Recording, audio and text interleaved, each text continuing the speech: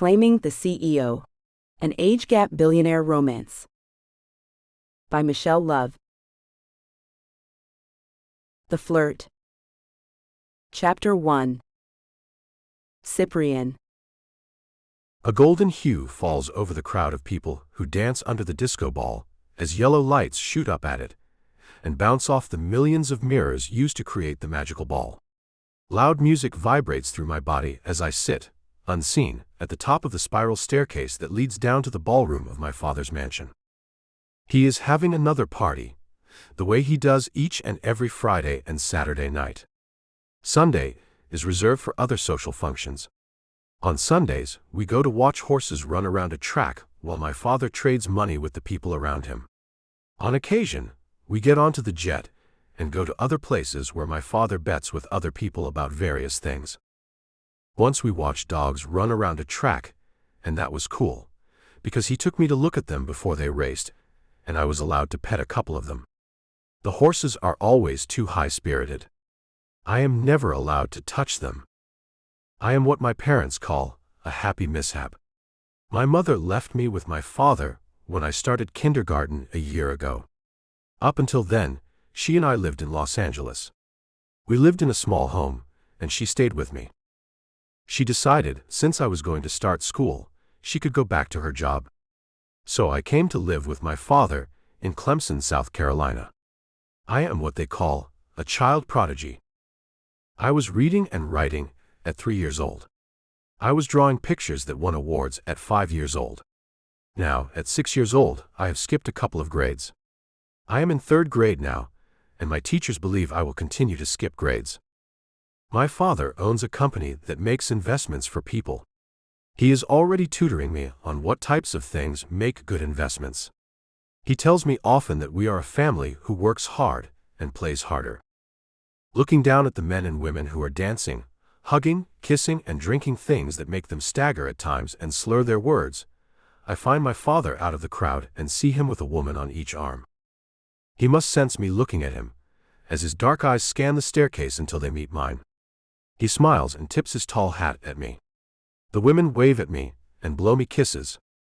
I blow them back, and they act as if they catch them and hold their hands to their hearts.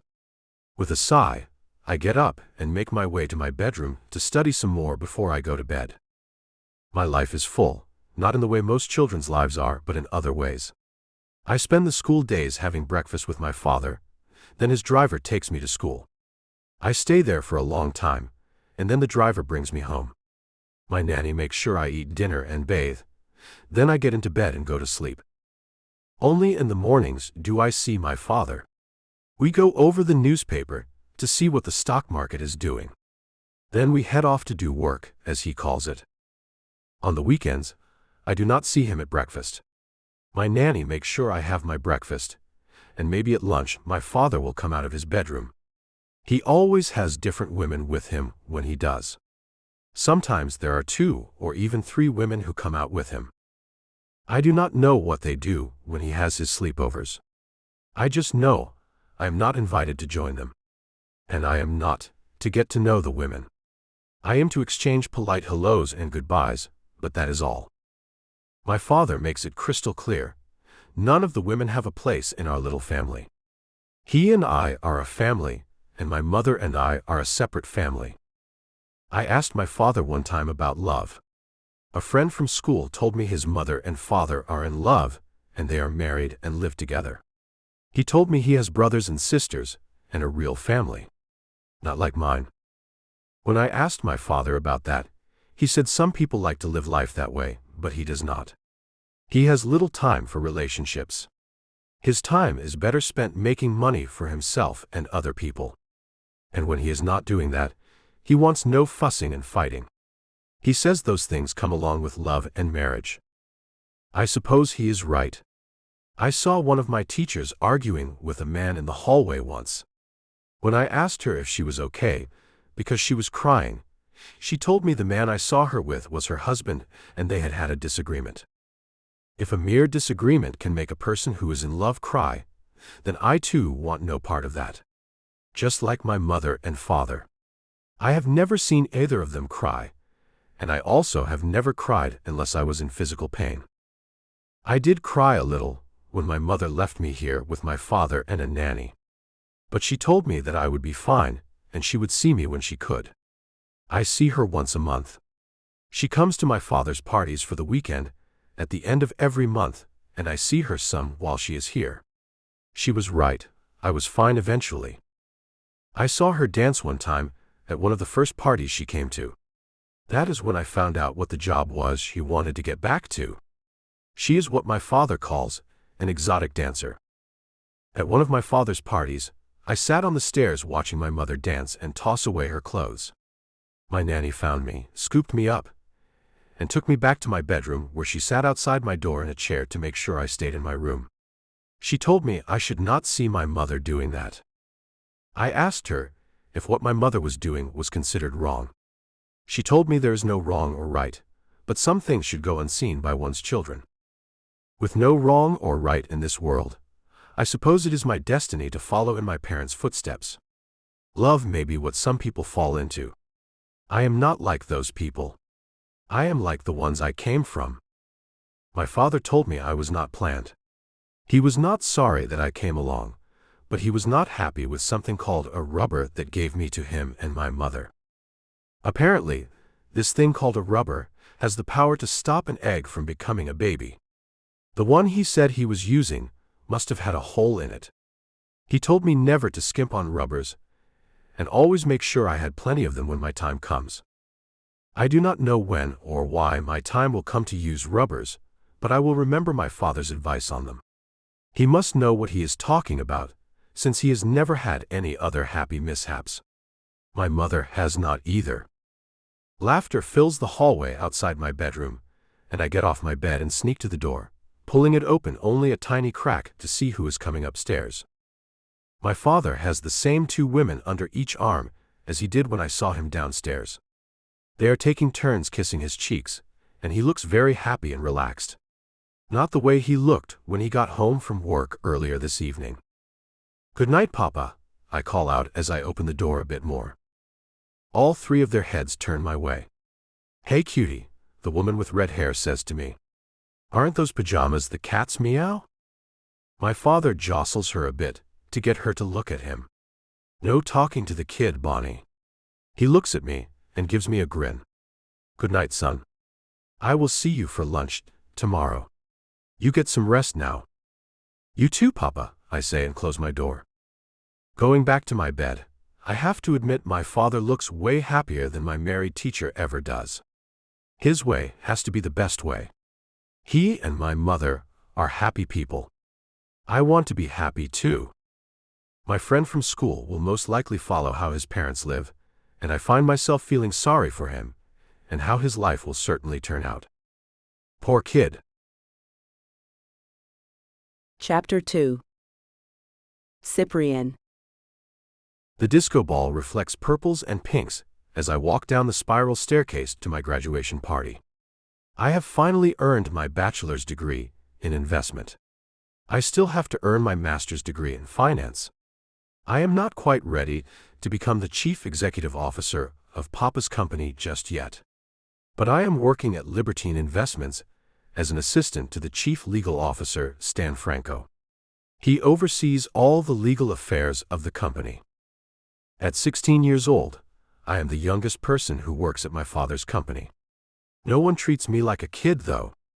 Not when I can handle myself like an adult. And being the boss's son does not hurt either. As I reach the last step, I am met by a couple of beauties. "I am Roxana," the brunette tells me. Her arm moves around my waist as she leans in and kisses my cheek. "Hello, Roxana," I say, and turn my head to catch her lips with mine. A touch on my backside has me pulling away and looking at the skinny blonde who is also waiting for my attention. "I am Bambi. I work at your mother's club in Los Angeles." "Nice to meet you, Bambi," I say and kiss her as well. I guess I will keep them both for the night. The music lowers, and I hear a clanking sound. Both women wrap themselves around me, and I wrap my arms around them, as my father calls everyone's attention to him while he walks up onto the stage. His temples are turning gray in his otherwise dark hair. He is growing older, something he reminds me of often, as he seems to be hurrying me along to take over his position as Chief Executive Officer of Libertine Investments. He looks out at the crowd of people who have come to my party. None of my schoolmates were invited. I never made any friends while in college. I was not there to make friendships, my father told me. School was work and not a place to fraternize. He took care of filling his parties with people. I found out almost every woman who comes to them is an escort, provided by several adult clubs around the nation, and at times they come from around the world. My father calls himself a connoisseur of fine women. He likes to enjoy their company. The men who fill his parties are business associates. Some of whom I know are married, but they come to enjoy the company of the beautiful women who do not mind showing a man a good time. I find my father holding up my degree, and a smile fills his face. Tonight we are here to celebrate my son, Cyprien Girard's achievement. He has earned his bachelor's degree in investment. He has a master's degree to get before he can take over my role at Libertine Investments, but I have no doubt he will make quick work of that. The way he has done with everything else, academically speaking. And in other areas as well. Am I right, ladies? Cheers go up as women hoot and holler. I smile and wave, then give them a bow. I am my father's son, after all. The two women who have claimed me for the night hold tight to their prize. I smile as I notice other women looking at me with interest. I find a feisty woman with pink hair looking at me with clear interest, and I think this evening could use her company as well.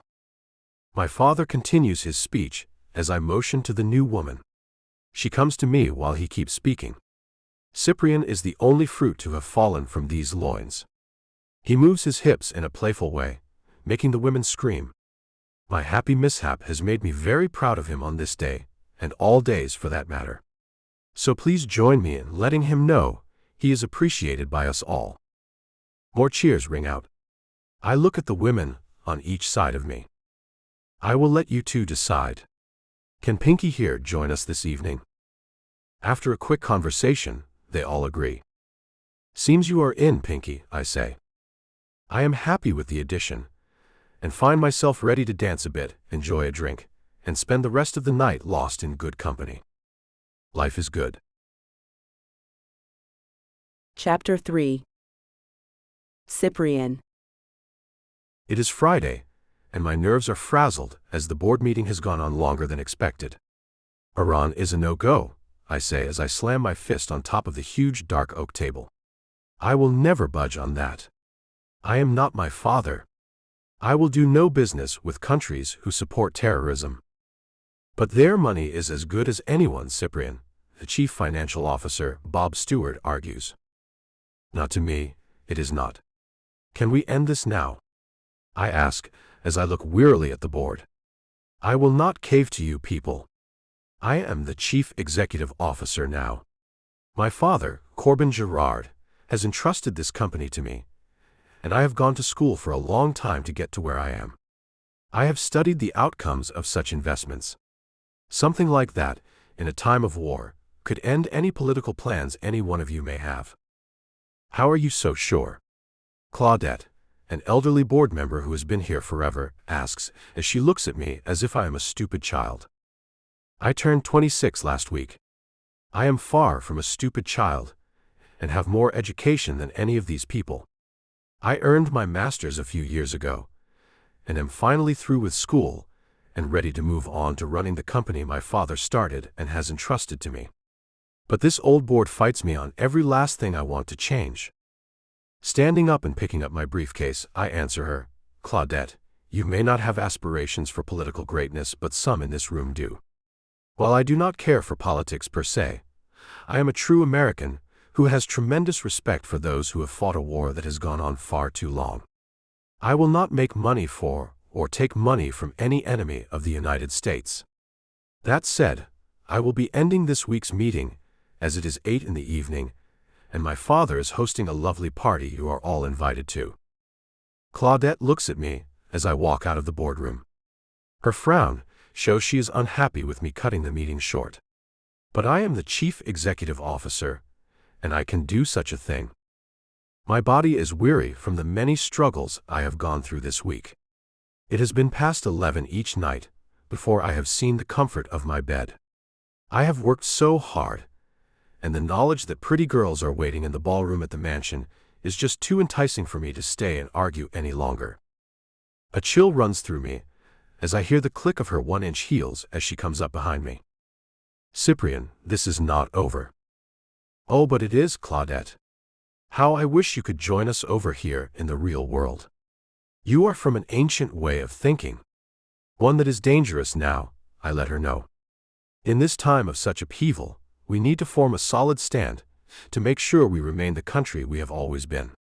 Helping that Iranian company make more money is a crime in my opinion. Let it go. Next week, I have a fantastic company in Hawaii to look at. And we will all get to go to the resort, owned by the huge company.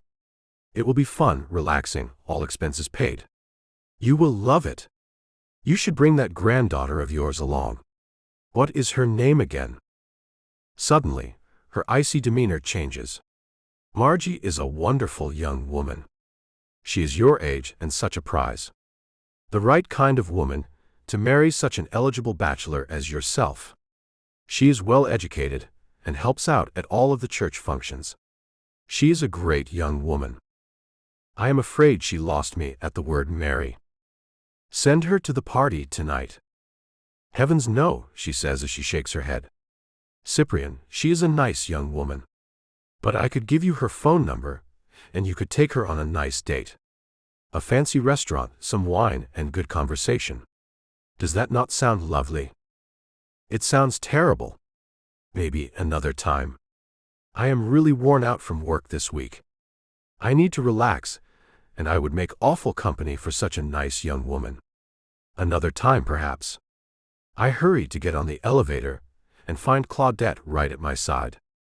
She is rubbing her palms together, quite obviously trying her best to come up with another wonderful date idea. Our church is having a social after the morning services. You two could meet there. It would be fun. You are such a patriot. Are you a God-fearing man, as well? Church. I have never gone. We go to the track on Sundays. You know that, I say, and find myself relieved when the elevator doors open and I can finally get rid of the old woman. It is my fault, and I know it, that she has latched onto me, as I made the mistake of asking about the woman I have seen in pictures around her home on other occasions. Which one will you be at this Sunday? She asks, and I see it all there in her beady little eyes. She will bring the good woman there, and expect me to court her. You know what? I say as I act as if I just recalled something. We are not going to the track at all. I am going to my mother's club in Los Angeles for a visit. I completely forgot. Some other time, Claudette. My driver pulls the car to the curb and hops out to open the back door for me.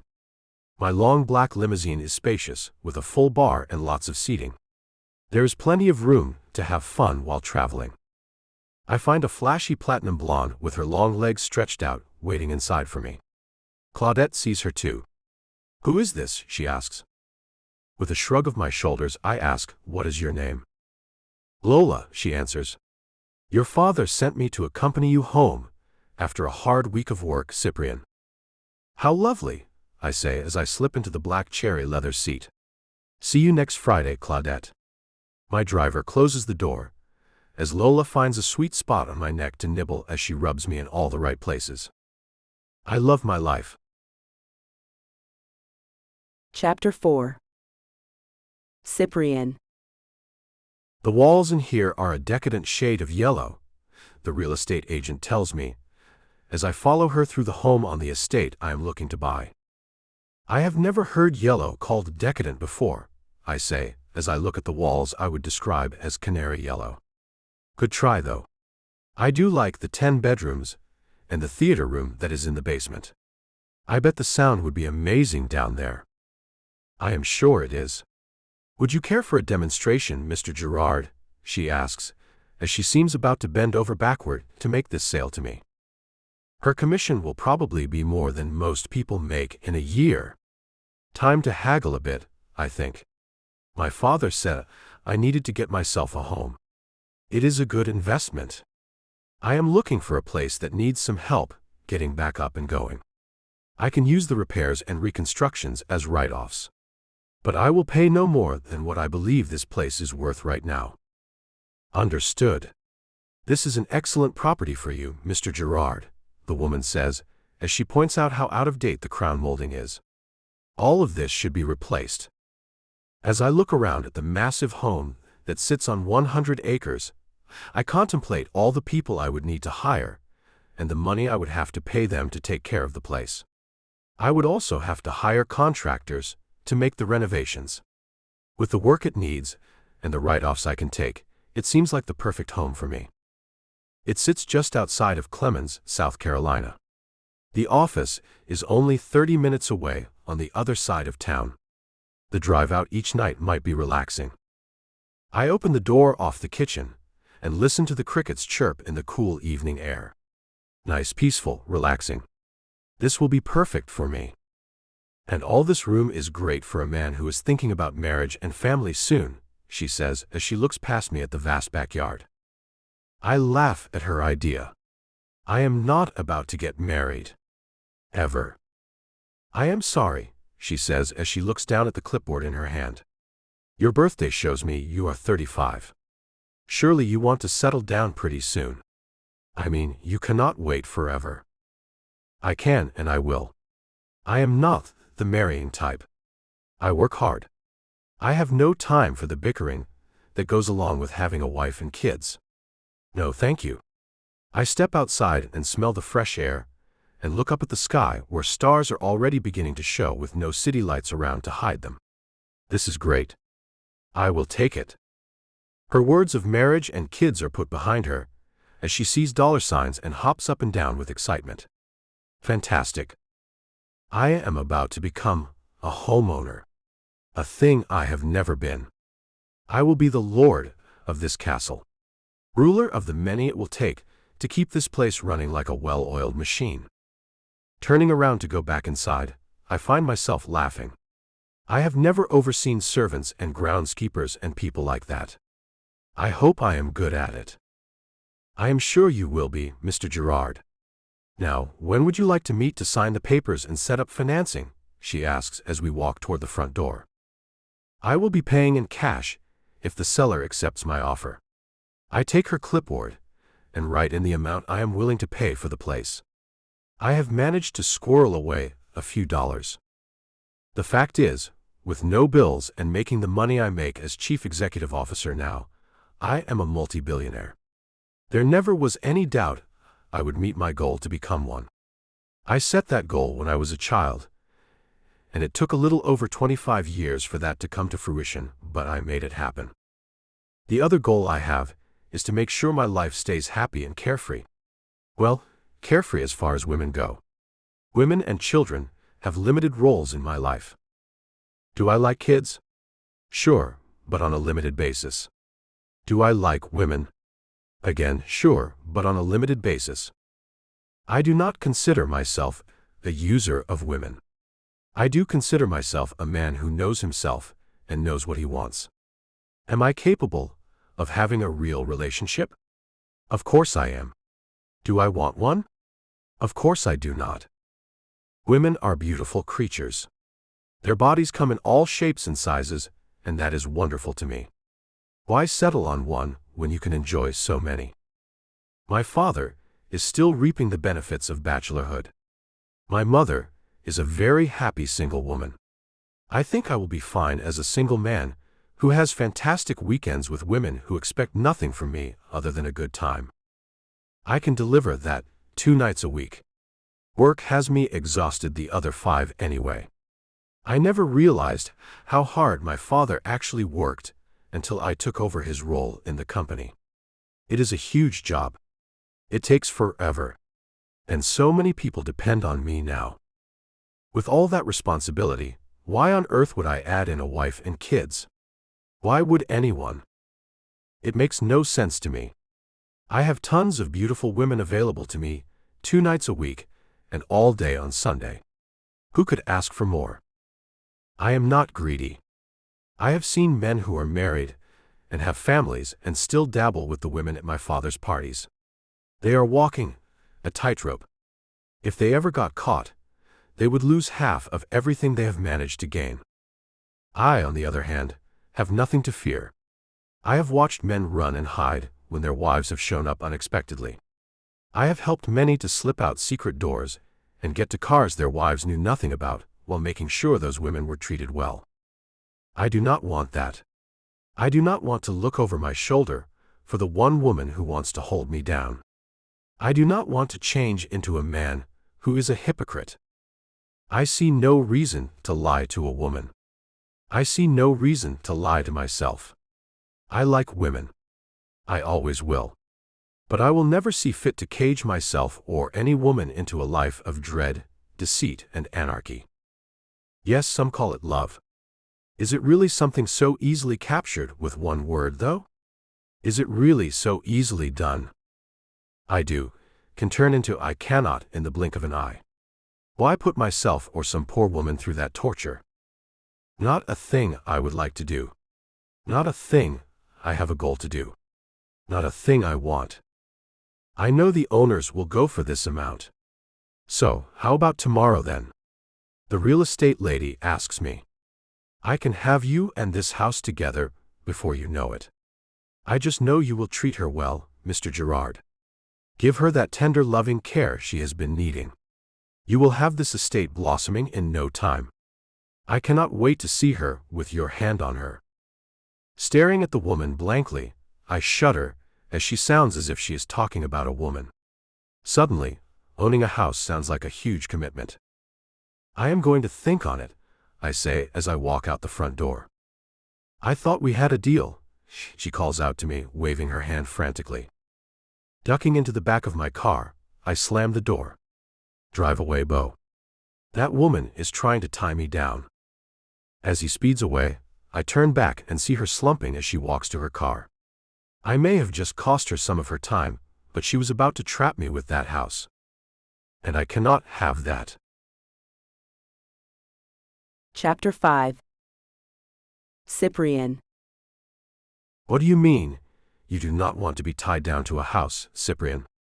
My father asks me, as he looks at me over his morning cup of coffee. It sounds awful, I say as I look over the stock report in the New York Times. Have you seen the price of pork bellies? It is atrocious. I have, he says as he pushes the paper gently down and looks over it at me. You should stay away from them. About the house. You need one, Cyprian. Every man needs a castle to call his own. This place is great. Why move away? I ask as I fold the paper and put it aside. It is not that I want you to move away, he says as he taps the cherry wood table we eat breakfast at on the weekdays in the small breakfast nook just off the main kitchen. It is just that you seem a bit stifled. You have not made much progress in the last 10 years. You took over my position, and that is where you have stopped. I love to watch you progress. You are so good at it. I do not know what you mean. I have made libertine investments billions in that amount of time. What is not progressive about that? I ask as I watch his eyebrows dance as he thinks about what I have said. I mean you personally, son, he says, then places his hand on top of mine as he looks into my eyes. You have been a person who has moved rapidly through life. You make goals and meet them, and then you make new ones.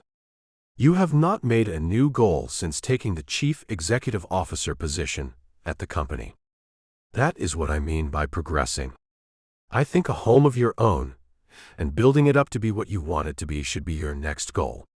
You are so much happier when you have a goal to work on. Looking away from him, out the window that looks over the large swimming pool in the back of the mansion, I think about what he has said. Papa, I have only had one final goal this whole time. It was to take over your position, so you could take an early retirement. And I have met that goal. I have seen that you have more money than you could spend in a lifetime, and watch you enjoy your free time. And that is my prize, at the end of all of my hard work. Cyprian, while that is very noble of you, it is not a goal for you, son. That was a goal for me. Now it is time to make one for yourself. A home will fill your mind with new ideas. It is a great experience. When I think about the day I bought this place, it always brings a smile to my face. It was the biggest purchase I had ever made, and it was the one thing which was entirely mine.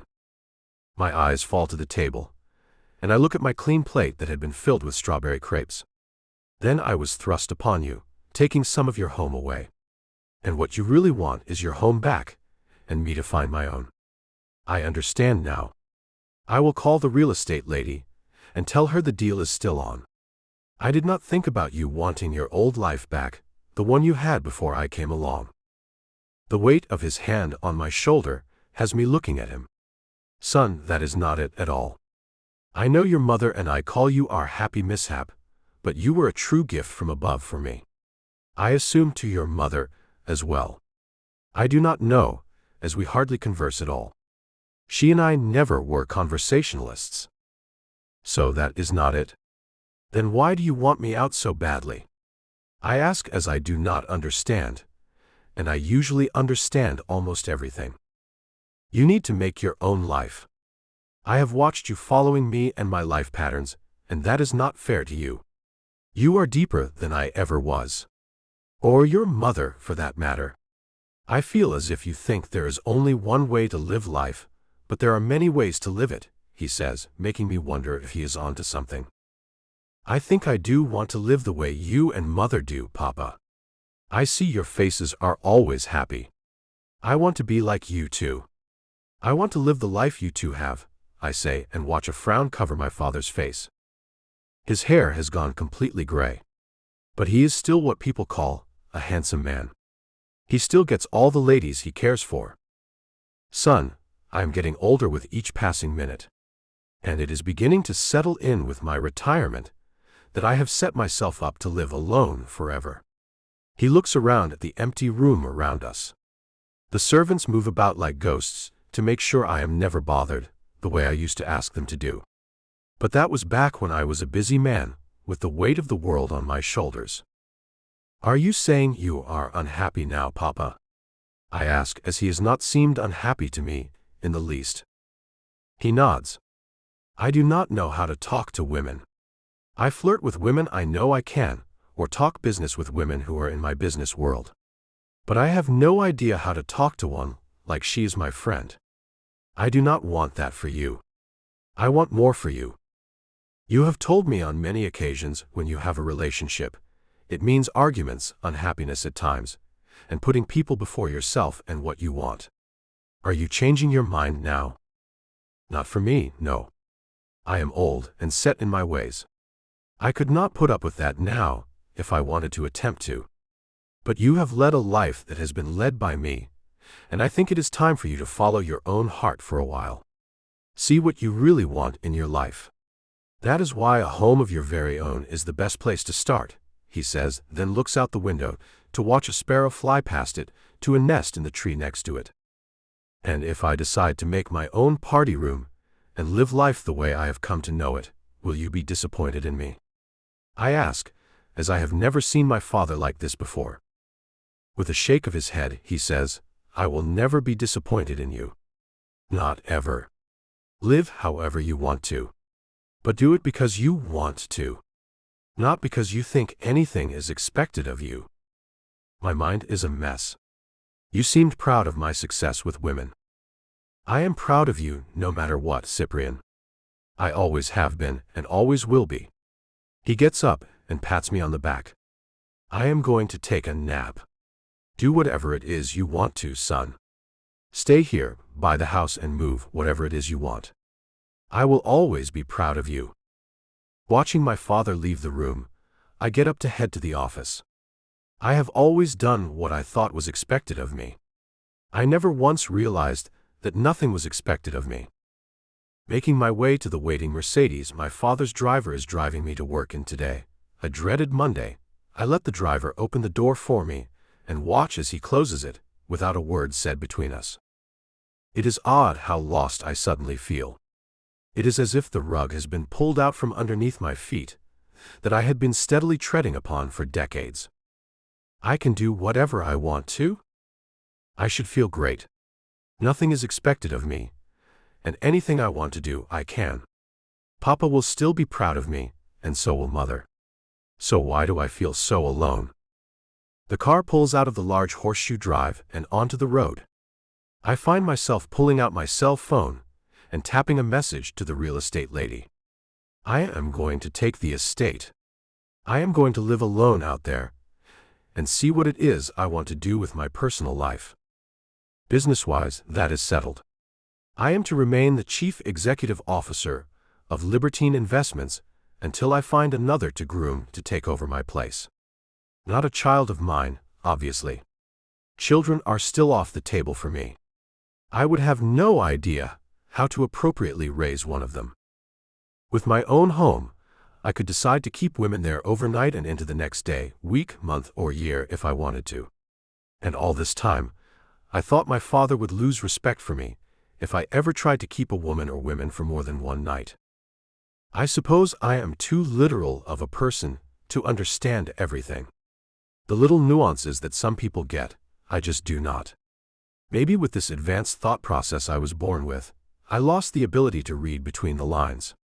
Or even realize I did not have to follow my parents' exact footsteps. I feel free but completely petrified for some reason. My first step at finding out who I really am and what I really want is upon me. I am about to buy my own place to live and see how I want to live. Who really knows what will happen to me? Chapter 6. Cyprian. 6 months into living in my own place, and I have yet to find the me that I want to be. I love the me I have been, and think that is the real me. It is Friday night, and I have a young woman named Cookie sitting in my lap as my driver takes us back to my estate. I have not made a party room at my place yet. Papa's is still fantastic, so why give that one any competition? Pulling up to the last convenience store at the edge of town before we leave it to go out into the country where I live, my driver goes inside to pick up the essentials I will need for the night. "Oh, is he getting us some things for tonight?" she asks me as she plays with my hair. "Yes." "Do you want anything?" I ask her as I push back her brown hair. She tells me what she would like. I pick her up and take her off my lap. Rolling down the window, I lean out. "Ashton, can you add whipped cream and try to find some cherries too?" He nods. Cookie giggles as she climbs back onto my lap and plants a kiss on my lips. A knock on the window has us pulling our mouths away from each other, and we look to find Ashton waiting at the window. I roll it back down. "Yes, Ashton?" "They are out of the kind I wanted. The cashier says there are none in the back, and she suggested you try something new tonight." He chuckles.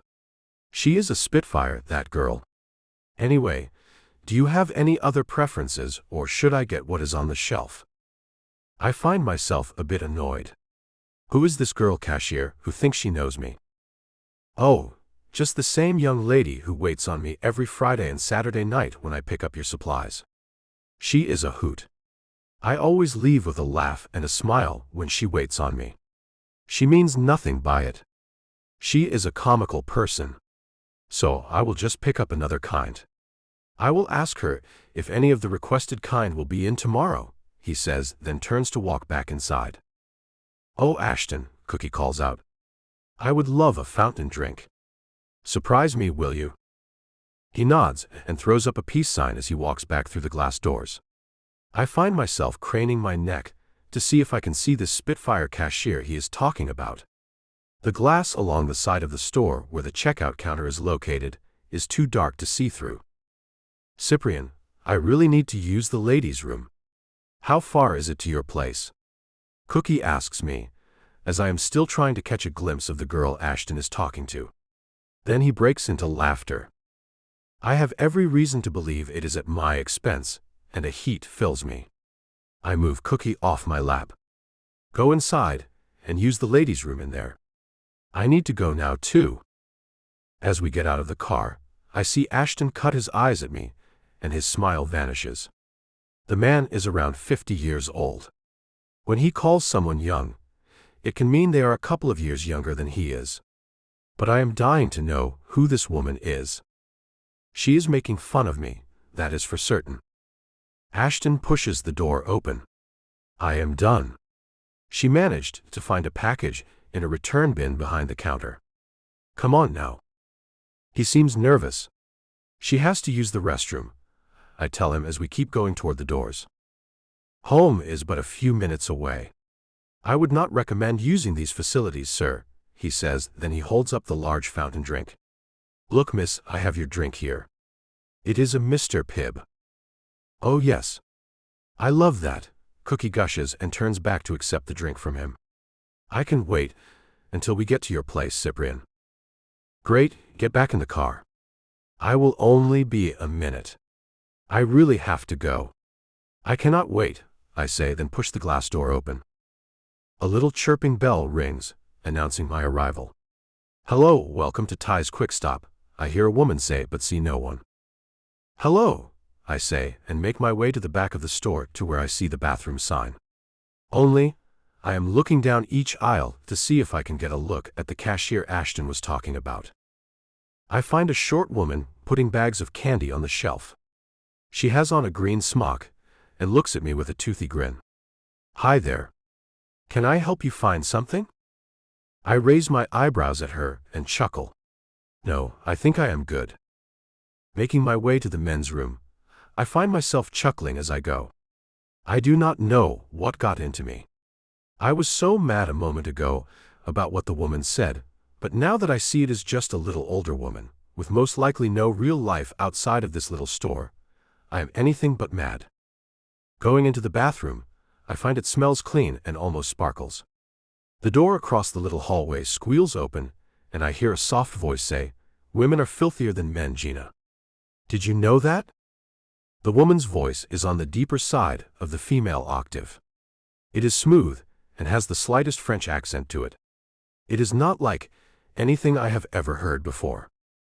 Camilla, I know you have only been a cashier for 6 months, but I have been one for 15 years. Of course, I know women are nastier than men when it comes to public restrooms, the woman I recognize as the short, older woman says. The other one cuts her off. No, do not tell me. My stomach is still lurching a bit with what I just had to clean up. I hear her walk past my door, and her footsteps keep going. I wonder why Moneybag's car is still parked outside. I found the kind of protection he wanted. I think I have heard enough. Pushing open the men's room door, I make my way to the soda machine. Are your fountain drinks good? I ask without looking at either of the women. Our coffee is better. But I would recommend a bottled water over either of those things, I hear that smooth voice say. I listen as her footsteps move behind the counter, and I walk over to the cooler to take a bottle of water. Thank you. You are right, water is much better for the body. Are you a doctor or something? I ask with a chuckle. A scientist, actually. I will not get my doctorate for another 2 years, but I will be one then, she says. I stop chuckling and open the door to the cooler and take a bottle of water and turn around slowly. A scientist. I cannot wait to lay my eyes on the woman who will be the first person I have ever called out on talking about me. As I turn around, I see no one behind the counter. Then the little woman pops up in front of me. Will that be all, sir? Are you ready to check out? I look around her to find the other woman. Not yet. I am a little hungry, but there is nothing healthy jumping out at me. Perhaps the scientist has some suggestions for me. Nuts are on aisle 3 at the front of it. There is a package with a mixture of them that is about the healthiest thing you can get here. I hear her but do not see her. So I move on to aisle 3 and find the packages of nuts. There are 6 varieties. Which ones do you recommend, Doc? The package on the row closest to the front. They have almonds, and those are great for men. Women too, but especially for men, I hear her say but still do not see her. Are you going to school here? I ask, as I try to follow her voice. Clemson University, yes. I am working here to make ends meet. And you, sir? She asks.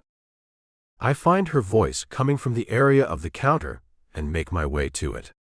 But when I get there, I still do not see her. I dabble in this and that. Where are you?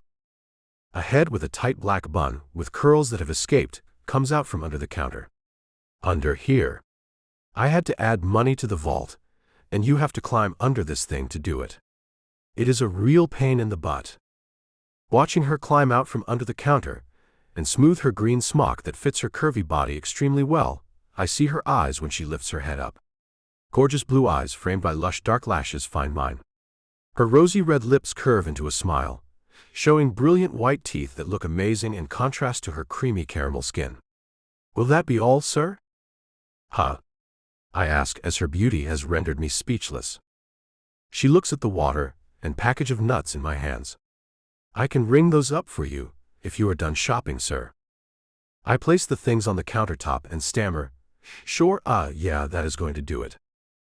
2 little beeps have my purchases done, and she looks at me with that pretty smile again. $3.15, sir. Handing her my credit card, I see her smile vanish. Oh, sorry, sir.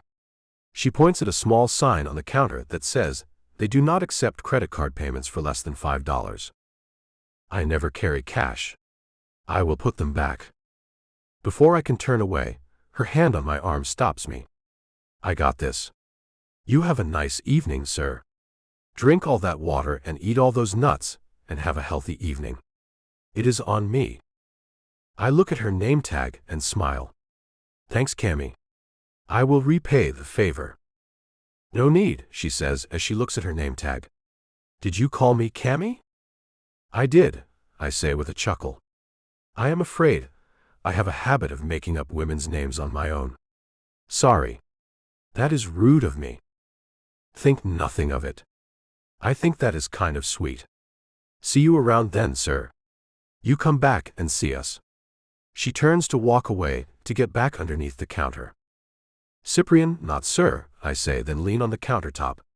You can call me Cyprian. She stops her retreat and smiles at me again. Cyprian. What a beautiful name. Thanks, I say, and open the bottle of water. What are you doing when you get off work tonight, Cammy? Going home to study, she says, and looks a little nervous suddenly. She fidgets a bit, and I find that cute. Do you have to? I mean, I would like to get to know you a little bit, I say. The sound of the door opening, and someone coming in, I barely notice as I look at her and cannot seem to take my eyes off her. I bet your hair looks amazing when you let it out of that bun. A pink blush covers her cheeks, then I hear a man's voice coming from behind me. Mr. Gerard, I just realized you were making purchases. I forgot to tell you about their payment policy here, my driver says, and I watch Cammy's face go from pink to red. You are him, she asks as she steps back 3 full steps. Who? I ask. I know damn well who, but I have to ask. Rubberman, she asks. Now it is me who is blushing. My driver slaps a $5 bill on the counter. There you go, miss. We will be going now. The sound of someone coming in fills my ears, and when I hear Cookie's voice, I cringe. Cyprian, are we going to get to your place and get the night going, or what? Cookie is about as bimbo-looking as they come. Nearly white hair with blue tips, she is skinny and pale. Not a beauty in the light, but she looks good in the dark, where I picked her up at my father's party a little earlier. Cammy ducks her head and grins. Her amusement at my choice for the evening sends prickles through my skin. I take my water and nuts and leave the store in shame. Come on, Cookie. A short burst of laughter I hear come from Cammy, I am positive, as she hears the woman's name. I am shaking with anger mixed with embarrassment. The addition of humiliation makes the emotional cocktail complete as I slam into the backseat of my car. That was brutal, I mumble as Cookie tries to climb back onto my lap. What was? She asks, then slurps her drink. Nothing, never mind, I say, and close my eyes as I lay my head back on the seat. What she must think of me. Chapter 7. Camilla. With a name and face to put to the man I had dubbed the perverted moneybags, I find I have thought all wrong about him. He was not fat and bald at all, was he? I ask Gina as I help her clean the shelves where the canned goods go. No, he was not, she agrees as she nods. He was actually very nice looking, I add as I wipe the top of a can of green beans. Yes, he was, she agrees again. Did you see how tall he was when he walked out the door? The tape on the door frame read 6 feet and 3 inches, I say as I think about how he filled that door frame nearly completely. He was all muscles too. He had nice light brown hair and dark brown eyes too, Gina adds as she hands me a clean rag. Use this one, honey. That one is merely pushing the dirt around. What about those high cheekbones? I ask. And that Roman nose? It was the most perfect nose I recall ever seeing in my life. And his lips. They were something. The top lip was a bit fuller than the lower one was. I suppose that is why he needs those items every weekend, Gina says, taking me out of the trance I was putting myself in as I thought about the man. Yeah, he has quite the reputation. I know, I say as I shake my head to clear it. He was flirting with you, Camilla. Do you suppose he was about to invite you to join him and that other woman? She asks me with a grin. And if he had? Of course not. I shout and walk away as heat suddenly invades me. You know I am not that kind of woman. I know it is rare at my age of 25 to have only been with 3 men, but I have to have feelings for any man I become intimate with. My parents and grandparents would be very disappointed if I did it any other way. What about what you would do if you did not have them to tell you what to do, Camilla? She asks me, making me think about it. I am a product of my raising. That belief runs through me strongly. I will not be just another passing interest for any man. No matter how gorgeous, charming, and confident he is, I say as I make my way back to the counter. Are you describing moneybags there, Camilla? She asks with a laugh. He has a name now, Gina. Cyprien Gerard. That last name is French, I say as I look out the window into the empty parking lot. It would be nice to see that long black car pull back up into it, and get to see that man one more time before I go to sleep. Like yours, Camilla Petite. But you still have a bit of an accent, and he does not have one at all, she says as she joins me behind the counter. My father came here when he was a boy, and my grandparents still speak it frequently.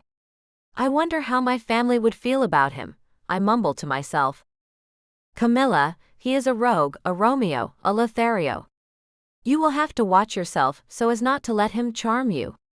He is much too handsome, and I am sure when he turns on the charm, he is almost irresistible, she says, reminding me he has to be kept at arm's length at all times. Do you suppose he will keep coming in here merely to hit on me? I turn the outside lights off so we can close the store. Most likely. He was looking at you with fire in his eyes. To tell you the truth, if I were a younger woman, I would be tempted. He is rich, built like a 1-ton tank, and the most handsome man I have ever laid eyes on. But I was quite wild myself back in the day. I have to laugh at the short, 50-something woman. Gina, you are a trip. Let us go home. Tomorrow night we will see what happens. I doubt he had a second thought about me. I mean, why would he? And even if he did, it does not matter. I am not a bimbo, and he is obviously into them. If you took a good look at Cookie, you would know that. We break into laughter as we lock up the store and walk to our cars. See you tomorrow night, Camilla. You have a nice night. Getting into my little 1967 Mustang, I make my way down the road and notice the lights on at the old Franklin estate. It sits back off the road.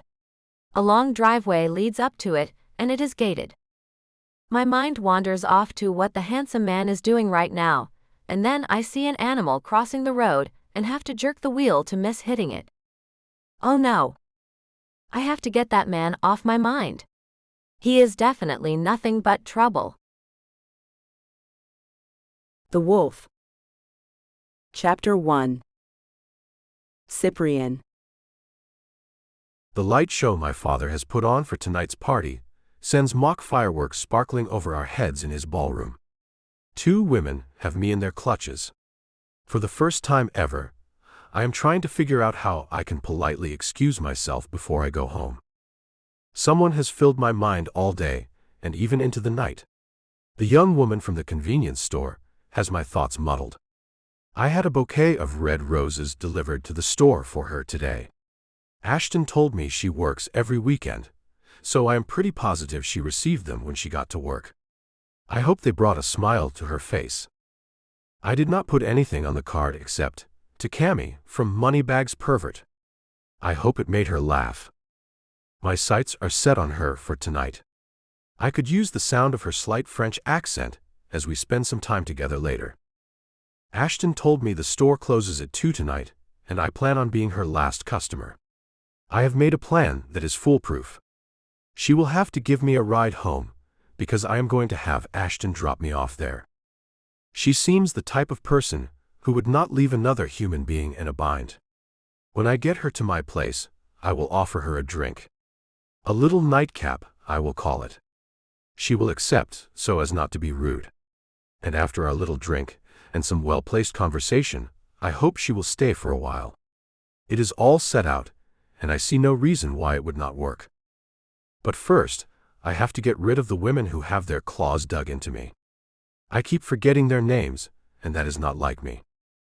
I need to check the time, I tell the one on my left. My watch is on that wrist. "Why are you ready to go?" she asks. "Because that is cool with me. We can leave now."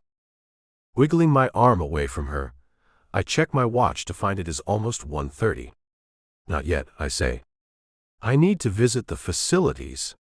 I will be right back." The women exchange worried looks, then the one on the right says, "We will go with you. We can help you." A sense of fear runs through me that I will not be able to ditch them, and I blurt out, "I have to use the restroom." Both of their expressions show my words were a bit too direct. "Oh," the one on the left says. "You go take care of that then.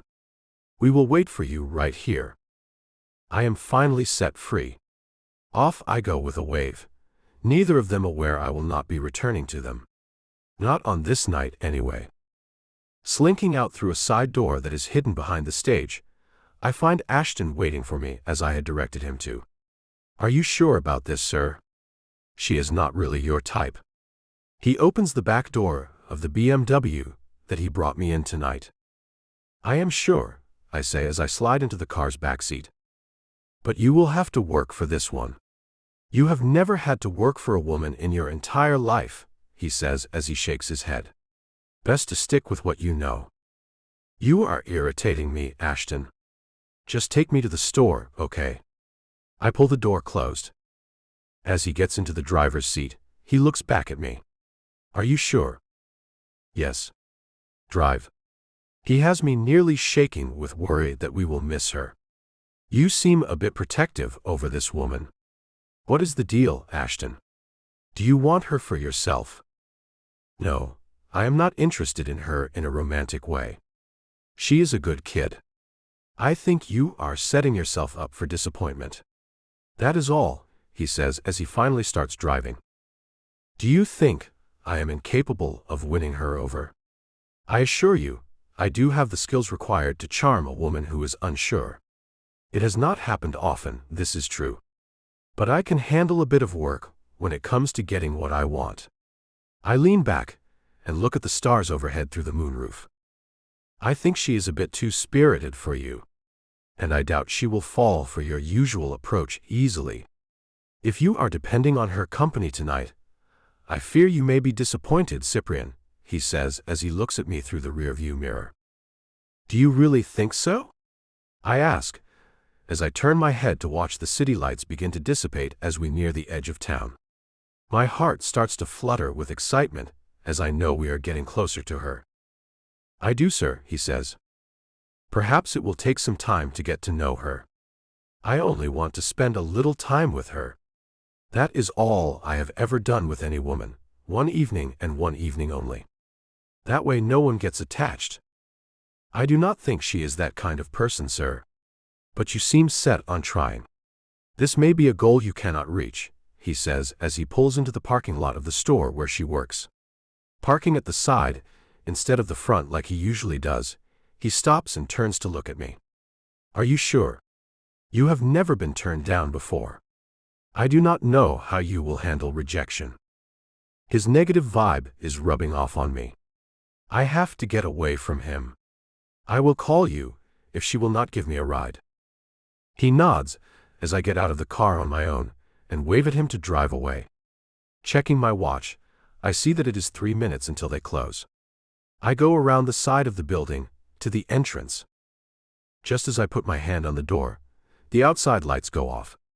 I push the door open anyway and see her and the same woman she was working with last night standing behind the counter.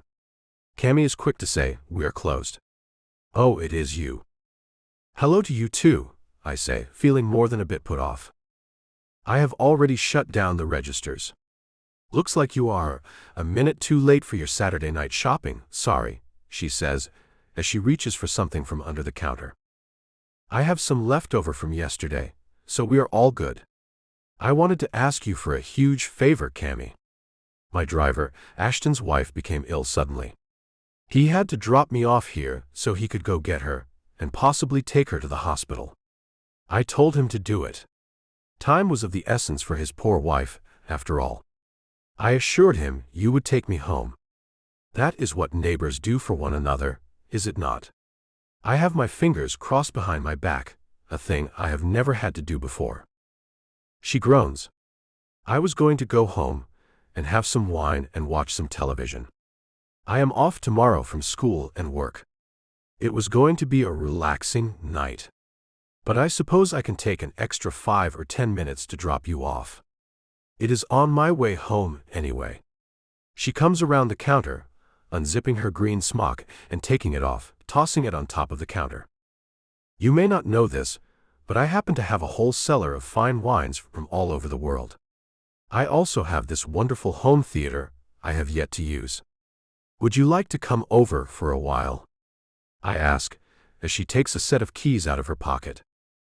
"No thanks," she says, as if what I have just offered is of no interest at all. Then I notice the flowers on the shelf behind the counter. "Are you not going to take those with you?" I ask, as I point to the large and expensive crystal vase full of red roses. "Why would I take the manager's flowers?" she asks as she looks at me with a blank expression.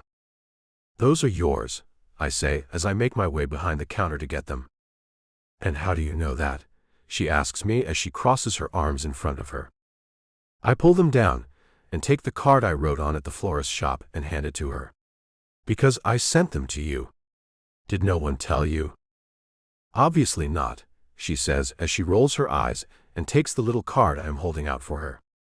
Then she smiles and laughs, and it makes it all worthwhile. Step 1 complete. Chapter 2. Camilla. Gina is giving me a thumbs up as Cyprian gets into the passenger seat of my car. I give her a thumbs down, making her shake her head. Then I get into the driver's seat and look at the handsome man in my car. He is wearing a tuxedo and looks too good to be true. "What kind of grand ball did you attend tonight?" Running his hands over the lapels of the expensive garment, he smiles at me, revealing perfectly straight white teeth. "My father puts on formal parties on Saturday nights. All men are required to wear tuxedos." "Fancy," I say and back out of the parking space. I put the car into first gear and see him looking at how close my hand is to his leg as I move the gear shift. "You know, I have never driven a stick," he says. "Maybe you would be kind enough to teach me." He looks into my eyes, and I have to avert them quickly. "Maybe," I say. "So tell me how you managed to escape the party with no woman, Cyprian." "It was not easy, let me tell you. I had to make a daring escape to get away alone tonight," he says, making me wonder why he would even want that. "In all of my 6 months of working here, there has not been a single Friday or Saturday night that you have not had your driver come in and buy protection for you. What gives?" I ask as I pull out onto the main road out of town. His hand touches mine as it rests on the gear shift. "Can I move my hand with yours as you shift the gears, Cammy?" Heat is coursing through me and I have to shake my head to clear it. He frowns as I make the motion. Yes, you can. That way you can get an idea of where the gears are. His frown moves easily into a smile, and his hand rests on top of mine. Good. I would really like to know how to drive a stick. This is a cool classic car. Most people do not drive something like this around. Was it a gift or did you buy this yourself? Papa gave it to me when I graduated from high school 7 years ago, I tell him. Papa? Is that what you call your father? He asks as he smiles. Yes, that is what I call him. My mother is called Mama. Papa is originally from France. His parents moved to New Orleans when he was 7 years old.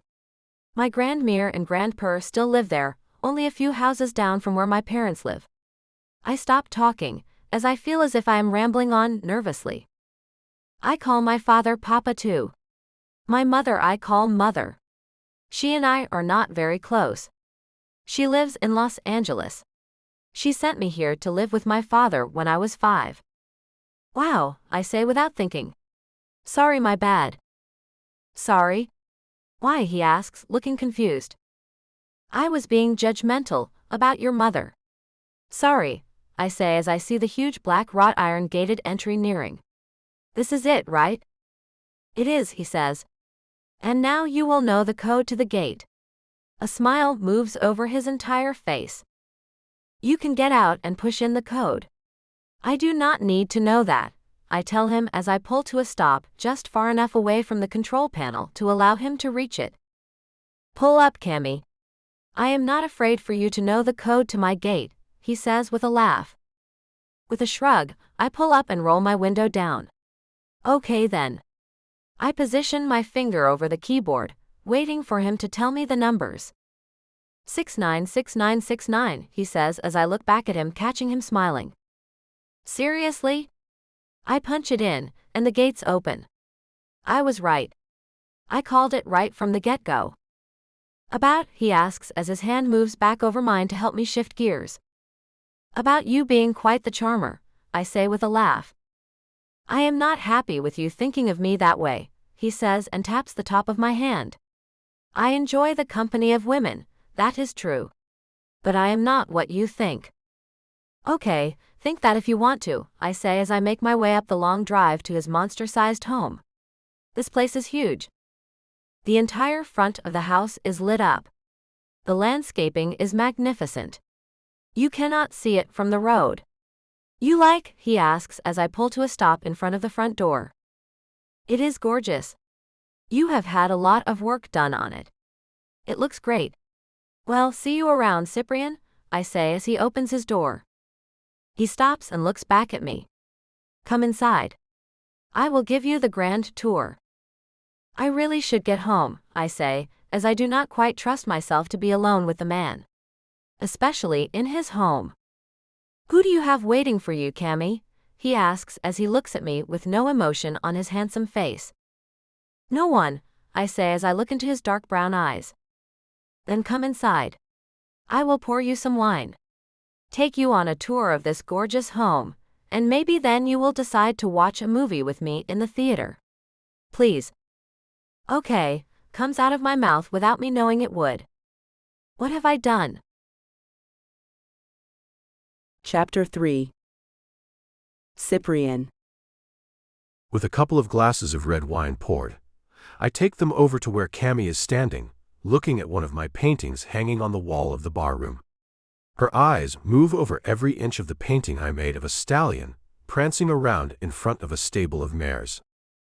Placing her glass on the bar next to her, I lean over her shoulder a bit. Do you like it? I do. It is so lifelike. Her finger moves just over the canvas where I sign my name. I cannot read the writing. Who is the artist? I am, I say, then take a sip of the wine. No way. She turns to look at me and takes a step back. For real? For real, I tell her, then pick up her glass and hold it out for her. She takes it, and I extend my arm for her to take. Come with me, and I will show you the house. She places her hand in the crook of my arm, and I lead her to the next room. This is what I call my study. Strategically placed right next to the bar, she says with a smile. Smart man. That I am. I was a child prodigy. Did you know that? I ask her. Cyprian, I am not in the world of the wealthy. I do not know a single thing about you, except that you make large purchases of protection on Friday and Saturday nights. She sips her wine as she looks around the room full of floor-to-ceiling bookshelves filled with all types of books. I made my way through school very quickly. I was Chief Executive Officer of Libertine Investments at the age of 25. Impressive, she says. So what other secret talents do you have, Cyprian? Leaning in close, I whisper, if you will come to my bedroom, I can show you some more of my talents. Her laughter peals through the air. You are funny. I am thrown off by her and straighten up, moving on to the next room. I was not trying to be funny. But on we go. Pulling the door open, I take her into my meeting room. I have yet to have a meeting in this room, but if I ever need to have one at home, this is where it will take place. Like a boardroom, huh? She asks as we walk through the large room with redwood siding covering the walls. Just like a boardroom, yes. I push the next door open, and we are in the small kitchen. If I ever do have a meeting, this is where my staff will make the food to serve at it. This kitchen is 3 times as big as the one in my duplex apartment. Pretty cool, I must say. State-of-the-art appliances and everything. She stops and looks at the granite countertops. You have spared no expense, have you not? Of course, I say. Everything I did to upgrade and renovate this place is a tax write-off. Why spare expenses when it helps to offset the taxes I have to pay each year? Pretty clever, Cyprian. Your mind works like a machine, she says. I decide to take her out to the patio for a while. Perhaps a brief pause on our tour to take in some of the night air, I say as I open the door. I leave the light off on purpose so she can relax with only the stars and moon to light the night. This is beautiful. Even in the dark, she says, as I help her to sit on one of the small sofas on the deck. I take the seat next to her. The sofa is so small our legs touch. It is peaceful out here. I spend at least 15 minutes each night when I come home outside on one patio or another. This place has 6 patios, 3 decks, this being one of them, and 5 balconies. The master suite has a massive one. You will love that one. I have a bed out there covered with mosquito netting. I can feel her pulse race as she turns her head to look at me. Cyprian, can I ask how old you are? 35. And you are? 25. I am 10 years younger than you, and I am having a hard time figuring you out. Most men your age are married. They have families already. Why do you not? She asks me the way an innocent person would. I run my fingers along her jawline as I answer her. Camilla, I am not a man who wants those things. My life is full enough as it is. Do you think you will always be this strong and confident, Cyprian? She asks as her eyes search mine. Why do you ask that? I trace her lips once, then rest my hand on her collarbone, stroking it with my thumb. I ask that because one day when you are old, you will want to have someone around. My parents and grandparents have been married for years and years. They tell me all the time how life would not be worth living without the other. I know it is important to make a life with someone. Only one person who you can grow old with. I do not think that way, I say as I move my hand to run over her shoulder. Perhaps you should think about the way you have been leading your life and how it will affect the end of it. Can you imagine lying alone in your bed, unable to get up from the aches and pains that come along with old age, and have no one to help you up or go get something for you? That sounds terrible to me, she says. To be honest, I do not think about the future in that way. I think about business in the future, but not me in the future. I suppose things will work out for me as they have for my parents. They are both still single and living their lives the same way they were when they were young. How boring, she says, then takes a sip of her wine. How very boring to do the same things over and over again. No growth. The same people at the same parties every weekend. The same thing, week in and week out. You make it sound bad, I say. Is it not? She asks as she looks at me again. And what is it that you do, Camilla? What is so fascinating about your life? Please educate me, I ask her as I sit back, taking my hands off her. Well, I am a scientist, which might not sound exciting, but it really is. I put things together to create new things. I pull things apart to see how they work, and then put them back together again. My job is vast. I never do the same exact thing twice. The only boring part of my life is working at that store. She finishes the glass of wine and places the empty glass on the table. Now you tell me about what it is you do. I read the New York Times every weekday morning as I eat my breakfast, I tell her. Is it always the same thing? She asks with a cocked eyebrow. No, well, yes and no, I say. Mondays are pancakes, Tuesdays are scrambled eggs. But not the same thing every day. She taps her finger to her chin.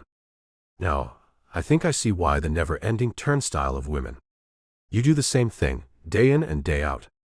The only variable is them. I bet you have slept with only a handful of them more than once. Wrong. I tell her and get up, holding my hand out for her. I have never slept with any of them more than one night. But I am not about to tell her that. Is my visit over? She asks as she takes my hand. No, I say, then drain my glass of wine too. Your drink is finished, and we are in need of refills. The kitchen we just left has more wine in it. Come on. There is more house to see, and I think you will love the theater room. I pull her along with me, and kind of hate how she has the gears moving in my head. I have never thought of my life as boring. Nor that of my parents either. Who does she think she is? Cyprian, what are your plans for tomorrow? She asks as we walk inside. We go to the horse races on Sundays, I tell her, making her laugh. So Friday and Saturday are party nights. I never see you on the weeknights. You must work hard and get home late on those nights. And Sundays are spent at the track. Would you like to change it up some tomorrow? What do you have in mind? I ask her as I pour us more wine. How about you and I spend the day together, watching movies while we barbecue and just hang out? I saw a swimming pool. We could chill out together. A nice peaceful day. What do you say? Looking at her, my mouth opens on its own. Yes. I say yes to that. Whoa. What just happened? Chapter 4. Camilla. After an hour of touring his home, I wave goodbye to Cyprian, who is standing in the driveway as he walked me out to the car. He tried to give me a kiss, but I turned my head and he only caught my cheek. It made me giggle and him smile. See you at noon, Cammy, he calls out as I pull away. I will be here, I call out to him. Bring your swimsuit, he shouts as I drive off. I have no idea what I am doing with the man. I cannot believe I made plans with him. And I cannot believe he accepted. Never have I wondered what the rich do. But finding out how he has lived all these years, doing the same thing day in and day out, is mind-numbing to me. I went to the same club 3 weekends in a row once when I was younger. That third night was so dull to me. The same faces, the same music, the same atmosphere. It was terrible. I do not see how he has done the same things for so long. He told me how he would watch his father's parties when he was a little kid. When he was only 15, his father asked him to join the parties. He was swept into that life so early. It is sad, really. But he does not see it that way at all. I feel sorry for him. And I think he is in need of someone to shake his world up a bit. I am not sure I should be the one to do that, but the desire to do it is coursing through my veins. The man needs some substance in his life. Work, parties, and gambling on horse races are all fine and dandy unless that is all you do. He does have his painting. He is a true artist. Perhaps that is what I see inside of him. He has depth. More so than I believe he is aware of. To help him find some of that is a thing I feel I could do. Pulling into my half of the driveway between the two apartments that make up the duplex, I turn the car off and get out. Getting my phone out of my pocket to use the light so I can unlock the door to my house, I see it is nearly 4 in the morning. I spent more than an hour with a man I had no plans of spending any time with. Just as I push the door open, I remember the flowers he gave me in the back floorboard and turn back to go get them. With a vase of flowers in hand, I go back to the front porch and find a little skunk standing on the step, looking at me. Terror flows through me as it lifts its tail, spraying the inside of my house before it runs off. No, I whine as I hold my breath and walk inside. Ah! Straight back to my bedroom I go, as the smell has already taken over the front of the house. I hope I do not smell like the skunk tomorrow. What will Cyprian think if I smell like a skunk tomorrow? I am going to have to cancel. But I do not have his number. Cyprian. Making my way to my bedroom, I find myself not sleepy in the least. I do not know what it is about that woman, but there is something different about her. I also cannot believe I accepted plans with her. I have never spent an entire day with a woman at my home. I will be spending the entire day with Cammy. The whole day. What will we do? She did not seem to get my hints about what I would like to do with her. Either that, or she was just ignoring my advances on purpose. But how could she? Maybe Ashton was right. Maybe she is not the kind of woman to do anything without some type of commitment, which I will never give her. So I may spend the whole day with her and still see no benefit from it. What will I do then? Make another date? Surely not. No, I will move on, letting Camilla Petite stay in the past as a woman who simply lost out. She is the one who would be losing out, after all. Not me. I can have pretty much any woman I want. She is the one who will miss out on the experience I can give her. It is her who will be unhappy about missing out, not the other way around. Climbing into my bed, I pull the blanket up to cover myself. It feels odd. I was in early 15, the last Saturday night I went to bed without company. Spending time with Cammy tonight was interesting. Not exactly what I am used to, but it was enjoyable, even though we really did not do anything but walk around my house and talk. Odd, but a good odd. I wonder what tomorrow will bring. She and I will be swimming. That is when I will be able to get closer to her. And if she will allow it to happen once, then I can see it lasting all day long. Then I can move on. I should let the staff have the day off. She will probably be much more open to my company if no one is around at all. I will have to turn up the charm on her. That is for sure. But why am I bothering at all with the woman when I can go to the track tomorrow with my father and some of the women from this weekend's party? Why indeed? Chapter 5. Camilla. A dog's barking wakes me from a deep sleep. I was dreaming about Cyprian and me in his gorgeous home. I was helping him host a small get-together with some people he wanted to impress. It was all so strange.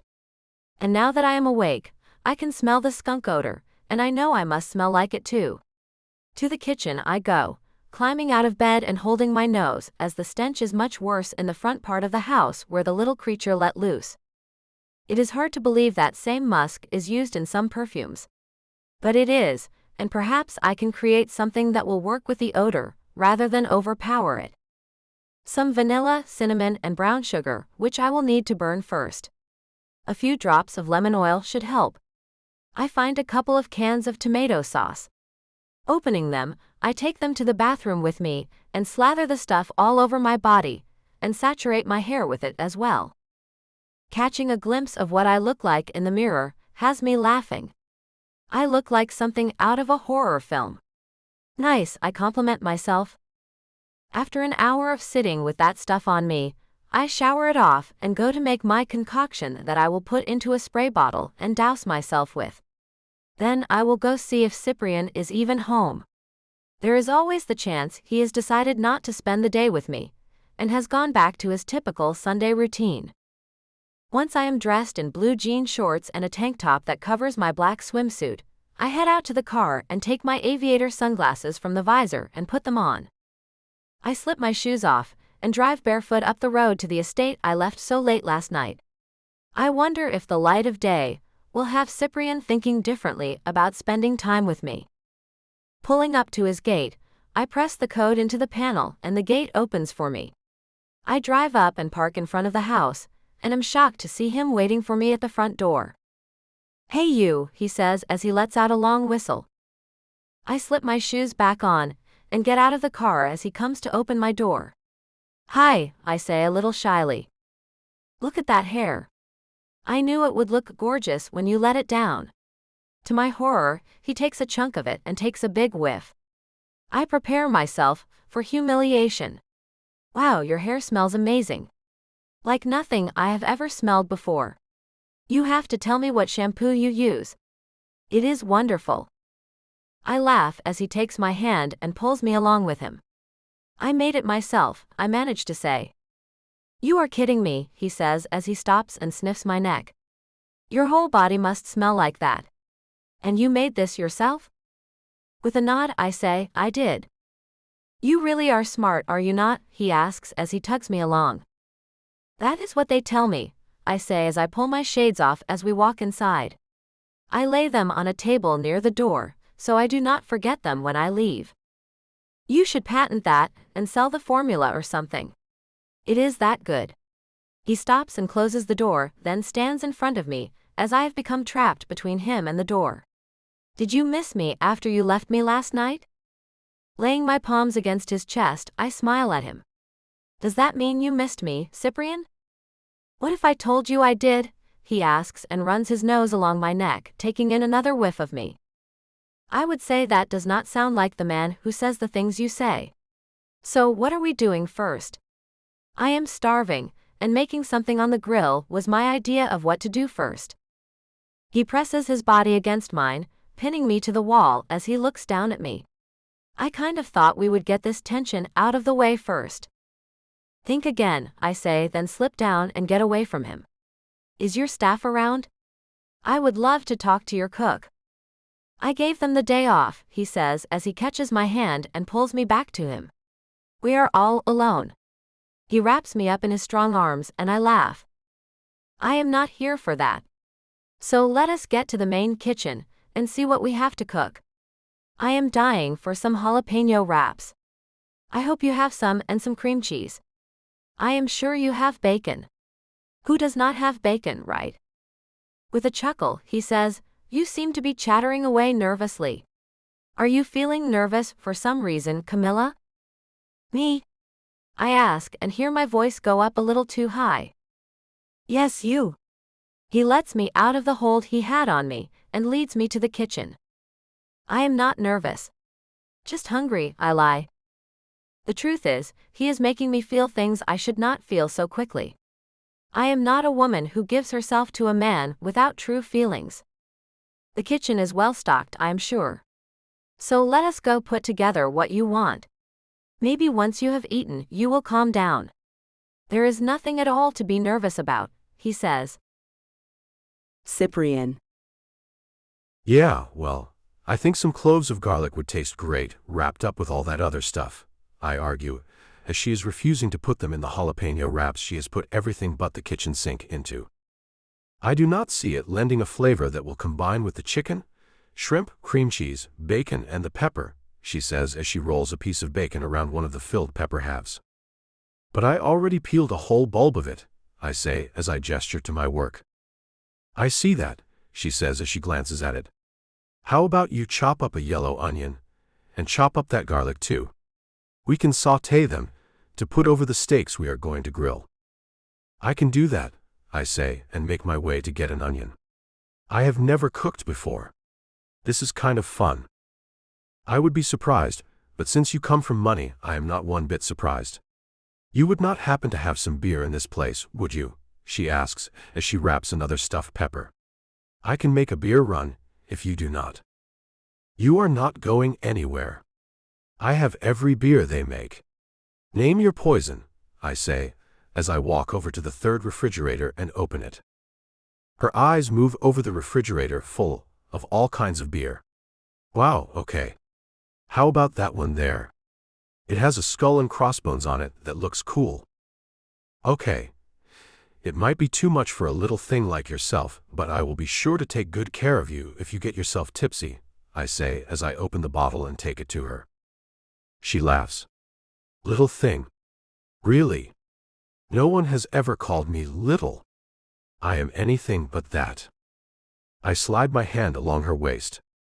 I think you are perfect, and I do see you as a little thing. You are smaller than I am.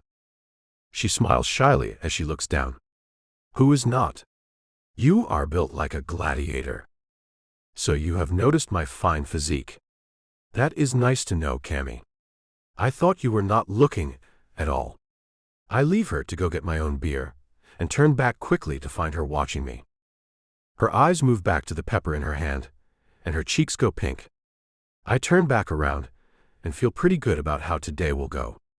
She thinks she has the self-discipline to withstand my advances, but I can already see cracks forming in the wall she has up. Looks like today might be more fun than she anticipated. Chapter 6. Camilla. With a fantastic lunch behind us, we sit at the edge of the pool, dangling our feet in the water. You are a very good cook. You rival the one I have on staff here. You would not want a job, would you? He asks me, with a little smile on his handsome face. I have one, and a career is soon to follow. Thanks though. We could, however, make this a Sunday thing. Even if I have to work, it would not be until 7 in the evening. We could spend the afternoon with me teaching you how to cook, and perhaps how to drive my car. We will see. I do not make long-term plans. Never have. Want to get in the water? He asks as he pulls his shirt off, revealing a very nice physique. His strong arms and broad shoulders have me nodding my answer at him. When he stands up, pulling me up with him, I am surprised as he takes my shirt from the bottom and lifts it off over my head. His fingers move quickly to unbutton my blue jean shorts, and he helps me out of them, leaving me standing in front of him in my black swimsuit. A whistle follows, then he has me in his arms. Hold on tight, Cammy. We are going in. I wrap my arms around him and hold my breath. He runs and jumps, and into the water we go. All the way under. When we come up, I find my hair in my face and hear him laughing. He tilts me back, and my hair is pulled back off my face with a slicked back look. Thanks, I tell him, for helping me out. Yes, that is a bunch of hair you have there. I could not let it smother you, he says as he walks along, still holding me.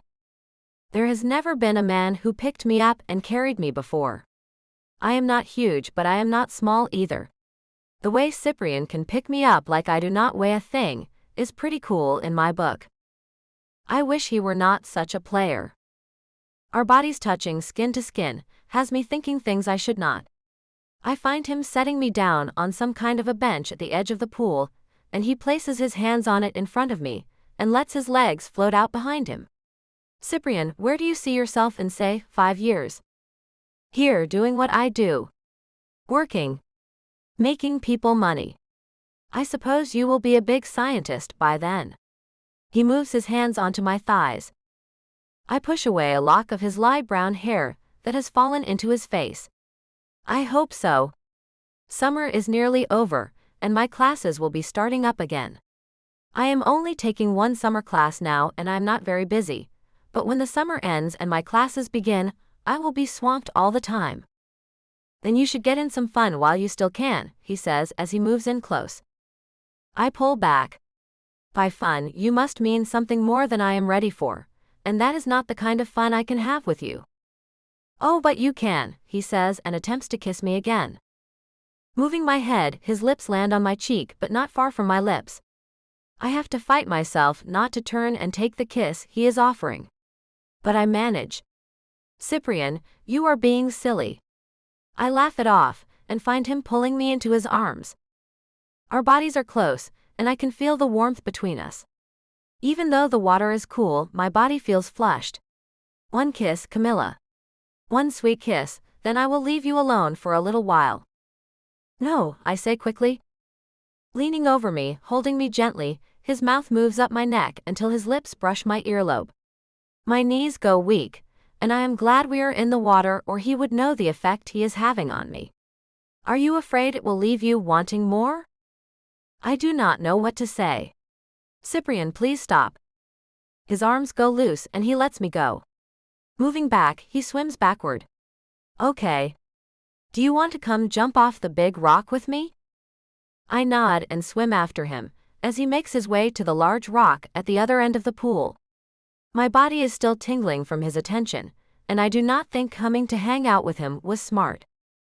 This is much harder than I expected it to be. Chapter 7. Cyprian.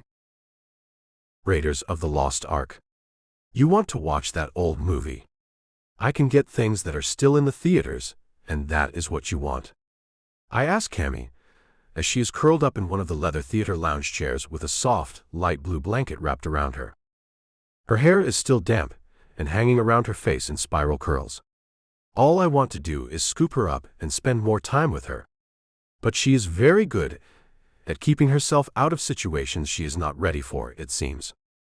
I watched that movie only one time when I was a kid, and I liked it and never got to see it again. If you do not want to watch it, I guess I will understand, she says with a mopey voice. We can watch it, I say, as I push the button to order the movie. There is this new one out with a lot of car races and exciting scenes like that. But we can watch what you want to. I grab us a couple of bottles of beer and a bag of popcorn and go sit in the chair next to hers. She leans her shoulder against mine as she takes the bottle I am handing her. You know, it is only 4 in the afternoon. We can watch the one you want to next if you want. It would mean I would have to hang out with you longer than expected, but I will if you want. We could heat up some leftovers in between the movies, I say, feeling kind of excited for some reason. That sounds cool. She grabs a handful of popcorn out of the bag that is resting between us. Taking the remote, I start the movie on the big screen and dim the lights. I am happy to find her resting her head on my shoulder. Thank you, Cyprian. You are a nice guy. I am so not a nice guy. Her hand moves over my leg, and she leaves it there. She seems more than comfortable with me, and I am beginning to feel very comfortable with her as well. It is so strange. Do not do that, she shouts suddenly. What did I do? I ask as I have no clue. Not you, silly. Indy, she says with a giggle. Going back to watching the movie, I feel her jump when a painted face of some tribesman pops up on the screen. She buries her face in my chest. Tell me when this part is over. Chuckling, I run my hand through her hair. It is okay, Cammy. I will not let the scary man hurt you.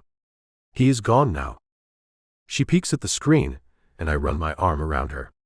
She rests her head on my chest, and I cannot recall a time I have ever felt this satisfied. It is crazy. More tribal action comes on, and she climbs over the armrest that is between us and climbs right onto my lap as she hides her face in my chest again. I do not remember it being this scary. Tell me when it is over, please. I do not think it is scary at all. You are kind of a big chicken. I laugh at her, and she smacks me in the chest. Ow. I am not a chicken. Is it over yet? I hear Indiana talking again. It is, but you can stay where you are, I say as she looks up at me. I like you cuddled up on my lap. Gazing into her sapphire eyes, I find myself inching toward her. And she is not moving away from me, for once. Closer I go, and find my heart pounding. Cyprian, she asks. Yes. You understand the kind of person I am, right? I nod. You are a good person. I mean the kind of person I am about relationships, she says. I cannot be with you like that, without knowing you better and having a commitment. Commitment? That stopped me. Cammy, I am not a commitment kind of man. I told you that before. Just because we have shared a little time does not mean I want more. She scrambles off my lap and into the other chair. I am not some easy woman. Sorry you wasted your time. I will go. I am sure you can call one of those women you know. Before I know it, she has slipped her shoes on and is heading out of here. Cammy, wait. She is moving fast, and the bright light as she throws the door open blinds me. Just leave me alone, Cyprian. I cannot believe I entertained the thought you could be a decent human being. I manage to catch up to her as she gets to the front door. As she opens it, I grab it and push it closed, trapping her between me and the door. What do you mean by that? You are shallow. A hollow man. You have no depth. You have no heart. You will die alone. And I will not be one of your casualties. Her eyes have gone hard.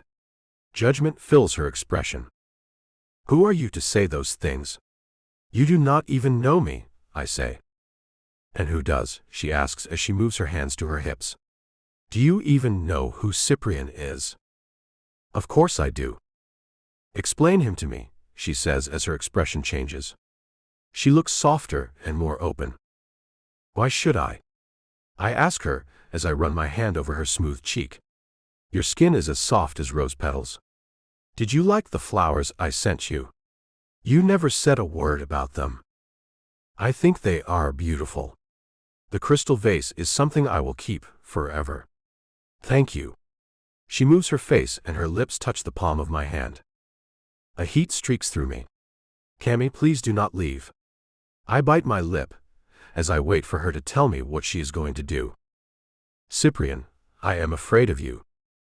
You think I will hurt you? I ask, as I have no clue why she would be afraid of me. I know you will.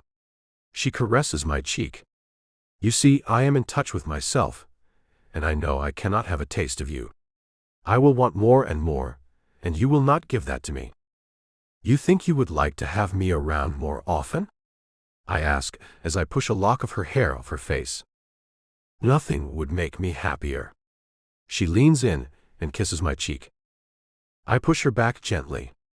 I am not a liar. I am not a user of women. I am a man who is very busy all week long, and on the weekends I merely want to relax, unwind, and recharge for the next week. I do not want a relationship, and doubt I ever will. Thank you for telling me the truth, Cyprian. It is a nice thing for a man like yourself to do. I appreciate your honesty. I have to be honest with you too. I am a woman who does not become intimate with men she is not in love with and has a commitment with. We can be friends, she says. I step back, ending our physical contact. I am doing nothing other than making myself frustrated by it. I do not keep friends. I have people I work with, and people I party with, and that is it. There is no place or time in my life for friends. So, if we are not going to be more than that, I guess you can leave. Her entire body goes rigid, and her eyes glisten with what seem to be tears. We are not going to be more than that. And I am sorry for taking up your precious time, Cyprian. Good luck with your life. I fear it will be one of great loneliness. I watch her walk out the door, and find myself feeling lonely right away. I do not recall ever feeling lonely. Not ever. I am fine being alone. I always have been. Turning around to try to find something to fill my mind and stop thinking about her, I see her sunglasses on the table and sigh as I pick them up. Going back to the door, I open it and find her head resting on the steering wheel, and she is yet to leave. Hey, you forgot your sunglasses, I shout. I make my way to her, and when she looks up, I see tears streaming down her face. What have I started? Camilla. Oh no. I hiss as he has caught me crying over him, and now I feel really stupid. I turn the car on and start to pull away, but he gets to the passenger door. Cammy, do not cry, he says as he opens the door and gets into the car. You are making me feel terrible. Thank you for bringing me my glasses. Goodbye. I take them out of his hand and shove them on the dashboard. His hand moves over my cheek as he wipes the tears away. I have never made anyone cry. Not ever. This is awful. Come back inside. Please. Let us try this again. I am sorry. No, I cannot go back inside. This is my problem, not yours. You see, I have this thing where my heart jumps ahead way too fast. It always has. It is part of the reason I am single right now. I fall head over heels in love, and when it does not work out, it leaves me shattered. I need to learn to rein in my emotions. I wear my heart on my sleeve, and that is a foolish thing to do. Love, he asks as he frowns. Cammy, that word should not even be mentioned right now. You think I do not know that, Cyprian? I say. I had a dream about us last night. I was with you, in this house, helping you with some kind of get-together. It was like we were married or something. Married, he says, then laughs. I know, what a joke, I say, and find the tears stinging my eyes again. He stops laughing and wipes them away again. Cammy, please stop crying. It is kind of tearing me up inside. I would think you would be used to seeing women cry over you. I sniffle, and reach over to take some tissues out of the glove box. No one has ever cried over me. I do not date. There has never been anyone who did not know where they stood with me. No one has had any reason to cry over not being anything more to me than a companion for the night. And the truth is, I have never spent more than one night or day with any woman. I am not surprised, and he can see that on my face, I suppose, as he looks down. He seems ashamed. If that is how you want things to be, then why did you come for me? I ask, as I have no clue as to why the man sought me out last night. I cannot explain it, Cammy. You have filled my mind since the moment I met you. I thought we would have a nice time, and then you would be out of my mind and I could think about important things again, he says, appalling me. Do you hear yourself? I ask him, as he seems to think what he has said is perfectly fine. I am glad you are being honest, but Cyprian, that is terrible. You want to spend time with me so you can forget about me. And you basically called me unimportant. I did not mean that. I am sure you are important to lots of people. But I do not have time for people to be important to me. If you spent one day with me at work, you would understand completely. Is your job so encompassing that there is absolutely no room for a person to share your life with? Because if that is so, then you should change things around. There are plenty of rich people in this world who have time for families. Would you stop talking about things like families and sharing lives together? He says.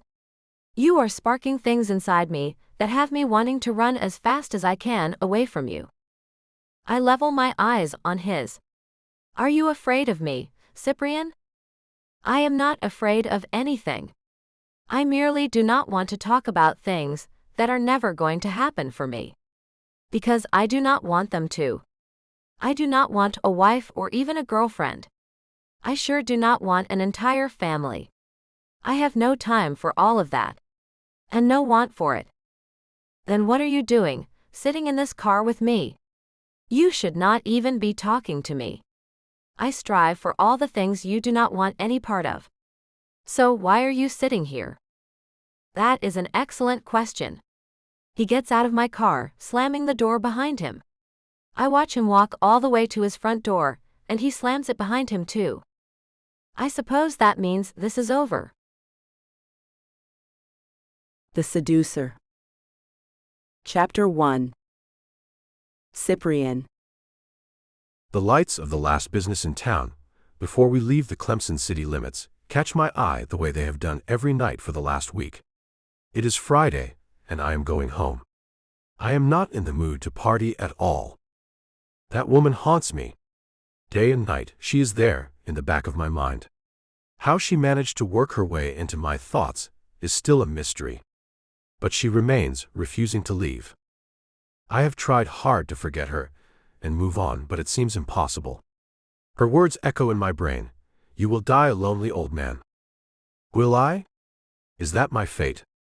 Does it have to be? My driver, Ashton, slows down as we approach the store where she works. A car is turning in front of us, causing us to stop. Just as we do, she walks out of the store, heading to the gas pumps with a rag and a bottle of cleaner. Her eyes dance as she greets one of the customers who is pumping gas into their car. It is a man, and he is smiling at her like crazy. She seems unaware of how attractive he finds her. "Pull in, Ashton," I say as I watch her smiling and laughing while the man talks to her. "Are you sure, sir?" he asks, looking at me in the rearview mirror with raised brows. "I am." I run my hand over my Armani slacks, brush my hair back, and sigh as we pull into the parking lot. I do not need anything except to hear her voice. Once he parks, I sit and wait, watching her as she cleans the gas pumps and talks to the man who has not left, even though he has finished pumping his gas. She is oblivious to the way he watches her every move. He takes 3 short steps and stands behind her as she kneels, wiping the bottom of the pump. His hand moves to her shoulder, and she turns to look up at him.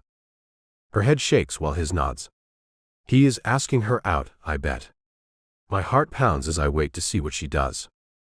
"Do you want me to get out and get you something, sir?" Ashton asks. "No. I am getting out when she goes back inside. I cannot take my eyes off her. I have not seen her at all since Sunday when I walked away from her. I was angry at her for judging me and my life. But that anger turned to deep contemplation as I thought about how I have been living. She was not wrong about anything she said about me. I am hollow. Being less than perfect is something I knew I was. But I never knew I was less than human, and selling myself short with the way I have lived, and always thought I would live my life." Camilla is moving away from the man now, looking over her shoulder and saying something to him as she goes. He watches her. I open the back door of the Mercedes and step out of the car. Her eyes move to me, and she stops in the middle of the parking lot. Then she ducks her head and hurries inside. I meet her at the door and open it for her. She says nothing as she moves past me. I follow her closely, staying right behind her. She heads to the cooler and reaches for the handle. "Stop," I say. I place my hand on her shoulder and hold it firmly enough that she cannot get away. "Why?" she asks without turning around. "Because I want to talk to you." I take her by the shoulders and turn her around. Her eyes are bright with defiance. "There is nothing to talk about. You want something I will not give. End of subject." Moving on. A slight tremor moves over her red lips, then she licks them. She is upset, and I am to blame once again. "I am sorry." "For what?" "For being who you are," she asks, shaking her head. "Do not be. It is I who am sorry. Sorry I ever spent a minute with you. That was my fault, though. I could read you like a book. I knew your way of operating. It was me who sold all those rubbers to your driver for you to use on countless women. It was foolish of me to think you wanted me for anything more than a one-night stand. I cannot stop thinking about you," I tell her and watch her eyes go hard. Her body tenses even more as her face turns red. "What in the world do you want me to do about that, Cyprian?" "Wait, I know. Sleep with you, right? Do that so your mind can be rid of me, and you can think about more important things. You are out of luck. I am not a woman who does that kind of thing. It seems you will be stuck thinking about me." "I deserve that," I say as I hold her heated gaze. "Come to my house after you get off work. We should talk." Slowly, she shakes her head. "You are insane if you think I am going to your house so you can attempt to make me feel sorry for you and the thoughts you have about me that are messing up your life. Have you thought about me at all?" Her eyes cut to the side, and her body sags a bit as she sighs. "It does not matter." She looks back at me. "So let me help you find your Friday night rubbers, Cyprian." I shake my head. "I do not need any. I am not going to my father's party tonight. And most likely, I still will not be feeling like going tomorrow." She grins as she looks down and moves her tennis shoe over the white floor. I see. I can see she is happy I am not going, and it prompts me to ask about the man I saw her talking to outside. "Did that guy ask you out?" "Huh?" she asks, looking up at me. How did you know that? I was watching you. So you told him what? I bite the inside of my cheek to hold my tongue in case she tells me something I do not want to hear.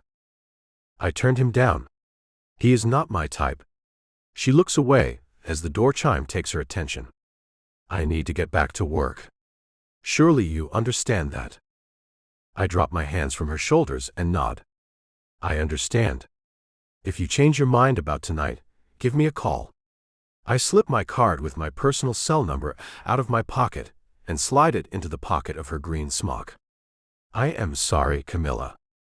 With a nod, she leaves me standing by the cooler as some woman takes a soft drink out of it and looks at us. The woman's eyes meet mine. You two okay? I shake my head and turn to leave. My feet move slowly. I do not want to leave her. I want to hear her say she will come to me in a little while. I want her to forgive me. I want to tell her all the things I have been thinking about and ask her what she has thought about. Instead, I am walking past the checkout counter where she is ringing up another customer, an older man who is looking at her as her eyes droop. You look blue, sugar. What has got you so sad? Her brilliant blue eyes move to me, and I flinch. She is right. I am a terrible person. I give her one last pleading look, and she looks back down. I am not sad for me, Bernie. I am sad for someone else. Someone who does not understand what life is about. With that, I leave the store and get into my car. Take me home, Ashton. This was a huge mistake. He keeps his mouth shut as we leave the parking lot and head home. But his eyes look at me off and on in the mirror, and I know he wants to say something. You have something you would like to tell me, Ashton? It is just that I told you this would happen, sir. She is not like the women you have known. I am afraid your father hiring escorts to fill his parties has left you with the idea that all women are that free with who they give themselves to. That young woman is not an escort. She is just a normal girl who wants normal things. That woman is far from normal, I expect. And you are right about me not knowing a thing about normal women and how to interact with them. So I will read and educate myself on how to do that. Because I cannot think of anything else except how I can see that woman again and have her stop being mad at me. I long to see her beautiful smile. I long to hear her laughter. I long to feel her skin pressed against mine. Maybe you can read up on things and figure it all out, sir. You are one smart man after all, he says. We arrive home, and I get out of the car. My heart is heavy, and my mind is full. I have got to find a way to get her to forgive me. I want a chance with her, a real chance. Chapter 2. Camilla. Locking up the store, I find my hand shaking as I hold his card in the other hand. He is all I could think about after he came to the store. He is all I have thought about this whole week. The way he walked away from me on Sunday was jarring. He became cold in an instant and made the decision to walk away so quickly. I believe he has that ingrained in him, hasty retreats when things are not going exactly the way he wants them to. Walking to my car, I glance at my coworker as the teenage boy gets into his car. "Night, Kyle. You working tomorrow?" he asks me. "No, I have this weekend off." I put the key into the lock on the car door and unlock it. "You got any plans?" he asks. Shaking my head, I say, "None at all. See you next week." He nods and gets into his car. After he pulls out, I look at the card in my hand and slip into the driver's seat. Cyprian did not go to the party he has gone to every Friday and Saturday night since he was a child. I know it is because of me, and that has me wondering if Cyprian is capable of change. What if he is, and I am the one who can help him with that? What if he has this one opportunity to live a full life with love and companionship? What if I ignore him and the feelings I have?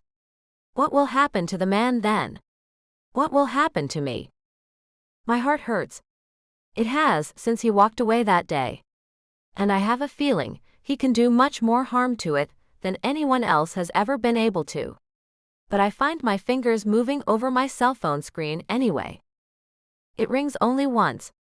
"Cammy," his deep voice says, and I feel a warmth move through me. "I know it is late," I say. He quickly answers, "Not too late for me to see you. I have been waiting up, hoping you would call. Will you come over? Will you promise not to try to get me into your bed?" I ask as I rest my forehead on the steering wheel, unsure what I am doing. "Can I touch you? I miss the way your skin feels." "I guess some touching will not hurt," I say, though I think it might. "I will be waiting at the door for you, Cammy." I end the call and pull out of the parking lot. I am probably going to regret doing this. But something inside of me is telling me that man needs me. And something else is telling me to hold tight to my heart that is so quick to fall in love. He is a gamble. And I am not the gambling kind. The gate opens much faster than I thought it would. I push in the numbers and drive through it. I see him waiting outside in his pajamas. No shoes. His shirt is light blue, and his pajama bottoms are dark blue. He looks like something I should run away from. A heartache in pajamas waiting to claim me. He comes to my door once I stop and opens it. I am pulled up into his arms, and he holds me tightly. "Thank you, Cammy. Thank you for coming." He is holding on to me as if I am a life preserver. He has been tossed in a stormy ocean. "You okay?" "No," he says. "I have so much I want to talk to you about." He lets me go and takes my hand. "Come inside." I go along with him, and have to wonder if I am taking on more than I can manage. He is not the same man I saw on Saturday and Sunday. He is kind of a mess. He takes me inside and pulls me along until we are on a patio, where he has a bottle of wine and a couple of glasses waiting on a table for us. A platter of cheese, crackers, and cut-up bits of fruit sits in the middle. He takes me to a small sofa, covered in dark green upholstery. I sit as he gets the things off the table and places the tray next to me. "This is for me?" I ask as I watch him fill the wine glasses. "It is," he says. "I figured you would be hungry after work." He places a glass of wine on the table beside me and goes to sit on the other side of the tray. "That was very thoughtful of you." I pick up the glass and take a sip, then pick up an apple slice. "You stay on my mind, Cammy." He looks at me as he takes a drink of his wine. "You had things you wanted to talk to me about?" I ask as his gaze is making me feel exposed. "You were right about me, Cammy. I am a shell of a person. I am empty and had no idea I was. You see, the women I have been accustomed to have all been escorts my father brought in to entertain us. I do not know how to romantically get along with a woman like yourself. First of all, using the word handle is offensive," I tell him, then pick up a cracker and place a piece of creamy white cheese on it. "Okay, noted. What word should I use in place of that?" he asks as he looks at me with a serious expression on his face. "How about we call it getting along with, instead of handling?" I ask as I move the tray to the low table in front of us. If I keep that right beside me, I will eat it until there is nothing left on the plate. With a smile, he scoots closer to me. I am glad to have it gone. His hand moves over my arm, up and down in a soft caress. His chest rises as he takes a deep breath. "To be able to touch you is a relief." Sparks of warmth follow the path he is making over my arm, and I put my hand on his leg and rest it there. "So you really did miss me? That was not a line?" "A line?" he asks. "Cammy, I do not even know any lines. I have never had to use them. Tell me about these parties with escorts you have been attending since you were, how old did you say you were?" I ask as I gently rest my hand on his thigh, feeling the strength there. "I was 15 when I was formally introduced into my father's world." He takes a drink. "You started being intimate then too?" He puts the glass down and looks away as he says softly, "Yes, it was." "With your father's consent?" I ask. "My parents would never consent to such a thing." He nods and keeps looking away from me. Sex is sex in my family. It is what you do at the end of the week to help relieve the stress the work week has brought down on you. How mechanical, I say, then take a long sip of wine. And your mother and he, how do they get along? Mother gets along fine with my father. She does not come once a month like she did when I was young. She does make it for the holidays. She sleeps with other men when she is here. Never my father. Not even once that I am aware of. I reach out to touch his cheek as he keeps looking away from me. Are you upset about that? Upset is not the right word. More like confused. They are cordial to one another. There is and never has been any bad feelings between them. I was a mistake, their happy mishap they call me. I gasp and move my hand to my heart. They call you that? You make it sound horrible, Camilla, he says as he looks at me with wonder. It is. To be called a mistake is terrible. Were you treated like a mistake? I ask, completely appalled. I do not think so. I was treated well. I lived my first years with Mother. She stayed at home with me, thanks to money my father sent her. I do not recall any bad treatment. Then she took me to my father when I was 5, so I could go to school. She wanted to get back to her career. Which is? I ask, then take a drink. Exotic dancer, he says, as if it is no big deal. I nearly choke on my wine. He pats my back and takes the glass out of my hand so I do not spill it as I gasp for air. Finally, I regain control. She is an exotic dancer? Was, he corrects me. Now she runs an adult nightclub my father bought for her. Okay. Not a lot better, but that is something, I say, and he hands me back the glass of wine from which I take another sip. So she took you to your father to go back to dancing, okay? Had you known your father before she dropped you off with him? No, I had never met him. How long did she stay with you so you could get to know him before she left you? I ask him and watch his face pale. She did not. She brought me to him and kissed my cheek after she introduced us, and then she left, telling me it would all be fine. And eventually it was. He takes his wine and downs it. I am horrified, and move in close to him and take him in my arms. Cyprian, that is awful. My goodness, what you must have thought. You must have been so afraid. His hand moves through my hair as his lips graze the place just behind my ear. I was. Things are beginning to make more sense now. Chapter 3. Cyprian. Throughout the night we talked and talked until we could no longer stay awake. Now here we lie. I moved our little party inside the house and laid out a blanket on the floor in front of one of the fireplaces. I gave her one of my t-shirts so she could change out of her work clothes and be comfortable. She looked adorable in it. The atmosphere had been just right to lower Cammie's guard. She let me hold her as we talked about my past. She told me a great deal about hers as well. She and I come from extremely different worlds. I do not think either of us would enjoy the others. She told me she never wants to meet my parents, for fear she would blurt out how she feels about them and the way they raised me. It is odd how I feel about her. It is as if she is becoming protective of me. No one has ever been protective of me before. Her family would hate me. She did not say it, but I know they would. The son of a former exotic dancer, and a man with no sexual morals, something I did not realize about my father until Cammie opened my eyes to it. And apparently, I am the same way. A man with no sexual morals, and no idea how to develop some of those morals she spoke about. I cannot lie and say she has completely changed my mind about casual intimacy. In my life, physical closeness has always served a purpose, to release stress and relax after a long week. That is all. Cammie told me she supposed that is exactly what I have experienced, and that making love is something different. I have to wonder if she is right. She moves slightly. I hold her tighter, not wanting her to wake and find a reason to leave me. She settles back into my arms and begins to snore softly. I kiss her cheek and lie down again. She scoots back against me.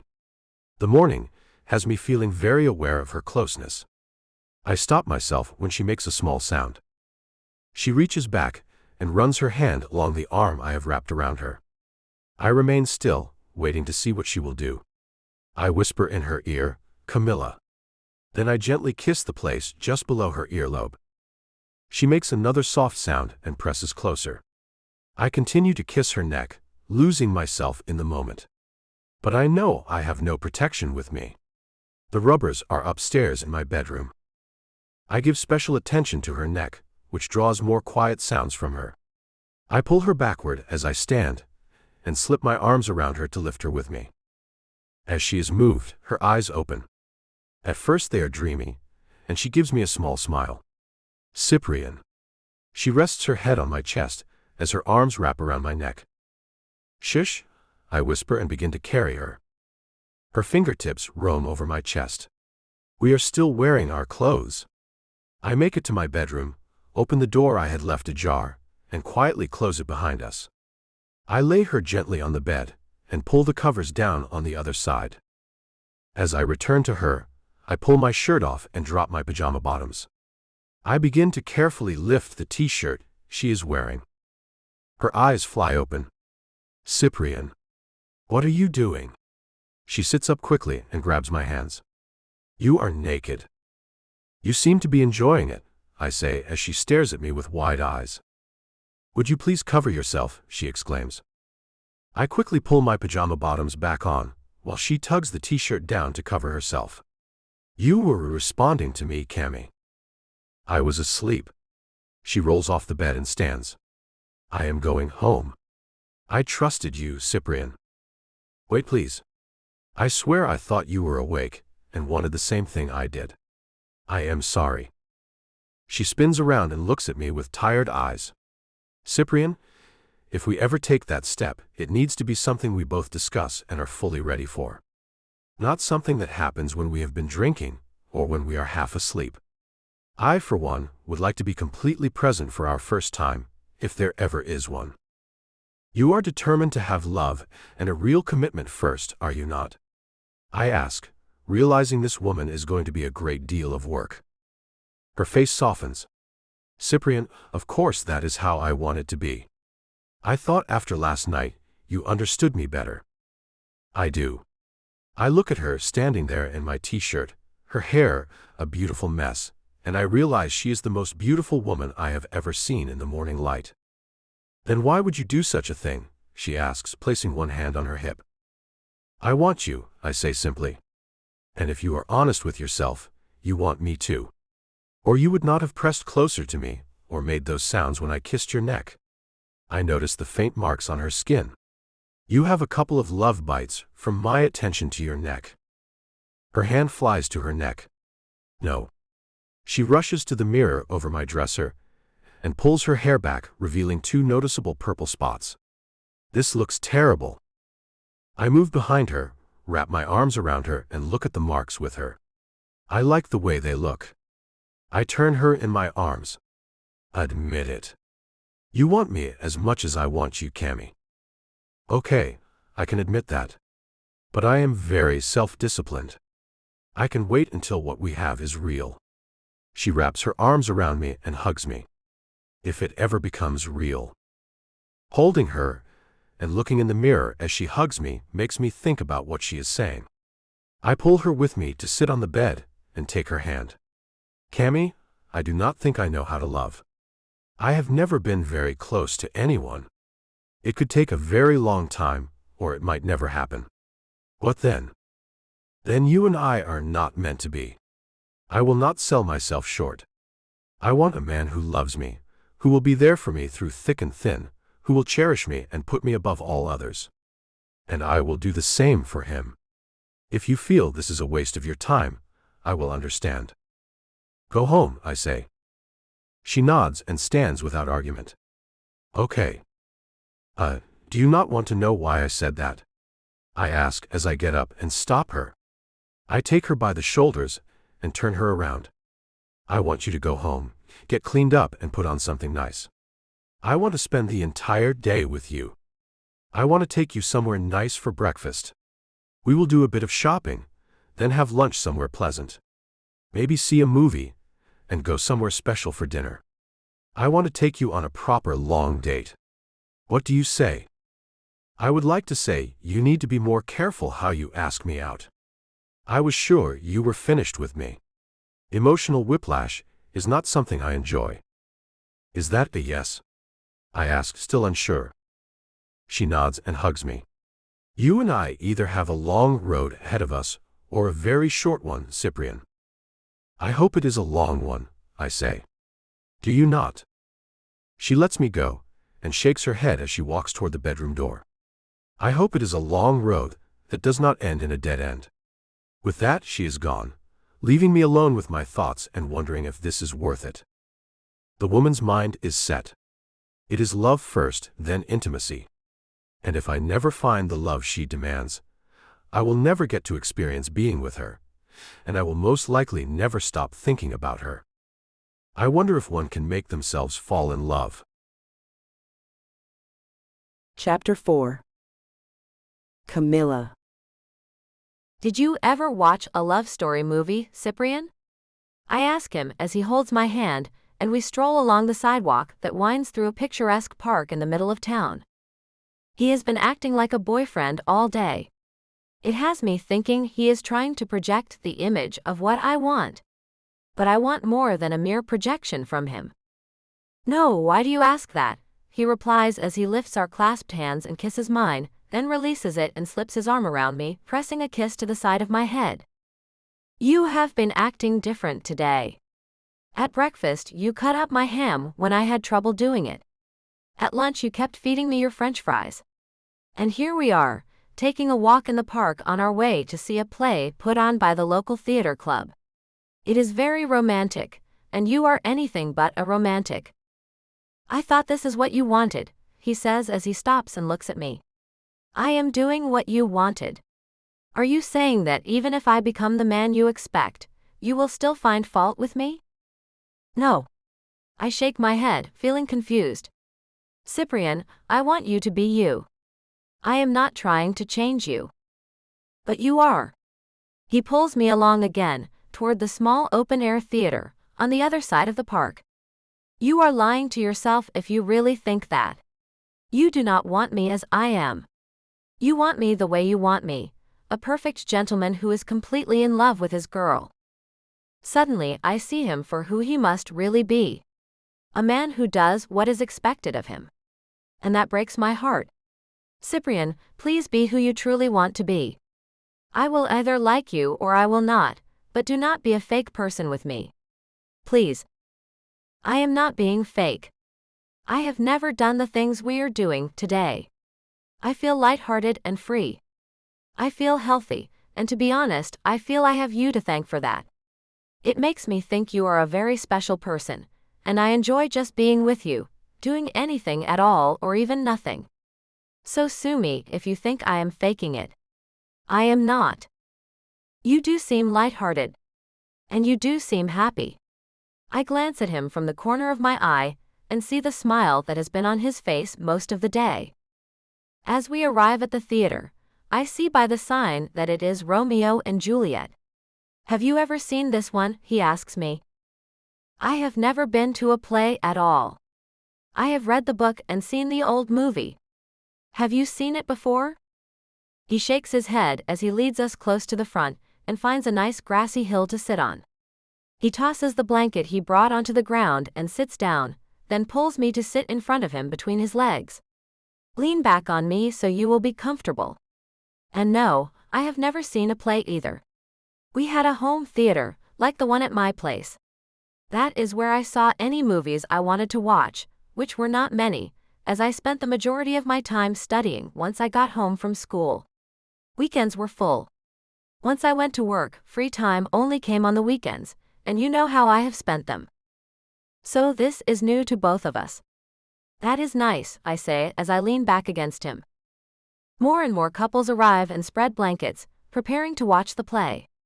It feels very much like a couple's activity, and I find it fascinating that Cyprian thought of this on such short notice, especially since he has never been a romantic man. His fingertips stroke my neck as he rests his head on my opposite shoulder. "You look so pretty today, Cammy.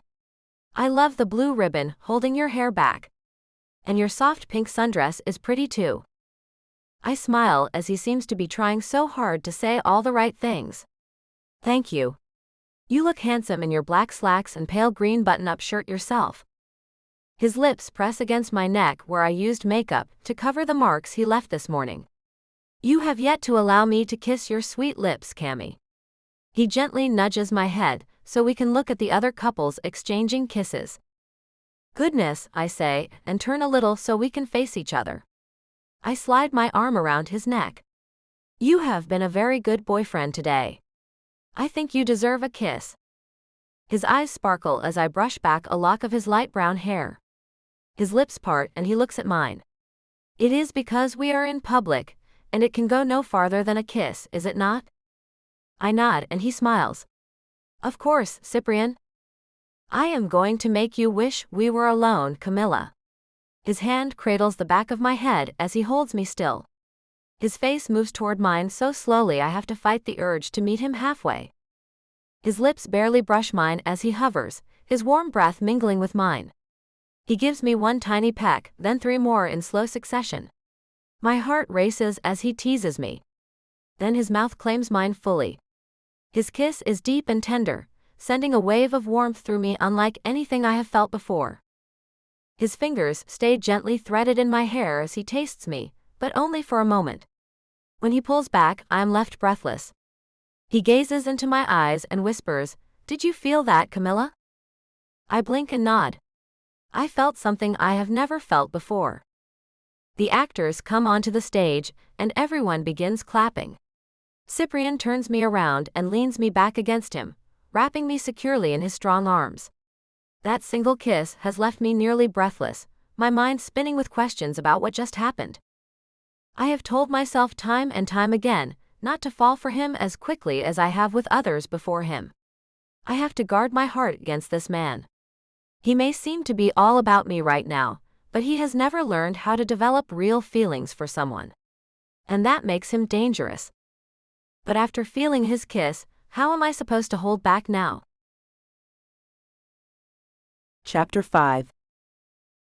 Cyprian. Dancing with Camilla in the cool night air on an outdoor dance floor, I hold her in my arms. Her scent mixes with the breeze and carries me to a place I have never been. She is so easy to be with. I have never argued with a person other than at work. Honestly, I thought if a woman ever wanted to argue with me, I would simply walk away from her. But I cannot seem to walk away from this one. And I do not see myself ever wanting to. She has made me feel things I have never felt before. When we kissed, it was unlike anything I have ever experienced. Fireworks went off inside my head. My body tingled all over. It was mind-blowing. We came to this place for dinner and dancing, something I had always thought sounded lame. But it is anything but lame with her. She and I went shopping, and I found myself buying us matching outfit after matching outfit. She asked if I had watched a movie about love, and I did not lie when I told her no. The truth is, I downloaded 10 electronic books and read them between the time I saw her at the store and when she came to my house last night. Ashton had reminded me how smart I am, and I used that help. I do not see it as a bad thing. She might though. So I will keep that small detail to myself. One of the authors said women and men think differently, which explains much of the arguing that comes with any healthy relationship. I learned that in any relationship where no arguing occurs, it is a shallow thing and not healthy. My parents and I have shallow relationships. It is hard to admit that as their child, who should be able to have deep relationships with his parents. The part one did not like was that a person forms their core personality and beliefs in the first 6 years of life. If that is true, then I am in for a tough time. From what I can recall, that period held relatively few emotions. That might make it difficult when it comes to finding love with Cammy. And I want to, so very badly. Now that I have read how fulfilling love can be, I want to feel that too. It said you cannot find it with just anyone. You need chemistry, connection, and common beliefs. She and I have the first two, but not the last one. But I am a work in progress. I may never look at intimacy the same way she does, but I do not have to. I also do not have to talk to her anymore about that. I can simply agree with her and keep things easy between us in that department. That seems to be the area she is most concerned about. The song ends, and she lifts her head from my shoulder and looks at me. That was nice, Cyprian. Thank you for the dance. I take her hand and lead her back to our table, pulling the chair out for her. The night is nearly over. The lights come up, signaling closing time. She smiles at me. Time to go, Cyprian. I had a very nice time with you today. I help her up and lead her to the car. I drove us today, so we could be alone and she would feel more normal than being chauffeured around. I am glad you had a nice time. I did too. It was surprising. I open the door and help her in, then slide behind the steering wheel of my BMW. What would you like to do tomorrow? Another date, she asks, looking surprised. Do you think you can top this one? I can try, I say as I start the car and pull away. How about I let you decide? You did a pretty great job today. I will do anything you want to. I will think about it then. I drive toward the outskirts of town and take hold of her hand, holding it between us. It is so hard not to ask her to come home with me. Going without intimacy for this long feels foreign. I feel pent up and more than a bit frustrated. I have not told anyone about her. My driver is the only one who knows, and we are not a sure thing yet. The gate to my estate appears, and I keep driving past it. She looks at me with a smile. Not even going to make an attempt, Cyprian? No, ma'am. I am determined to treat you like a proper young lady. I want you to know I hear what you say. I respect what you say. And I am striving to treat you the way you want to be treated. She smiles as I pull into her small driveway. I am glad you understand me. I park, jump out, open her door, and walk her to her front door. I am not going to ask if I can come in. That would be improper. What time can I pick you up tomorrow? I suppose it depends on what you want to do. She bats her eyelashes at me. I want to spend the whole day with you again. Is that okay? I ask, gently moving her between me and the door. Okay, if you want to. How about 11? We can go to brunch. I love brunch. She runs her hand through my hair. I will make plans for that then. And now, may I have a good night kiss? She nods. Her arms go around my neck. I move in slowly, watching her eyes dart back and forth as her lips begin to tremble. Her heart races as my lips touch hers. She holds me tight.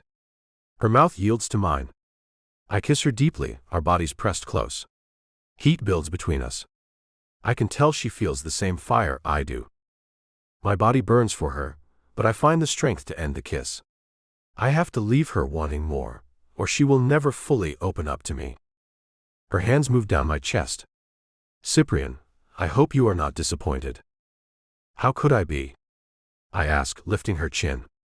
I do not think you could ever disappoint me, Cammy. I leave a soft kiss on her plump lips.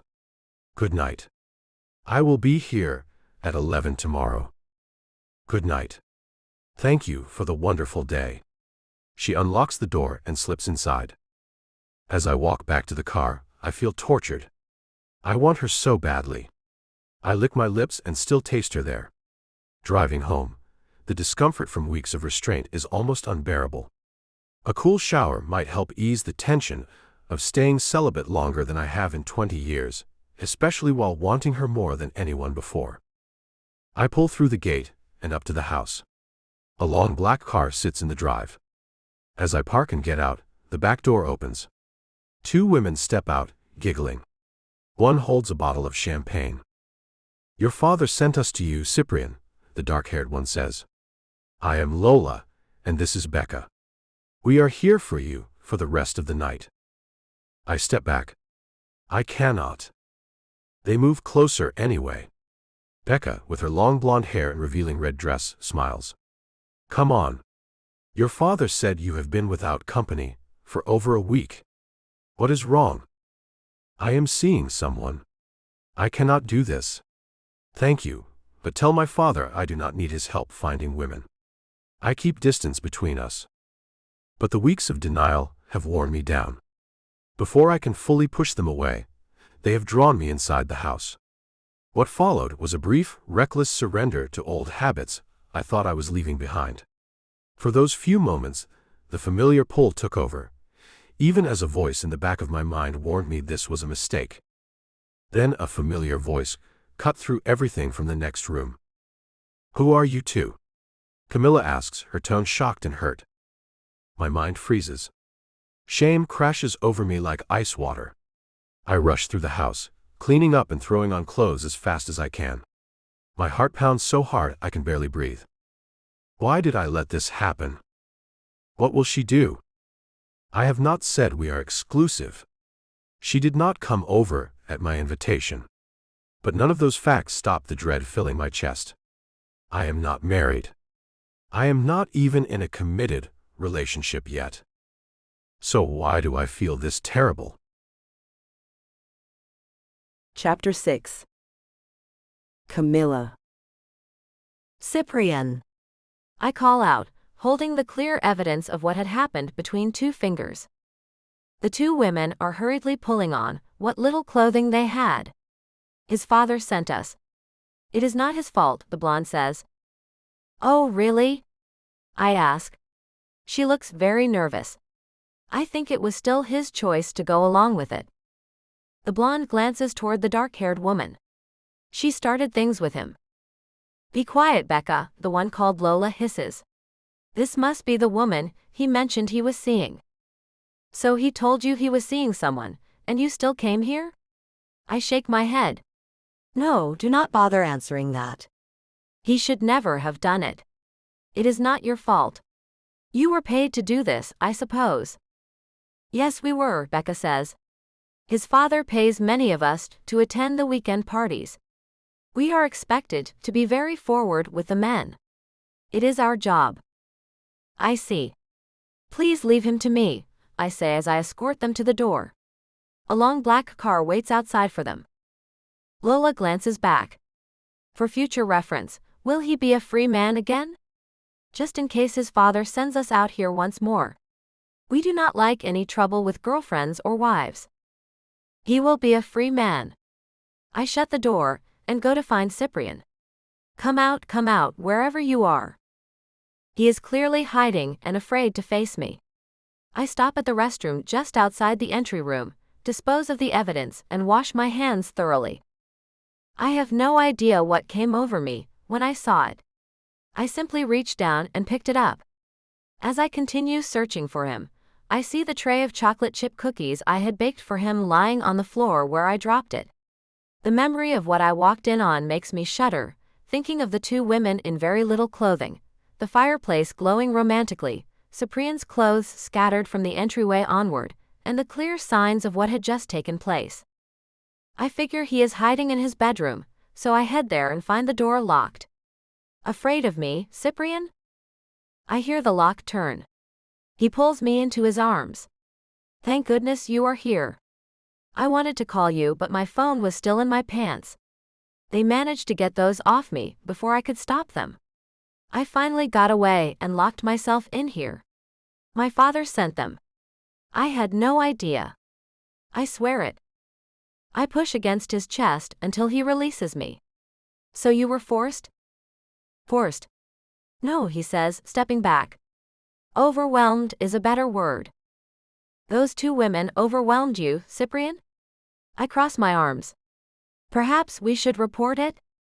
No, my father sent them. He gives me a sheepish look. But you allowed it to happen. They told me enough, I say. And just so you know, one of them asked if you would still be in a relationship. I told her no. We are not in one. I only said that to try to make them leave. They seduced me, Cammy. They pulled me inside, and things moved so fast I could barely think. I was blindsided by all the sudden attention. I could not help myself. You have to understand. I have to understand that you gave in minutes after our date ended? I stop and shake my head. Today was one of the best days I have ever had. It was, hands down, the best date I have ever been on. You were wonderful, affectionate, funny, sweet, and lovable. And it was all a lie. It was not a lie, Cammy. It was real. Being with you makes me feel more like a person than I ever have. Most of the time, I have felt like a robot just going through the motions. What I did tonight was exactly what you said intimacy was for me, mechanical and act. Just a bodily function. So what you did down there was like using the restroom? Any option will do. You relieve the pressure, and then it is over and forgotten. Is that how you see it? He sits on the bed and looks up at the ceiling. Pretty much. You will never be the man for me. You will never be what I need in my life. And I think it is better I learned this now, before I fell completely in love with you, Cyprian. Because I could have fallen so easily. Thank you for showing me who you really are right after our perfect day. I turn to leave, but he stops me. Why were you here in the first place? I turn back with tears filling my eyes. I was bringing you a plate of cookies. I wanted us to share them with a glass of milk, and then give you another goodnight kiss. I turn away again. His hand on my shoulder stops me.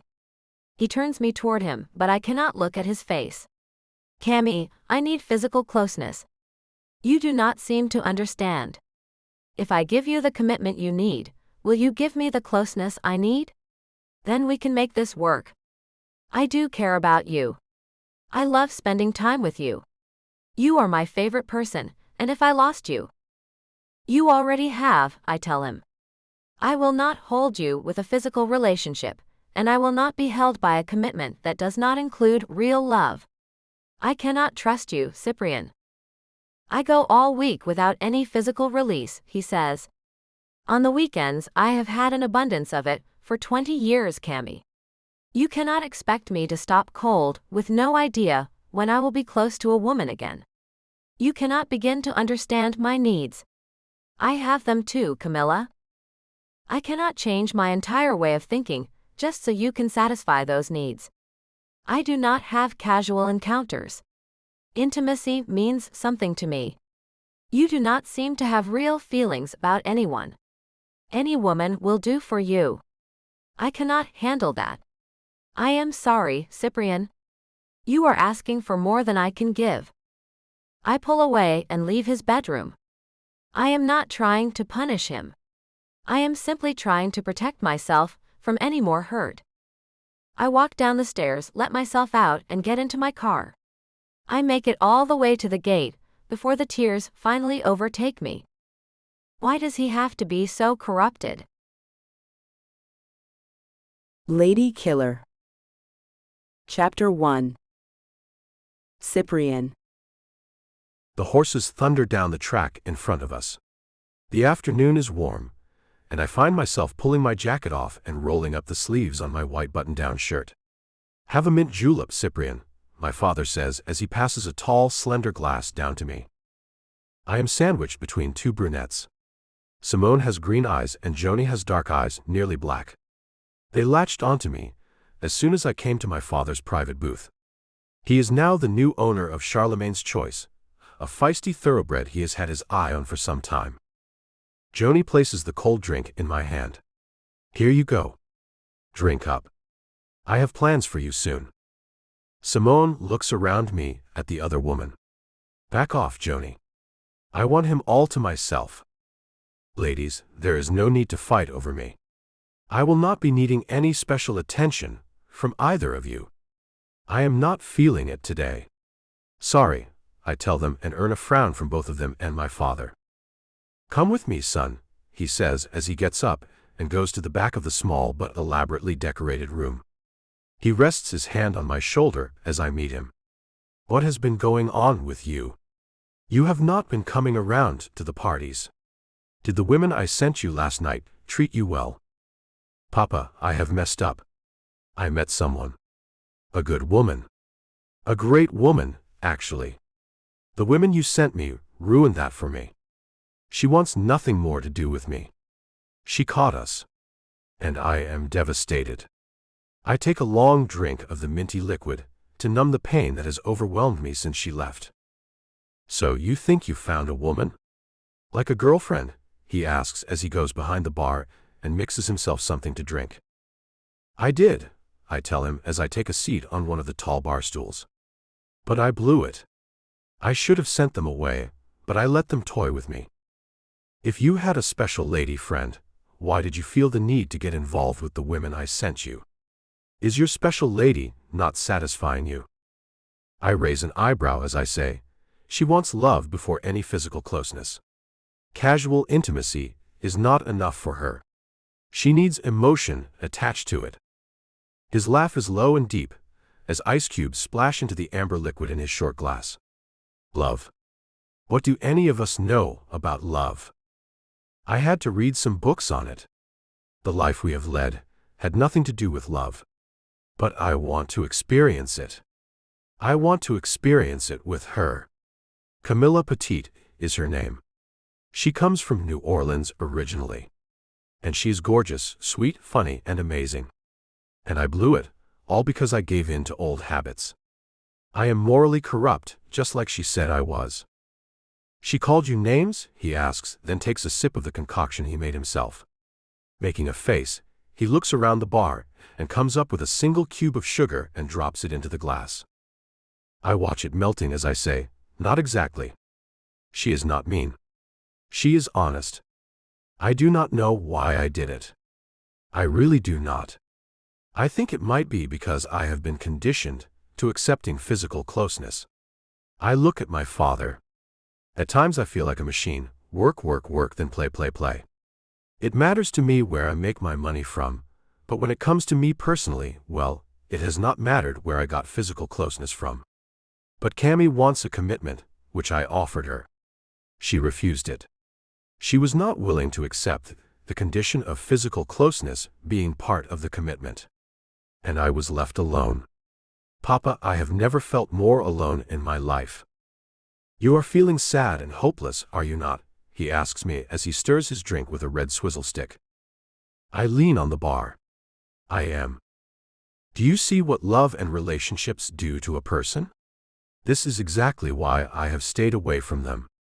You see, I had myself a girlfriend in high school. At first, it was great. Then she and I started bickering over nothing at all. She wanted a hot dog, and I had bought her a hamburger. I was thoughtless, she told me. He stops and takes a drink, as if the memory stirs things in him he would rather leave alone. So, was she your only girlfriend? I ask, as I sit up and listen to him. No, I had another one in college. She was smart and classy. The kind of woman you can take home to mom and dad, you know. I do know. Cammy is that kind of woman. Very respectable. He nods. Well, then you can expect her to want you to be just as respectable as she is. That is how mine was. She hated my drinking. Said it was not a thing she wanted me to do, except on occasion. So I modified my nightly scotch to every other weekend when we went to social functions. There's nothing wrong with that, I say. It is a healthy way to live. It is. And if it would have been my decision, it might not have started to bother me. But that was not enough. You see, I found my love for the racetrack while I was in college. And she found gambling to be deplorable. So she told me she did not want me to do that anymore. Another long drink has his glass empty, and he stares at the bottom of it. She was controlling, I say as I nod. As are all women of that nature. The ones you can bring home to meet the parents are all the same. They want you to straighten up and fly right by their side. They will dress you, make you eat what they deem appropriate. They will make you bend to their rules of how things must go, if you are to stay in a peaceful existence with them. Which, by the way, is quite impossible, even if you bend until you break. I read where things are not supposed to go peacefully in healthy relationships. Arguments occur because men and women see things differently. The key to a happy relationship is learning compromise. But even once that is learned, arguments will still occur. There is no getting around them, I tell him as he shakes his head. Why would you want that? He asks as he looks deep into my eyes. Why would anyone? I guess to procreate. It is bred into us. I look back at the 10 women my father brought along to the races today. You want women around, Papa. The women you want around are paid, though. They will act however you want them to. If you want docile, they will be that. If you want aggressive, they will be that. It is an act. The whole thing, including the physical closeness, is an act. It is not real. But it is peaceful. There are no arguments. They may be paid and it all may be an act, but what is not, son? Is not life just a series of acts you must do each day? We must get up every weekday and attend to our work, whatever kind you have. It is an act. No one really wants to be doing it, but it has to be done. I liked going to school, and I like going to work. I find it stimulates my brain. I need that stimulation. I crave it. He shakes his head. I did not. I did what I had to, in order to make the kind of money that would support the lifestyle I imagined for myself. And I made that happen. You came along, and I saw my chance to groom you to take over and give me the rest of my vision. The freedom to never work again. To completely relax. And I am glad I can give you that. I am different, though. I need the problems, and I love to solve them. My wheels start moving as I think about what I have just said. I love to solve problems. Could I have made the decision to be with those women last night in order to create a problem where there was not one? Could I have done that, so I would have to use my brain to fix the problem between me and Camilla? Am I really that person who does that kind of thing to himself? You are different, Cyprian. So this woman you are upset about, how come she broke things off with you? Had you given her a commitment already? He asks as he looks behind the bar and comes up with a platter of meats and cheeses. We did not have a commitment, no, I say as I pick up a slice of salami. Then why would she end things? You were a free man. Did you not explain that to her? He asks as he piles meats and cheeses on a cracker. I did, but it did no good. She was right to do it. We had barely finished an amazing date. Literally 5 minutes after I dropped her off, I was with 2 other women. It hurt her. I saw it in her eyes. She was devastated. And now, so am I. I can give you some advice. It is a mental game one sometimes must play when trying to get a woman. I have never used it, as I lost any want to mess with relationships after those 2 nightmares. He comes around the bar and takes a seat next to me. I am not into games, Papa. If you want a relationship, then you should know you will have to play some. Now, jealousy is a great catalyst. You want this woman to know you will not sit around and wait for her to come to her senses. She needs to know that. I think she already does. She is not dumb, Papa. She is a scientist. She is extremely smart. She will be on to me quickly, I tell him, skeptical about making her jealous. She simply ended things with me at the first sign of trouble. If you do not want to play that card just yet, then keep the pressure on her. Send her flowers and candies. See her as often as you can. Is there somewhere she goes where you could show up? He asks as he watches another set of horses race. She works at a little store at the edge of town. That is where I met her. She is a supposed scientist who works at a store? He asks as he shakes his head. She is a liar, son. No, Papa, she is not. She is still in college at Clemson University, I say, then laugh at my father's skepticism. If you have a place where you can go see her, that is what you need. Be nice to her, even if she is short with you. Remind her of any good times you had together.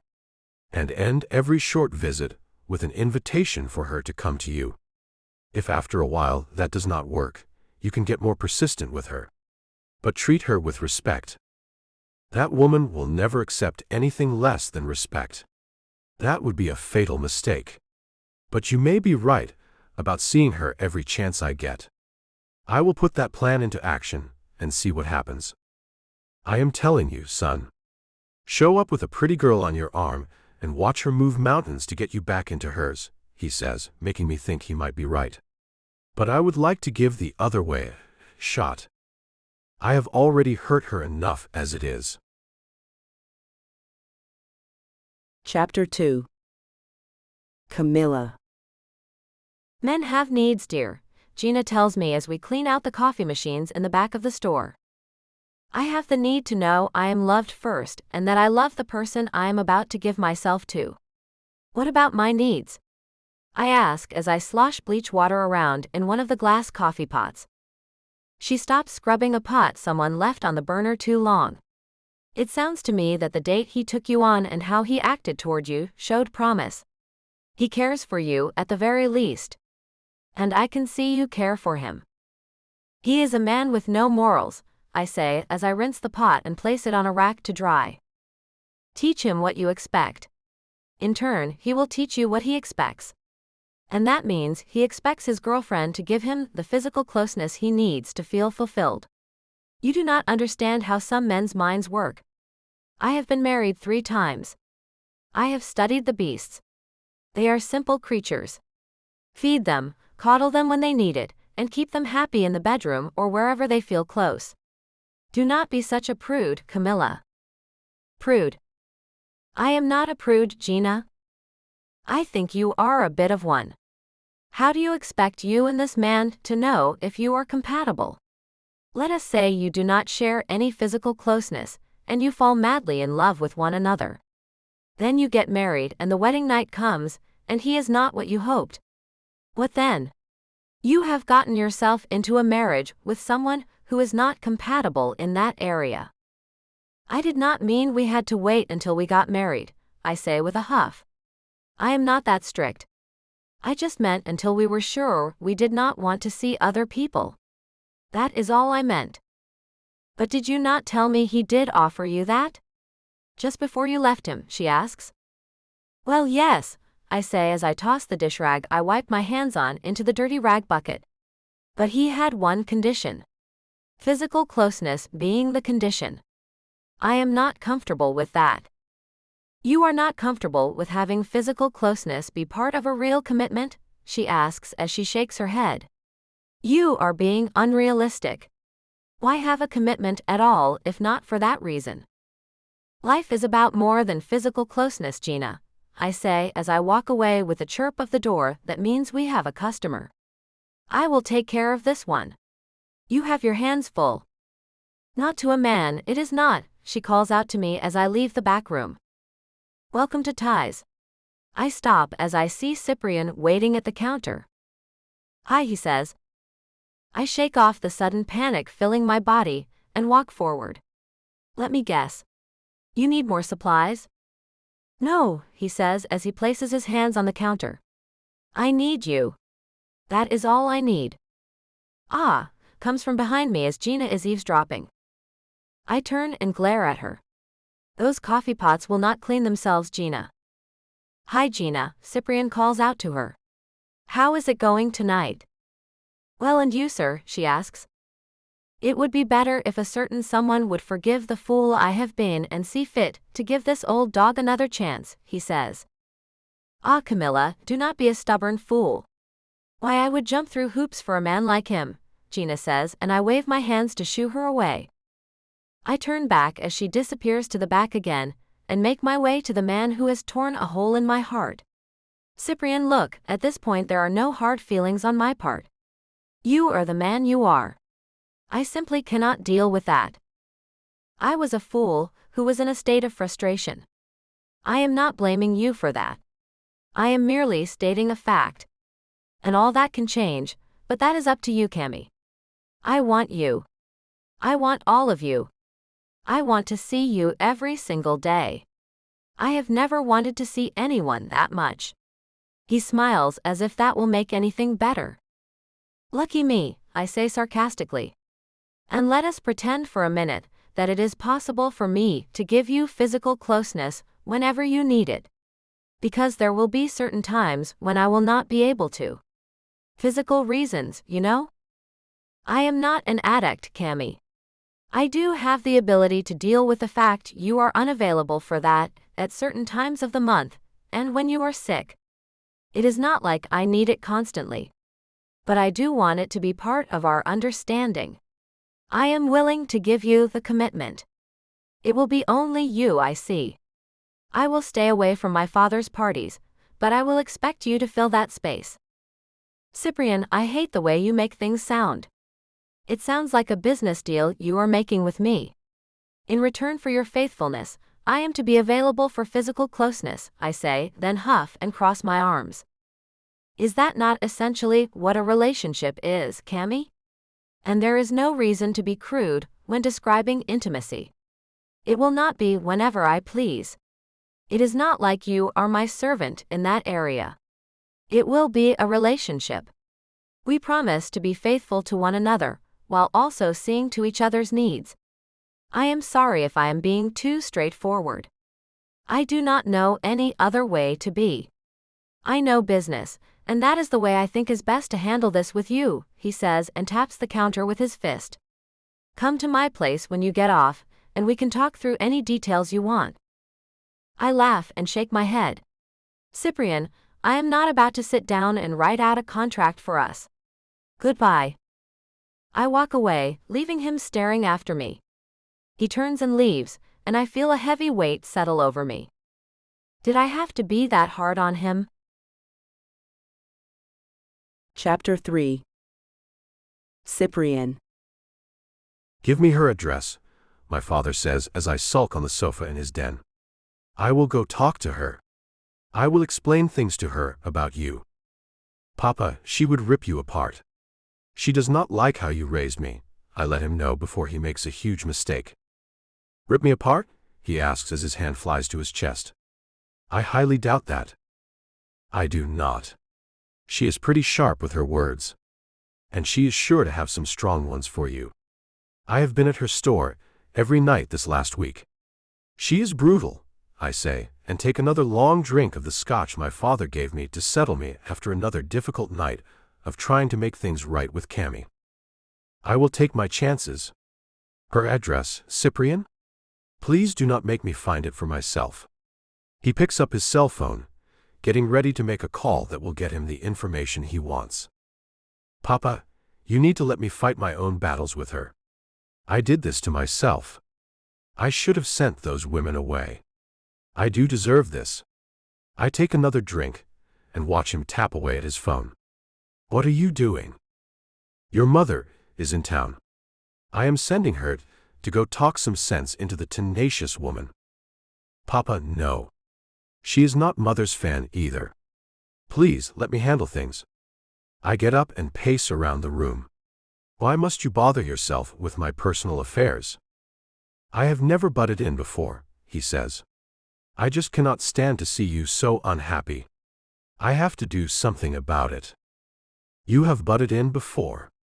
Many, many times. The day you asked me to come to that first party, that was you butting into my personal life. You taught me that was the only way to socialize. You cheered me on when that woman led me up the stairs to my bedroom. The whole room did. No wonder I am the way I am, and incapable of having a normal relationship with a good woman. Cammy is right. I am asking too much of her, and I am just now realizing that. I move toward the door. I have to get out of here. Cyprian, my father calls out. You are not at fault here. You did nothing wrong. You and she had no prior commitment. Stop apologizing. Be a man. I hurry away, ignoring him. He is wrong, and I know he is, and now I know I have been wrong too. Ashton is waiting in the car for me. It is Friday, and I told him I wanted to talk to my father briefly, but I wanted to be gone before any of his guests arrive. He is out, and opening the back door of the Cadillac he drove me in today, and I get in. Take me to Cammy's. Sir, that is such a bad. I interrupt him. Just do it. He closes the door, as he shakes his head and goes around the car to get in. He is quiet the whole way to her house. I see her car in the drive and get out. She opens the door just before I get to it. Her green smock is in her hand. I do not have time for this, Cyprian. She tries to go past me, but I gently take her arm. I only want to tell you one thing, Camilla. I am sorry, and I am taking my offer off the table. She stands perfectly still and looks into my eyes. You are.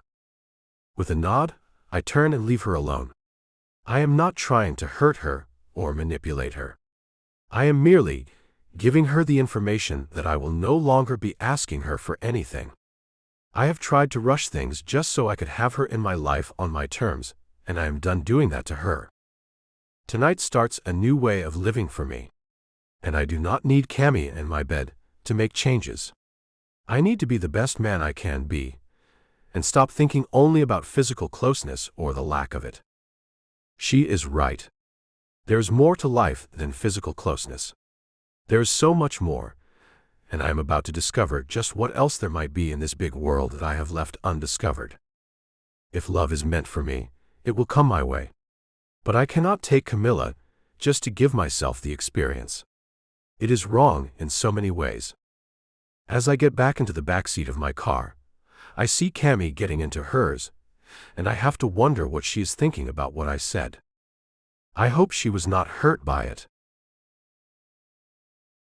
Chapter 4. Camilla. An entire week has passed without me seeing any sign of Cyprian. I watch each night for one of his many cars to pass by on his way home after work, but have yet to spot one. He told me he was taking his offer off the table, but I did not think that meant he was really done. There is an empty spot inside of me with him gone. I did not realize it was there until he left me completely alone. I find myself looking at my cell phone many times a day and thinking about giving him a call, which I know I should not do. I am sure he has gone back to his old routine since he missed out on so much of it while wasting his time on me. It is Saturday night and I am closing the store, looking around for any sign that Cyprian is around, maybe looking out for me. I see no sign and know I went too long and too far. He is over me. I deserve it. I know I do. I gave him no slack at all. As time has passed, I have made some realizations about the man. His past is a thing I did not take into consideration when I was so hard on him. He is a man who has had terrible examples in his life. I should have been nicer to him about it. I could have said things more kindly. I did not have to give in and take him up on his offer, but I did not have to be so harsh with how I told him things. As I look back at all the different things I said as he came in each night, I have to admit I was harsh. And I would like to apologize for being so judgmental. It is really not like me at all. Driving down the road, I see his gate and look up the drive and see the house is all lit up. I would not dare pop in on him. Never again will I subject myself to that. But I might give him a call to tell him I am sorry about how I talked to him. He has the capacity to be a good man. I saw it that day on our long date. It is there, just beneath the surface. A surface that has been hardened by a life of repetition, with no influences to show him how a loving relationship works. And I talked to him as if he was to blame for that. He was a child, for goodness sake. Pulling into my drive, I find myself feeling extremely remorseful, and I go inside and plop down on my sofa. The pale green fabric is threadbare as the furniture came with the place. Still looking at my phone, I know it is late. It is 2:30 in the morning. Instead of calling and waking him up, or possibly hearing noise in the background, I find it safer to send him a text. I would like to apologize to you for the words I have said. I understand if you do not want to talk to me. I would love to apologize to you in person, or at least over the phone. When nothing comes back, I place the phone on the coffee table and go to bed. I had an idea he would want nothing to do with me. And he is right to feel that way. I berated the man who had nearly no control over what he did. That had been ingrained in him since he was 5 years old. Only 10 years later, intimacy was thrust upon him. And I tore into him like he had complete control over himself. It is like screaming at a person who cannot see for stepping on your toes. Cyprian did do things wrong. But it was obvious by how he acted that he knew it was wrong. He never knew that before. Everyone he was around accepted him having physical closeness with whoever he wanted. I go on one date with a man and think we are a couple and treat him like I was his wife. Was it wrong for him to be with 2 women after dropping me off minutes earlier? For certain. The thing is, I never gave him a chance to talk it out with me. I just judged him harshly and walked away. Every bit as coldly as he did to me in the beginning. I do not deserve a second chance. I know that. But I do want him to know I am sorry for how roughly I treated him. It was wrong, and I merely want the opportunity to tell him that. But it seems he does not want to give me that, and I have to accept the fact I will not get what I want. And I will have to learn to be okay with that. But this feels terrible. Chapter 5. Cyprian. After a 2-week retreat to cleanse myself from the negative influences that have been fed to me since birth, I have found a guru to help me find the inner me who has been pushed down my entire life. Tabitha is a 50-year-old woman who looks much younger, thanks to learning how to live life in a positive manner. She has had just as many hardships as any of us who attended her retreat, and she has managed to not only overcome them but learn from them and use them as stepping stones. She taught us many techniques to help us achieve the same goals. Our phones were the first things to go, so we could immerse ourselves in getting to know our true selves. The instructions told us to leave them at home, which I did. During the retreat, I found I want more from this life than I ever imagined. I never took the time to stop and think about what it was I truly wanted. Children have always been a thing I thought I was incapable of raising, but I found a deep desire to see myself in another human being. So now children are part of what I want to experience in my life. Tabitha says we only get one life, and we should live it to the fullest, which means something different for each person. She is a wise woman. Her little sayings run through my head often. I am about to walk into my home for the first time in 2 weeks, pick my phone back up, and begin my normal life again, but with a whole new attitude. Work is to be 8 to 10 hours a weekday, and no more than that. I thought I could not take any time off. Somehow the company made it just fine without me for 2 weeks, so I think they can manage to have me a few fewer hours each day. Each weekend, I am to schedule something I have never done before. This upcoming weekend, I will go skydiving. Tabitha says it was an amazing experience, and everyone should do it at least once in their lifetime. Sundays should be days for reflection, and one should take it easy. Rest as much as you want to, and find something uplifting to read or watch. I got a book from the Oprah Book Club site, and will be reading that on Sunday. My body and mind feel so much better than I ever recall feeling before. I do believe finding Tabitha's website and going to her retreat was a great thing for me. Today is Sunday, and work begins tomorrow. Back to the normal world I go then, and have to see if I can really incorporate some of what I have learned into my real life. Ashton pulls to a stop at the front door. "Here you are, sir. Did you miss the place?" He starts to get out of the car to help me out. "No, Ashton, let me get my things. I appreciate your help, but I can do for myself," I say as I open my own door. He pops the trunk so I can get my bags, and I find him getting out anyway. "Cyprian, I am paid to do this for you. Allow me to do my job, please. I have been spoiled for too long." I pick up one bag, and find him picking up the other. "Spoiled is not what you have been, sir. You pay me to do this for you." He begins to carry the bag to the door, and I follow behind with the one I picked up. "Ashton, you do not need to call me sir. Call me by my name. You are older than I am. You should not talk to me as if I am your superior. Tabitha says we are all equals and should act that way." I wait while he disarms the security system he had put in while I was away. I asked him to get that done for me just before I got out of the car at the airport the day I left for the retreat. I also had him change the code to the gate. I want no more surprises from anyone. Once he has opened the door, he hands me a card.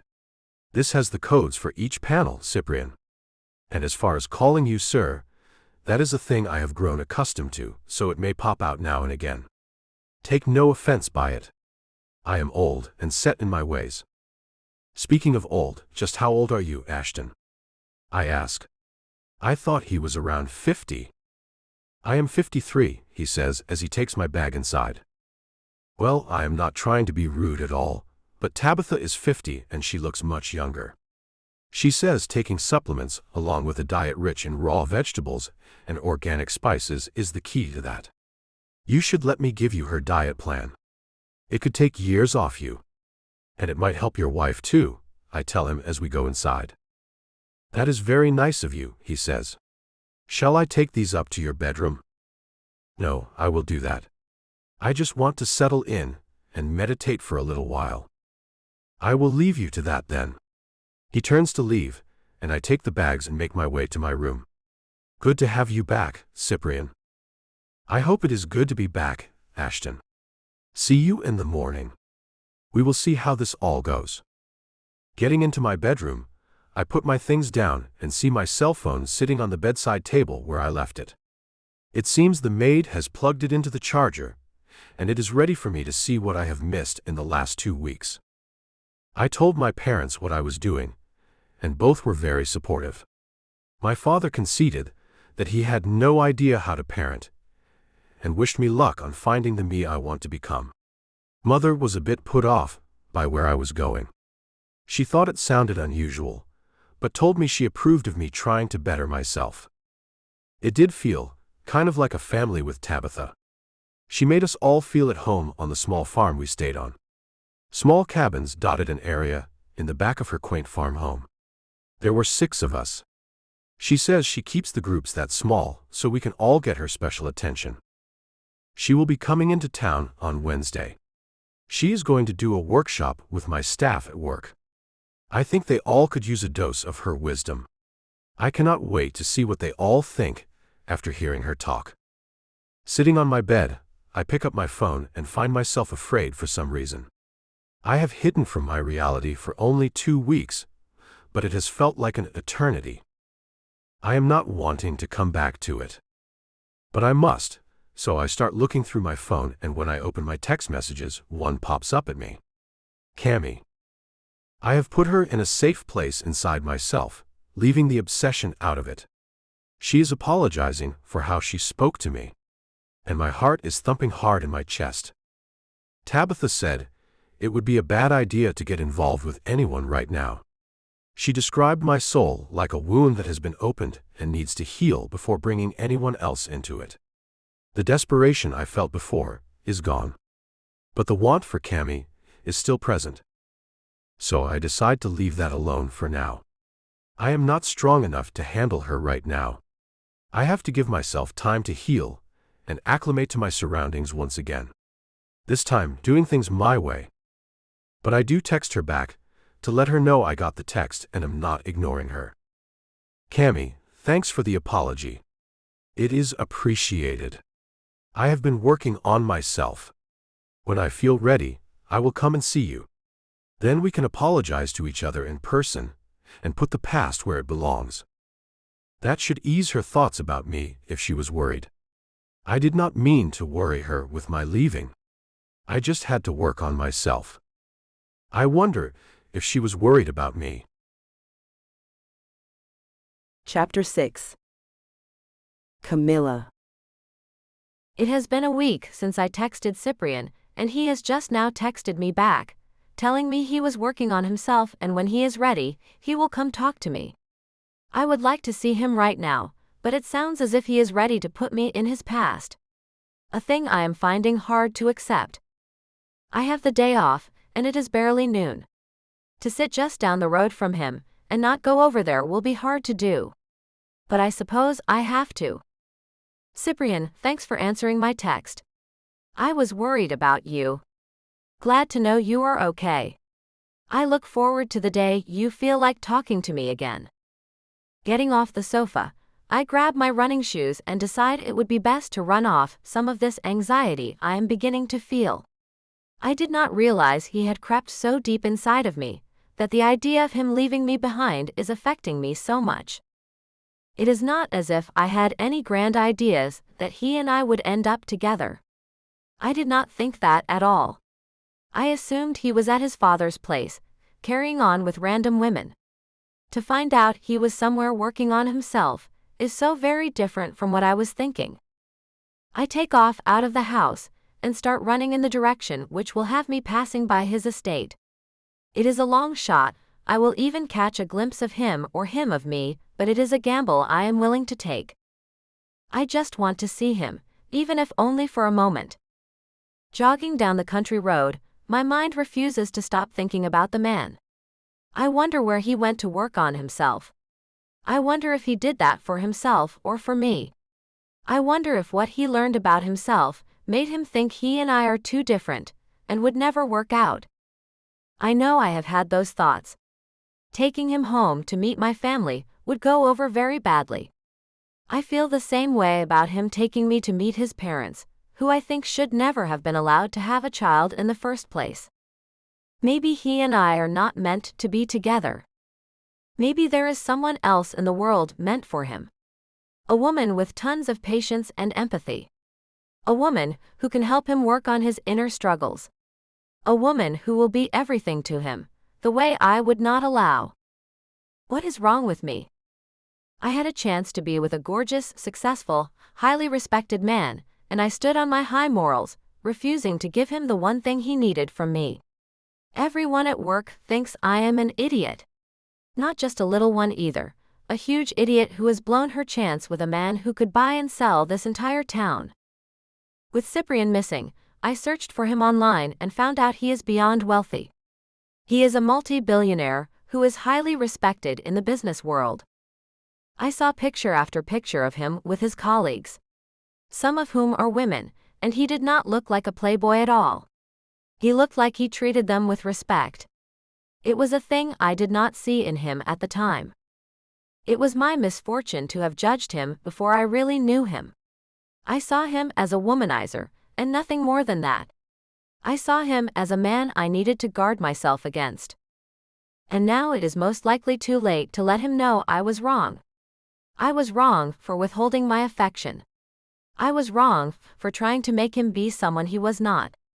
I was wrong on so many levels. Suddenly, my train of thought is broken as his gate comes up. I jog in place as I look at it and can see the house that looms far back off the road. I decide to go up to the gate anyway. I jog up to the security box and tap in the old code, but it buzzes at me. The code has been changed. Hurrying away, I have no wish for him to see me on his camera, which I now see is pointing in my direction. What an idiot I feel like. He has changed the code, no doubt to keep me out. He has moved on. That is obvious. I have to do something to get him out of my mind. Something big. Maybe I will accept the next date that is offered to me. I have to do something to get him out of my head. He has made a place there, and even in my heart. I have to do something to move him out. He has moved me out of wherever I was in his mind. Could he have a girlfriend? Could he have found a woman more compatible with him, and left me behind? Did I let that happen to me? To us?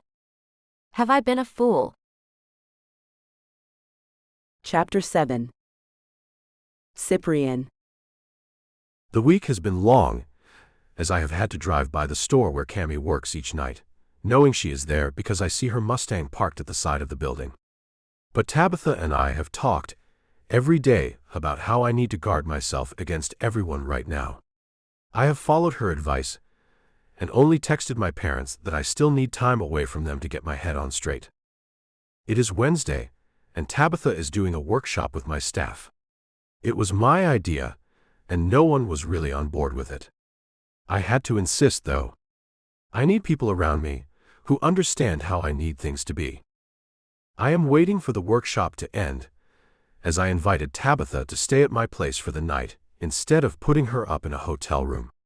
She was kind enough to open her home to me and others like me, so I can repay the favor. The door to the meeting room opens and my employees come out. It is 9 at night, and most of them seem impatient to get out of here. They all give me smiles and nods as they file past me, but no one says anything. Finally, Tabitha comes out, looking happy and radiating positive energy the way she always does. Her blonde bobbed hair is bouncing as she nods at me. It went fantastic. Thank you for setting this up. I do believe your staff has been brought to the light, Cyprian. My secretary, Mrs. Peterson, looks over her shoulder at me and then at Tabitha before looking away. I did not see new beginnings in her brown eyes. I saw concern. Why would she be concerned? Tabitha links her arm with mine and allows me to escort her out of the office. I am sure some of them get it, and some do not. That is how things go. Like you say, we are all on different levels. That we are, Cyprian. And I think I can help you tonight with your situation with the Camilla woman.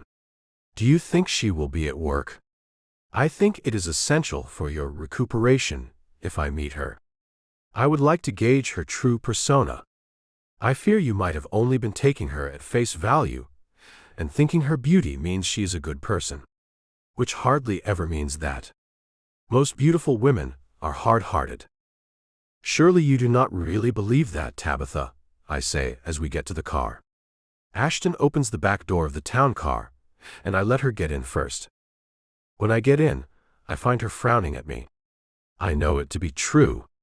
You see, Cyprian, many men are easy targets for women of beauty. You are beautiful yourself, Tabitha. Are you saying you have used that to hurt men? I ask her as I watch her light blue eyes dance. I have. She looks me in the eyes. As old as I am, do you really think I am beautiful? With a nod I say, I do. You are beautiful. A glow radiates within you. You are a beautiful woman, inside and out. I am privileged to know you. She laughs a bit. And you. You handsome devil. Her hand runs over the top of mine, and she takes my hand and holds it. Do you need some of my positive energy? I ask her, as she told us at the retreat, about the different ways we can share our energy and receive it. Holding hands and hugs are perfect ways to receive positive energy and give some away as well. I am in need of some, she says. You see, I am going to need all I can get so I can stay positive when I meet this woman who has motivated you to make changes in yourself. I am afraid she will see my work with you as a threat. I do not see why she would, I say. We are not a couple. That was her doing. Well, my actions had everything to do with that, but still, she never saw fit to accept my apology and give me another chance. I do not think she wants me. I believe the damage I did is irreversible. It is a thing I am working on accepting. Something I did caused such a reaction, it must have dissolved any feeling she was growing for me. She looks away, then back at me. I hope you are right. I am a bit stunned by her words. I hope I am wrong. Please just do me a favor and hold tight to my hand, or maybe even put your arm around me, to lend me your positive energy so I can handle my reaction to her.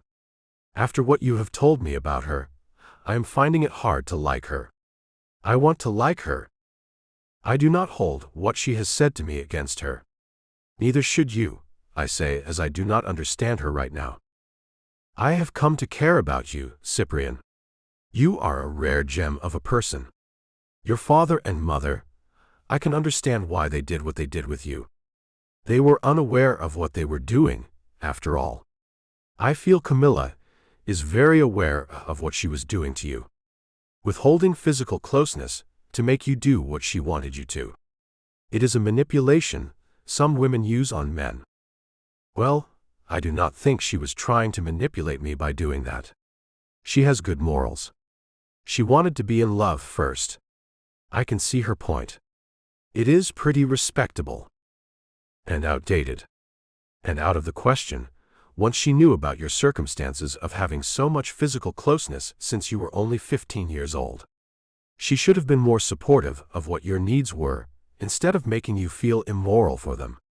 And she is a scientist as well. An educated person who should know going cold turkey on anything rarely works. So please do hold her accountable for what she has said and done. You have to, for your own self-preservation. I do not say it out loud, but I do not think I can hold her accountable for doing what she did.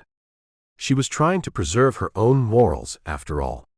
But I have no want to argue with Tabitha. I will try my best. She pulls our clasped hands up to her heart. That is all you can do, Cyprian. Then she kisses my hand and lays our clasped hands back on the seat between us. As we near the convenience store, my body starts to sweat and my heart starts to pound. Seeing Cammy after almost 3 weeks is going to be hard. Because I think I will want to throw my arms around her and ask her for more than she can give me right now. And more than I can give her as well. Chapter 8. Camilla. The store is dead at nearly 10 on a Wednesday night, and I am bored out of my mind as I have gotten everything on the to-do list done. I let Mary, the older woman I was working with tonight, go home early. Her back hurt, and there is no reason to keep 2 people here with no customers and all the work done. Leaning on the counter, I look out the window and think about closing early and wondering if that would get me fired. Most likely it would. A black car pulls up right in front and my heart skips a beat. Cyprian. I wait to see if it is him, which I am pretty sure it is. The door opens and he gets out, and I find myself wanting to run to him and grab him up in a hug. Walking around the counter, I freeze and walk backward to get back behind it. He has a woman with him, and they are holding hands. Tears burn the back of my eyes, making me blink them like crazy to get rid of the shininess. The chirp of the door opening has me taking a deep breath to steady my nerves, which are overloaded. "Hello, Cyprian," I say with a shaky voice. "Cammy, how are you?" he asks as he lets the woman's hand go and puts his arm around her. This is Tabitha. She is helping me to make some much-needed changes in myself. She has been a godsend. Good, I say, but I find myself not meaning it. So you are feeling better about yourself then? That is fantastic. Nice to meet you, Tabitha. She extends her hand and I shake it, feeling her hand tight on mine. Camilla, I wanted to meet you. Cyprian has told me every last detail about your time together. Is that what he called it? I ask, instantly upset. No, he says. I did not call it that. What we had was much more than that. It was ill-timed though. I was not the man you needed. Nor were you the woman he needed, she says. I want to respond, but I hold back. I suppose I was not. I was wanting to speak with Cyprian in private, to talk to him about the harsh things I have said to him, and apologize for them. His past was a thing I did not take into consideration when I spoke the hurtful things I did. I was hurt and I struck out at him. I have felt terrible about that. For how long? Tabitha asks me. What? I ask as she is confusing me. He told me he came to see you every night after he got off work for a week. He apologized over and over to you, and you sent him away each and every night, making him feel like a deplorable human being, she says as she looks at me as if she is an attorney wanting her client to get a much better apology than what I gave him. Look, lady, I really do not have to explain myself to you. Cyprian and I can talk later, in private. She holds her hand up, stopping me. No, you will not. I am staying with him tonight, and I have counseled him about you. He is much too raw for you two to talk alone at the moment. You have a tendency to be abrasive with him, and I simply cannot allow it. My eyes leave her and go to Cyprian, who is looking more than a bit sheepish. Is that how you want it, Cyprian? He nods, then looks down. Tabitha is a smart woman. I can see that. I can see she has got you by the reins. I cross my arms over my chest because I can see right through the woman. She looks young at a glance, but when I look hard at her, I can see the lines at the corners of her eyes. I am sure she is in her late 40s or so, and she has a gleam in her eye for Cyprian. Of that I am sure. He looks at Tabitha, who he still has his arm around. Since you are right here, do you think she and I could talk alone for a moment? Perhaps in the back, he asks her. Her head shakes as she looks at him and runs her hand over his cheek. Cyprian, you are much too fragile. Ha! I laugh. He is not fragile. He is a strong man. I have never seen him like this, and quite frankly, I do not like it. I walk around the counter and find her moving in front of him. No, you cannot be alone with him right now. I was afraid of this. She looks back at Cyprian. We need to leave now. He nods and backs out the door as if I am a threat. Cyprian, call me later. Please. His eyes bore into mine as she backs him up. He will not be calling you. I can see it in your eyes. You are not the woman he thinks you are. You are a selfish and manipulative woman. Out to get his money, most likely. Hence the reason you withheld physical closeness, until you forced him to find some love for you in his heart, thus trapping him eventually into a marriage. I look at Cyprian. She is wrong, and you know that. Call me Cyprian. I care about you. I miss you. And I am worried about you. Call me. He is pushed out the door, still looking at me. It is obvious she is using her influence to get to him. My heart is pounding, and I find myself following them outside. She has him in the car before I can get to him, and it has me madder than I ever recall being. Even when I caught him with those women. She will not get away with this. Chapter 9. Cyprian. My head is spinning as we walk into my house. I would like to talk to her, Tabitha. She takes my hand and pulls me along with her. Show me your home, Cyprian.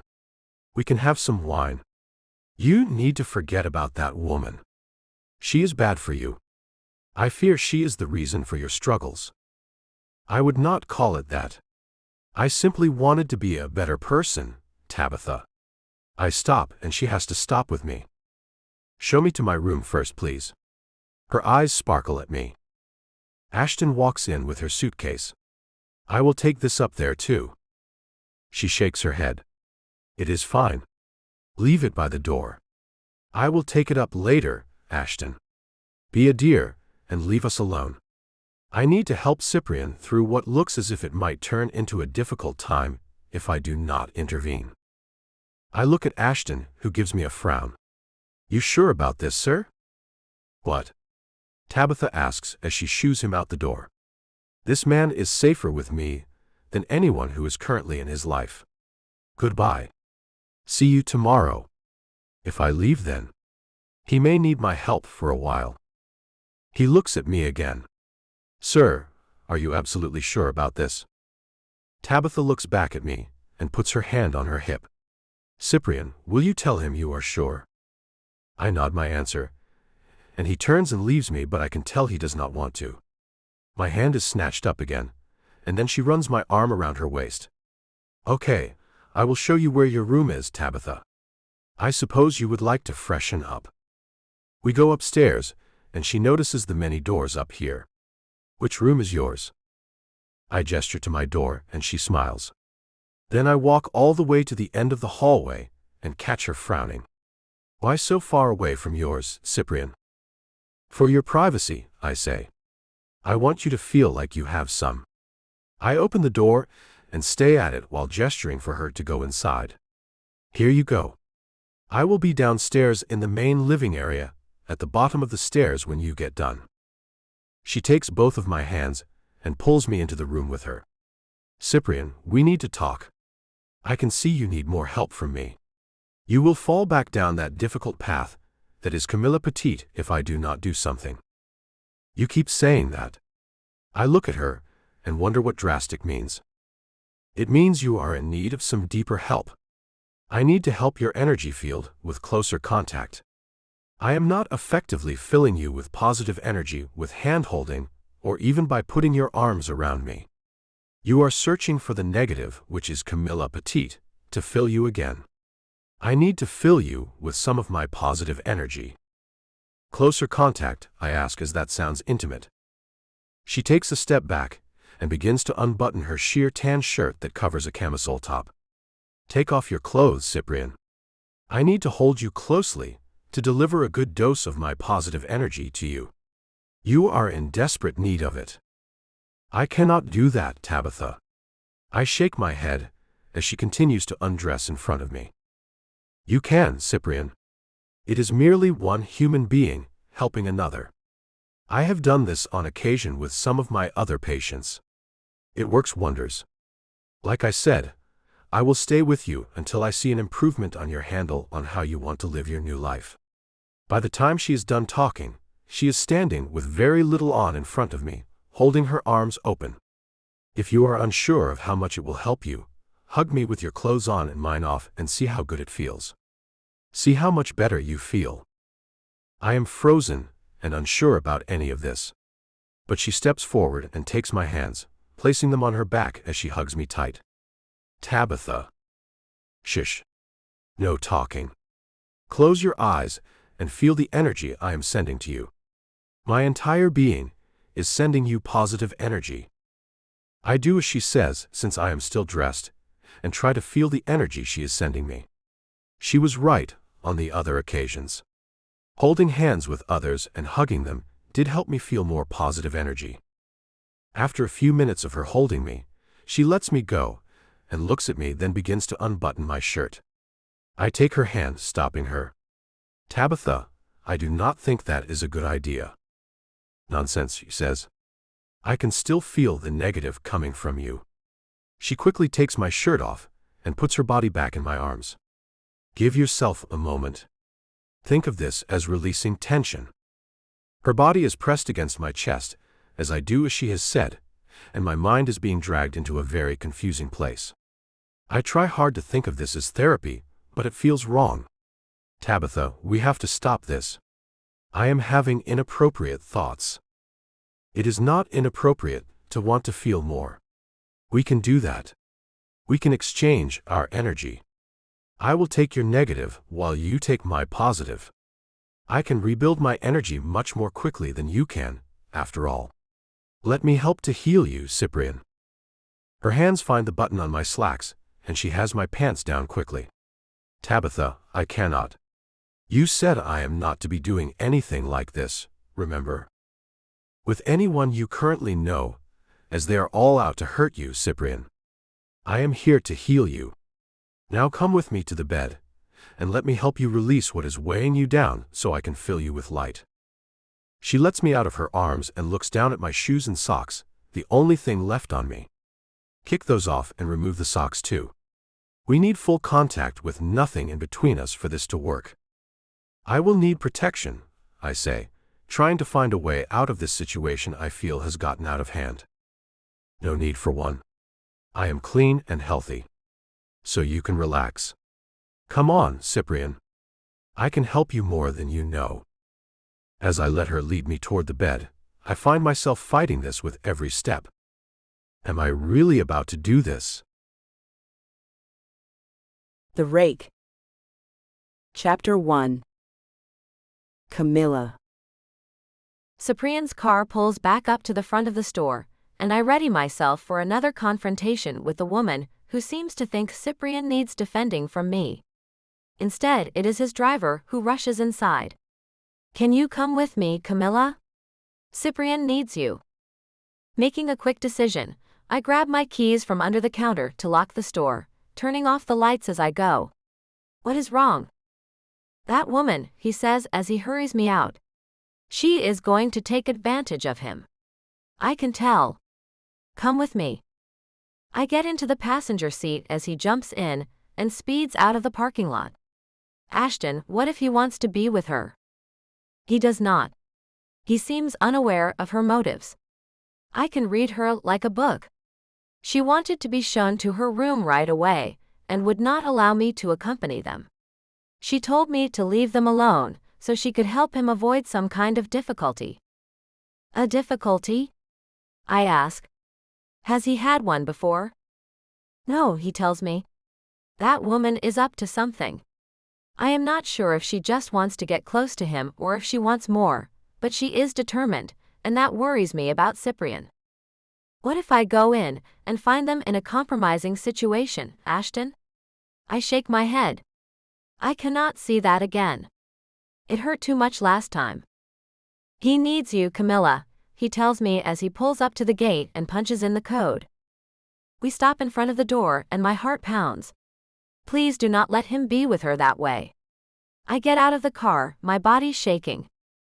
Ashton punches in a code at the new box by the front door. The light turns green and we go inside. A suitcase sits right next to the door and I hear nothing. Let us go upstairs, Ashton whispers. I follow him, feeling sick as we climb the stairs. Just as we reach the top, I hear Cyprian's voice. Really, I cannot. I did not expect this from you, Tabitha. I am going to my room. I will see you in the morning. Ashton and I step back to hide on the staircase. It seems Cyprian can handle himself. But as I peek around, I see Cyprian carrying his clothes and wearing very little. Then the woman appears in the hallway, also barely dressed. Cyprian, come here. Do not be like that. I am merely wanting to share my positive energy with you through closer contact. You do not even have to do anything if you do not want to. He stops and spins around. That is called intimacy, Tabitha? Do you think I am some naive boy? My entire body shakes with anger. Before I can stop myself, I step out and move forward. Cyprian? I call out. He turns and sees me. Cammy. I run to him as the woman quickly steps back into the room and locks the door. Cyprian pulls his pants on. What are you doing here? Ashton came and got me, I say, my voice shaking. He was worried about you. Cyprian pulls me into his arms and I start crying. Cyprian, what have you gotten yourself into? Shish, do not cry, he whispers as he strokes my hair. It is all right. I pull back and look at him. Why were you undressed? He takes my hand and leads me down the hallway. Ashton is waiting. You brought her here. Ashton nods. I saw what that woman had planned for you, even if you did not. I knew she would listen to Camilla. Cyprian smiles at his longtime driver. Thank you. I was starting to feel trapped. And she would have kept at it, Ashton says. I am going to take her to a hotel for the night, and make sure she gets on a plane in the morning. Please tell me you will have nothing more to do with that woman. Cyprian nods, looking clearer now. You can count on that. I never saw it coming. I will make sure others know about her methods. I shudder at how the woman tried to take advantage of him. She was preying on people who came to her for help. The bedroom door creaks open behind us. Tabitha steps out, dressed and looking upset. You are making a mistake, she says. Ashton steps forward and takes her by the arm. Time to go. Cyprian looks at me and runs his hand over my cheek. Would you care to drive me back to the store so I can close it properly? He smiles softly. I would. Thank you, Cammy. What are friends for? I ask as I take his hand. You might want to put on a shirt and shoes first. We stop at his bedroom door. Instead of picking up his clothes, he pulls me into his arms and hugs me tight. I have missed you more than I realized, Cammy. I have missed you too, I whisper. Then his mouth finds mine and I melt into him. Could we be on our way to making things work? Chapter 2. Cyprian. Her body feels right in my arms as I kiss her the way I have only dreamt about for what seems like a very long time. The way she wraps herself around me makes me think she has finally forgiven me for my weak moment. Easing the kiss with soft pecks, I find tears in her eyes and not ones of anger this time. Cyprian, I am sorry I let you leave with that woman. I should not have. Do not blame yourself, Cammy. I release her from my arms and pick up my shirt. I have been grasping at straws to reinvent myself. I should not have gone to a retreat, run by someone with no real credentials in the first place. Why are you trying so hard to make big changes to yourself? She asks as I pull on my last shoe and take her hand. I need to make some changes. I am not what I can be. I made some discoveries about myself while I was at the retreat. It was not all bad. Tabitha was not like that when I was there with the group. She only started that behavior once she and I were alone. I do not know what got into her. You are very attractive, Cyprian. That is what got into her. We go out to the garage, and I watch Cammy's eyes light up as I turn on the overhead lights. You have a lot of cars, Cyprian. Pick the one you want to take, I say as I wait by the pegboard with all the car keys. She points at the red Lamborghini. How about that one? I look at her with uncertainty. Cammy, I have not driven that one yet. It was delivered while I was gone. Do you think you can handle it? Me, she squeaks as she shakes her head. I am not going to drive it. Plus, I have to pick up my car. You pick which one you want to drive. Or you could leave your car there overnight and come back here with me. We could take a little cruise in the Lamborghini. What do you say? I ask, crossing my fingers behind my back. After a long moment admiring the car, she nods. I say yes. She looks at me and winks. I think you could use some company after what you have been through. With a laugh, I pick her up and carry her to the car. Good. Tomorrow, I will drive this beauty around to get used to her. I am so excited. Come on, Cyprian. Let us see what she can do. I help her into the passenger seat and watch her eyes roam all over the interior. You like it? Love is the only word one can use for something this special, she says. I agree, I say and close her door. And I am not talking about the car. After I get in and strap myself in, I put my hand over hers on the console between us. You ready for this? She nods. Are you? With a nod, I say, more than ready. Let us take off, baby. I am a little uneasy about this, she says as she looks at the intimidating dashboard. There is nothing to be uneasy about. It is just different. Take it easy, though. This thing has a lot of power, I caution her. I hit the remote to open the garage door, and she pulls out slowly. Oh my goodness, I can feel the raw power already. Now I am feeling nervous about her driving, and have to look out the window so I do not say the wrong thing. Down the long driveway we go, and she is doing well. How does it feel? Think you can handle it on the open road? She laughs, and it kind of scares me. Hold on, and let us see. The gate opens and she eases out, then turns onto the quiet road. Here we go. I grab my seat and hold on tight as she accelerates. My heart is in my throat as we move down the dark road. Wow, she shouts. Looking at her and watching her smile with excitement, I find myself smiling too. Even though I am scared in more ways than one. This might be the real deal. She just might be the girl for me. And I am so far from being the man she needs and deserves. I am not sure how to do this. My first try at improving myself has failed miserably. I cannot rely on myself to make the right decisions about how to change. And I have to change for her. I know I do. But do I have it in me to become the man who is perfect for her? Chapter 3. Camilla. Vanilla ice cream drips down my arm as I hurry to the kitchen to wash it off. My ice cream cone, which Cyprian bought for us just before I closed the register, has sprung a leak because I took too long to eat it. He is sitting on the counter, smiling at me as I make a run for it before I get ice cream on the clean floor. You better hurry, Speed Demon. I laugh, as he has come up with a clever nickname for me. He claims I was driving his car excessively fast. I think I was driving it appropriately, for such a powerful machine. Making it to the sink in time, I pop the rest of the cone into my mouth and wash my sticky hand and arm. Suddenly, I feel arms go around me, and I am turned to face Cyprian. My mouth is full and he smiles, then kisses the tip of my nose. Waiting for me to swallow, he kisses me with soft kisses until I am putty in his hands. Cammy, I want you to know something. After a few more small kisses, I ask, what would you like me to know? More kisses come, then he says, I am not going to ask you for physical closeness tonight. Running my hands up and down his arms, I find myself a bit disappointed. Cyprian, I can be what you need me to be for you. I bite my lip and wait to see what he says.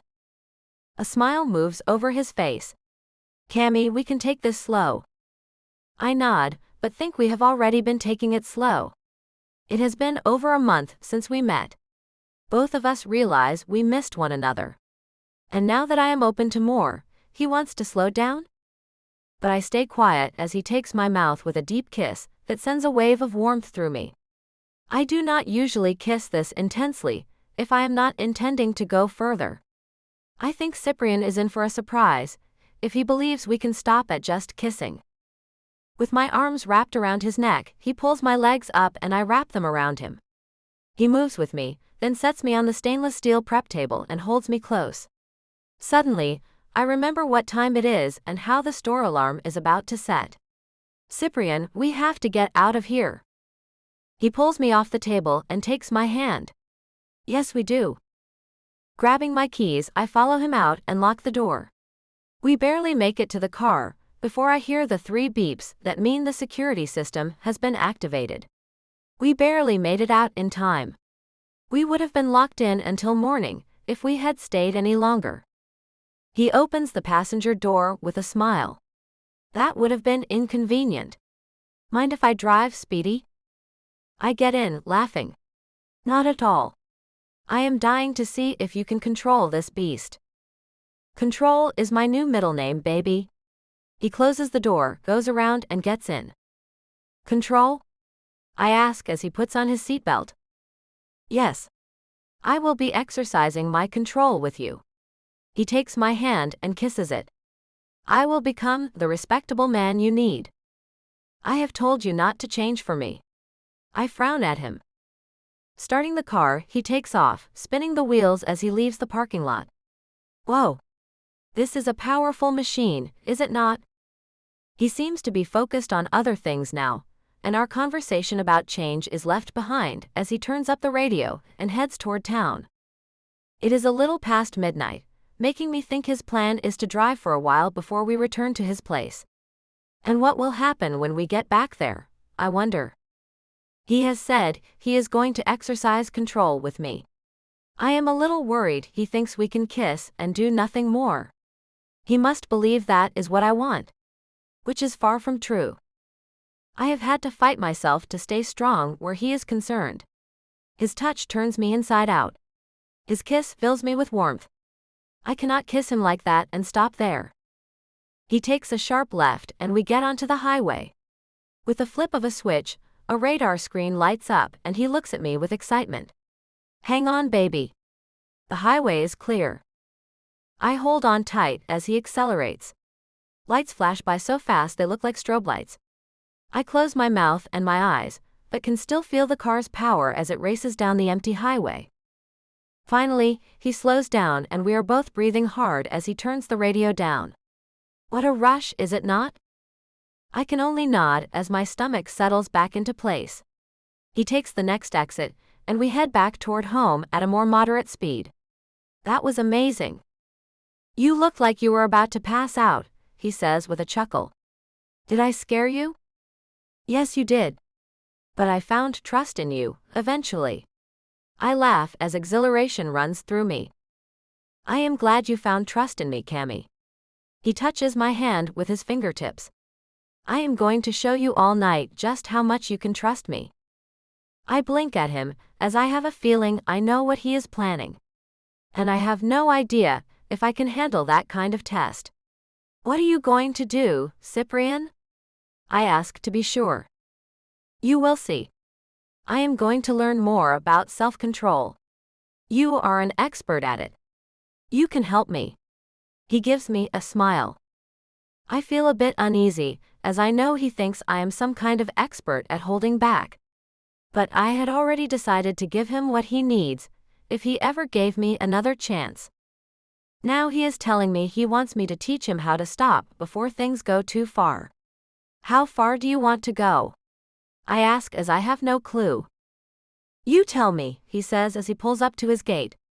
You are the expert at knowing the point not to go past after all. I am not. I have no idea how far we can go before I need everything. And I have an idea, he wants to test his limits tonight. That means mine will be tested as well. I am not sure I can handle it. As he pulls back into the garage, I have to ask, Cyprian, do you feel ready to make the commitment of seeing only each other yet? He looks at me for a long moment before he says, Cammy, I want to be the man you deserve before I go that far. I want to be sure I can be the best man I can be before I ask you not to see anyone else. Does that mean you and I can go out with other people if we want to? I ask, feeling uneasy. He sighs and gets out, then comes around to help me. His arm goes around me and his forehead rests on mine. If you feel you want to go out with someone else, you are still free to do that. But I can tell you right now, I will try to monopolize your time. And what about you? I ask. I have no desire for anyone else right now. But that door is open to me as well. I do not want either of us to have to go through a breakup if we do not think we can be what the other needs. Do you agree with that? I suppose that is how people date without a full commitment. So I agree to those terms. I am not sure how I feel, but at least we are moving forward. Good, he says as he puts his arm around my waist and takes me inside. Tonight we get to know one another on a different level. We know all about each other's pasts and families. Now we can discover what kinds of things we like to do.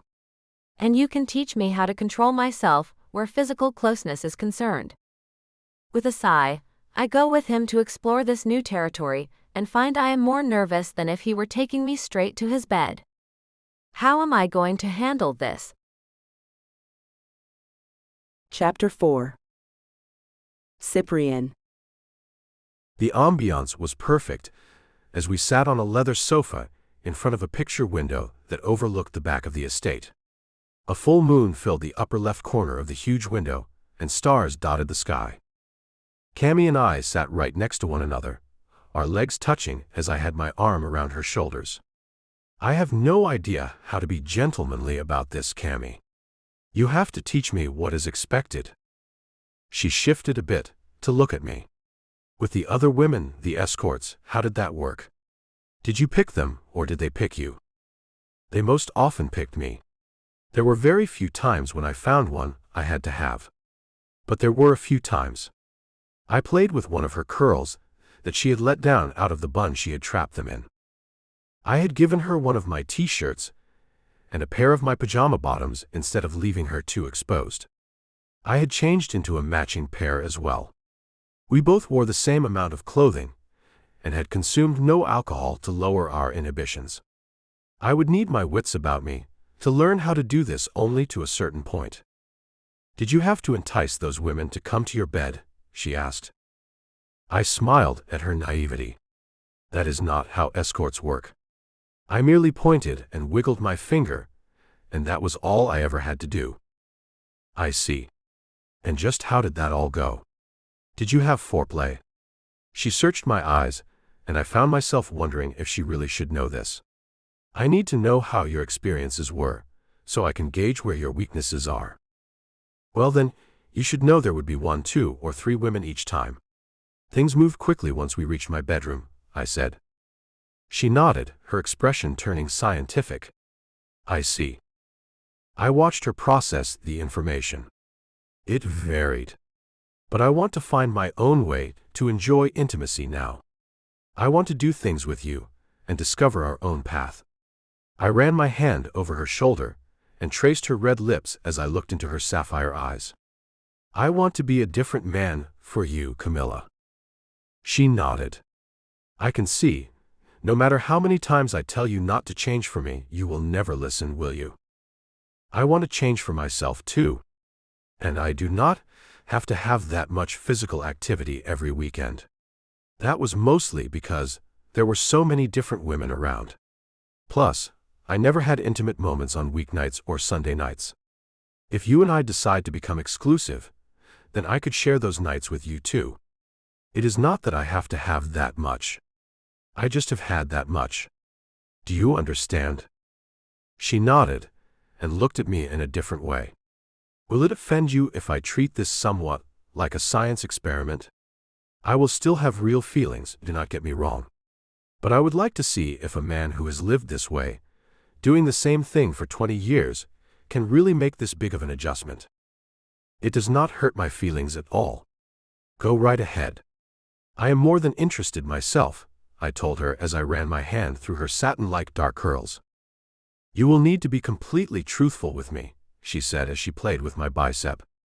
You will need to let me know if you begin to feel it necessary to reach release while we are still in the phase of teaching you self-control.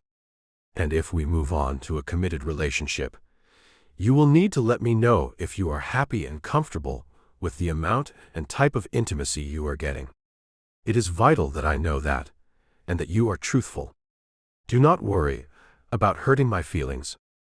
Okay, I said and moved my lips over her cheek until they came to her ear. Can we begin? We can, she said as her hands moved over my back. I moved around in front of her and held the back of her neck as I brought my mouth back to hers. Our lips pressed together. I kissed her with little pecks, alternated with longer kisses. Her lips parted after a while, and I ventured in. It was not as hard as I thought it would be to keep control. I stayed focused on the kiss and nothing else.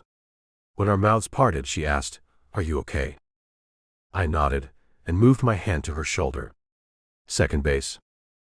She nodded and pulled me back to kiss her again. Her body was soft and warm beneath my touch.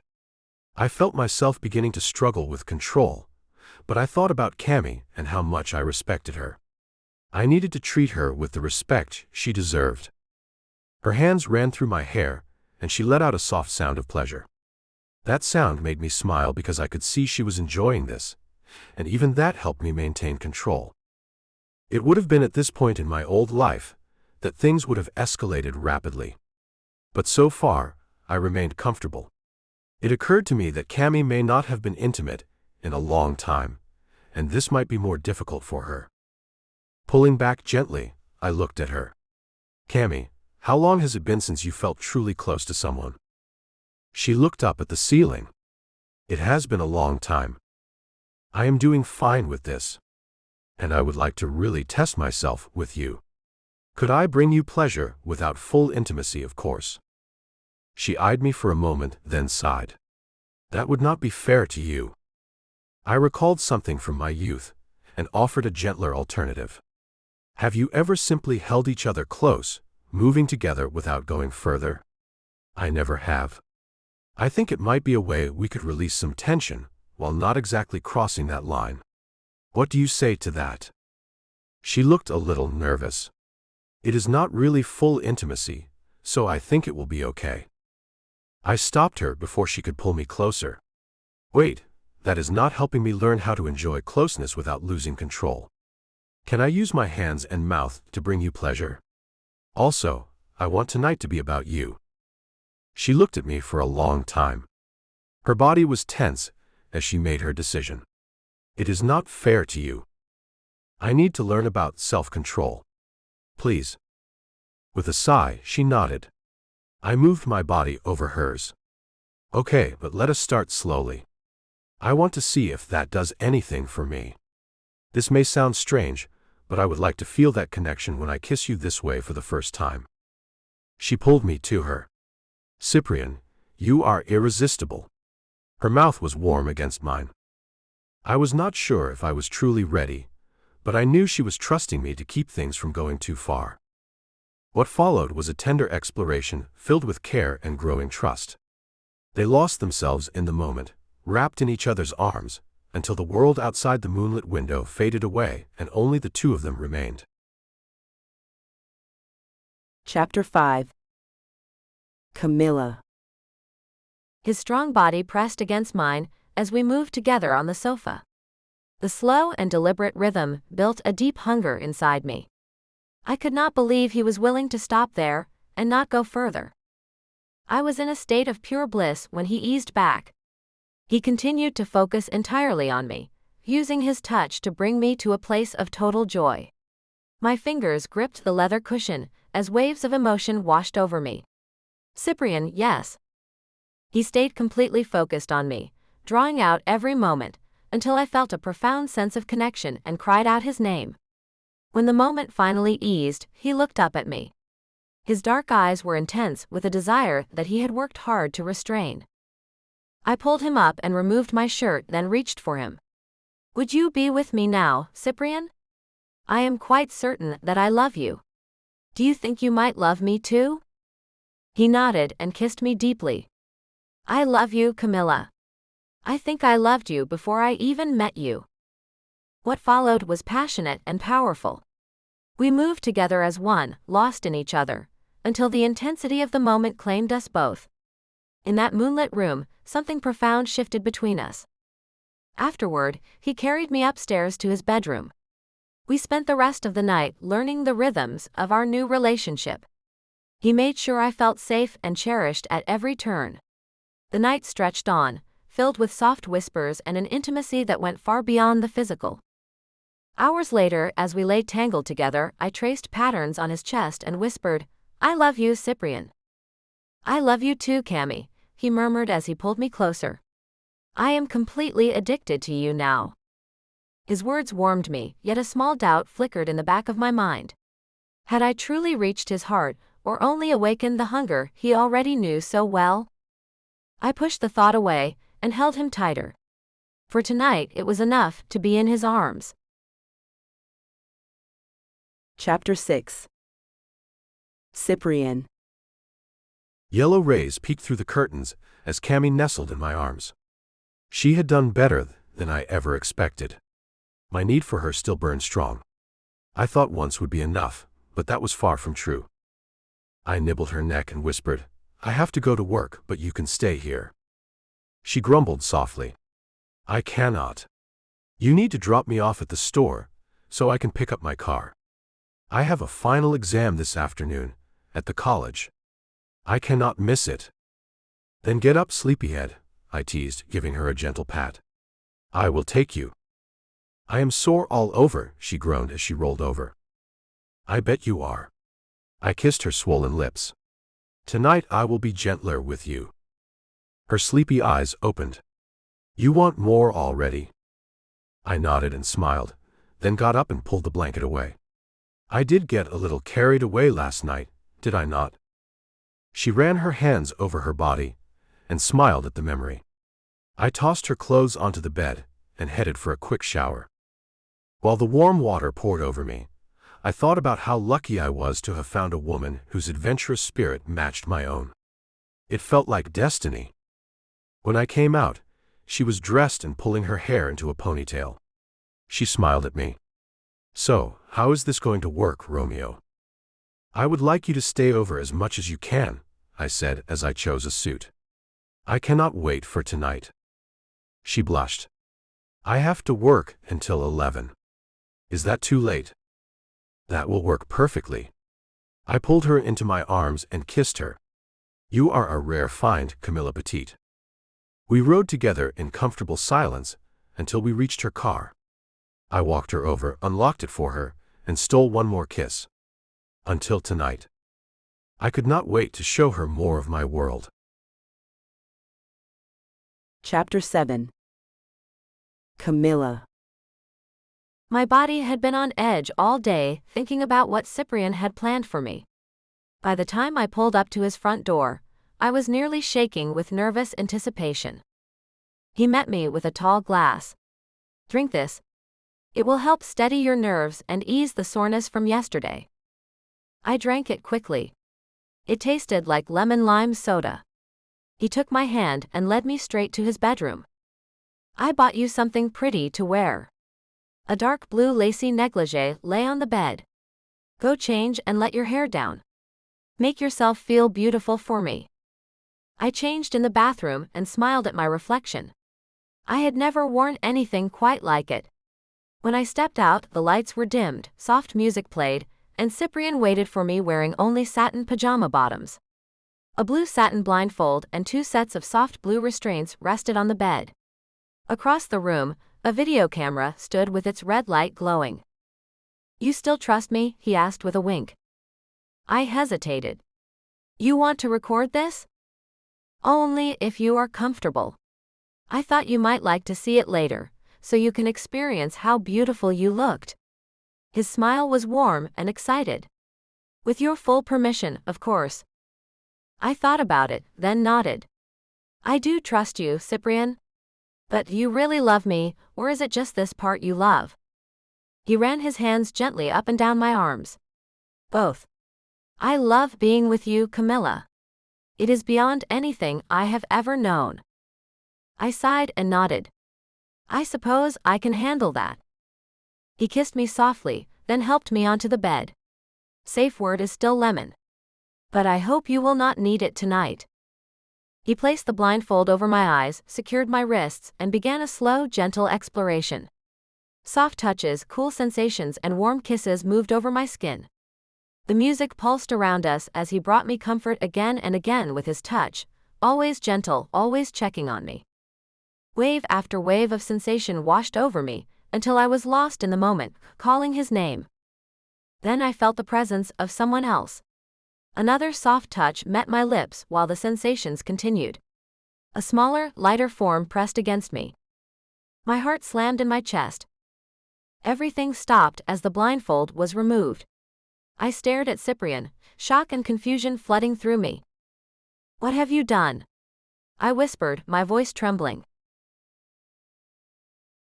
The Lothario. Chapter 1. Camilla. "Lemon. Lemon. Lemon." I cried out, twisting my head away until the woman had to stop. "Lemon?" Cyprian asked, sounding genuinely surprised. "You are not in any pain, are you? You brought her here without asking me." I shouted, my voice shaking with anger. "Get her away from me and let me go." The woman quickly moved away. "She is upset, Cyprian. This was a bad idea." "Upset does not even begin to describe what I am feeling," I said, struggling to keep my voice steady as a wave of emotions crashed over me. "Baby," Cyprian said in a soothing tone. "Stop," I shrieked. "Just let me go." He finally stepped back. I looked at the small blonde woman standing in the corner. She was wearing something similar to what I had on. Cyprian stood there, looking stunned. I slapped him hard across the face. "How could you?" I turned and ran toward the bathroom.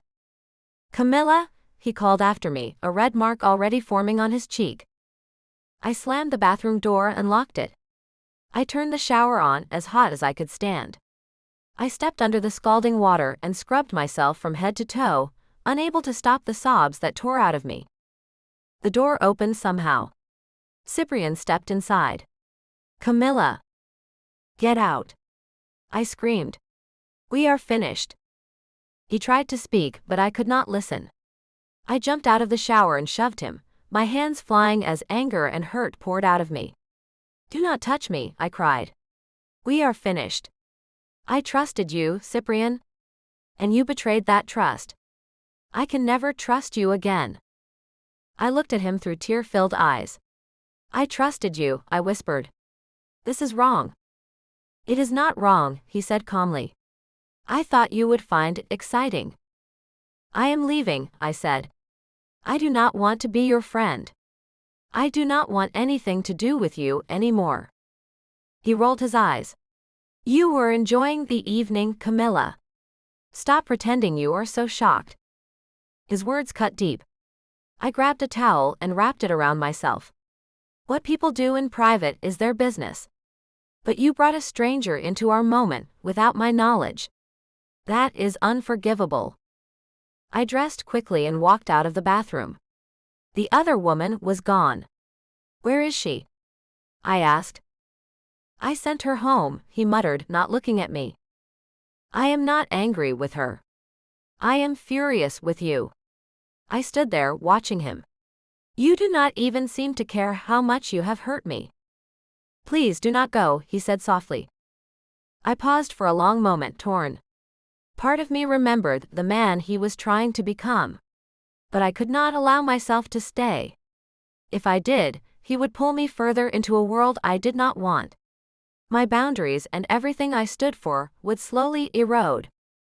I turned the knob and walked out without another word. If this was the right decision, why did it hurt so deeply? Chapter 2. Cyprian. Watching her walk away from me again was far harder than before. I knew she could be exactly what I wanted, but her strong sense of right and wrong kept getting in the way. I turned my attention back to the television for a moment, then switched it off. The recording was no longer something I wanted to see. I had planned the evening to be romantic, a private keepsake for the two of us. Instead, it had become the reason she left. I ran my hand over my cheek where she had slapped me. The skin still burned. Pulling the blanket back, I noticed small scratches on my chest and a bite mark on my arm. She had been like a wild animal in her fury. Could she really be that upset with me? Or had I simply pushed her further than she was ready to go? I lay back and stared at the ceiling. Work would come early in the morning, but I doubted I would be able to focus. The only thing that had kept me going all day was the thought of tonight. Now, everything felt wrong. As sleep tried to claim me, her face kept appearing in my mind. The look of disgust and hurt in her eyes when she realized what was happening. I had not seen that clearly while it was occurring. Now, I could not stop seeing it. If the situation were reversed, if she had tied me up, blindfolded me, and brought another man into our moment without warning, how would I have reacted? My stomach twisted at the mere thought. Perhaps I had gone too far, too fast. I closed my eyes and tried to push the thoughts away. She had been angry. People say things in anger that they later take back. Maybe tomorrow, she would see things differently. Maybe she would come back. But what if she did not? What would I have to do to win her back? Chapter 3. Camilla. The sharp smell of bleach filled my nostrils as I emptied the mop bucket. Gina, you do not understand. I cannot tell you why I ended things with him. It is too painful. She frowned. How bad could it possibly be? The man looks like a Roman god. He is incredibly wealthy, and you keep walking away from him. Are you sure you are not being too hasty? I placed the bucket in its corner and checked to make sure the store was empty. You really want to know what happened? She nodded eagerly and set down her rag. Tell me. He had me handcuffed to the bed and blindfolded, I said quietly. She laughed. Honey, that can be fun. I shook my head. That was not the problem. The night before, he had shown me things I enjoyed. Maybe he thought that meant I would be open to anything. But he went too far. He violated my trust in a way I cannot forgive right now. How? Gina asked, eyes wide. Did he hurt you? Not physically, I whispered. My stomach twisted again. Excuse me. I barely made it to the bathroom before I was sick. When I finally stepped out, several customers had come in. A man approached the counter and asked politely, "Excuse me, do you keep the rubbers behind the counter? I cannot find any on the shelves." The word hit me like a slap. Pervert! I shouted before I could stop myself. I spun around and fled into the walk-in cooler, shaking with anger and fresh tears. I could not stay. I grabbed my things and hurried out of the store. Outside, I stopped dead in my tracks. Cyprian was standing beside my car. No, I whispered and started running in the opposite direction. Strong arms caught me before I got far. It was the man who had asked me out once before. Hey, what is wrong? Cyprian approached quickly. Hold her for me, please. Please let me go, I begged the man. Do not let him take me. More people gathered. Gina stepped outside. Should I call the police, Camilla? Cyprian's voice stayed calm. Cammy, come on. You know I would never hurt you. Stop this and let us talk. I straightened my spine and looked at the small crowd. It is fine. I will take him home. We walked to my car in silence. Once inside and driving toward his estate, he tried again. I could not think about anything today, except how upset you are with me. I kept my eyes on the road. I do not want to talk about it. At his house, he took my keys and led me inside. In the kitchen, he set out a cheeseburger for me. You have barely eaten today. Please. I sat and ate while he offered me a beer. I drank it quickly, then another. The anger and hurt still burned inside me. About last night, he began. I do not want to talk about that, I cut him off. It makes me ill. He nodded. I thought about it from your perspective. If you had done something similar to me with another man, I would have hated it. I understand now that I went too far too fast. I am sorry for hurting you. I looked at him. You still do not fully understand. I wanted only you. I trusted you completely, and you brought someone else into our moment without asking. That is not something I can just forget. He stepped closer and pulled me into his arms. I love you, Camilla. I am willing to change for you. I can give you whatever kind of relationship you want. For a moment his closeness stirred old feelings, but I pushed him away. I cannot right now. I do not trust you, Cyprian. And the fact that you still think sharing me with others would be acceptable is a problem I cannot ignore. He reached for me again. I can live without that part of my old life if it means keeping you. I stepped back. I need space and time. Please stop pushing. You are only making this harder. He let me go, pain clear in his eyes. Take the car I bought for you. And this. He held out a thick wad of cash. No, Cyprian. You cannot buy me or fix this with gifts. I turned toward the door. Cammy, look at me please. I stopped and turned back. I love you, he said softly, then blew me a kiss. I will be right here waiting whenever you are ready. No one has ever told me they loved me before you. And I have never said those words to anyone else. I meant them. My heart ached. I love you too, Cyprian. I probably always will. But I also love myself, and I have to stay true to who I am. I need time. He nodded. Thank you, Cammy. I walked out and drove away. Each time I left him, I thought it would be the last, yet somehow I kept coming back. This time felt different. He had gone too far, and I was not sure the trust could ever be rebuilt. I wondered how long the pain in my heart would last. Chapter 4. Cyprian. The moon still glowed brightly in the sky, and the stars continued to shine against the darkness. Life moved forward all around me, yet mine felt as though it had stopped. She had left me again, and this time I feared she would not return. With no real friends to turn to, I had asked Ashton to come over and speak with me. The emptiness inside me was overwhelming. My father's advice would not help in this situation. We were too similar. So you brought another woman into your private moment without Camilla's consent? Ashton asked, taking a long draw from his cigar. I had told him everything. He had been quiet for several minutes. I did. Now what can I do to make her forgive me and understand I was an idiot? Ashton shook his head as he looked up at the night sky. We sat on the patio, the lights bothering my eyes. A terrible headache throbbed behind my temples. Cyprian, there is nothing you can do. That was a serious violation of her trust. She is probably feeling deeply hurt, as if her boundaries were crossed in the worst way. His words hit me hard.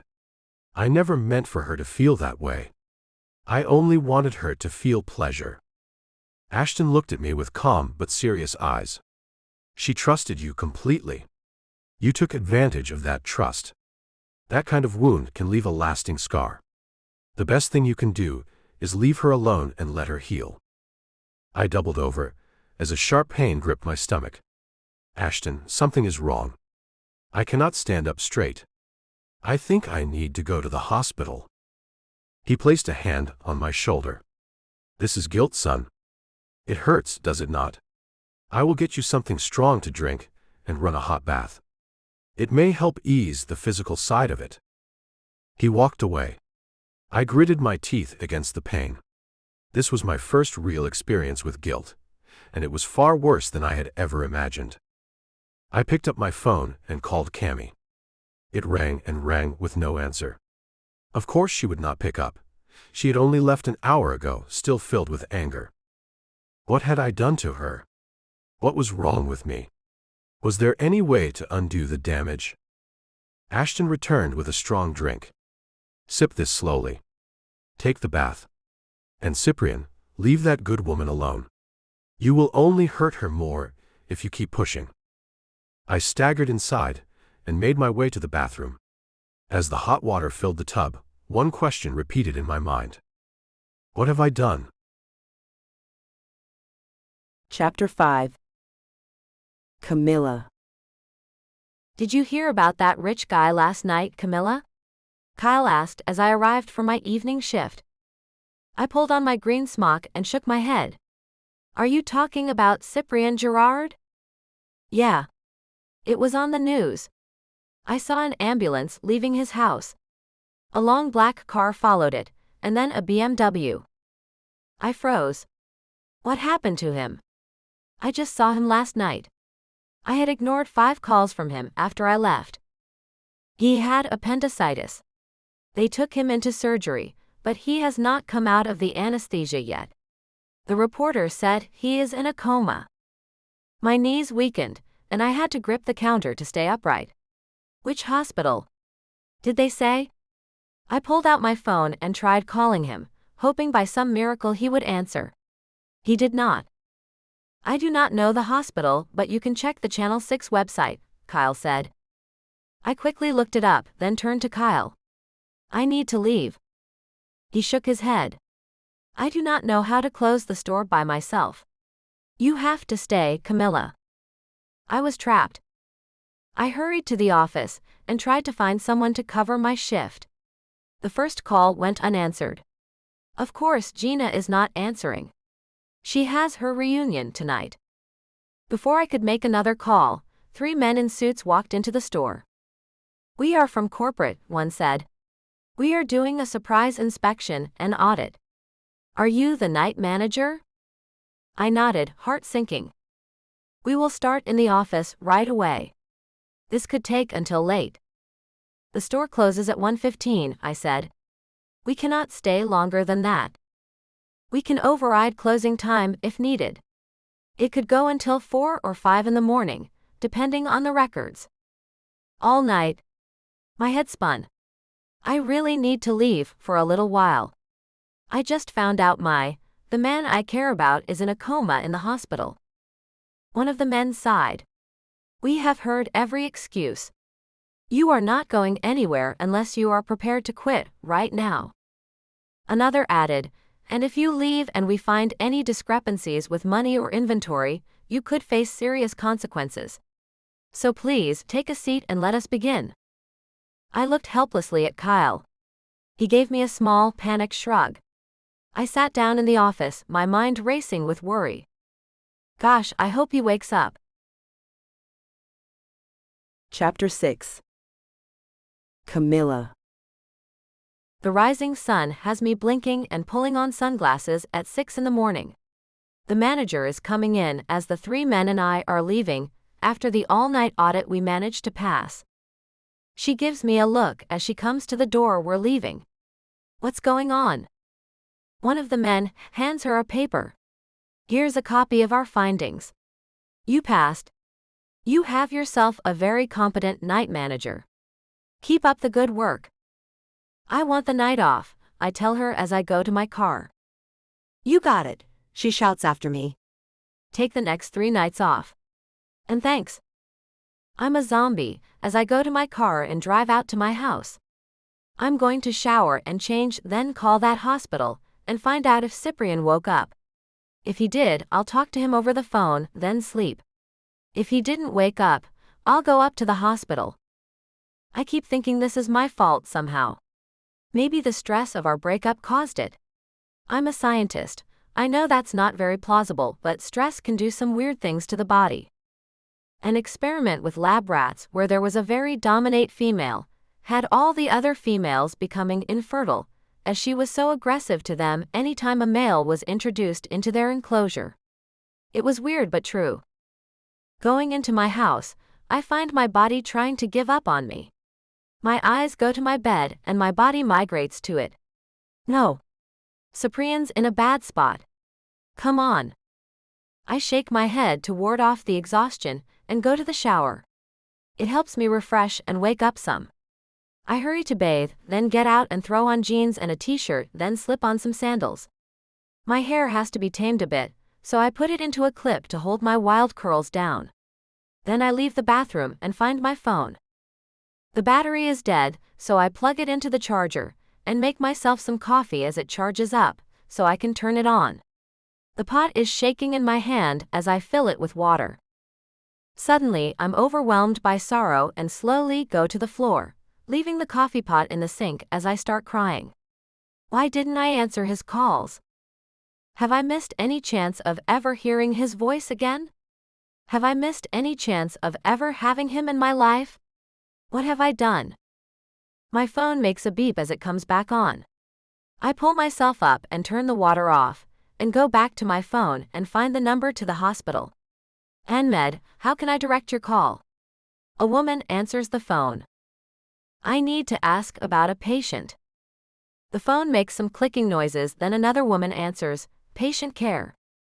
Hello, I'm wanting to know if Cyprian Gerard has woken up yet, I blurt out. And you are who to him? She asks with a professional tone. His girlfriend. I cross my fingers. Oh. Well. I can't tell you anything more than what room he's in. His family has asked that of us. Give me his room number. I pick up a pen and write 228 on my hand when she gives it to me. Thanks. Dropping the pen, I grab my purse and keys and head out to the hospital. It's about 40 minutes away. A terribly long 40 minutes. Chapter 7. Cyprian. Bright light filters through beige curtains. A steady beep is near my head, filling my ears as antiseptic stings my nose. I made it, I croak out. The pain was unbearable. I asked Aston to take me to the hospital, but he thought it would be better if an ambulance came to get me. He called my father, and he got to me before the ambulance did. I called Cammy more times than I can remember.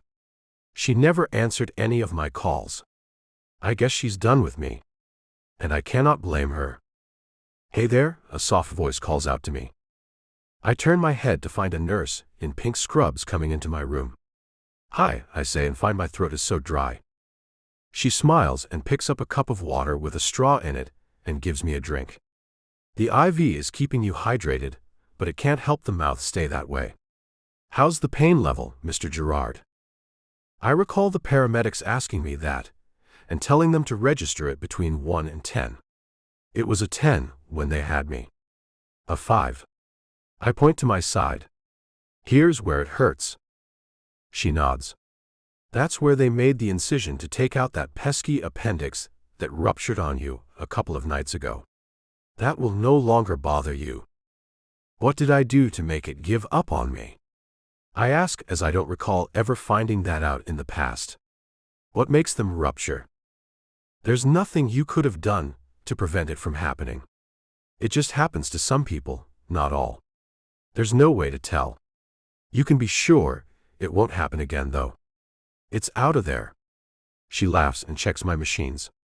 You gave your family quite a scare with how long you took to wake up. They'll be glad to see those pretty brown eyes open. Did anyone else come to see me? I ask her. A beautiful young woman with curly black hair and dark blue eyes, perhaps. Her green eyes droop at the corners as her lips form a straight line. No. Would you like me to help you call that beautiful young woman? No, I say, then think twice about it. Maybe. She picks up the phone next to the bed.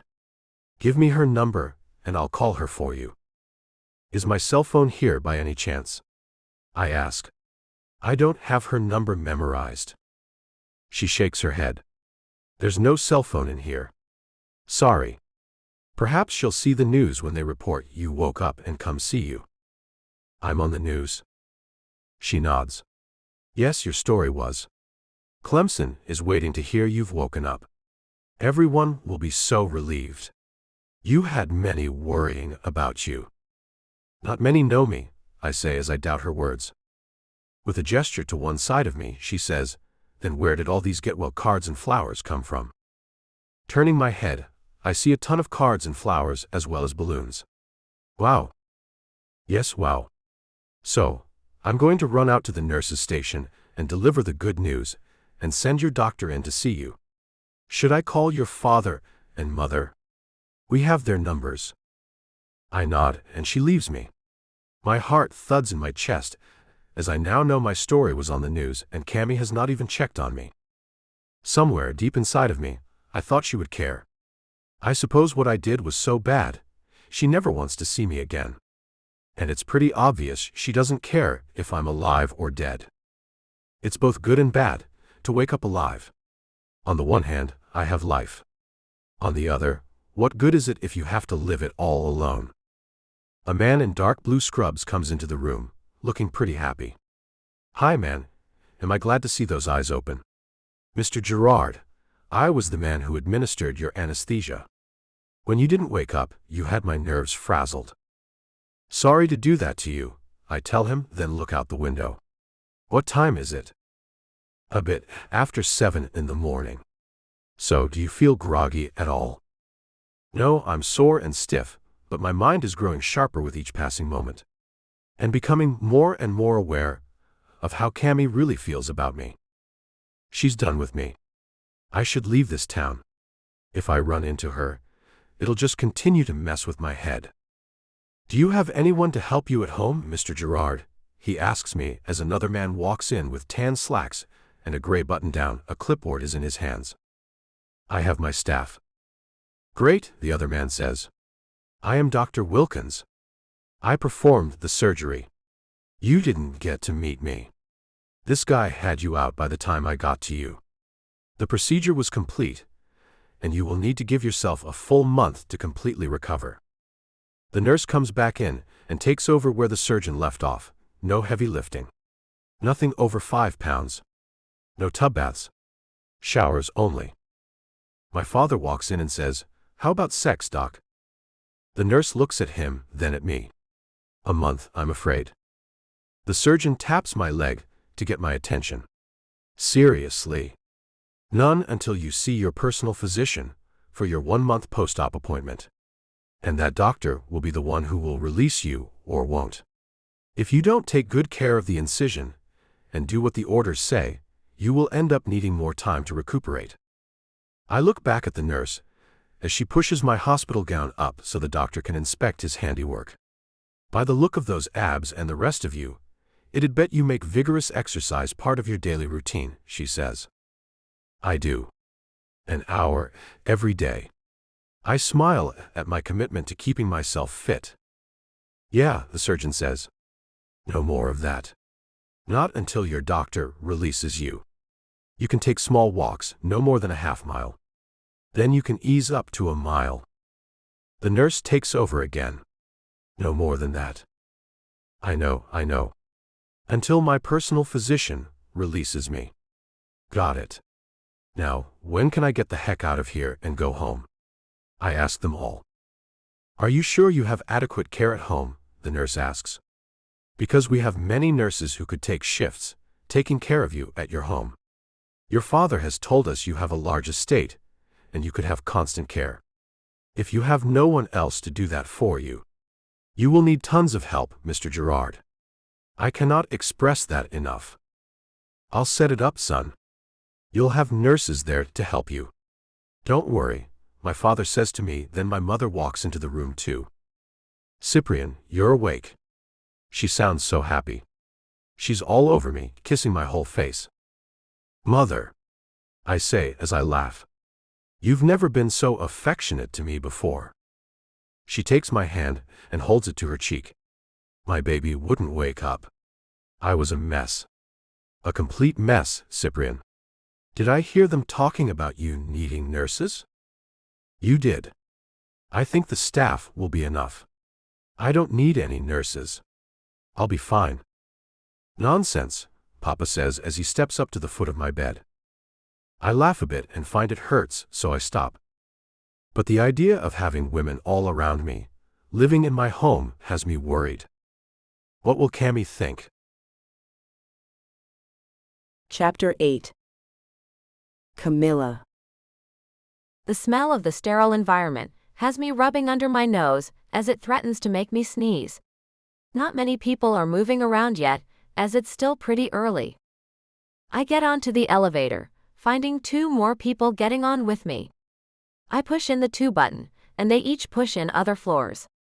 We get to mine first, and I step off and look up and down the long hallway. Easing down the hallway, I try to settle my nerves by twisting my hands in front of me. It's not helping. I know Cyprian will be glad to see me if he's awake.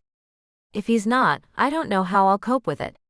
If I never hear his voice again, I don't know what I'll do. The numbers tick off as I walk down the hallway.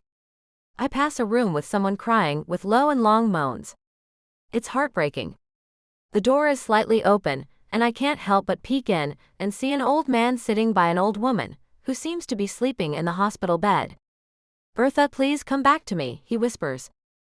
The sight and sound hurts my heart, and it makes me wonder what I am willing to offer Cyprian if and when he wakes up. I see the numbers 228 on the next door, just across the hallway, and my heart stops. Walking across, I listen at the closed door. "Don't worry, son. You'll be well taken care of. I'll only hire the prettiest nurses to care for you." I lean my ear on the door and listen harder. "Papa, you spoil me." It's Cyprian. He's awake. And asking for nurses? "Only the best for our boy," a woman says. I assume it's his mother. "Only the prettiest." I hear him laughing and shake my head as I was so worried. "And for what?" "I'll get you a list of available nurses, Mr. Gerard," another woman says. "Pictures with their files, please," the man I think is his father says. Cyprian laughs again, and I walk away. He doesn't need me. Any woman will do. The Sensualist. Chapter 1. Cyprian. Pink and odd shades of green fill the sky outside the window of my hospital room. My father sits in one of the chairs, staring out the window, as do I. "A hurricane," my father says. "You're being so stubborn, Cyprian. A hurricane is coming, and you're being released in a couple of hours, and instead of coming home with me, you're choosing to go to your place, and not even taking a nurse with you. Are you trying to take your life?" "No," I tell him as I get off the bed and show him how well I'm getting around. "Look at me. It's been 2 days and I barely feel a thing. I'm fine.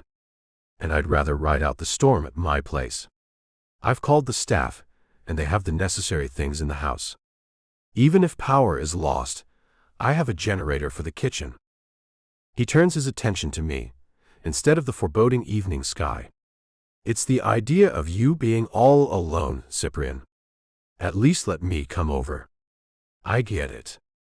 You don't want to be around women when you're unable to perform because of your injury. It's not that. It's about my needing time alone. I've been going about things so very wrong. I'd like to get into my bed and read, until I know how to make the changes I need to. This sudden urge to become someone different is annoying." My father gets up and gets his cup of coffee. "I don't understand it. The woman you were doing it for has lost interest in you. Can't you see that? You've been in this hospital for 5 days, and she's not even made an inquiring call about you. She has to know you're here. It was on the news. I watch him take a sip of the coffee, which is now cold. He makes a face and puts it back down. Papa, you should leave. Go home. Relax and get ready for the storm to hit. They said it would be around 10 or 11 tonight. Ashton is driving me home anyway. He's waiting outside for me. As soon as the doc comes to check on me one last time, I'll be set free. He nods and picks up his jacket. I'm not making any headway with you anyway. You give me a call when you get home and settled. And if anything happens, you let me know. If you need anything. I know, I interrupt him. I'll call you. Now go home. Mother went back to Los Angeles yesterday. It'll make me feel better to know you're at home, having a hurricane party rather than sitting with me at my place, bored and lonely. With a pat on my back, he leaves me without saying another word. In his defense, he's been trying to talk me into going home with him the entire day. Going to the bathroom, I run my hand through my hair and look at my reflection. Who are you trying to change yourself for? Shaking my head, I go back into the hospital room and sit in the chair my father left vacant.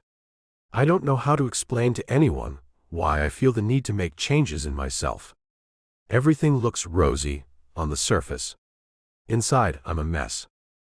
Twice, I've done sexual things that's gotten me on Cammie's bad side. I can't seem to learn the difference between right and wrong. To have been taught that early on would have been helpful. A lesser man would stand on the fact he was taught deviant sexual practices, and that would be that. Women would comply, or he'd simply not deal with them. So why am I so hung up on Camilla Petite? She clearly doesn't care for me. Leaving me like this proves that much. But I still care for her. As a matter of fact, I need to try to call her to make sure she's got somewhere safe to be during the hurricane. If she'll answer my call, that is. My cell phone is still at home. Once I get there, I will attempt to contact her and make sure she's okay. I don't care if she hates me or not. I will not let her anger stop her from being someplace safe for the storm. Her little duplex apartment is nowhere nearly good enough for her to ride the storm out. The door opens and in sweeps the doctor. Hey there, Mr. Gerard. Are you ready to leave us? I get up and shake his hand. I am. Lifting up my shirt, I show him the stitches, which look excellent. See, it looks great, don't you think? He nods and writes on a paper on his clipboard. It does. If you can sign all these papers for me, I'll get you a wheelchair and a nurse and you will be on your way. You're doing so well. I think all that worry over having full-time nurses around you was a bit too much. You'll be fine. Did your staff at home manage to get you set up for this hurricane we're about to have? They did, I tell him as I sign page after page of release papers. I'll be fine. The place is huge. Oh, I know. I saw it just a couple of days ago. An ex-student of mine lives out that way. She and I met again when she was here in the hospital. It had been a few years since I had seen her, and something just sparked inside of me when I saw her again. No longer my student, and she was available, had me asking her out to dinner and she accepted. We had a nice night out. I'm hoping to see her again soon, but she told me she's just coming off a bad semi-relationship she didn't want to talk about. My hackles start rising as he goes on about this woman he's looking forward to dating. I sign the last page and hand him back his clipboard. So, she's a neighbor of mine? I ask him, and feel my stomach going tight. Yes, she pointed out your estate. She said she heard about your hospital stay from the news, and asked if I knew anything about how you were doing. When he says nothing else, I ask, and you told her? He shakes his head. I told her I wasn't allowed to talk about my patients. With a nod, I find myself asking him, and her name is Camilla. Oh no. I think she's one of the cashiers at that convenience store at the edge of town. I think I've seen her before. Long dark curly hair, right? He nods and smiles. Her hair is gorgeous. Her eyes are like jewels, don't you think? I really haven't looked at her that hard. She's a bit on the thick side, I say, trying to get him to stop liking her. Her curves are incredible, he says as he shakes his head. And man, don't get me started on her plump, completely kissable lips. Man. Suddenly, I feel terrible. Guess I just didn't look at her the right way. You think you two might hit it off? I hope so. She's a great girl. And a hell of a scientist. She will do amazing things one day, mark my words. He walks toward the door to leave. You have to wait for your ride out. But you're free to go, as soon as they come for you. He leaves, and I sit on the bed and look out the window at the clouds that are starting to roll in quite heavily. All I can think about is she went out with someone else. She has to be done with me. And now a doctor is after her. A normal man with money and a career. A great catch for a normal girl like herself. And she should have a great guy. She really should. Who am I to stand in her way? A male nurse comes in, pushing an old wheelchair. Your chariot, sir. He gives me a grin. I take a seat and say nothing. My mood is grim, to say the least. He wheels me away, as I think about Cammy and my doctor, and them having an evening out. Dinner, dancing, drinks, normal things like that.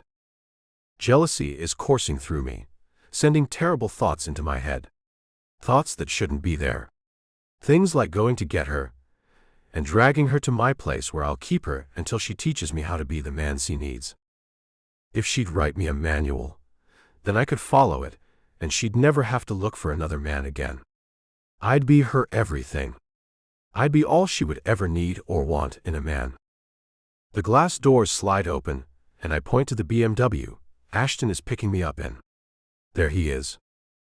Ashton sees us and gets out of the car to open the back door. Classy, the nurse says as Ashton tips his hat at us. Thank you, sir, Ashton says as I get up and get into the car. Just as the door closes, I recall my doctor saying he met her in the hospital. That means she did come to see me. But what the heck happened? Did she meet him again and just blow me off? That seems unlikely. But what did send her away without seeing me? Chapter 2. Camilla. Do you have any more toilet paper in the back? A woman asks me, excitedly. No, sorry. We're all out, I tell her as I scan the 3 cases of water she's buying. Are you completely out at home? No, I've got about 20 rolls, but you never know what might happen with a hurricane. It might be days and days before the stores open back up, she says as she scans the store for anything else she might want to hoard. I'm sure we'll all be back up and running in no time, ma'am. Will this be all today? I ask her, as I try to ignore the tons of other customers who are literally taking everything off the shelves they can. The woman looks over my shoulder at the 6 cans of soup I bought myself before they were all gone. Can I have those? I bought them already. So will there be anything else? She pulls out a $100 bill and places it on the counter. I'll trade you this for that soup. All 6 cans. Her dark brown eyes hold mine as she is dead serious. Politely, I push the money back to her. No, ma'am. Your total is $16.50. I only have enough food at home for 9 days. I may need that soup. Please, she stomps her foot as she says the word, totally negating it. 9 days, you say? Wow. I shake my head and pick up the cans of soup and put them in a bag and hide them under the counter so no one else sees them and tries to take the only food I'll have. Slamming a 20 down, she glares at me as if I've committed a horrible crime. I make her change and watch her leave, carrying all the heavy bottled water. The next person in line steps up. And I'll be needing $300 worth of gas on pump 1. That's me in the truck in that spot, a small red-haired man tells me. I can't set the pump for that amount. How about $90? That's more than enough to get you through this hurricane. I wait to see what he says, as he seems to be getting upset. I have tons of old milk jugs in the back of the truck. I can handle the load, he says. Make the sales in increments. That'll work. No, it won't. You see, I can't allow you to get gasoline in a container that's not approved for it. You can't fill up old milk jugs with it. Sorry. I can let you fill up your truck but nothing else, unless you have an approved gasoline container. I watch as he turns a shade of red I haven't seen on a human before. Look, I need that gas. So just take my money and turn the pump on for me. Don't look at where I'm putting the gas. I won't tell anyone about it. With a sigh, I shake my head and look out at the store that's gone crazy. The cooler is bare, the shelves are too, and the sudden onset of beeping tells me this man is really going to be upset. That beeping sound means the underground tanks are empty. We have no more gasoline, sir, I tell him and watch him explode. His fit is huge, and I'm reminded of Yosemite Sam in those old cartoons as he blows his top. Gina manages to get the loud beeping to go away, but the effect it had on our customers is still going. It seems to have sent them into a frenzy, even worse than they were before. A sudden crack of lightning has everyone going quiet. Then someone shouts, "It's here." With no more time to waste, the man stops his fit and hauls ass out the door, presumably to get to another gas station before all is lost. I go into automated mode and scan things like a robot, taking money and making change like a champ. Gina and I work, side by side, to clear up the customers and get them out the door. With a few more swipes of the last of the merchandise our store had, we are done. I hurry to lock the doors and turn off the outside lights. Gina closes her register, as I look at the empty store. Man, the first day back is going to be a nightmare too. It is, she agrees. But that'll be day shift's problem, not ours, thank God. Hurry up and close down your register. We need to get the heck out of here. Moving back to my register, I quickly take the money out to drop it in the safe, and punch in the code to shut it down. The machine has worked more than it's ever had to before, with all the sales it had to make on this crazy day. Just as we get it all finished, the wind picks up. The howling of it makes me shiver, and I find the rain is falling in sheets. We're going to get wet, Gina says as we look out the glass door. The windows have been boarded up, and we were instructed to place a piece of plywood on the door before we left. It's leaning against the wall next to it, and I don't see us being able to accomplish the act, now the wind has picked up. Gina picks up the hammer and 6 nails that were left for us to do the job. I'll hold it up and you hammer, I say as I pick up the heavy thing. Then into the rain we go. Me with the heavy board, and Gina with the things to put it up with. I can hardly see as the rain pelts me in the face. The wind has it coming at us, sideways. Gina locks the door, then I do my best to get the large piece of wood to the door, and hold it while she hammers in the nails until all 6 are used. She tosses the hammer in the empty ice container, and locks it up. Finished, we can go home. So, we go to get into our cars, soaking wet and cold. Good luck, I call out to her. You too, Camilla. Hope to see you soon. Getting into my car, I'm a shaking, shivering mess. I start the car and ease out of the parking lot, barely able to see as the rain is coming down so hard. We should have closed an hour ago, but with the onslaught of people, we didn't make it out before the storm hit us. Even though we were told to close the store early, we're barely making it out at midnight. I can go about 15 miles an hour, and even that seems too fast. The road is covered with water. The windshield wipers are doing nothing to help me see. I'm most likely going to end up in a ditch. Am I doomed to spend this hurricane in a ditch, with nothing between me and the storm but my car? Chapter 3. Cyprian. The rain is pouring, and the thunder is rumbling so loudly, I can hear it before I open the garage door. I'm going out to get Cammy. She hasn't answered her cell phone for me at all. But I saw the hordes of people at her store, and her car there, so I know she was merely swamped and not ignoring my calls. It's midnight, and I'd assume she's made it home, but I can't let her stay there. Taking the 4-wheel drive truck, I make my way out of the garage and am met with a torrential downpour. I knew it was bad out here, but not this bad. I have to go slowly down the driveway that has water flowing down it, as if it's a stream instead of a paved road. I have to roll my window down to punch in the code, to open the gate and get soaked doing it. As I pull out of the gate, I see a set of headlights to the left and turn toward them to see if that's her. The car is barely moving as I go toward it. The rain's so hard, I can't tell if it's her until I get right on it. Rolling my window down as I see it is her, I wave at her to follow me and turn around and drive around to get in front of her. My large truck will shield some of the rain and make it easier for her to drive, I hope. Going at a snail's pace, I pick up my cell and call her. Cyprian, she answers the call. Follow me to my place, I say, in as commanding a tone as I dare with the tenacious woman. I'm not about to argue with you. I'm freaking out right now.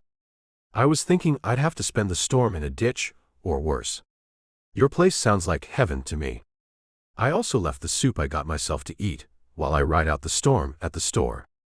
So, I was going to be starving too. Thank you. Relieved to hear she's grateful and won't be a pain about my help, I say, good, and I have tons of food, just follow me, Cammy. I end the call as I want her full attention on driving, and find myself smiling like an idiot as I look at her headlights in my rearview mirror.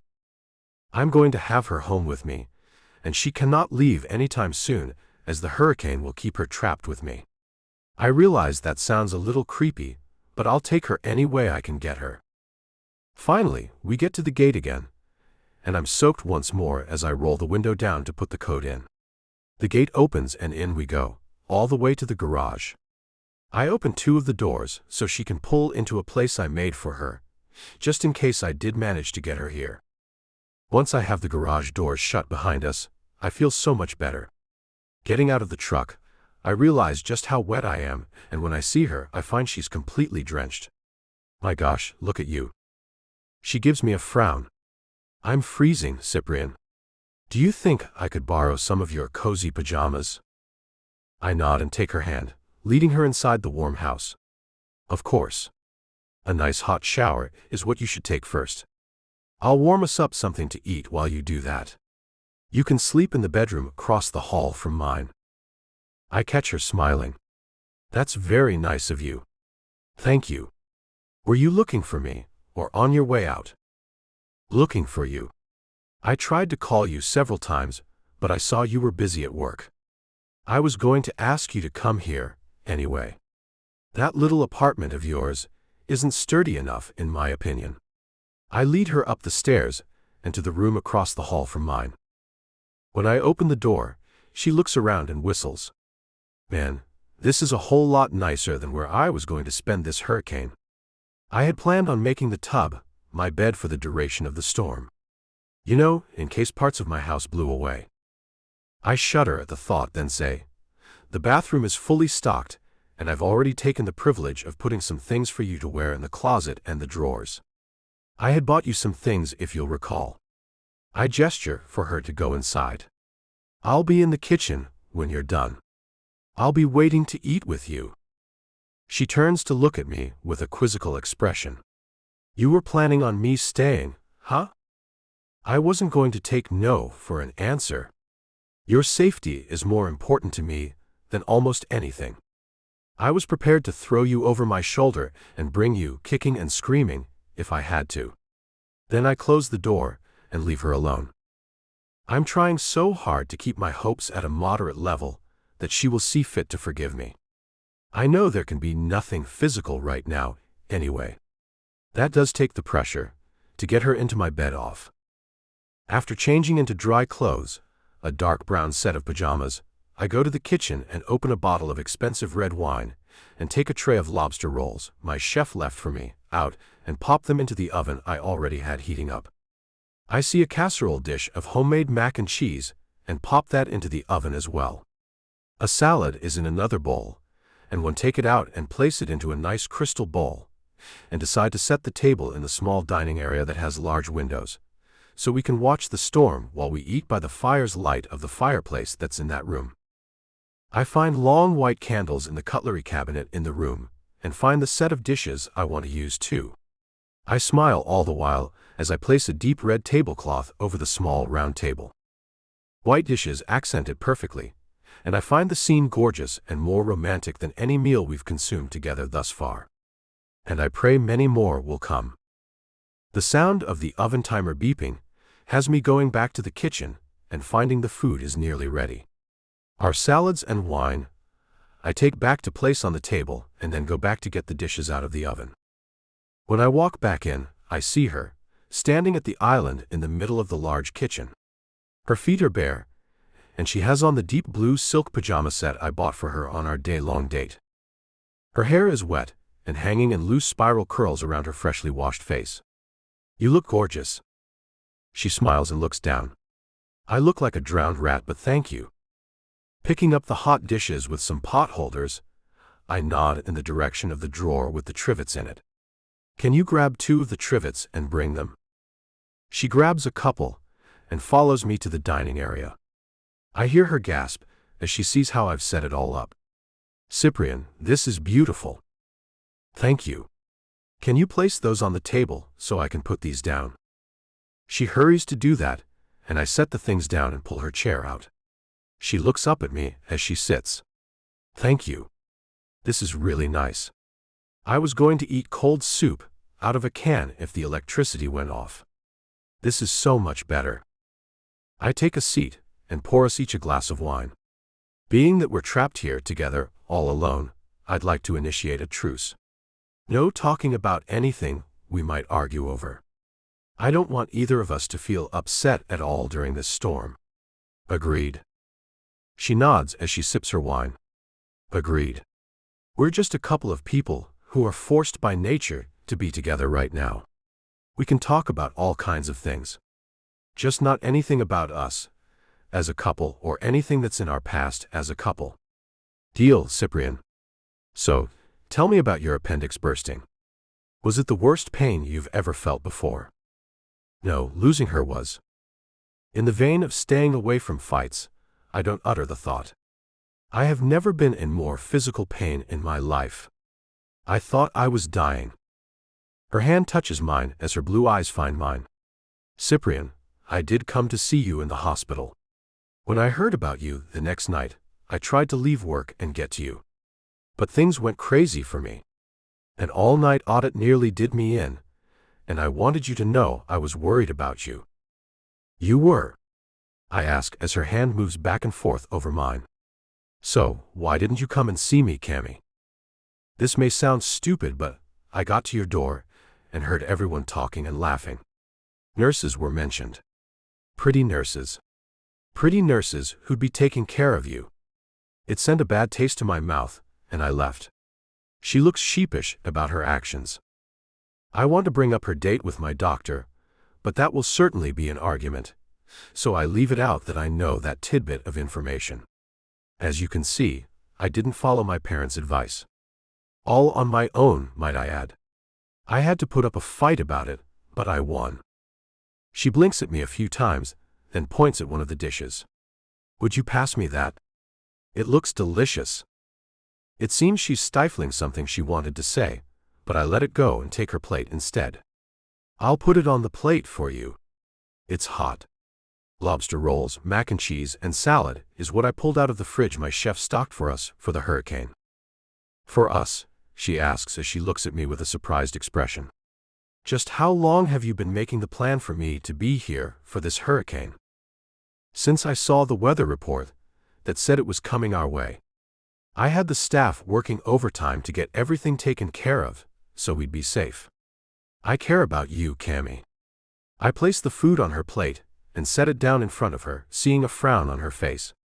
I don't ask her why she has it, I think I know why. There are most likely things running through her head she'd like to say to me, but is thinking better of it. I pretend not to notice anything as I go about making my own plate. From the corner of my eye, I see her take a drink of the wine, then she shakes her head as if shaking off her bad thoughts. I hear her sigh, then she says, "Well, I am glad you came to find me, and I am glad to have your hospitality during this rough time. I am grateful for you, and I want you to know, I care for you too, Cyprian. If things were different." I stop her. No. No talking about anything like that. So tell me how crazy people were acting at your store. I saw on the news some footage at various stores and it looked like a mob scene. Was yours that bad? She nods as she swallows a bite of food. It was a nightmare. Gina was the only one with me.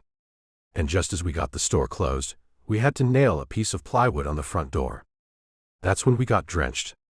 People were acting insanely. At least you made it out unscathed, Cammy. That's what really matters. I saw one report where a cashier was pushed down when she was unable to make a gasoline sale to a small man who wanted to fill up milk jugs with gas. That was on the 10 o'clock news. A little man with red hair, she asks in surprise. I believe so, I say as I watch her eyes go big. He was in my store. And boy did he have a fit when I told him I couldn't sell him the gas. I guess I'm lucky he couldn't get behind the counter to get to me. She laughs then and smiles. How funny, huh? I suppose that's one way to look at it. I'd have been one angry man if I'd seen him push you around. I take a drink of the wine to calm my sudden onslaught of protectiveness. I find her smiling as she takes a bite of the lobster roll. I smile too, as I think how great it's going so far. And wonder if we can both manage to keep our words and tempers under control for the entire hurricane. If we can manage that, then maybe she'll see fit to give me one more chance to prove I can be the man she deserves. But what will I do if she doesn't? Chapter 4. Camilla. As we walk up the stairs to go to bed, I notice Cyprian's face go tight, and his hand goes to just above his right hip. Does it hurt?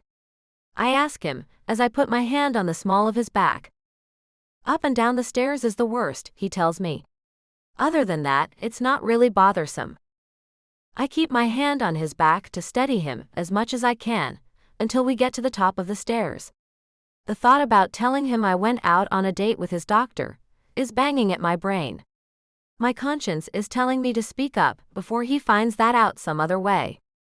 We made the truce though, and that would be a fight for sure. So I keep my mouth shut about that. Instead I say, "Will you let me see to the wound, Cyprian?" He nods as we get to his bedroom. I have the stuff in here to take care of it. I follow him into his bedroom. The room where good times and bad times were had. His television on the wall is on, and it reminds me of what I saw on it the last time I saw it on. My stomach goes tight, and I have to shake off the bad feelings.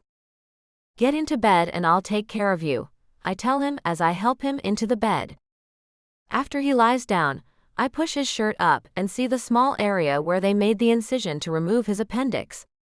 6 stitches were used to close it up, and it looks pretty good. How's it look to you, Doc? He asks with a grin. Excellent workmanship, but with Dr. Jenkins as your surgeon, that's to be expected. I take an alcohol wipe out of the packet and find him frowning. This burns, I know. It's important to keep the area very sterile. No, it's not that. It's nothing, he says, but I feel he does have something to say. Go ahead. Just before I place the alcohol wipe on him, I find myself asking, if you have something you want to say, you can say it, Cyprian. I promise not to get mad at you. How'd you know my surgeon's name? He asks, then grits his teeth as I press the wipe to his stitches. Suddenly, I realize what I've said and panic. I told you I went to the hospital. I saw him. I saw him come out of your room. He doesn't wear a name tag, he says as he looks at me. No, I know he doesn't. You see, he was one of my professors when I was a freshman in college. That's how I know him. I feel the guilt of withholding information to be too much as I put some of the antibiotic ointment on the area, then place a bandage over it. You should keep this covered. That way the stitches won't catch on any material, and it'll stay much cleaner, and actually heal faster. Good to know, he says, then pulls his shirt down to cover himself. Do you mind going into the bathroom and getting my antibiotic pills? I'm supposed to take one within this hour. I nod and go to get the medicine, and find I'm mad at myself for feeling so torn about telling him about the date I had. The man has done much worse and we were not together, so there's nothing to feel bad about. So why do I then? He's sitting up in the bed when I come back in with a pill and a small cup of water. Here you go, I say as I hand him the things. He takes them and swallows the pill with the water, then places the empty cup on the nightstand. Thank you, nurse. He smiles and pats the place on the other side of him. I don't suppose you'd like to cuddle tonight. The storm is raging and we could lose power. As if he's magic, a loud clap of thunder has us both looking surprised and the lights go out. I say, and have to put my hands on the bed to make my way to the other side of it. We can keep our clothes on. There's nothing wrong with that. Climbing into the bed, I find his left arm wrapping around me. He pulls me close to him. I could use the company too. That wind sounds a bit scary, doesn't it? It does. The lightning and thunder, the hard rain and the winds combine to make chilling sounds. I snuggle into his side, relishing how great it feels. Cyprian, why can't it always be just like this? Then I realize I've spoken about something our truce has banned. Sorry, don't answer that. His lips touch the side of my head. The answer is that it can be. It can be just like this or any way you want it to be. My heart hurts with how badly it wants to believe him. Let's talk about something else. There's been something weighing heavily on me, and I want to get it out in the open. Mostly because it was a one-time thing that won't be happening again. What's weighing on you? He asks as he strokes my hair and I catch him taking in a whiff of it, then sighing. I went out on a date with your doctor. I thought the weight would vanish, but it's still there, so I go on. We went to eat and then he took me back home and we kissed at my front door. Oh, he says, but I can feel his heart rate increase. You said it was a one-time thing. So I suppose the kiss wasn't great. It was okay, but when I kissed you, it was much better. Do you suppose you've ruined me for anyone else? I ask with a laugh. Gosh, I hope so, he says, then kisses the top of my head. Thank you for telling me that. I have something I'd like to get off my chest too. Now I'm scared. With Cyprian, the things he wants to get off his chest just might make me crazy with jealousy or sick. Okay, I say with much hesitation. I knew you went out with him. He told me just before he released me today. He had no idea I knew you though. Leaning up to look at him as much as the lightning outside will allow me to see him, I ask, so you knew that? He nods and kisses the tip of my nose.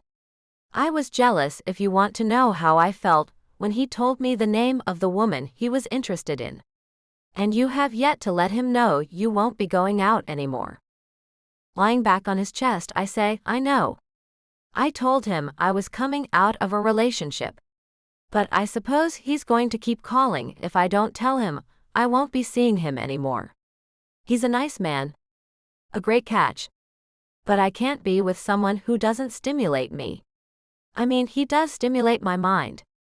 We have tons in common in that area. You mean sexually, don't you? He asks me with a low voice. A silky, sexy voice. That's what I mean, I say, then sigh as I move my fingertip over the soft pajama top he has on. I see no reason to lead the man on when that kiss left me wanting no more of them from him. You're not just saying that for my benefit, are you? He asks me as his hand caresses my shoulder. I'm not. I wish I was. If you want me to be honest, I think another man is exactly what I need to get over you. I don't want you to get over me. I want you to tell me what it is you want in a man. I want to be whatever it is you want. I lie still and fight myself not to make this into an argument. We are just two people talking about what we like in a person who we see a future with. That's all. You tell me what you want in a woman first. I never had any want for a woman for more than one thing, until I met you. So, let me educate you on the perfect woman for me, Cammy. She has to be my intellectual equal. She has to be caring, sweet and supportive. She has to be beautiful, inside and out. Her hair has to feel like silk when I touch it, and smell amazing when she's lying next to me. Her voice has to be on the deep side, smooth as a Tennessee whiskey and soft as cashmere. But that's not all. She has to have these deep blue eyes that I could look into forever, without ever getting tired of it. Her juicy red lips must look pretty, with a smile and a pout. She must stir places inside me nothing and no one ever has before. Tell me, Camilla Petite, do you know anyone like the woman I've just described to you? His words have my heart pounding and my eyes are tearing, but I don't want to cry. I have to swallow back the lump in my throat to answer him. You are very good with words, Cyprian. Those are my exact thoughts about you, Cammy. They came straight from my heart. I meant every single word I just said. So now it's your turn to tell me the kind of man you're looking for. What if I told you that I have no idea what kind of man I want to spend the rest of my life with? I ask him as I really don't know. Is that why you're always telling me to be who I am, and you'll like me or you won't? Because you don't even know what it is you want? That makes a lot more sense to me. Good, so you be who you want and I can stop saying that to you. This was a great talk, I think. For you, maybe. Not so much for me, he says as he holds me tight as the wind picks up more speed.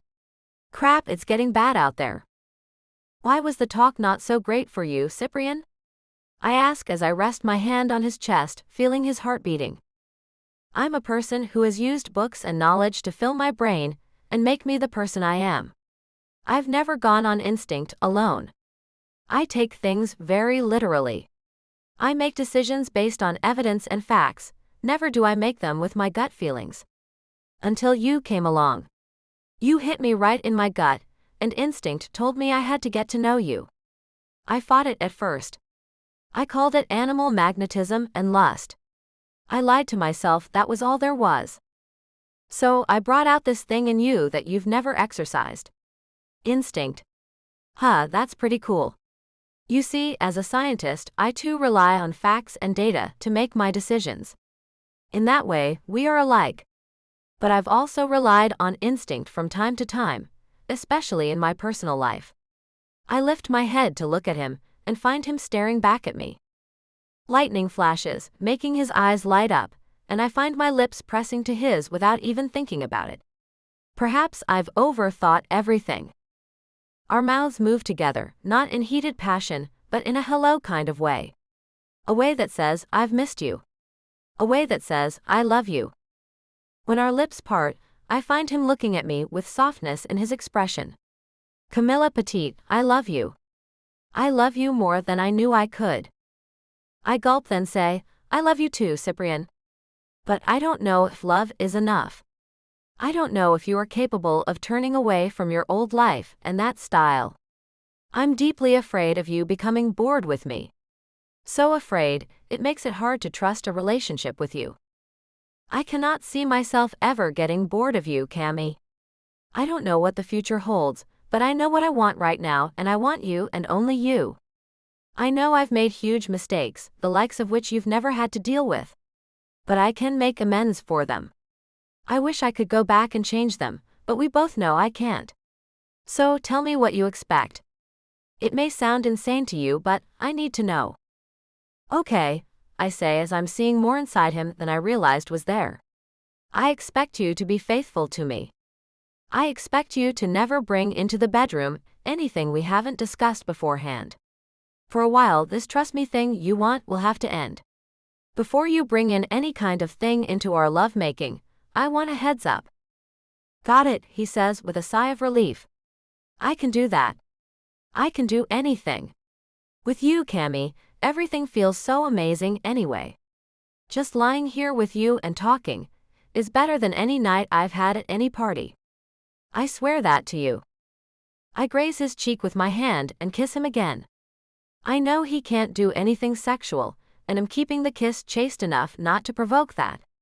Moving my lips off his, I lie back down, using his large bicep as my pillow, and look up at the ceiling that sparks with a light show outside. Cyprian, this will be the last chance for us. I can't keep coming back. I know that. But you have to know, there will be disagreements. But I promise not to make huge mistakes anymore. Okay. Okay, I know fights will happen, but leave the ladies out of things and I can handle almost anything else.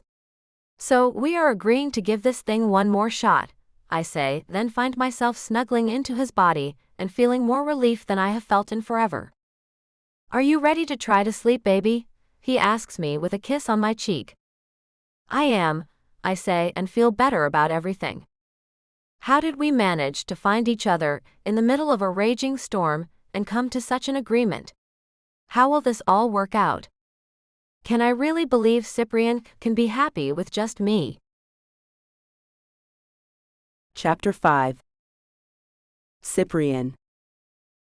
Though a storm rages outside, I slept like a baby with Cammy in my arms. Her soft snores leave warmth on my neck where she has nuzzled her face. I slide my hand up and down her silk pajama-covered back. Content is how I feel. Happy. Satisfied, even more so than I knew was possible without any intimacy occurring between us at all. She has to be the one for me.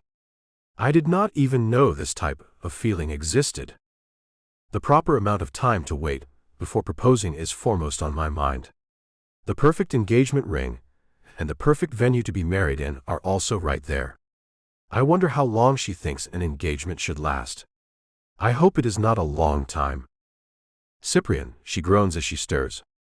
Her hand moves over my chest and her lips touch my neck. Are you awake, baby? I am, I say, then kiss the top of her head. Her curls are a chaos of spirals and fuzzy ends. She picks her head up and looks at me. Have we survived the hurricane? I am not sure. I do feel like I am in heaven, waking up with you like this. I kiss her red cheek where she was lying on it. She smiles and puts her head down on my chest. I could not sleep in the pajamas I am used to sleeping without, so I got up and pulled them off sometime during the night. She begins to realize that fact as she runs her hand over my chest. She inches down until she finds out I am completely undressed. Bad boy, she murmurs. With a low growl, I say, only with you. I take her hand and kiss it, wishing I could do more than that, but knowing I cannot. I am going to go down and make us some breakfast. I will bring it up to you. You can take a shower while I do that. She goes to get up, and I hold her still. You are forgetting we have no electricity. The kitchen should still be running if the backup generator came on. But we have a water well. That means if there is no electricity, there is no water. So no showers for us until we get some power back in this place. It is still raining, is it not? She asks as she pulls her head off my chest and sits up, looking toward one of the windows. Yep, I say as I look out the window too. But I bet those crews are already getting to work on restoring power. We will just have to make do with what we have. She runs her hand over her massive amount of hair. No water. My hair. Stifling a chuckle, I get out of bed and hear her make a little groan as I walk to the bathroom. I wrap a towel around myself and find the package of rubber bands I bought for her a while back. When I come back with them, I see a smile curve her lips. I have saved the day. She takes them from me as she agrees, you have. She climbs out of the bed and hurries off to the bathroom. I will get my hair tamed and go down to get our breakfast. I can go down. You do not need to bring it up to me, I tell her as I pull my pajamas back on. She stops and spins around, shaking her finger at me. You will not. You told me the stairs were hard on you, and I will not let you go up and down them for at least another day. I will be waiting on you today, Cyprian. Though that sounds amazing, I have to protest some just to make her spark a bit. I can do it, Cammy. You do not have to spoil me. I sit on the edge of the bed and watch her as she walks back to me. Her hands move over my shoulders as she looks at me with serious eyes that speak volumes. I do not consider it spoiling you. I want to take care of you. Please let me. She ends her plea with a kiss on my lips that sends shards of pure happiness through me. Well, if you are going to say please, then I have to allow you to take care of me. No one, since my nanny, has taken care of me. It might be nice. I lie back as she pushes at me gently. Good, it is settled. Now, since we are on our own here, I will go into the library and get us some things to read. Any preferences? She walks away to tend to herself, and I think about what I would like to read. When she comes back out, I tell her what I want. Would you bring that large book on the middle shelf of the first bookcase, next to the door of the library? It is full of Shakespeare's plays. I want us to read Romeo and Juliet together. That sounds fun to me. With a smile and a laugh, she walks out the bedroom door. As long as you realize we cannot act out the love scene, my Romeo. I am aware of my limitations, my Juliet. She leaves me alone, but I have never felt less alone in my life. She is here with me, and I never want to spend another night without her. And I want her to quit that job, which will keep her at work until late most nights. It is bad enough school is about to start up again. But those are day classes, and I work days anyway. Nights must be for us. And now, I must figure out how to get her to do that. Before I know it, she is back in the bedroom with a tray of food and the book. I have pineapple orange juice, scrambled eggs, bacon and milk to make sure you have some calcium. Whole wheat toast rounds out our breakfast. She places the tray over my lap as I sit up straight, then she kisses my cheek. Will there be anything else, my lord? With a smile at her willingness to see after me, I say, only for you to climb up in this bed with me. I must feed my lady so she too gains great strength. In only 1 month, I will bring you to my bedchamber with a goal in mind. She laughs as she climbs up on the bed next to me. A goal, you say?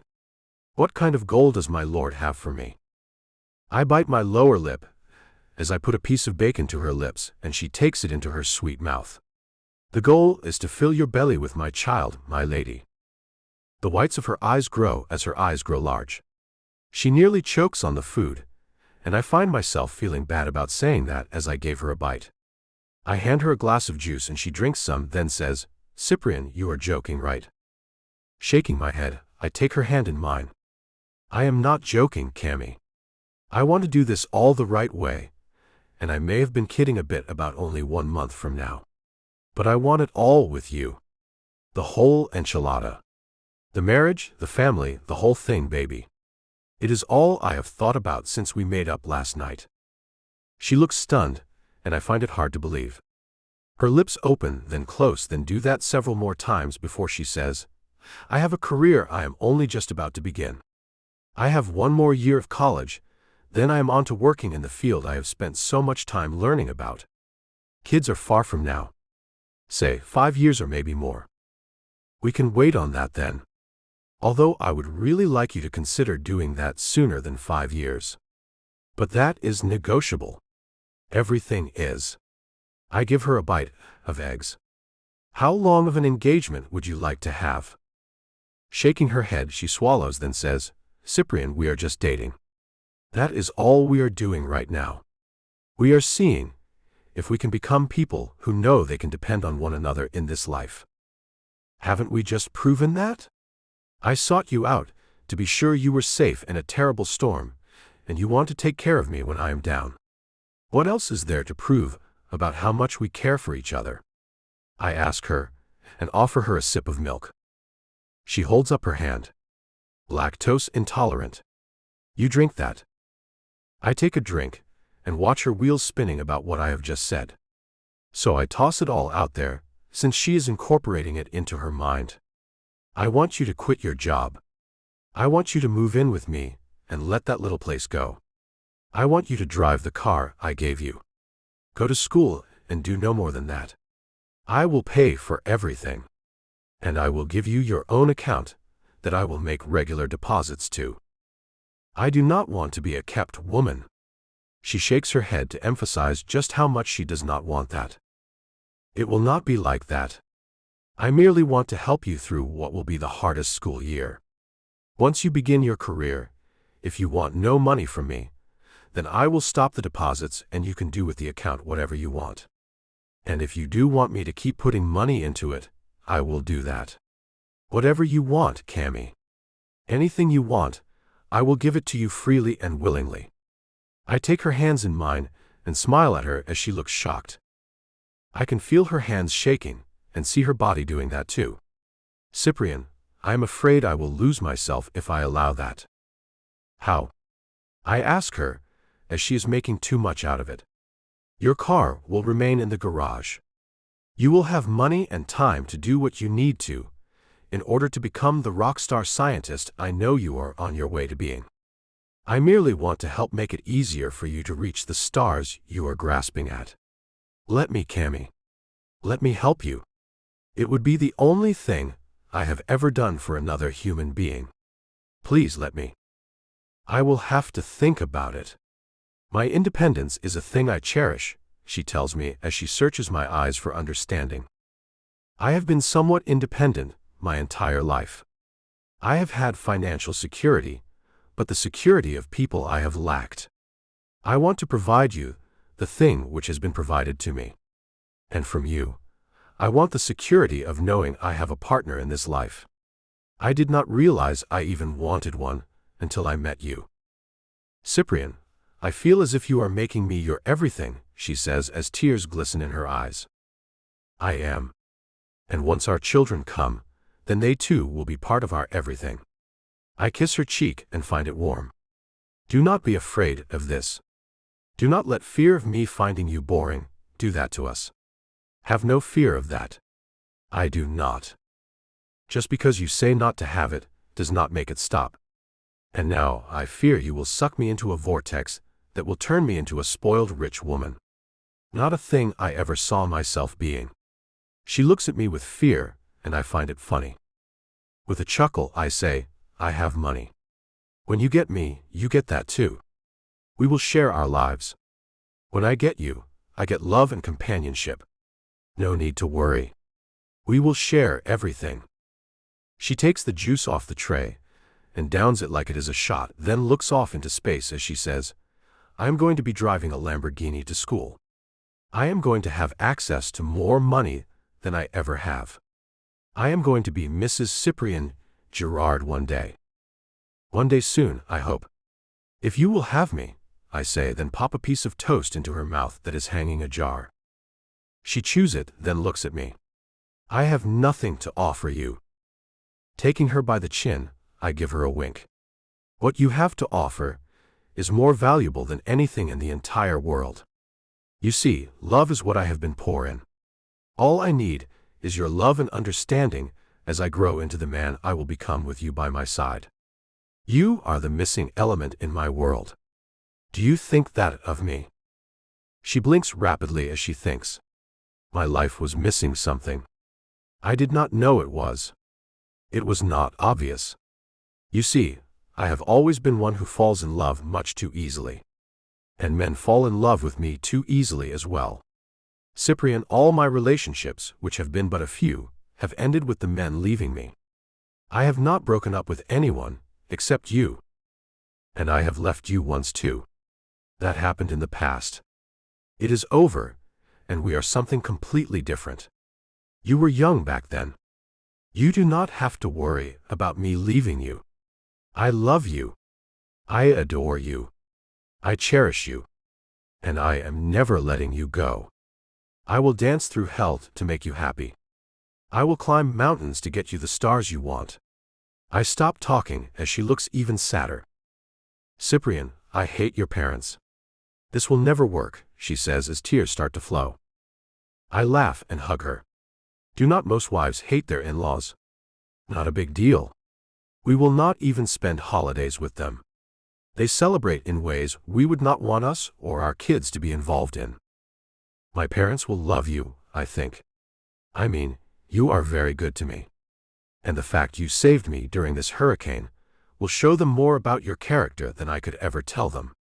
But a wedding would mean all of our families have to come together, and that is worrisome. Then we will elope.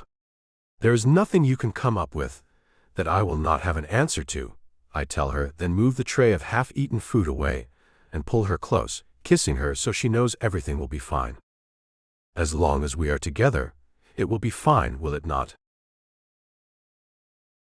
The Libertine. Chapter 1. Camilla.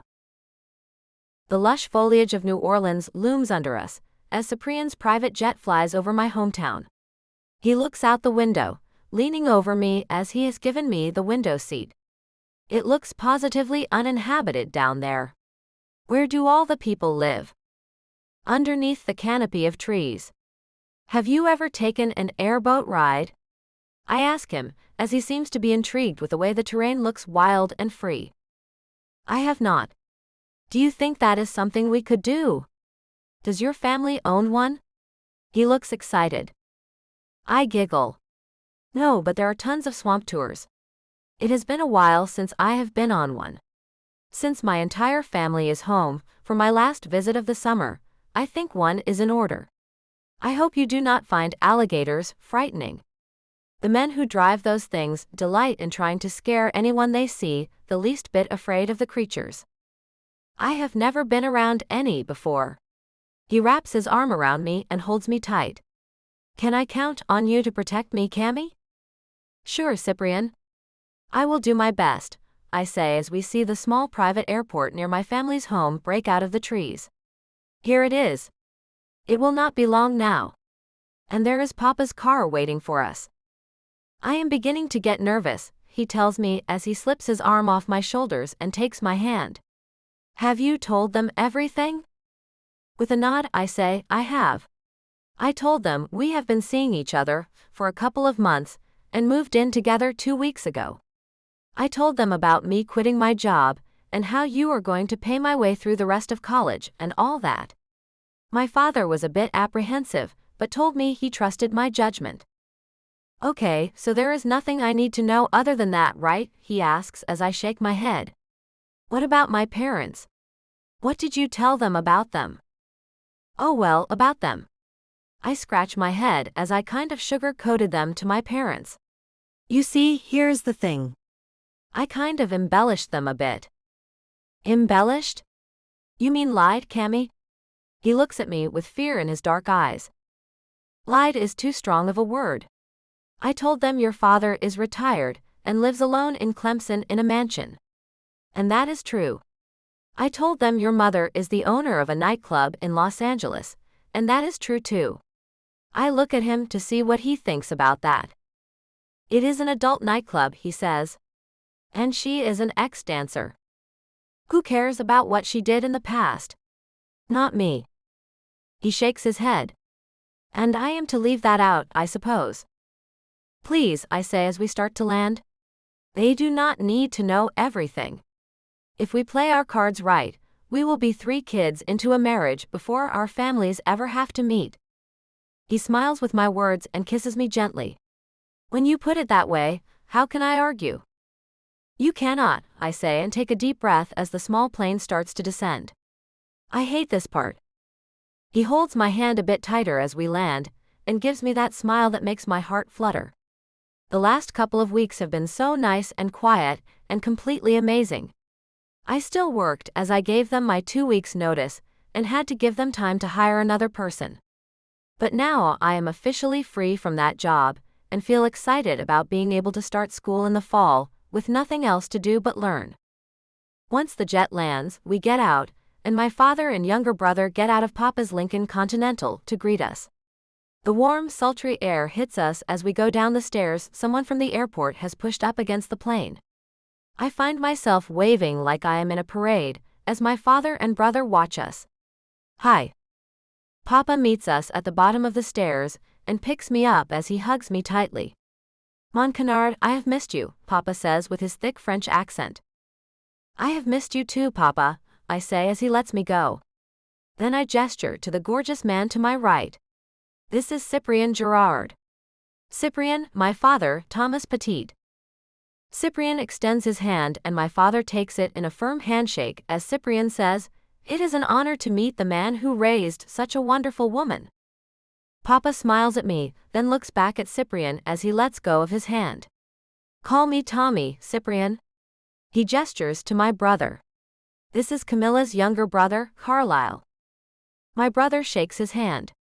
Nice to meet you, Cyprien. You too, Carlisle. Your sister tells me you are going to Louisiana State University in Baton Rouge. She says you are majoring in business. We follow them to the car as Carlisle says over his shoulder, I am. Cyprien looks at me, giving me a wink. You should let me know when you are ready for an internship. I can offer you one next summer at Libertine Investments, if you would like. It comes with a car and a one-bedroom apartment while you are working. I watch my brother's blue eyes light up. Oh yeah? Yeah, Cyprian says with a smile. So you just let me know before March of this coming year, and I will get that approved by the board. Papa looks at us as he gets to the car. Do not wait, son. Tell the man yes right now. Carlyle smiles and nods. The answer is yes, Cyprian. Thank you so much. Cyprian opens the back door, letting me get in first. He whispers, I think this is going well so far. Do you not? I do, I tell him, then kiss his cheek. I see my father's eyes glance at us, and a smile moves over his face. You two look sweet together. My daughter has never looked as beautiful as she does under your arm, Cyprian. I blush and lean my head on his shoulder. Thanks, Papa. Cyprian sighs with relief. Things are going well. It looks as if we will have no problems with my family. But he has yet to meet my big sister. She has always been protective over me. It was she who scolded two of my past boyfriends when they left me. Both with no real explanation as to why they found it better to leave me than to try to work things out with me. She thinks I am perfect. I know I am not. I know I can be difficult at times. With Cyprian, I am trying to watch out for those things. I am really trying with him, more so than I have ever tried before with anyone else.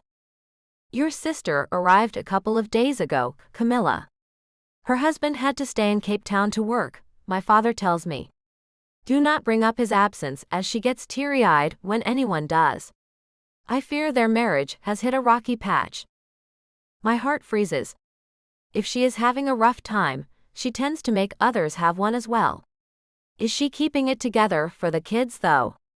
Not wearing her heart on her sleeve, is she? I ask hopefully. My brother looks back at me. She is doing well for who she is. He looks at Cyprian. Our oldest sister is a bit much at times. Her passionate personality can be somewhat hard to take. She is much more French than any of us, including our papa. And your last name is French as well, Cyprian. Tell us how your family is. Is your father a passionate man? Is he married to a French woman? My father is not married, Cyprian says as he ignores my hand tapping on his leg to let him know to guard his words. My mother is American and my papa is of French descent, but he has never been abroad. He was born in the States to a family who was third-generation immigrants. He has no real connection to that country any longer. So your parents are divorced? My father asks. Mon Canard has been tight-lipped about your family. I lean over and whisper to Cyprian, that is his little nickname for me. It means my little duck. He leans over and kisses my cheek. I know. I think it is cute. I blush as I seem to have forgotten Cyprian is a very smart man. I seem to forget so much about him and who he is. Perhaps I have a problem getting to really know people. Maybe that is what had my other relationships going south.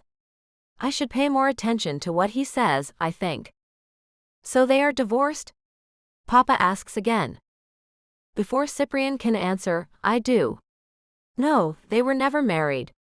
Can this inquisition end now? I do not want Cyprian put on the spot about his family. His family is small. He, his father, and his mother make up the little family who are very busy living their own lives. Cyprian gives my knee a squeeze. I do not mind answering your father's questions. I mind them asking too many things, I say and peck his cheek. Let me guard you a bit. Once we get home, you will be met with more than you will care for. She is right, Carlyle tells him as he looks back at him. Katerina is quite the big sister. Cyprian chuckles. Is she now? A passionate creature who looks after her younger siblings. What is not to like about that? You will see, I say as we pull into the driveway of my parents' modest home on the outskirts of New Orleans. For here we are. Why did I decide to bring him home to meet my family? Chapter 2. Cyprian. Teal eyes land on me as we enter the petite home. Straight black hair frames her plump face, which is beautiful. Her bronze lips part as she looks me up and down. You must be Cyprian Girard. Just so you know, I have already researched you. You were news recently. How are you feeling after having your appendix removed? This is my sister, Katerina, Cammy tells me as she gestures to the bold woman who continues to look me over. I reach out for her hand, and she places it in mine. I kiss the top of it as she narrows her eyes at me. It is a pleasure to meet you, Katerina. Your sister has told me much about you. So you will understand when I dig deep into you, Cyprian, she says, making a chill run through me. Camilla has made it clear I am not to divulge too much about my past with women. She thinks her family would never allow her to be with me if they knew it all. Cammy shakes her head. No, Rena. He is not to be bothered with your incessant curiosity. He has been through surgery only a couple of weeks ago, and I am fiercely protective over him. So do not push me. Katerina looks at her younger sister with a smirk on her face. You will have to leave his side sometime, dear sister. Cammy looks at me and winks. Stay close, Cyprian. Lions await you. I nod and find another woman coming into the room. And this is the new man in my baby girl's life. It is nice to meet you, Cyprian. I am Anashe, but you can call me Anna. Cammy's mother has a British accent, as do the majority of people who come from Cape Town, South Africa, I suppose. I take her extended hand, delivering a kiss to the top of it as I bow a bit. It is a pleasure to meet you, Anna. I can see where your daughters get their great beauty from. Out of the corner of my eye, I see Cammy smile. The corner of my other eye catches Katerina frowning as she says, spoken like a true libertine. Cutting my eyes at her, I respond, I see you know the moniker of the investment company my father started before my time. You see, he meant it, not as the definition that means a man who behaves immorally, but as the definition that means free thinker. But you probably know that, if you read up on me and the company I am chief executive officer of. She nods and smiles an eerie smile at me. Of course you would say that, Cyprian. You and I have much to discuss when we have a chance. Perhaps wine on the back porch later will find us chatting about you and your past that is shaded a bit more than some. I find Cammy pulling at me to go with her somewhere. Do not mind her, Cyprian. Come with me. Let us put our things in my old bedroom. We wheel our luggage down a short hallway. She opens the third door on the left, and I find a pink bedroom. Your mother has not changed a thing since you left, has she? I ask, as I go inside with her. With a shake of her head, she closes the door behind us. No, she has left all of our bedrooms the exact same way we left them. Did my sister intimidate you, Cyprian? I am sorry about her. She loves you. I find it sweet. I can handle her, Cammy. Do not worry. Taking her in my arms, I hold her tight and kiss her long and sweetly. Gazing into her eyes once I have set her lips free, I find her to look even sweeter. Your family is gorgeous. Our children will have great genetics. We are sure to have a house full of beautiful kids. She smiles and bats at my arm. A houseful is a bit too many. Especially with the size of your home. I have room for at least 9 kids. You can give me 9, can you not, baby? I tease her. Rogue, she says as she wraps her arms around my neck and kisses me more deeply than she has done since my surgery. Her hands move up into my hair as our kiss deepens.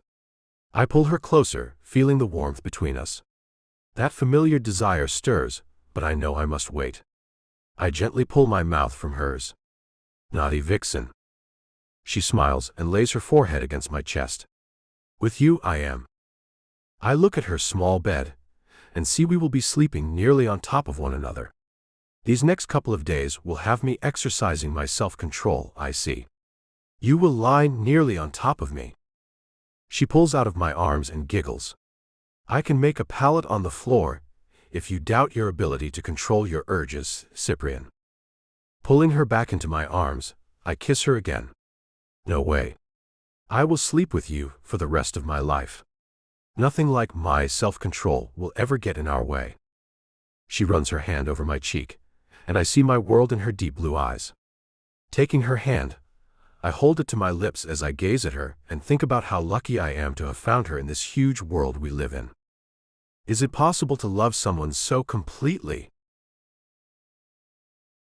Chapter 3. Camilla. The smell of chicken and dumplings fills my nostrils as Cyprian and I go into my mother's kitchen. We find her stirring a pot as my sister tosses flour-coated balls of dough into a huge pot. My 3-year-old niece, Sadie, and 1-year-old nephew, Sax, make their way to me, but stop just short as they seem a bit shy about Cyprian. I let his hand go and pick them both up, holding one on each hip. My, those kids look good on you, baby," Cyprian says with a chuckle. "First things first, Cyprian," my sister says. "Shush," my mother reprimands her. "Your sister is 25, plenty old enough to be thinking about children. I would like a few more grandkids." I meant that they need to be married before any talk of that happens. That is all I meant by that comment. My sister looks past me at Cyprian. "Is that in the cards for you?" He laughs and sits at the small round table in the kitchen. "I will let that be a mystery for a while, Katerina. You are quite the big sister, are you not?" "I am," she says as she eyes him. "And you are an enigma, Cyprian?" "You do not trust me to do right by your little sister?" he asks. I find their banter annoying and butt in. It does not matter what she thinks. "Mama, can you please tell your eldest to mind her business and her manners?" My mother nods as she stirs the pot of boiling deliciousness. "Camilla is right, Katerina. Leave her man be." I put the kids down and sit next to Cyprian, who leans over and whispers, "I love being called your man." He leaves a quick kiss just behind my ear, sending warmth through me. This period of waiting while he heals is as close to torture as I have ever been. Sleeping with him each night has left me waking to him undressed while I keep my body wrapped in nightclothes, afraid of what might happen if we were both without them. He has been a rock of self-control, which I find amazing. The man seems to be transforming right before my eyes. His normal demeanor of raw charisma has nearly disappeared. I see him gazing at my niece and nephew, who have gone back to playing at the little table my mother has made for them in the kitchen. "You remember me telling you the kids' names, right?" I ask him. He nods. "Sadie and Sax, right?" "Yes," my sister says. "My husband had to stay in Cape Town. My mother is from there." "Did Camilla tell you that?" "She did. She and I have talked about so much these last 2 weeks. We now know one another inside and out." He drapes his arm across my shoulders. "I am sure your husband Peter misses you and his kids very much. He is the manager of a hotel there, right?" "He is. If he misses us, I have no idea. I have yet to speak to him since we got here, a couple of days ago. He has not answered my calls," she says as she looks at the pot instead of us. "Are you sure he is okay?"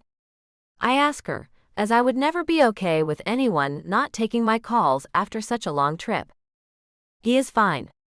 I called the hotel and his assistant told me as much. He just does not want to talk to me, is all." She throws one last dumpling into the pot and walks over to the sink to wash her hands. I get up and go to help them by picking up the bowl of flour, tossing out the unused portion and washing the bowl, while my mother chastises Katerina. "Not in front of the children." "Why did you spell children, Grandmama?" Sadie asks. Cyprian fights himself not to laugh, I see, as he holds his mouth shut. Then he gets up and goes to the little table, where the kids are playing with a coloring book and colors. My, how smart you are." "Can you read, Sadie?" he asks her, diverting her attention. My sister looks at me as I smile with his efforts. Her shoulder touches mine as she whispers, "I can see you think he has hung the moon, little sister. Believe me, men are incapable of keeping up their act of being good. Because it is just an act. Once they have you trapped, or so they think, in a marriage with children you share, then they go right back to who they were before you came along. So beware, Camilla. I do not say a word in response. She is obviously unhappy with her marriage right now, that is all. She has always been happy with her husband. I have no idea what has happened, but I have no doubts she will be bending my ear with the details before the night is over. She is not one to keep her problems to herself, totally opposite of me. I cannot help but watch Cyprian color with the kids as he perches on a tiny chair. Sadie, who was shy, is getting bolder with him as she reads to him from one of her children's books. He seems impressed and she seems proud of herself. Sax is looking at Cyprian from under his thick dark lashes. I can see his curiosity is getting the better of him, as Cyprian is talking to his big sister. Before Cyprian realizes what has happened, Sax has moved off his chair and is leaning on Cyprian's leg, listening to his sister read and helping Cyprian color his picture. Cyprian looks over his shoulder at me and gives me a grin that tells me he is quite happy. Looks like you have made a couple of new friends, I say as I wipe my hands on a dish towel and make my way to him. He nods and I see pink stain his cheeks. Then I recall how he has told me he never made any real friends. Thanks to his father promoting that school was for learning, not building friendships. Then work started and he told him the same thing. My poor Cyprian was held back from so many things. I run my hands over his broad shoulders and stand behind him. Then I find my sister looking at us and sighing just before she leaves the kitchen. My mother shakes her head as she turns the stove off and moves the pot to let the contents thicken. She needs your help, Camilla. She is not herself, and she is not telling us everything. Could you go see if you can get anything out of her? I will entertain your young man if you would do that for me. I kiss the top of Cyprian's head and give her a nod, then go to find my sister, who is not quite herself. Into the living room I go and find her walking out on the front porch, so I go out there too and see her lighting a cigarette. What are you doing, Katerina? I ask as I close the door behind me. Mama and Papa will be upset if they see you doing that. You know that. I have to do something to ease my stress. You have no idea. She takes a long drag, then I take the cigarette away from her, toss it on the ground and stomp on it until it is out. Taking your life slowly is not the answer. I pull her with me to sit on the rockers on the porch. Talk to me. Her hands are nodding as she holds them in her lap. Peter has taken on another woman and expects me to accept that. Whoa. I say, then let out a whistle. Man, I have to tell you, it is not completely unexpected with his religion and all. Mama and Papa warned you it could happen. But you said another woman, not a wife. Is there a chance he will not marry her too? I suppose he is testing the waters with her. I hate it. I hate all of it, she says, then I see the tears starting. Look, I say as I run my hand over her leg to try to comfort her. Maybe we could talk to him. Maybe we could get him to see reason. Shaking her head, she cries, he will not even answer my calls. I begged him to come with me, and he told me this would be the perfect opportunity for him to be alone with this other woman, who he has refused to allow me to even meet yet. So here I am in New Orleans, knowing my husband is with another woman in our bed. My gut turns on itself as I think about how she must feel. Leave him, Rena. Do not stay in that kind of marriage. She shakes her head. It is not that easy. He will be able to keep the kids away from me if I do that. They are citizens of South Africa, after all. You have dug yourself a real hole. You will have to come to terms with things. You married a man who can take more than one wife at a time. You knew this could happen. So take that for what it is worth. You took a risk and lost. Life goes on. I say, quoting Cyprian. If that is all it is, then why does it hurt so much? She asks me as she tries to pull herself together. I wish I knew. We both turn to see who is coming outside as the screen door squeals. It is Cyprian. Katerina, your son has a diaper that needs your attention. Your mother sent me to tell you that. I am sorry to be the bearer of bad news. She gets up and rushes past him, wiping her eyes. He takes her by the arm, stopping her. You are crying. She nods and tries to pull away. It is nothing. He lets her go and she hurries inside, then he comes and sits in her empty chair. Care to tell me about it? I most likely should not, but this might be an area you can actually be of help with. You see, her husband practices a religion that allows him to have more than one wife, and he is looking into taking another as we speak. Oh, he says as he looks down, then he looks back at me. She had to know this might happen. I told her that too, but it is hitting her hard. When that is practiced as a religion, it is more about making more children than anything else from what I have read. So it is really about family growth. He looks at me as if I can understand the concept. She and I come from a family who believes there is no such thing as casual intimacy. I have no idea why she married a man who could legally do such a thing as add another wife to his life. She did though. Everyone cautioned her, but she did it anyway. Peter promised her he would never do such a thing. Seems he lied. Cyprian nods.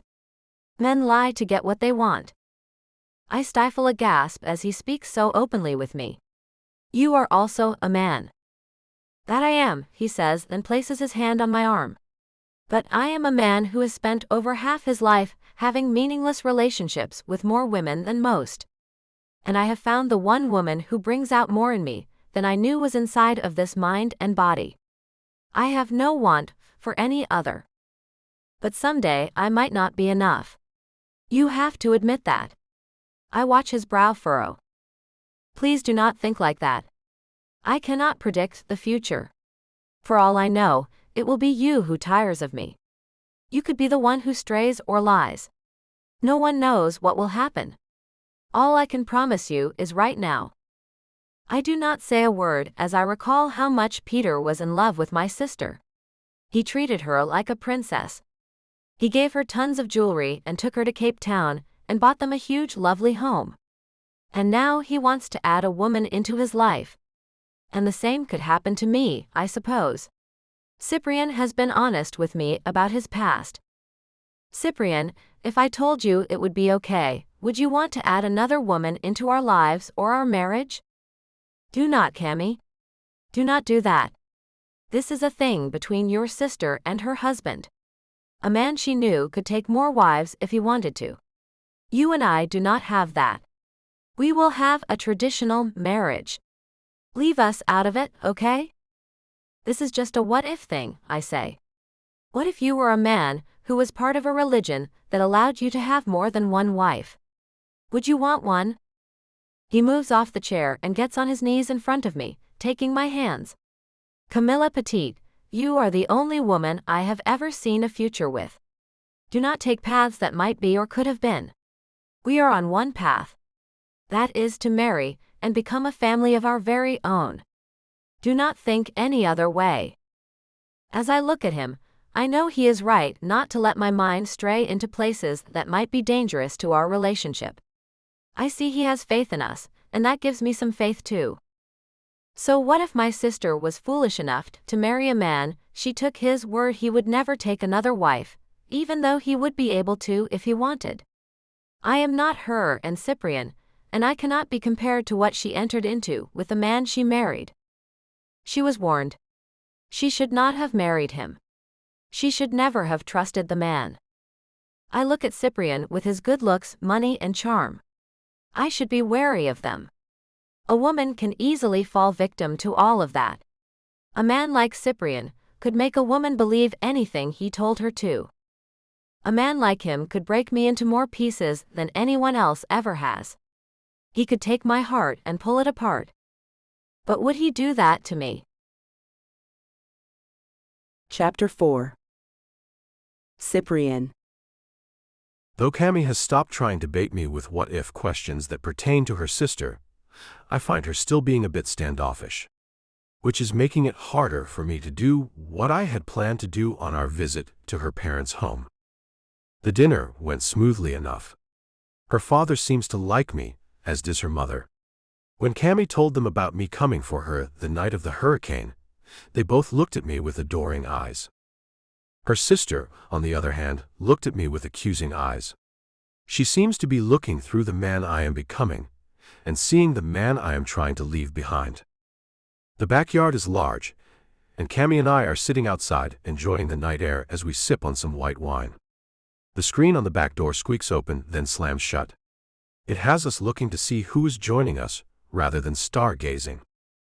When her sister pulls up a chair with a bottle of beer in her hand, I feel a definite chill.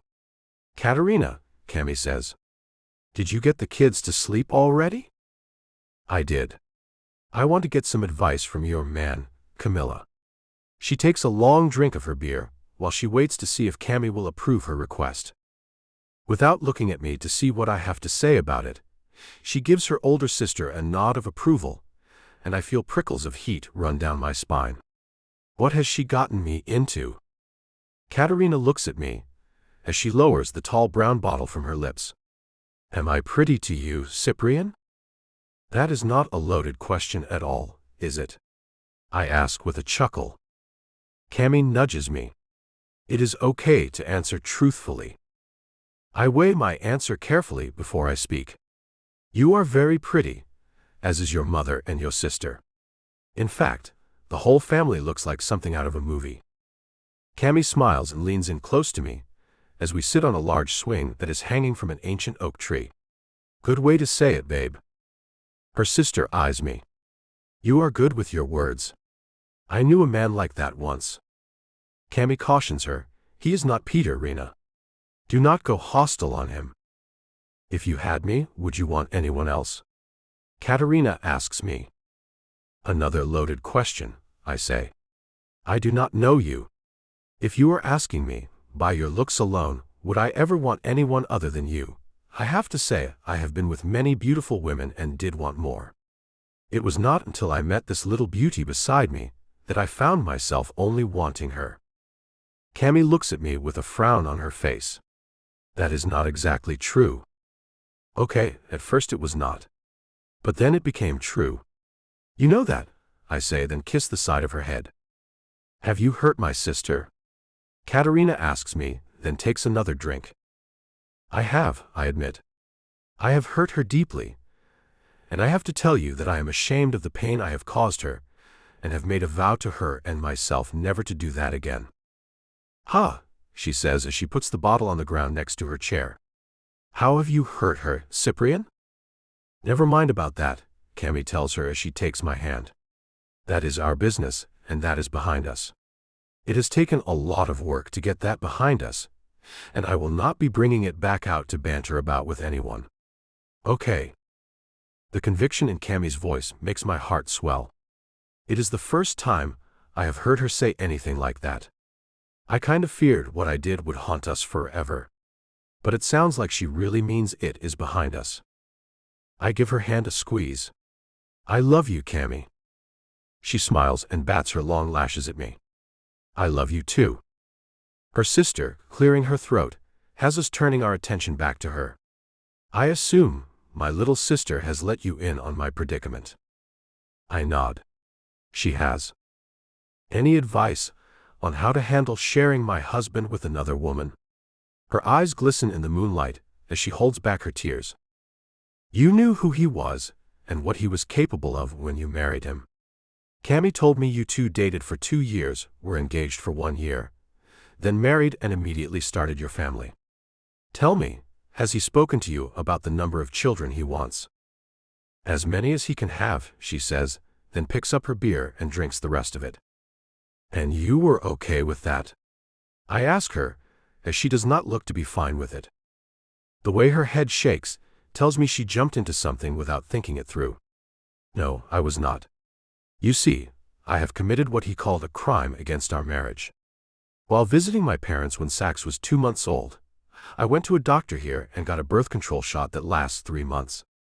I have visited them every 3 months to keep the shots up. I did this without telling him." "Oh no," Cammy says. "Why did you do that?" "Obviously, I wanted a break between babies. I did the same thing after I had Sadie. Only now that I have not gotten pregnant again, Peter has found me out, Katerina says as she looks up at the sky. I just wanted a small break between having babies, that is all. His religion does not allow that, I tell her. I know you are aware of that. I know me saying it does not help anything. But you made a commitment, knowing these things. Is the woman he is thinking about adding as a wife in the same religion he is? She nods, and Cammy mumbles something under her breath. I give her a look that tells her to have a bit more compassion. Look, Katerina, there is not much you can do but to accept this. Unless you want to give up any life with your kids in it. I will never do that, she says, as I see her tears glistening in the moonlight. Then accept your fate. You went into that marriage with your head on straight. You looked at the odds and thought you could handle them. But I would offer you this bit of advice. Consider getting off that birth control and giving your husband what you promised him you would.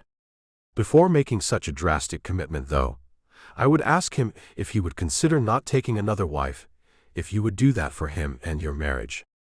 I do not want to do that. I want to stay on birth control, and when my children are grown, I will leave him then. She looks at me, as if to ask me if that is even possible. He can divorce you and keep the kids anyway if you go with that plan. You must realize that, I tell her and watch her melt into a puddle of tears. Cammy gets up and goes to hug her sister, shushing her and telling her things will be okay. It does not sound as if they will be okay, but who am I to point that out at this moment? Cammy looks at me, and her eyes go bright as she does. Katerina, let me talk to Cyprian in private. If he agrees, then I will tell you my plan in the morning. Her sister nods and sniffles as she tries to pull herself together. I give Cammy a look that says, I have nothing I can do about the man or their marriage. Cammy comes and takes me by the hand, leading me back into the house and all the way into her old bedroom. Cammy, there is not a thing I can do. What if I told you there is something you can do? She asks as she begins to change into her night clothes. I start changing and make it into the bed first. She eyes me as I do. I am not going to even attempt to sleep in pajamas, baby. It is quite humid here. She nods in agreement and finds a thin nightgown out of a dresser where she has left some of her clothes. I sigh as she pulls it over her head. How I wish the 1-month mark was here already. I pull the blanket back, and she slips into the little bed with me and leans up on her elbow, looking down at me. Okay, hear me out before you say a thing, please. I nod, but know there is no plan that could possibly work out for her sister. I wish there was, but there just is not a thing anyone can do. Her sister made her bed, now she has to lie in it. Chapter 5. Camilla. So you see, it might work. Peter is not a bad man. I think what my sister pulled left him thinking he had no other choice but to take another wife. If he was around us more, I think he would find it in his heart to allow her a few years between children. I think it is being in his home country that has him wanting to save face. Cyprian looks away, then back at me. He will only be allowed a work visa. That means he will have to leave the country at least once a year. And that is when you will have him take a month in France to give that manager a vacation. He can take Katerina and the kids with him for that month. It will work, I know it will. I am over the top excited that I came up with such a great plan. You do realize this requires me buying 2 hotels. Plus, hiring another manager for the France hotel. And I am not even in that business.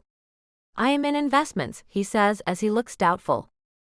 So you buy 2 hotels and hire managers to do the rest. You are rich and you did tell me whatever I wanted you would give me. Well, I want 2 hotels to help my sister keep her family. I look him square in the eyes and ask him for the first thing ever, and wait to see if he will give it to me. Might I have a meeting with this man first before I go getting into the hotel business, baby? He asks me, then pulls me to him and kisses the top of my head. I will do it for you. I just want to see if I have to hire a real manager to oversee him, or if he knows what he is doing.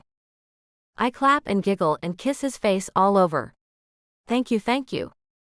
He laughs as I kiss him, then holds me back. I suppose you want the American hotel to be in Clemson, so they spend more time with us, correct? I nod and he smiles at me. I am beginning to be able to read you like a book. You are, I say and cuddle into his side. Man, this bed is little. I have to readjust and end up lying on his left side, or I will fall off the bed. I am happy to have your attitude being more positive. It makes my heart go all bumpy. He pulls me up even more on top of him, and I hug him tight.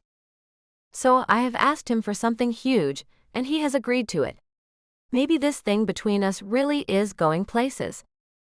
But should I really be incorporating my family into it so soon? Chapter 6. Cyprian. That is a grand gesture, Cammie's father says, after we have told everyone our plan for keeping Katerina's family together. Peter is a smart man.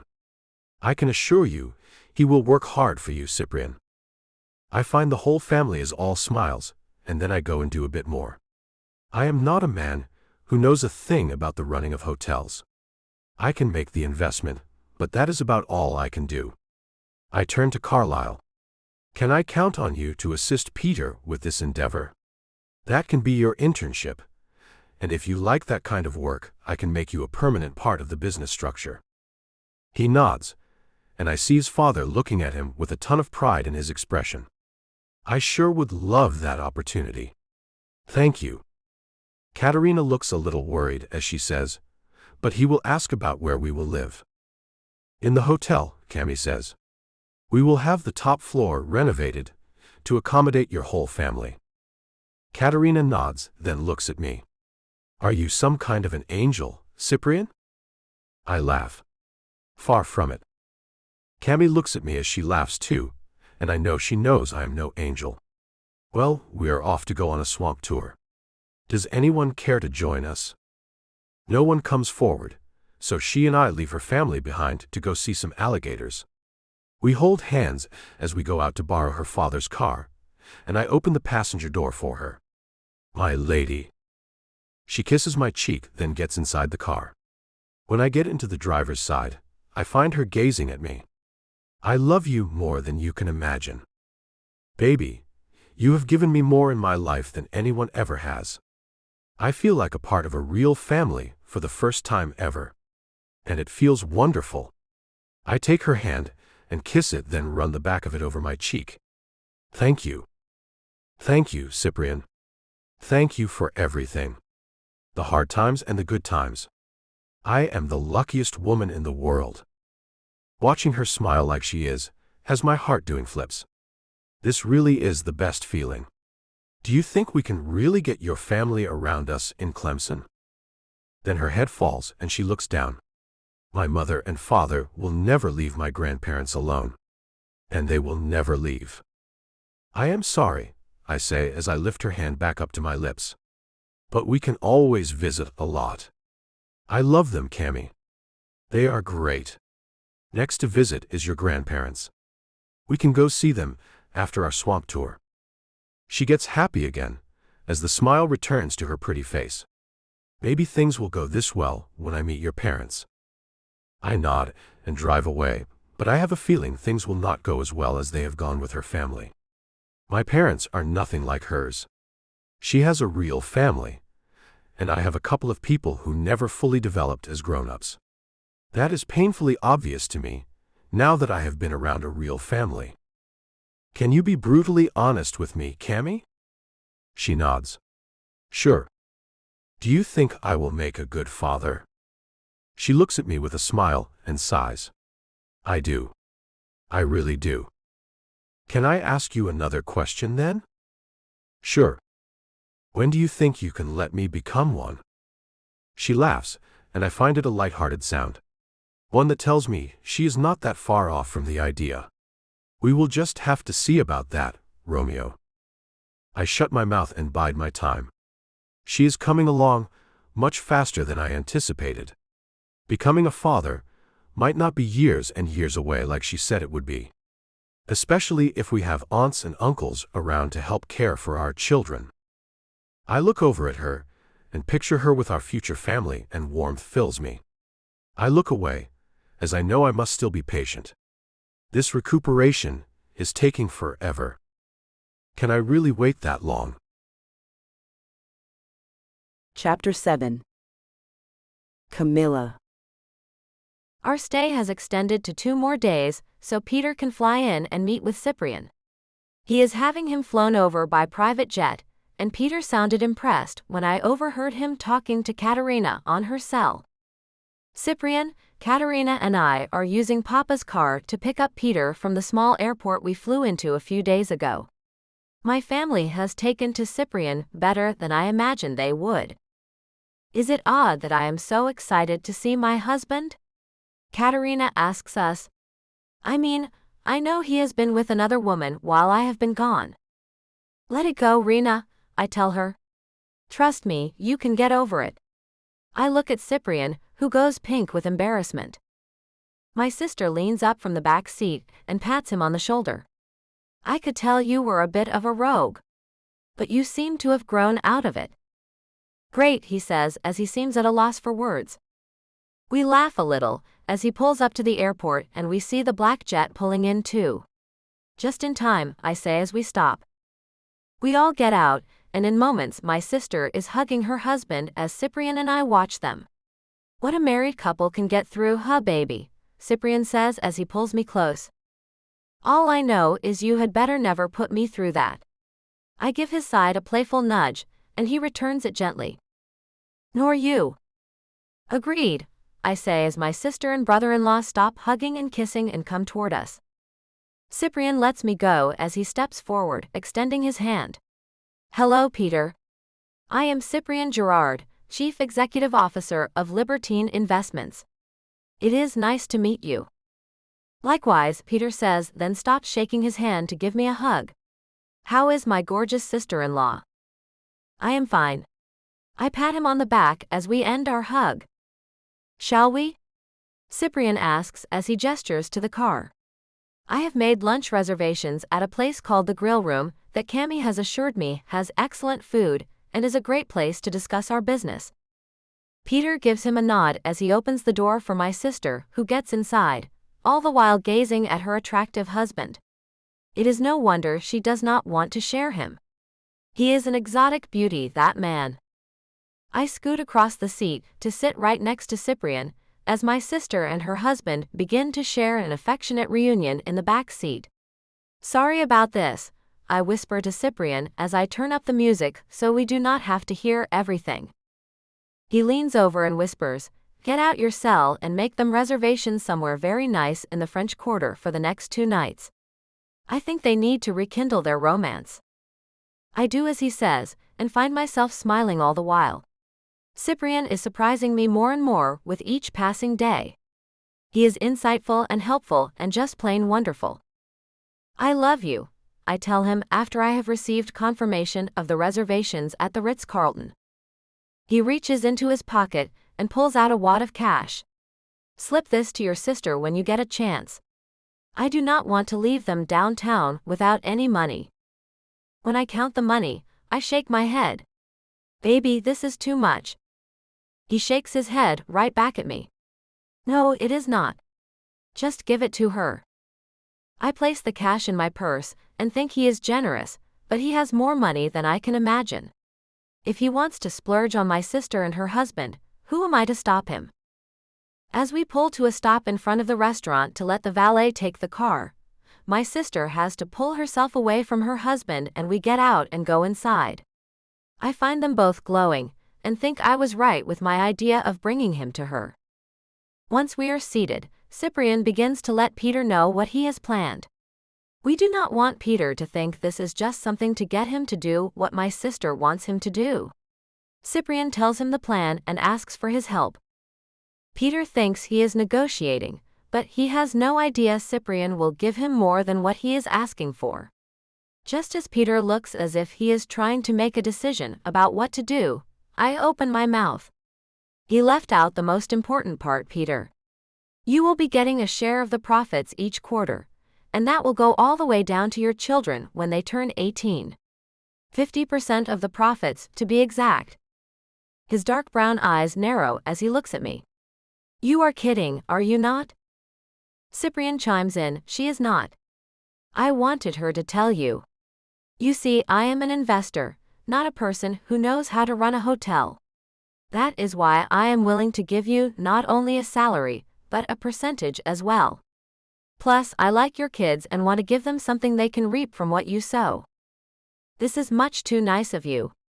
I cannot let you do this, Peter says, making us all stop and look at him. Cyprian nudges me. Take your sister to freshen up, will you? I nod and tilt my head toward the ladies' room. Come on, sis. The men need to talk business. As soon as we get out of earshot, I let her in on Cyprian's gift. My man has set you up well, Rena. You and your husband will be staying 2 nights at the Ritz. What? She says as her eyes grow in size.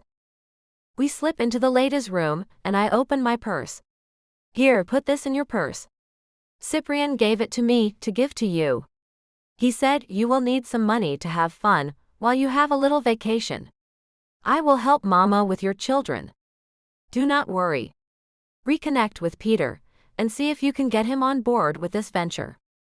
What if he does not want to do it, Camilla? She asks as she seems worried he might not. Do your best to talk him into it.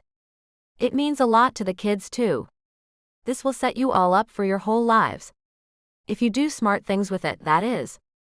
But I am sure Cyprian will help out with great ideas about how to make the business work. He keeps saying he knows nothing about the hotel business, but the man can read things and instantly become an expert.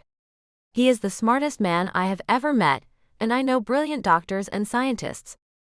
I hope he can talk Peter into taking this offer. I do not know what I will do if he will not take it. I do not know what she will do either. Chapter 8. Cyprian. Man to man, no judgment, I say to Peter. Why would you not accept this offer? I have my reasons for wanting to stay in South Africa. It is my home country.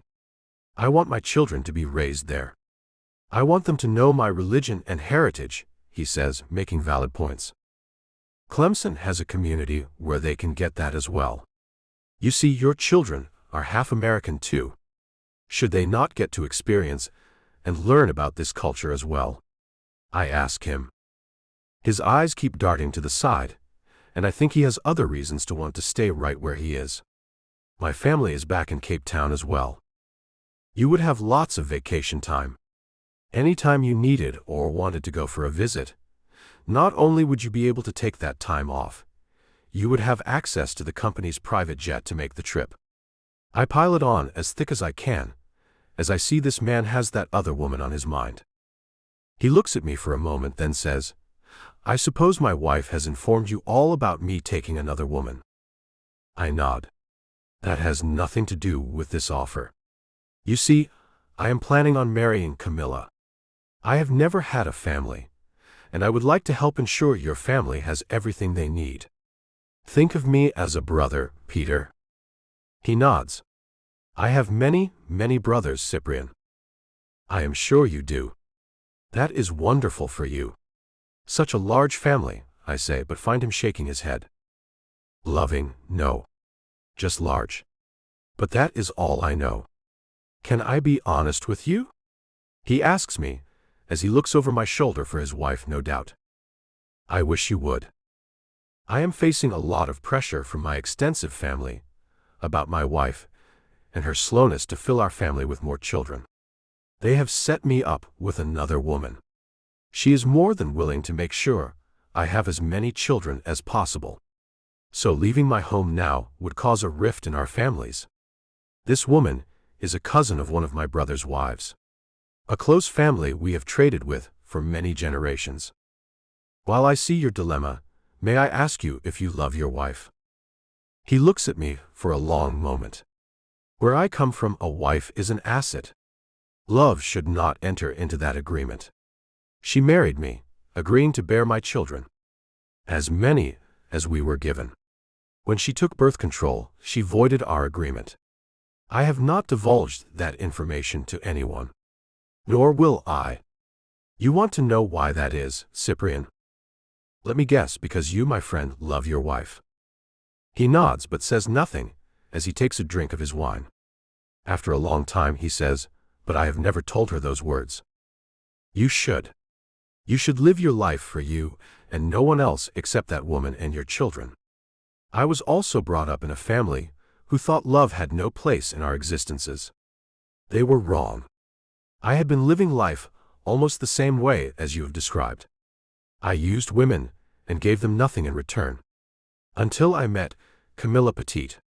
She opened my eyes and my heart to a different, more fulfilling way to live. You should forget about what you are leaving behind. Can I even do that? He asks. I am not sure I can. When you are with your wife, have you found it more enjoyable than with the other woman? I ask him, as I hold his eyes to make sure he tells me the truth. I did not feel a thing when I was with the other woman. Except shame. That is the truth. Here's the deal, Peter. I love Cammy, and I love her family now too. Your family will leave you alone about this. Would you like to know why that is?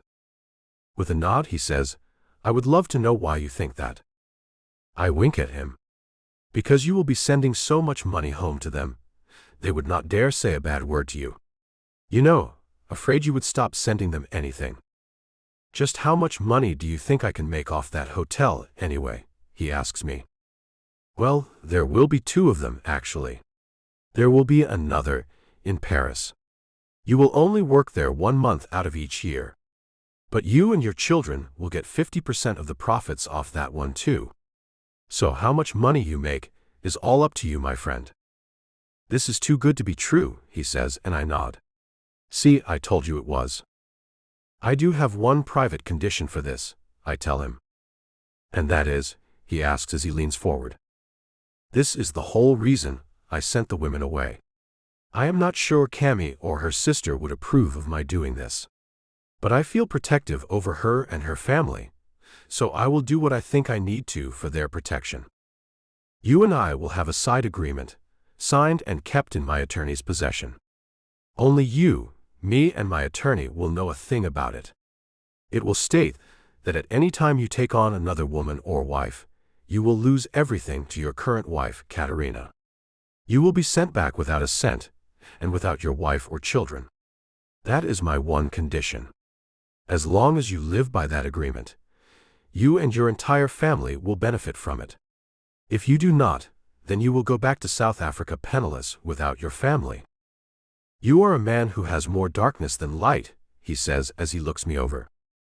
I have a darkness you do not begin to have. You see, I have lived a life even worse than your own. I could have had love and companionship the whole time, but it was kept from me. Now that I have it, I will do anything to make it stay in my life. Cammy is my life and her family means the world to her, and that means it does to me now too. So I will protect them all the same way I will protect her. If I walk away accepting nothing, then what? He asks me. I wish you would not do that, Peter. Like I said, I will do anything to protect them. He drums his fingers on the table, then looks up at me. I have no choice, Cyprian. I will take your offer. I hold up my glass of wine, and he holds his up as we tap them together. Here is to many years of being brothers-in-law, Peter, as well as business partners. He does not say anything, as he knows I have him cornered. When my family is threatened, I am finding I can turn into a very determined man. But then again, is Peter not the same way? So who is to say what I am doing is wrong? The Intimidator. Chapter 1. Camilla.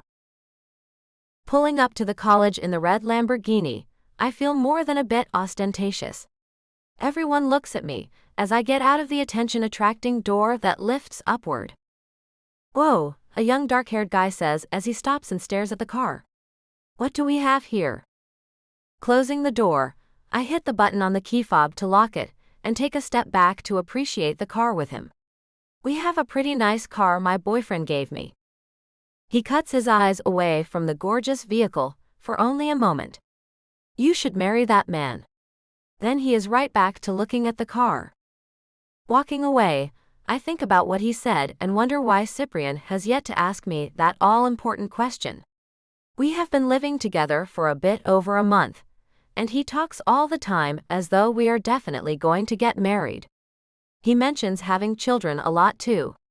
But the actual proposal and an engagement ring have yet to appear. Not that I want to rush anything, but I am beginning to wonder if I will get a real proposal or if one day, out of the blue, he will tell me to pack a bag and whisk me away to Las Vegas. I do not know how I would feel about not having a real proposal.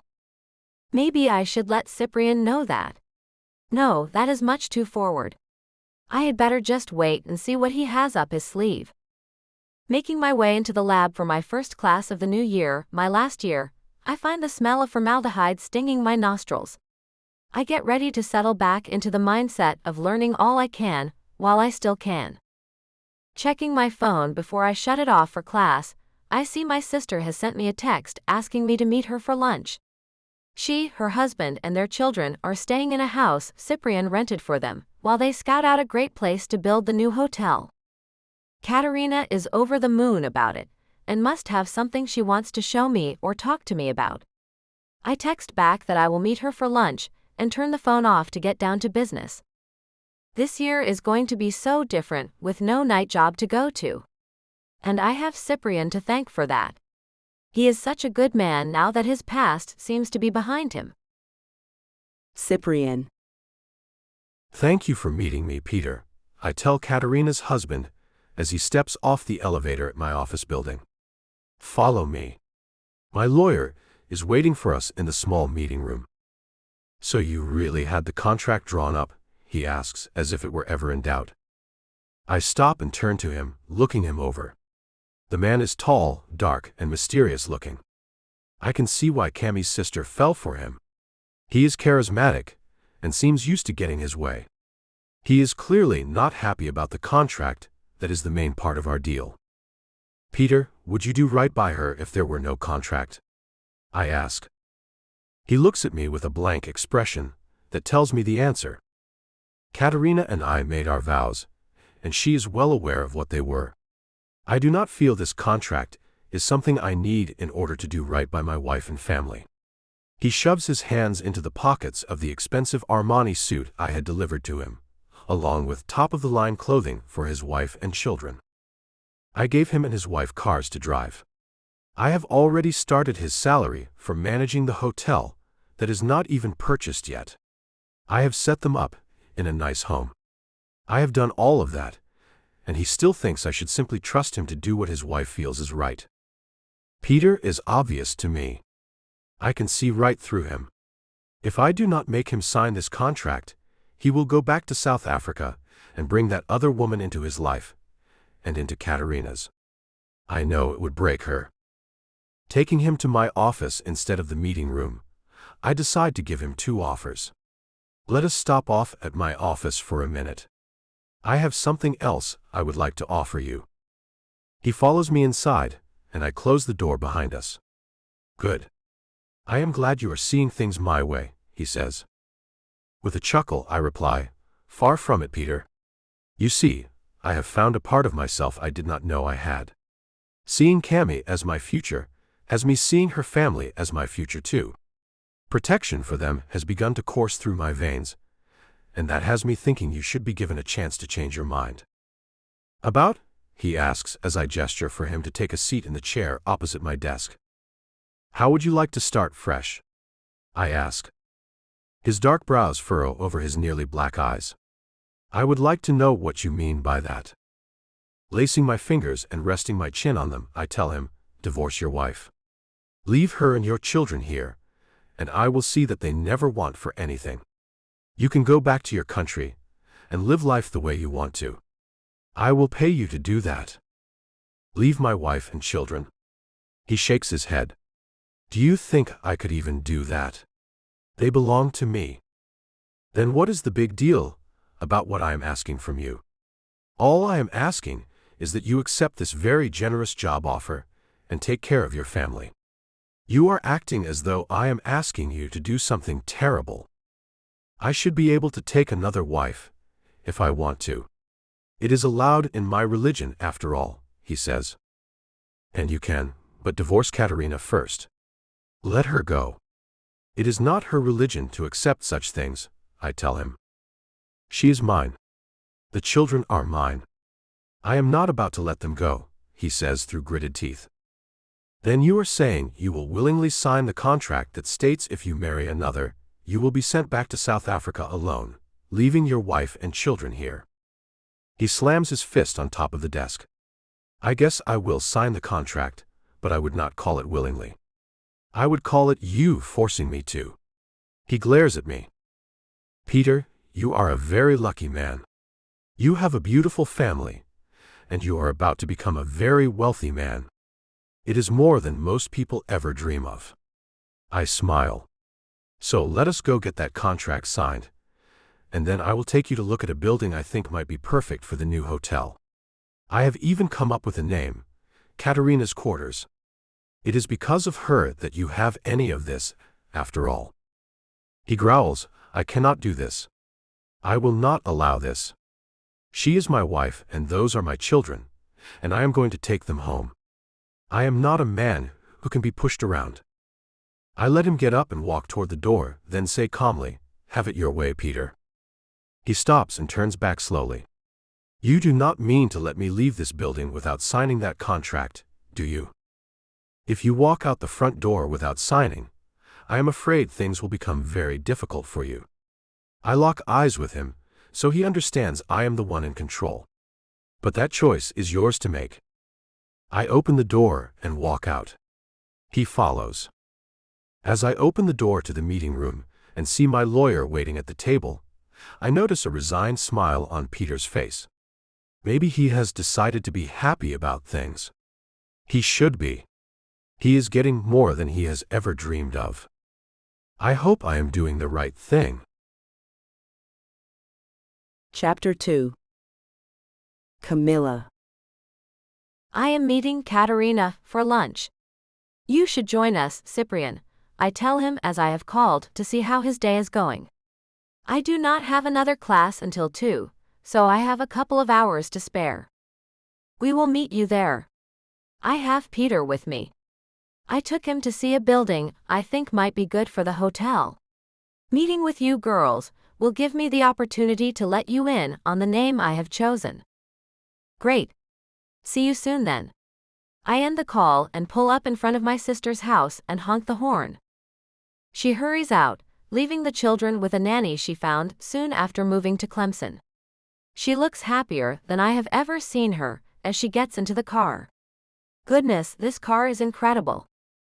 It turns heads, let me tell you, I say as I pull away. Our men are meeting us at the restaurant. Text yours and tell him where we are going. She pulls her phone out of her purse, taps in the information, then puts the phone in her lap and sighs. I am so happy, Camilla. Happier than I have ever been. Good, I say and give her a smile. It makes me happy to see you this way, Katerina. It has been a week since I have seen you. How is everything going? Great. She nods as she looks out the window and sees people pointing at the car. She waves at them, even though they cannot see her through the darkly tinted windows. Peter has been a bit overwhelmed with all the changes, but he will come around. He has never been given such an opportunity before. I think he is kind of blown away by it all. Cyprian has been very generous, I admit. I look over at her as I stop at a red light. But I have to tell you, it makes me love the man even more, knowing he would do anything for me and my family. He is a keeper, that is for sure. Taking off from the light, I find a car full of young men pulling up next to us and gesturing for Katerina to roll her window down. She giggles as she sees them too and rolls it down. Hey boys. They laugh and cheer. She laughs and rolls the window back up. You have a fan club, Camilla. I know. So, has Peter said anything about Cyprian? Does he like him? I ask since Cyprian has not said much. I suppose he likes him. Peter has never been the type of man who lets me in on things. He is reserved, and I have to say I like it that way. The man remains a mystery to me, and that keeps me interested in him. But I am sure he likes all the things Cyprian is doing for him. She pulls her lipstick out of her purse and pulls down the visor to look in the mirror. Cyprian is good at talking and telling me things. But he has not said much about Peter, even though they have spent some time together looking for places to build the hotel. Cyprian does not know how to make friends. It was not something his father thought was good for him. He was groomed to take over his father's role as chief executive officer of the company. Making friends would have gotten in the way of that. She puts her lipstick away and looks at me. Camilla, have you met his family yet? No, I say, and I do not want to say any more about it. I have kept Cyprian's family and past very quiet. The restaurant comes into view, and I pull into the valet lane. Cyprian's BMW pulls up behind us, with Ashton at the wheel. 2 attendants open our doors. I look the one who will be driving my car straight in the eyes. He nods before I say a word. Got it, ma'am. I will be extra careful with this beauty. No need to worry. I will treat her like she was my own. Placing a $20 bill in his hand, I say, please do. Katerina laughs at me as we step up to the entrance and watch our men get out of the car behind mine. You are moving into the role of a wealthy wife quite easily. It is weird, I know. But being with Cyprian is rubbing off on me. Is that a bad thing? I ask her. Shaking her head, she says, I do not think so. He is a great guy. I hope he rubs off on Peter, to tell the truth.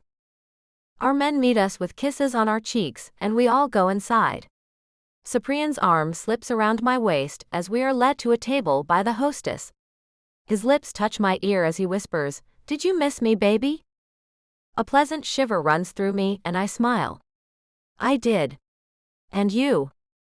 I did, and I have great news. I had my follow-up appointment this morning and have been given the all clear. I cannot wait to spend the entire night showing you how much I missed you. He gently nips my earlobe, sending warmth through me. He holds the chair out for me. I sit down and he moves his chair so close to mine that our legs touch. His hand rests on my knee, making my heart race. The past month has felt very long, and I am more than ready to be close to him tonight, even though I have classes tomorrow. When I finally look away from Cyprian, I find Peter watching us. We found a place today, he says. Cyprian has named the hotel after your sister. What do you think about that, Camilla? I turn to Cyprian, who is smiling.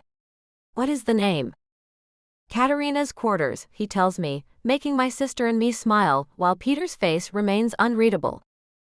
How sweet, Cyprian. Katerina gushes as she slips her arm around Peter's. I love it.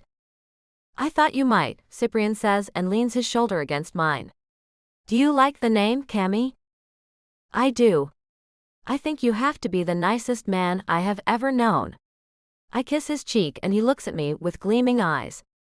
To make you happy makes me happy, he says, then kisses the tip of my nose. He is the absolute sweetest, Katerina says. I catch Peter making a quick frown. That he is, I agree and give Cyprian's knee a gentle squeeze. Baby, I have something to ask you, and you can say no, but I really want us to make an appearance, Cyprian says. It is my father's birthday. He is having a party. I do not want to stay long, maybe an hour or so. We should go for a short while. A party? At your father's? I ask hesitantly. Camilla, what is wrong with you? My sister asks, then looks at Cyprian. Of course she will be happy to go with you. He looks at me, waiting for my answer. Baby? What do you say? What can I say? Okay, I guess it is time to meet your family. He pulls me in for a hug and kisses the top of my head. I cannot wait. He has been wanting to meet you.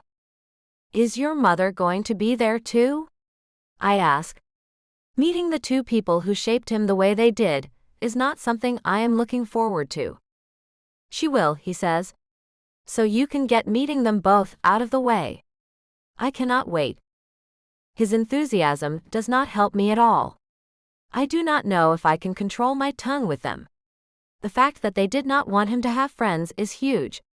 When you add in the way they raised him, there is no getting over the damage they caused. Can I actually hold my tongue with them? Chapter 3. Cyprian. Despite the signing of the contract, Peter seems to be handling things well enough. The main thing is that Cammie's sister looks happy. As lunch wraps up, we all head back to our cars. Can Katerina catch a ride with you guys? Cammie asks. We stayed a bit too long, and I have to make my next class. Sure, I tell her, then give her a kiss goodbye as Ashton pulls up. See you at home around 5. We will be expected at Papa's at 8. The frown on her face was expected. I did not think she would be excited about going, but I need her there. I need her to show my parents that she loves me. They have both been on my case about how much I am doing for her family. They think I am moving too fast. I do not think so. Nothing has ever felt this right. It is as if I have finally stepped into the man I could have always been, a family man who handles things with ease. The man everyone looks to for reassurance. I let Peter and Katerina get into the car first, then slide in beside her. Peter whispers to her, "Did you get what I asked you for?" "I did," she says, sounding as though she does not want to discuss it in front of me. "Good," he says, and places his hand on her leg. She glances at me, and I see something in her eyes that tells me she would like to say more. "So, how are you liking Clemson?" "I like it. I really do. What you are doing for us is wonderful. I am so glad you came into my sister's life. She needed a man like you. She has had nothing but terrible men before." She stops and looks at Peter, who is frowning at her. "Sorry. A bunch of jerks who broke up with her without any real reason. I honestly cannot see why any man would ever break up with her. She is amazing." I look away, unable to imagine what she could have done to make 3 men leave her so suddenly. In her past, she acted very differently with men than she does with you. In my opinion, it was her way of not giving all of herself to them that ended those relationships. She was reserved most of the time. "I am glad you think she is amazing," Katerina says, then pats me on the leg. "She is as lucky to have you as you are to have her." Peter clears his throat loudly. Katerina quickly moves her hand and seems a little nervous. On another note, what do you think about getting online to look for a place to buy in Paris for another hotel, Katerina? I want it to be small and quaint, like the one I found here. No more than 50 rooms. Both will be exclusive. We will cater to the wealthy. So look for something along those lines, will you? That sounds fun, she says as she pulls out her phone to start searching. I smile at her excitement, but Peter says, "I will do that when we get home." "Of course you will have the final say, Peter. But I would enjoy looking too," she replies, still tapping on her phone. "When we get home, I am going to send the nanny home, and you will need to see to the children," he says. He sounds irritated with her. That does not sit well with me at all. Let the nanny stay for a while. What will that hurt, Peter? I ask, looking past Katerina at him. He shuts up and looks out his window. No one speaks for the rest of the ride. When we stop in front of their house, he gets out and she quickly follows. "Thank you, Cyprian. I will send you links to what I find," she says, looking back into the car. "Come," Peter says, and she hurries to walk a step behind him. As I watch them go inside, I wonder if he has always treated her that way or if it is something new. She does not seem the type of woman to put up with that. I know her sister is not. As we drive away, I catch Ashton looking at me in the rearview mirror. "You have something you want to say, Ashton?" "It is none of my business," he begins. I finish for him, "But you are going to say it anyway." "I am," he says with a nod. "You should stay out of their affairs, Cyprian. I can see you do not like how that man treats his wife." It is written all over your face. But she married him, so she knows who he is. You need to stay out of it. She is going to be my sister-in-law. It is my responsibility to make sure she is happy." He laughs and shakes his head. "Cyprian, that is not your responsibility. She is a grown woman who has made her own decisions. This will not end well if you get between them. I do not suppose you saw how dominant he is over her. You will only make things harder for her if you keep interfering. I have Peter where I need him. If he is unkind to her, I will find out and deal with him," I tell him as anger begins to build inside me. "What does that mean?" Ashton asks, concern clear in his voice. "It means I have the man handled." He goes quiet and says nothing more as he drives me back to the office. I know he must suspect how I have handled Peter, but he does not ask anything else. I would not tell him anyway. I will not be telling anyone about that. Chapter 4. Camilla. After a nice long hot bath, I feel a bit more relaxed about meeting Cyprian's parents. The half bottle of wine did not hurt either. Pulling on a deep blue dress, I find some heels to match it and turn to find Cyprian has finally come home. "I thought you would be here hours ago." He smiles and comes to wrap me up in his arms. I went and picked up a few things for later. The bag he was holding drops to the floor behind me. He catches my chin, stopping me from looking. "I have to approve of everything," I tell him, letting him know I will be checking what he brought. "I promise you, I will never do anything to hurt you again. I swear it." He pulls me close and kisses me, not soft or sweet but deep and full of promise. His hands move mine behind my back as he holds them with one of his own. When his mouth leaves mine, we are both breathing harder and my heart is racing. He walks me backward to the bed, sets me down, and retrieves the bag. What followed was a private moment between us, full of anticipation and closeness. He helped me dress in the special pieces he had chosen, and by the time he was finished, my body was warm with excitement for the night ahead. He made sure I knew exactly how much he had missed being with me. "Cyprian," I whisper as he steps back to admire me. He places a finger against my lips. "Shush. Tonight, I would like to hear only one word from you when you are asked anything. Do you know what word that is?" "Yes," I answer, watching his light brown eyes light up with pleasure. He nods and pulls me close, hugging me tightly. It seems he wants to play a little game tonight, and I am more than happy to go along with it. After the long month we have had, anything that brings us closer sounds perfect. He leaves me to shower and change while I wait on the bed. My phone rings and I see it as my sister, so I answer. "Hello." "Hey, you are going to Cyprian's father's party, right?" she asks. Yes, Nosy. I roll my eyes, even though she cannot see me. "I just wanted to be sure. I feel so grateful for everything he has done for us. I wanted to make sure you give the man what he wants tonight. You know he is doing all of this for you and the children, right?" I say as I look at my red painted nails. I could tell by the way he acted at lunch that Peter is not his favorite person. Well, Peter does not try very hard to be likable, to be fair. Lately, he does not even seem to care if the children or I like him. I think all of Cyprian's generosity is making him feel less like the man of the house. "Why do you say that?" I ask. Cyprian emerges from the bathroom, wearing only a towel around his waist. The sight sends a rush of warmth through me, and I have to close my eyes to focus on my sister's words. He has been more dominating lately. He needs to feel in control right now. I can handle it. Do not tell Cyprian, please. He already looks at Peter like he wants to say something. I cannot have them fighting over how my husband treats me. I am used to it. "You do not have to accept anything that makes you unhappy," I tell her as Cyprian comes out of the closet, now dressed in a tuxedo and looking incredibly handsome. He needs this right now. I can do it for him. Please do not say anything. You ready? Cyprian asks. I smile, remembering his request for the evening. Yes. I turn my attention back to the phone. Got to go, sis.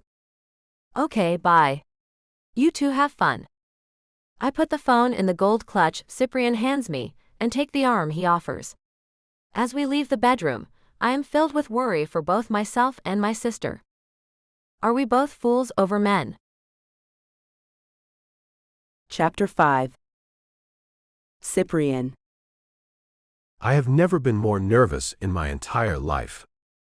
My palms are sweating as I grip the small box hidden in my inside jacket pocket.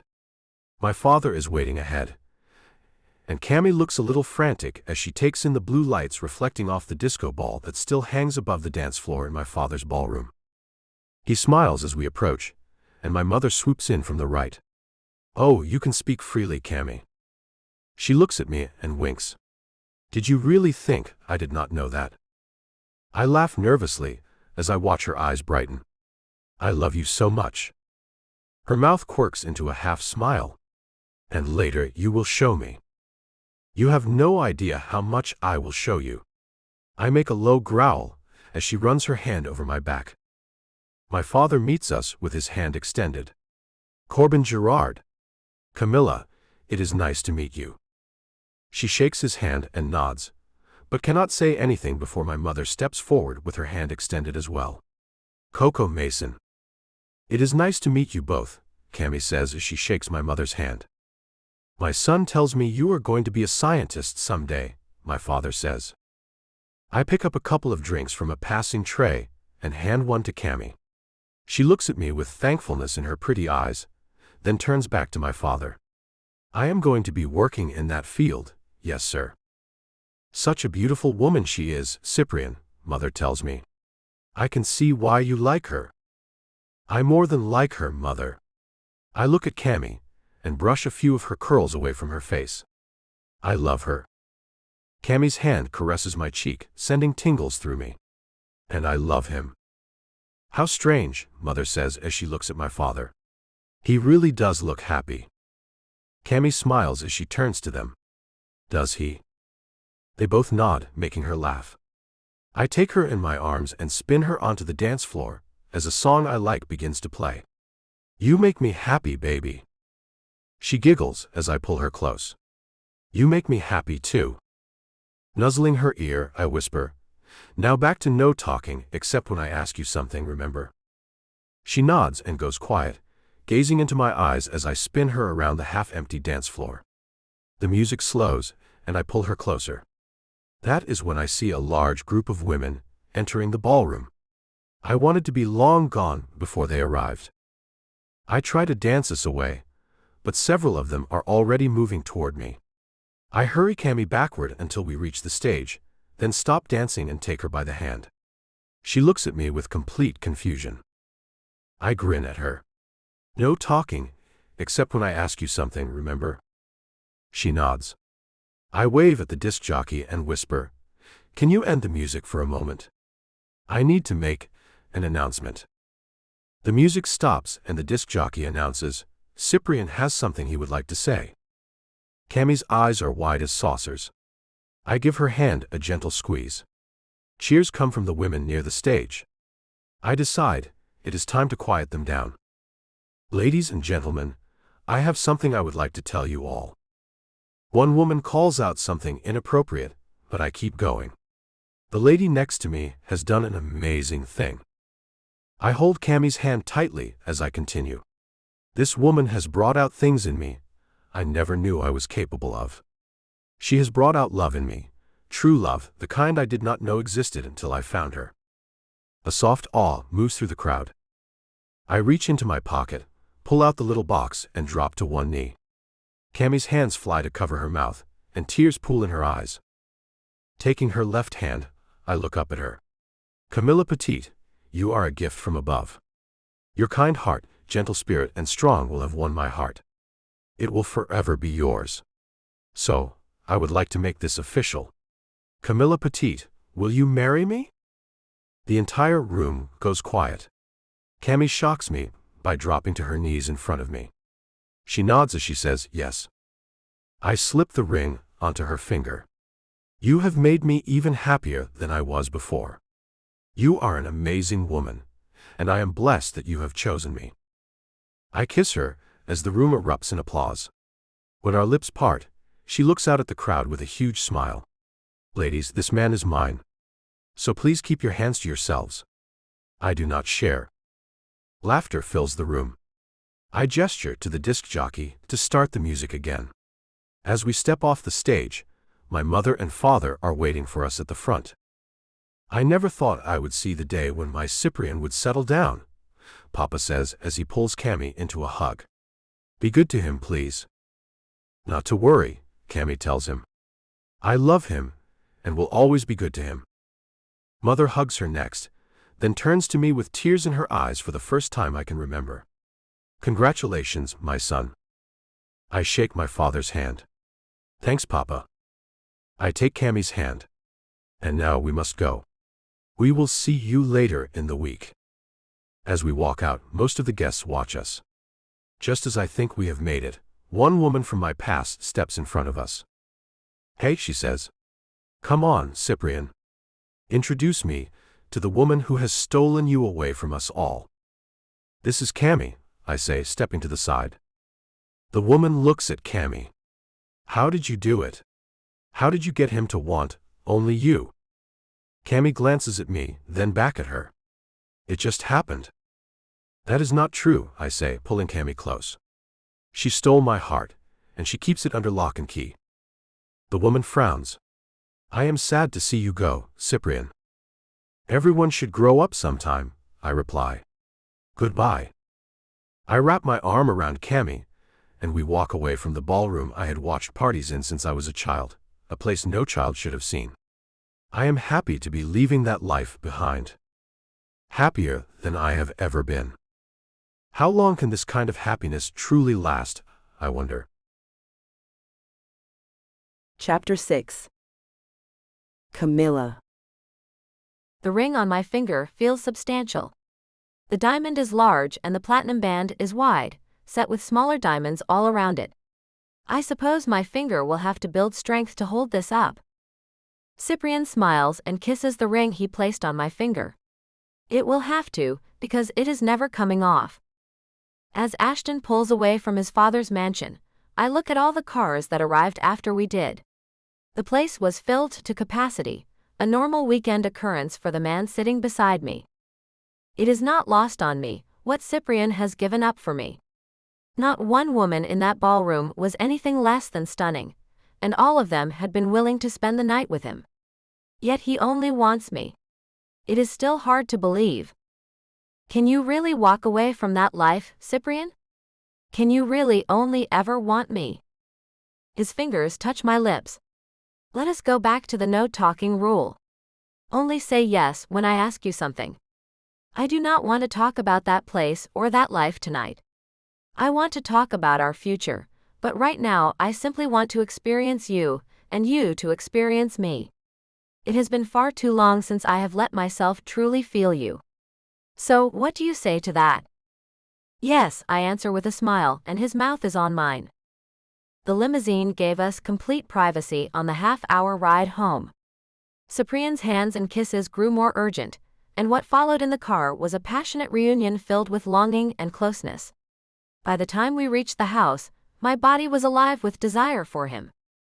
As soon as we were inside, he carried me upstairs to our bedroom like I was already his bride. There, we continued what we had started, losing ourselves in each other for hours. Every touch, every kiss, every moment reminded me how deeply we belonged together. I have never felt more cherished or more complete. Chapter 7. Cyprian. Cammy, are you serious? I ask as I lie in bed, looking down at her, after a beautiful night together. I will stop taking the pill immediately.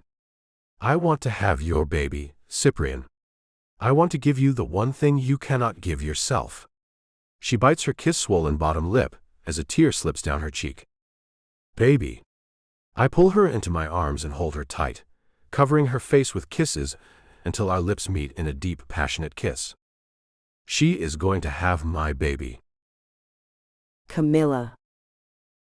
The drive to class has me calling my sister to share my wonderful news. Good morning, Katerina.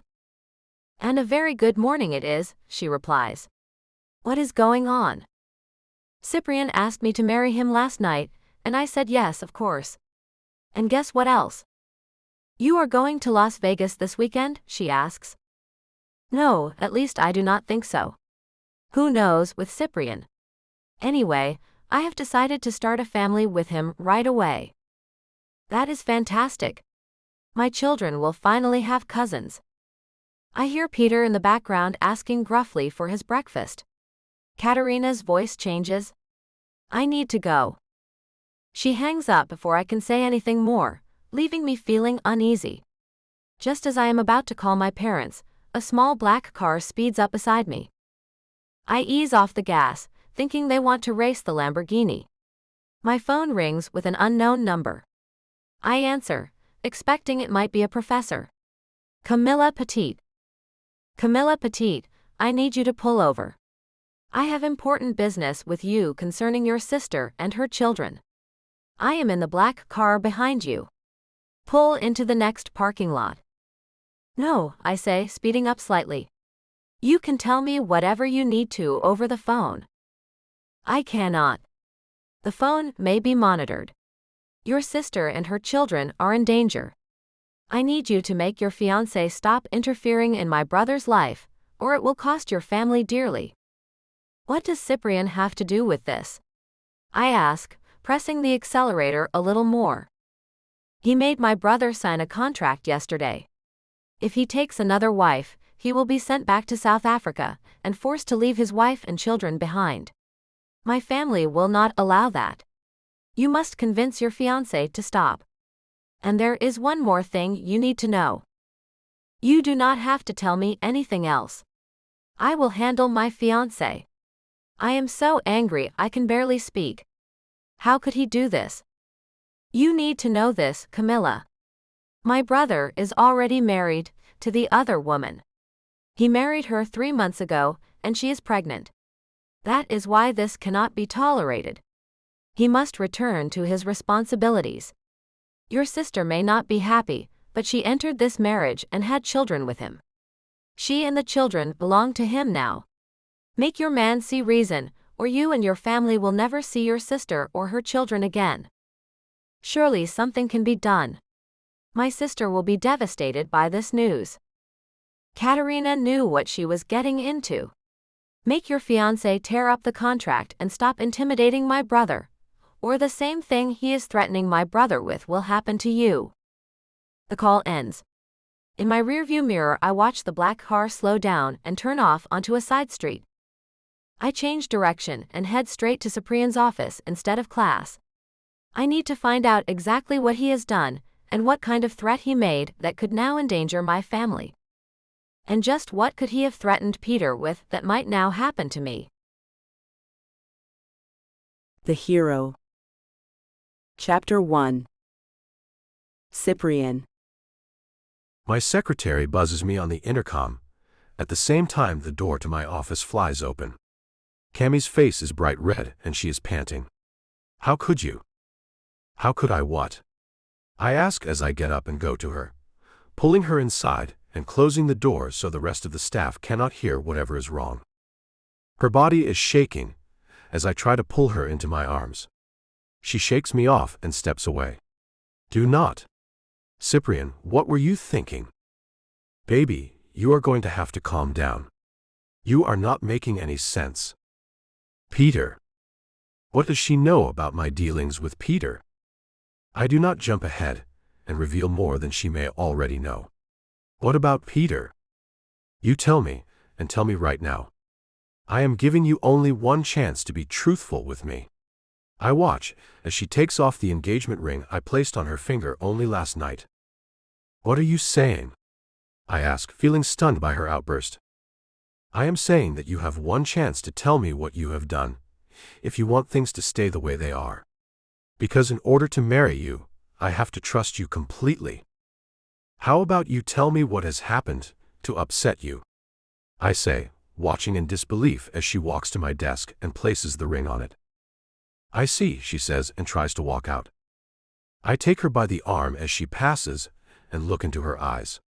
I see pure anger there and know she has been told about the contract. I have no choice. I made Peter sign a contract stating that if he ever takes another wife, I would have him sent back to South Africa without your sister and the children. Well, I cannot be sent away, and I was threatened with the same thing you threatened Peter with. She stares at me, and I know the truth is the only way to keep her. I want to keep you. Holding her arm, I take her back to the desk, pick up the ring, and hold it out. She shakes her head. Okay. I threatened him with serious consequences if he did not honor the marriage. Cyprian, why would you ever do such a thing? He is the father of my sister's children. Her husband. He is supposed to be your brother-in-law one day. Why would you do that? I have told you the whole truth. Can I put this ring back on your finger? It makes me nervous not to see it there, I say, still holding it out. First, tell me why you did that. Because I see him as a bad man. A man who needed to be held accountable to your sister. She will be my sister-in-law soon, and I feel responsible for making sure she and your family are happy and treated well. Her eyes soften. She holds out her hand. I slip the ring back on before she can change her mind, then sit in the chair next to the desk and pull her onto my lap. Her forehead touches mine as she mumbles, "What am I going to do with you?" "Love me," I whisper, then kiss her cheek. "I did it for you, Cammy. You have to tear up the contract. You have to allow him to leave. And you have to understand that my sister will be going with him. She has to, or he will take her and the children and we will never see them again. And apparently, I will be in danger too." She pulls back to look at me. "Do you see what you have done? You should have talked to me first. I could have explained why that was a terrible idea. So you do not really care if your sister has to accept all of that?" I ask, because she was the one who asked me to give him a job to keep them here. I am afraid my sister has to face the fact that she married a man who can take more than one wife. She is the one who purposely took measures so she would not have child after child the way he expected. And it is too late to change anything now. His brother told me Peter married that other woman months ago. They are expecting a child. My sister has to accept that. Peter has to go back to South Africa to take care of his other wife. She is going to be devastated by that news, is she not? I ask as I play with a dark curl that has sprung loose from her bun. She is. She runs her hand through my hair. "Can you promise me you will never do anything like this again?" I can. "I am sorry. I was only trying to help." "Make a mental note of what I am about to tell you," she says, taking my chin in her hand. "Threatening anyone with harm is never acceptable." "Noted," I say, feeling my cheeks heat with embarrassment. I guess I lack something in my understanding of these things. I felt protective, and with Peter being so dominating, I thought I needed to dominate him so your sister could be happy. My sister will have to make her peace with the life she has chosen. She leans in and kisses me. The kiss calms the storm inside me. Everything will be fine. She is not going to leave me over this. When will I ever learn? Chapter 2. Camilla. With the contract in my hand, I leave Cyprian's office and head to give it back to Peter and try to smooth things over. Cyprian wanted to come with me, but I explained that things would probably go worse if he were there. All I want is for things to return to normal. My sister and the children can visit a few times a year, and we will likely never see Peter again, which is fine now that I know he has another family. I rehearse what I will say all the way across town. When I reach their street, I see the black car that had followed me parked in the driveway behind my sister's car. I stop and think about what to do. With no idea what is happening inside, I call Katerina. "Camilla," she answers. "Katerina, is everything okay?" "No." "Did Cyprian tell you what he did to Peter?" she asks. I hear shouting in the background. He did. Who is yelling? Everyone. Did he call it all off? He did. I was with him when he made the call to leave Peter alone. I have the contract. It is not worth the paper it is written on, because it is completely illegal. It was only a scare tactic, but I wanted to give it to Peter so he could destroy it himself if he wants. That is nice of you, but I think it is best if you stay away. 3 of his brothers arrived late last night. They are not in good moods. I feel terrible that my niece and nephew are hearing all of this, and that Cyprian caused it. Please let me try to smooth things out. Katerina, who are you on the phone with? Peter, it is just my sister, she says in a defeated voice. You tell her to come here. I want to have words with her. I cannot wait for my sister to invite me in. I grab the contract, get out of the car, and head to the back door. As I get close, I hear so much shouting. Instead of sneaking in, I throw the back door open and call out, there is no need for all this. I have the contract and Peter is in no danger. One of his brothers rips the paper from my hand. The other 2 take me down to the floor before I realize what is happening. I do not see Peter or my sister anywhere, but I hear the children crying. You did exactly what Peter said you would, foolish woman, one of them says as my hands are secured behind my back. You need to let me go. I shout. My sister runs into the kitchen. Let her go, she cries, but Peter comes in right behind her. Go back to the room and take care of the children. They are crying, Katerina. I will deal with your sister. Peter, please, he pleads. I see her shaking and looking nothing like the strong big sister I know. I will be okay, Katerina. I will explain how things have been handled. She turns and leaves without looking back.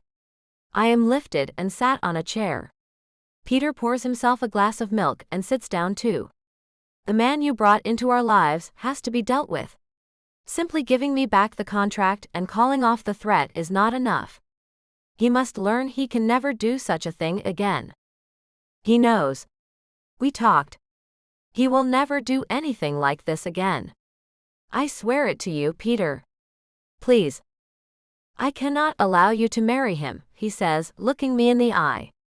If you insist on keeping him in your family, then mine will never visit again.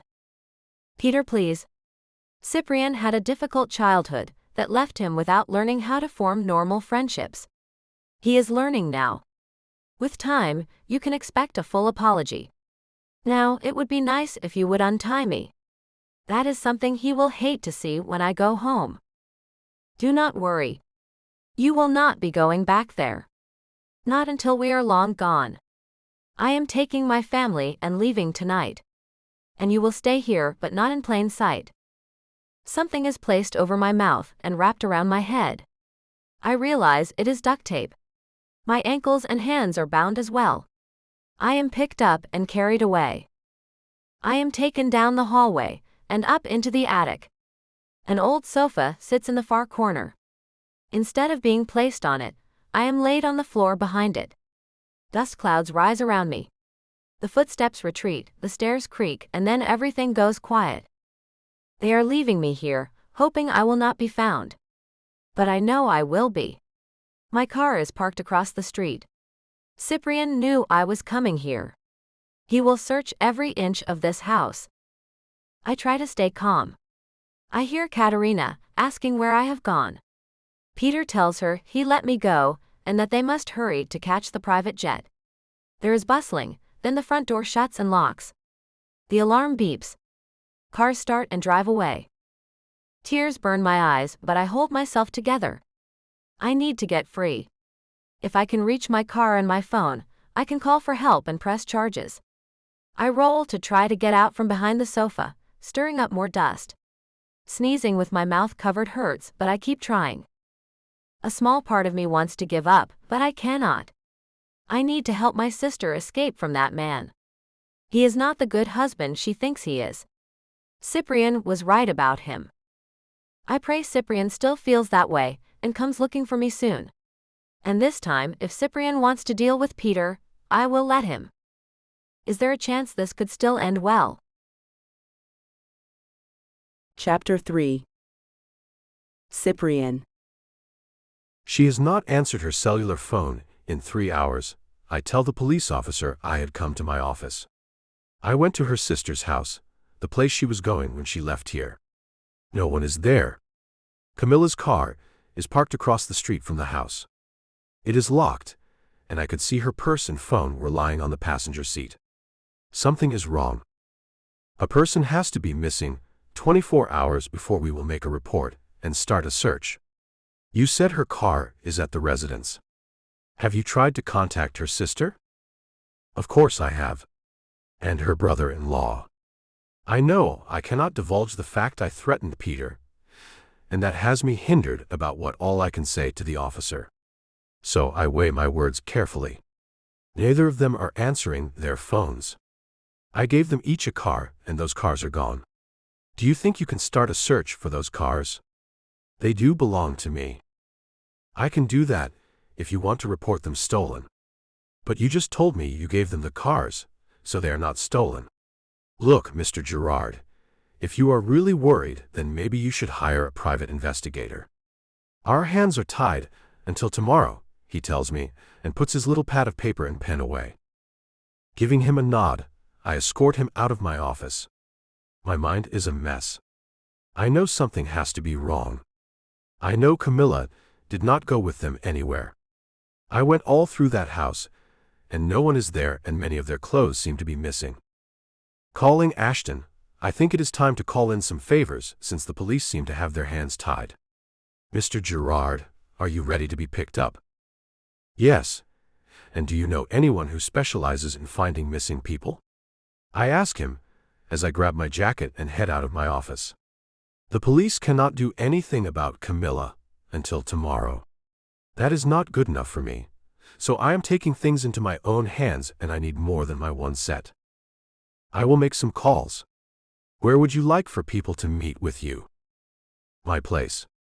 Get all the help you can find, please.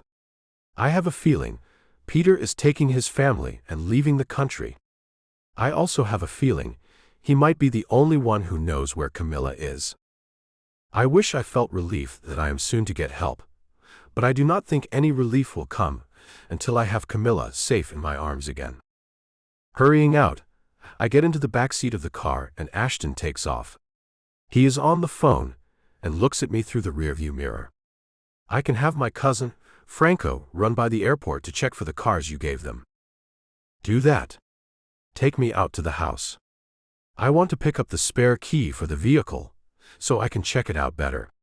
Did you know of any private investigators who might be able to help? I have my sister Lola working on that. She is going to get back to me. Her former husband is a retired police officer. There's a chance he knows someone, Ashton tells me. I feel an urgency moving within me that I have never felt before. I know she is in real danger. I can feel it.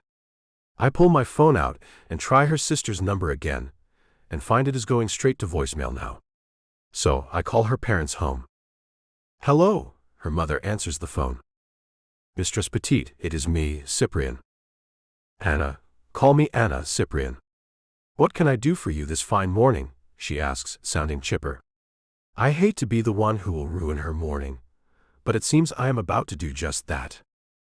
Anna, do you have more than one phone number for Katerina? Camilla went to their house this morning, and now I cannot find her. Katerina and Peter have left with their children, and most of their clothes are gone. Hold on a minute. Let me get Tommy in on this conversation, she tells me.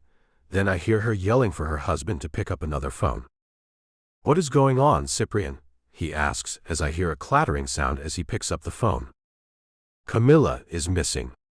And to a lesser extent, so is Katerina and the children. Peter has to have taken them all somewhere. I cannot get a hold of any of them. Camilla's car is still parked across the street from their house, but no one is in it. Their cars are gone, and I am beyond worried. Let me try to call her from my cell, Tommy says, and I wait to see if she will answer him. Katerina, where are you? I breathe out a sigh of relief that she has answered him, and cross my fingers she knows where I can find Camilla. Thank God. What do you mean? You are at the airport. Tommy asks her. Where is your sister? More silence keeps me waiting and holding my body tense. Please let her be okay. Katerina, Cyprian said he went to your house and her car is there, but she is not, Tommy says. And why are you going back to Cape Town? I am thinking that I need to get to the airport, so I call out to Ashton, new plan. Take me to the airport. Katerina and Peter are there. Making a quick turn, Ashton gets en route to the airport. As I hear Tommy ask, why would you follow him then? Tell her that Peter has already married that other woman he told her he was considering, and that she is already pregnant. He has been married for months, I tell Tommy. Anna gasps and Tommy says, where's Peter right now? Tell her I think Peter has done something with Camilla, I say, and hope we are getting closer to finding her. Okay, good. I have something to tell you, and I am afraid you are going to be shocked. Cyprian just told me that Peter has taken another wife, and she is pregnant. He has been married for months. He also thinks Peter has done something with Camilla. Tell her she should get the children and hide from Peter and his brothers until I get some help to her, I tell Tommy, and hope we can get to her and the children in time. You have to stop crying, he tells her. You have to get a hold of yourself. Get the children and hide from Peter and his brothers. Cyprian is going to get help to you. Now, I need you to think very hard. Where could your sister be? The sound of fire trucks come from behind us, making Ashton pull over to the side of the road to let them pass. I watch them take the exit off the highway, that is the same exit you take to get to the house I rented for Peter and Katerina. Follow those trucks, Ashton. I have a terrible feeling. He does as I say. As I hear Tommy say, Katerina says Camilla has to still be in the house. No one left from the time she saw her there until the time they left. Peter told her that Camilla was going to lock the house up after they left. My heart starts to thump harder in my chest as we are stopped a ways back on the street their house is on. And I can see smoke billowing out of the windows on the first floor of the house I rented for her sister and brother-in-law. Tell Katerina that the house is on fire. We just followed fire trucks to it. Tell her to hide herself and her children, and I am about to be sending the authorities to pick up her husband and his brothers from the airport.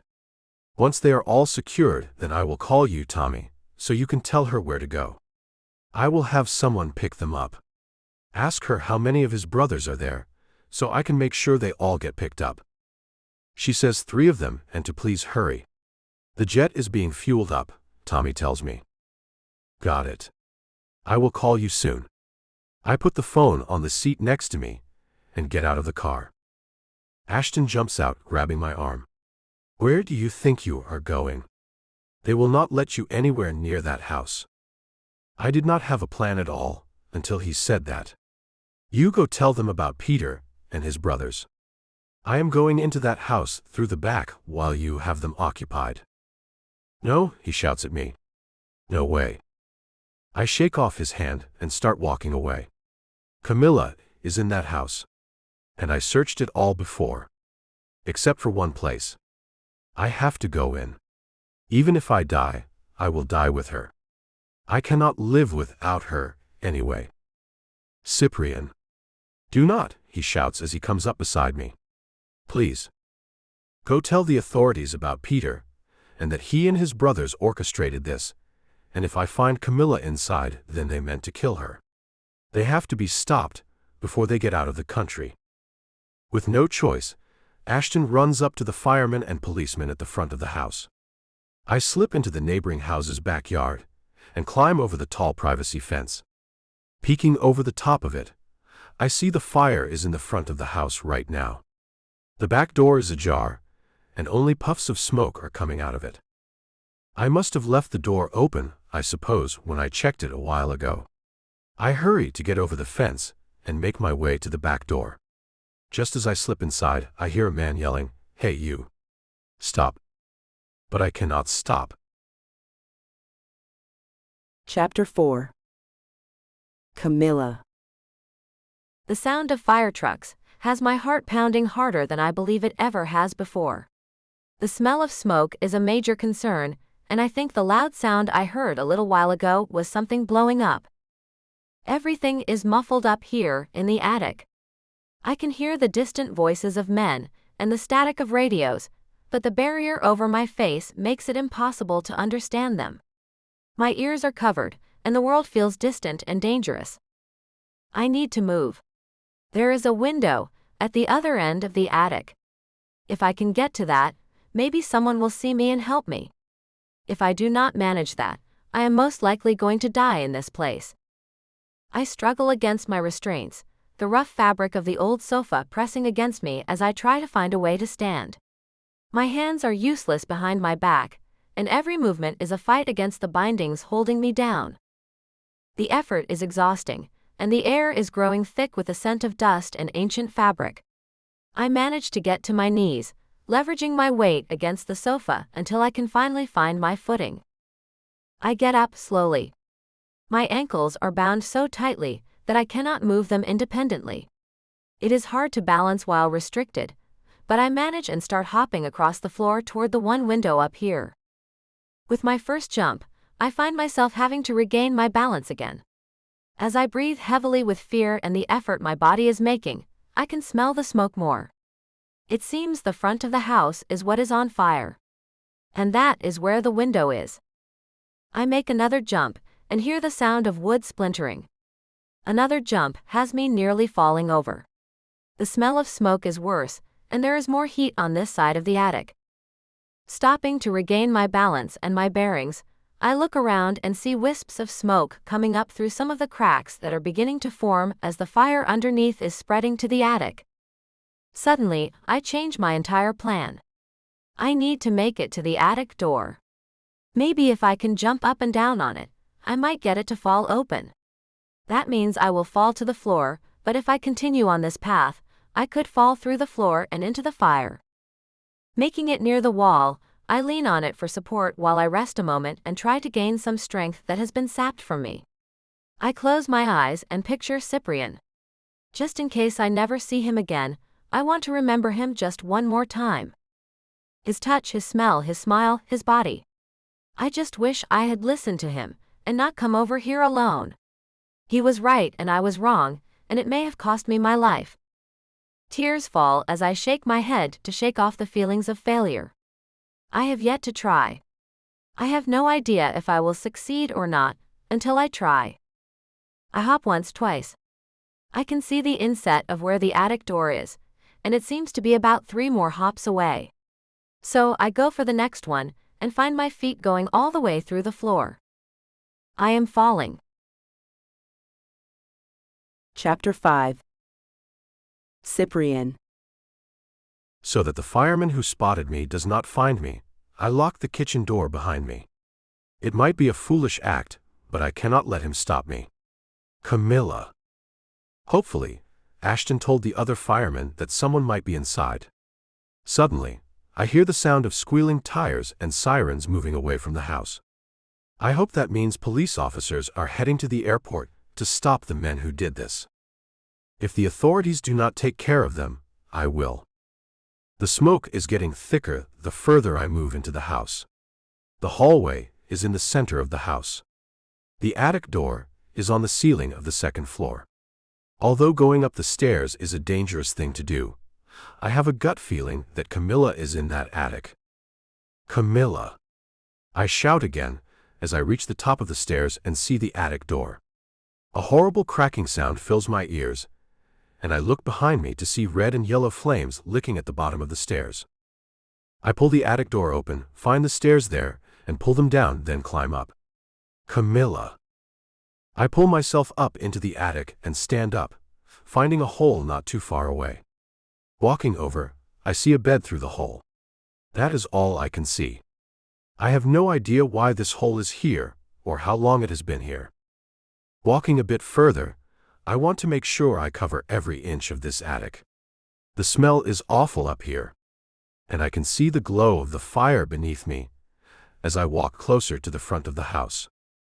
Sparks of yellow light fill the air in front of me, and a loud crackling sound makes me step back as half of the attic floor gives way. The flames are huge and the heat is intense. I step backward quickly. Too quickly.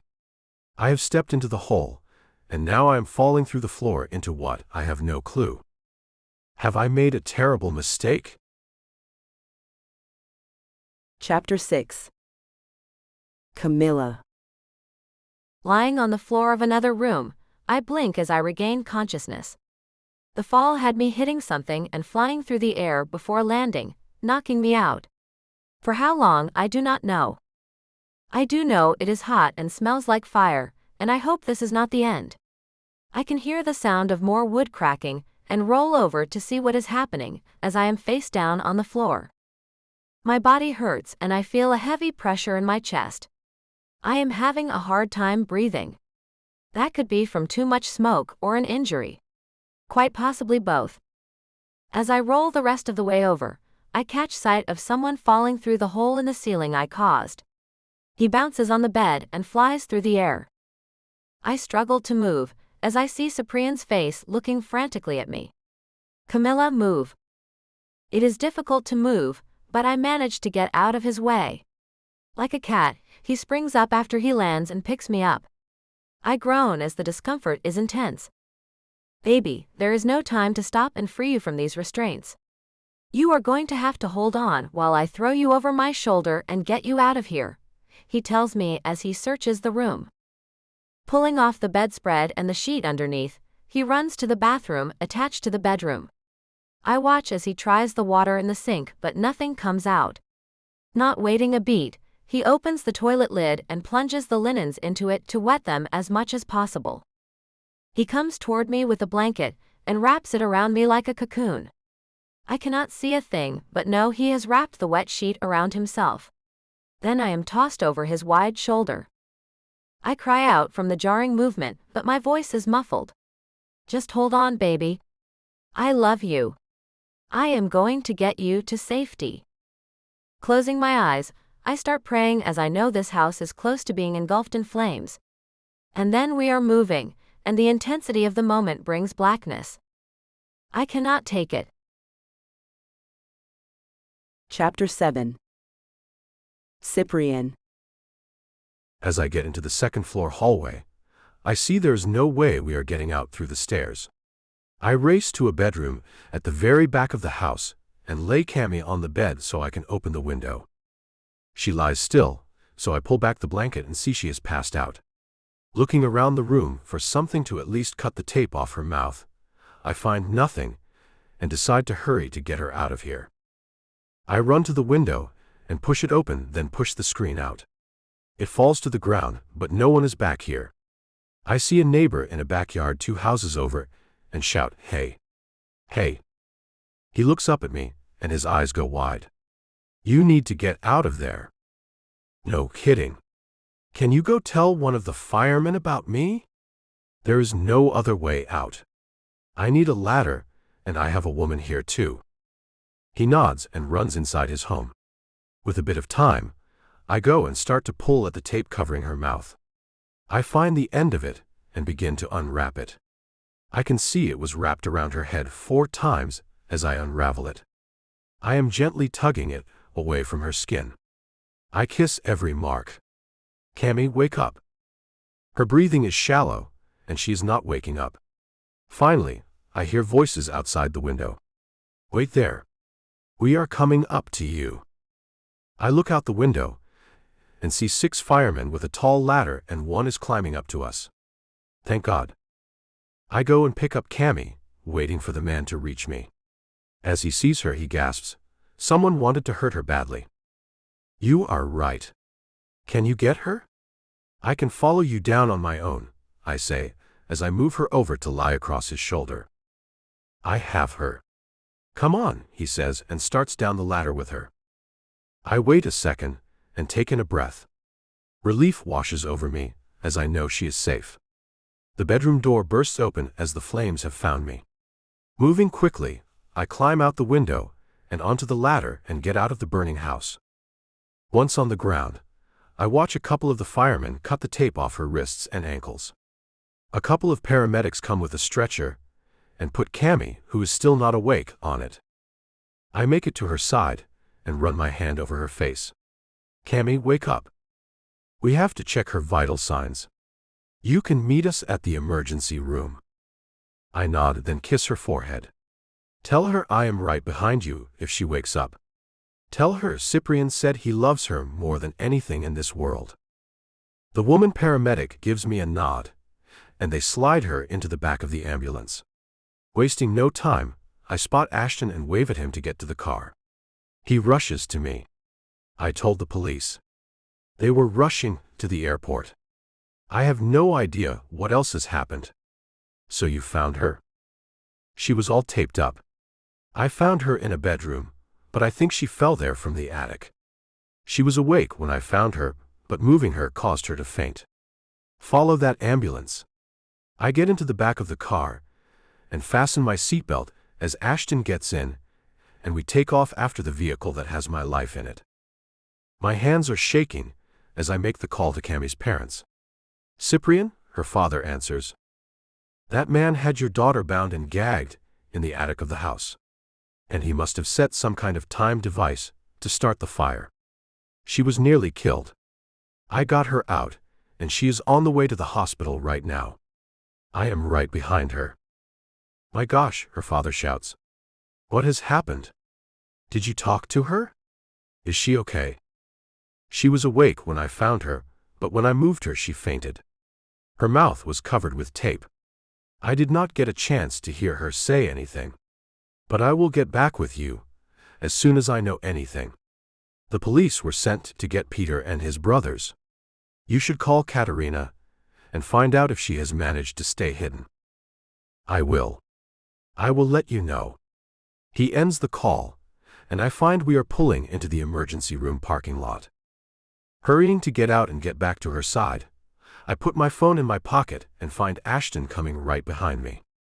I turn back to him. Can you call that cousin that was going to the airport to check on things and let me know if he knows anything? He nods and goes to a small outdoor area to make the call. I get to Cammy and see her eyes are open. Hi, I whisper. Hi, she says with a hoarse voice. Thank you. You are my hero. You are my everything. Are you hurt? I ask her, as I run my hand over her red cheek as they hurry to get her inside. My ribs are most likely broken. She closes her eyes. I did not do that when I tossed you over my shoulder, did I? I ask, praying I did not cause that. No, she opens her eyes and looks at me. It happened when I fell through the floor of the attic. We are hustled into a small examining room, and a doctor comes straight to her. Hello, I am Dr. Bennett. The paramedics give him their papers as he shines a light in Cammy's eyes. I stand beside her and hold her hand while he looks her over and asks her questions. My mind is numb as I think about how close I came to losing her. Some chattering in the hallway draws my attention as a woman says, "Did you see the breaking news? There is a situation at the airport." Listening harder, I hear the other woman say, "It is awful. Some woman and her kids are being held by some men.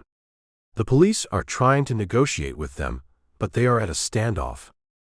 I step out of the room for a moment to make a call. Chapter 8. Camilla. What do you mean you are going home to get me some comfortable clothes to wear? I ask Cyprian, who is making all kinds of excuses to leave me here in the hospital. I was admitted for the broken ribs I knew I had, and so they can watch me for 24 hours to be sure I am going to be fine. And he is acting shady. That hospital gown looks so uncomfortable. I will bring back a cozy pajama set and pick up your toiletries. I want you to feel completely comfortable, Cammy. It will not take long. I promise. Just tell me the real reason, Cyprian. A knock at the door has us looking to see 3 uniformed police officers coming into my room. Hello, Camilla Petite. We have to get your statement. Giving Cyprian a look, I say, go get the stuff while I tell them what happened to me and please hurry back to me. I miss you already. With a kiss to my cheek, he is gone in a flash, and I just know he is up to something, and does not want me to know about it. One of the officers asks me, "How are you dealing with the news, miss?" Cocking my head to the side, I ask, "Which part?" The other officer looks sad as he says, "You know, your sister and her kids being held by her husband and his brothers?" "Oh, that news," I say like I knew all about that. But I had no idea. And now I know what Cyprian is going to do. Play hero again. Cyprian. About 15 women meet us at a lobby near where the situation is occurring.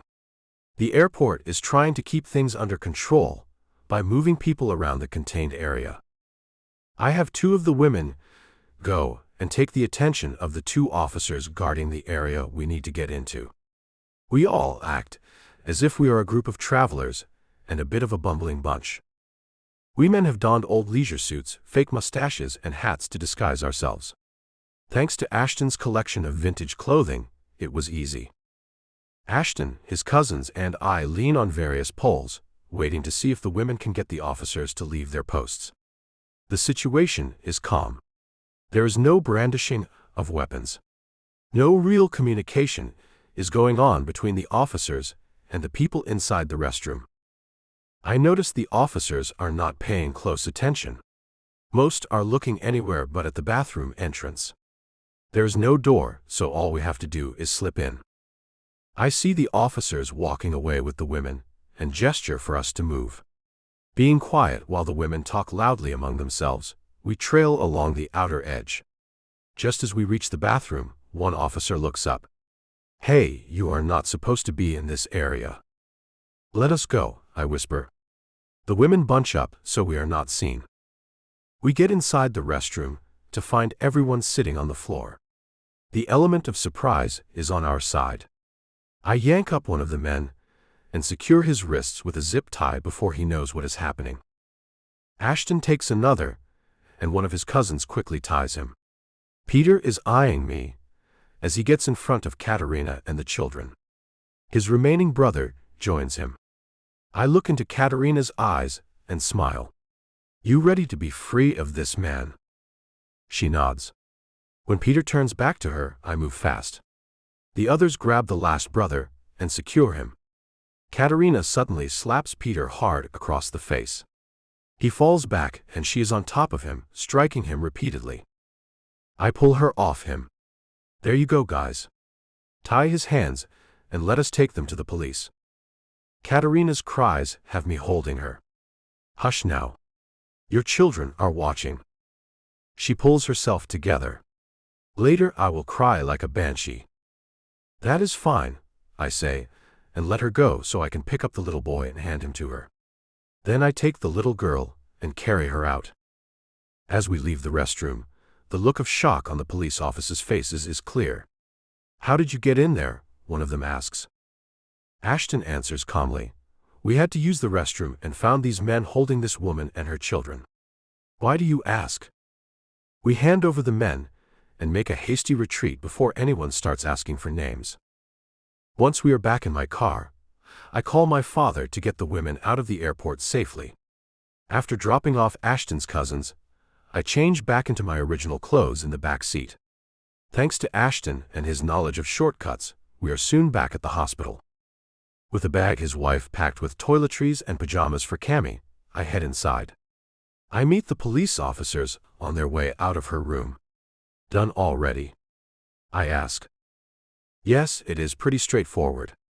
Take good care of her. She is a real sweetheart," one of them says. "I will," I reply and step into the room to find her frowning at me. "I know about Katerina and the kids," she says, looking deep into my eyes. "No need to worry, baby. That is handled." I sit on the edge of her bed and push her hair back. "I am going to take care of everything." "Cyprian," she starts, but I stop her with a soft kiss. When I pull back, I look at her. "I love you.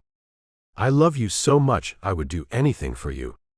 I know some of this is my fault, but the main thing is that you are all safe. Katerina will never have to worry about that man or losing her children again. I am going to get her the best lawyers so she can get a divorce and full custody. Peter will face justice. I will make sure of that. You seem so sure of everything, Cyprian, she says, sounding skeptical. I hear doubt in your voice, Camilla Petite. I kiss her cheek and get up to open the curtains, letting sunlight stream into the room. Never doubt me or my commitment to you. Well, you did run into a burning house for me, she says with a small smile. So tell me how my sister's ordeal ended. I click on the television. It is on every local station.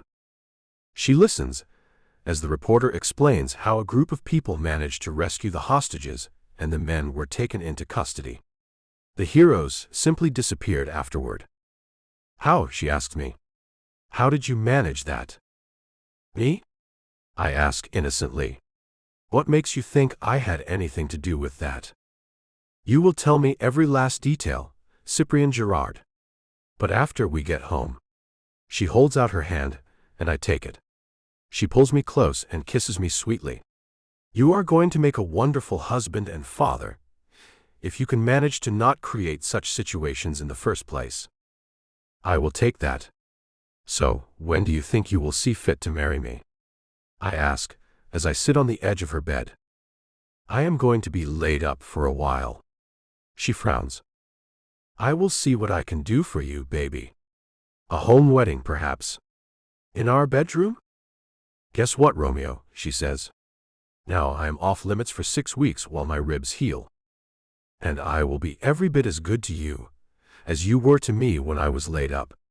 It is what couples do for one another. As I look at her and think about how close we came to losing everything, I lay my head gently against hers and thank the Lord above for her. How will I ever repay him? Chapter 9. Camilla.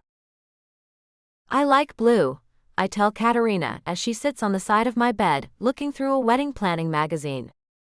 But pale peach is so in. She flips the page and squeals. No, wait. Look at this. She shows me a deep red wedding gown. Crimson.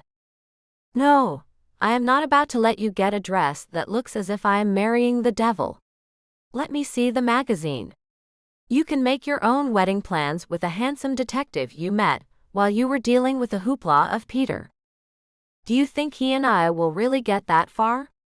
He is so handsome and protective, and I think I love him already, she gushes. He came into that little room, and I found his soft green eyes looking at me with such compassion, my heart melted. Then he took Sax and held him and made him feel better. He was such a take-charge kind of man. And I love that. We have been inseparable since that day, 3 weeks ago. I know. And I know you are probably going to leave us soon and move in with him. I see the writing on the wall, I say as she smiles. If he asks, I sure will. That lawyer Cyprian got me, is making miracles happen with the divorce and custody hearings. I will be a free woman in no time. Then the detective will take you back into marital custody, I expect. She gets up and dances around the bedroom. Oh, I hope so. Cyprian comes in with Sax in his arms. Someone has poopy pants, Mommy? Of course he does, Katerina says as she takes her son and leaves us alone in our bedroom. Thanks again for all you have done, Cyprian, I tell him, the way I do 3 or 4 times each day. She has never looked happier. Even though I do believe she needs to take a breather in the relationship department. Not everyone needs the same things in life. Some wait forever between relationships, and some hop right back onto that horse. Your sister seems to like the presence of a dominating man in her life. And I like the new one. He is not a bad guy at all. I am glad to hear you recommend him, I say as I laugh, then stop as it still hurts my healing ribs to laugh. Have you done any of your classwork online today, baby? He asks me, as he picks up my laptop that has sat at my desk all day without me turning it on. I have not. Do you care to help a poor lass?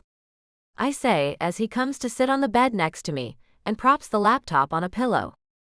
I will help my lady educate herself, so she can become a mind-blowingly smart scientist. He opens it and starts it up as I gaze at him. What would I ever do without you? You will never find that out. I will always be here for you. Now, which class would you like to tackle first? I point at the class on the desktop, and it comes up as I touch the screen. You know what color wedding dress Katerina said I should get? No, he says as he taps the screen to open my next assignment. Was it awful or what? It was crimson. A deep red.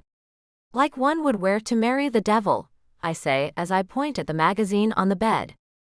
He picks it up and thumbs through it. I still cannot believe you are so against a white wedding dress. I want to stand out. Everyone wears white. I want to be different. You only get married once, right? I do not want our wedding pictures to look just like all the others. Watching him look through the magazine, I find him stopping on a page and looking back and forth at me and the page. I think you would look amazing in this one. When he turns it around for me to see, I see the pale blue dress I had liked and my sister had nixed. Great minds think alike. I had liked that one too. Katerina did not like it. Well, this is not for her to like or dislike. This is for you, my sweet lady. That day is about you, he says, then runs his hand over my cheek. And you, I say as I push his light brown hair back. Us. Us, he echoes. I still cannot believe so many years passed me by, leaving me thinking I wanted to live alone, living a decadent life with no worries, ties, or real people in it. Then you decided to stop in at a little store and bother the cashier. Bother, he asks. I would not say that word. I would, I say, then kiss his cheek. Come on, let us get this work done, then you can give your lady a sponge bath. We can discuss the honeymoon plans. Bora Bora? He asks as he is pushing for that as a honeymoon destination. France, I say as I am pushing that destination. And here is the kicker, Cyprian. I am thinking about a destination wedding. My family would love to visit the place where my grandparents and father came from. Your father's roots are there too. Perhaps he could delve into them a bit. You would like nothing more than to teach my parents how to be a part of a family, is that not right? He asks. So, I say as I push a button on the screen and select my answer to the question. So you might be disappointed, he says. They are set in their ways. As were you, I say and give him a smile. Give me time. You will see. And he will too. The Altering. Chapter 1. Cyprian. Every man needs a bachelor party, Cyprian. My father tells me, as I ride with him, to enjoy a nice meal out as a single man. My father has been pushing for a real bachelor party for weeks now. I have insisted I do not want one. I have had enough partying to last a lifetime. Papa, I know you think that is something I should have, but I have told you 100 times I do not want one. Let us just enjoy a nice meal together. On the last night I will be a single man, and let that be that. I watch his foot begin to tap as we ride in the back of his limousine. His finger starts tapping his leg, and I see sweat begin to bead on his forehead. His obvious nerves are making me nervous. I am sure he has something up his sleeve. The car pulls to a stop at an old warehouse, and I find my father looking more than a bit sheepish. Here we are, son. The driver gets out and opens my door.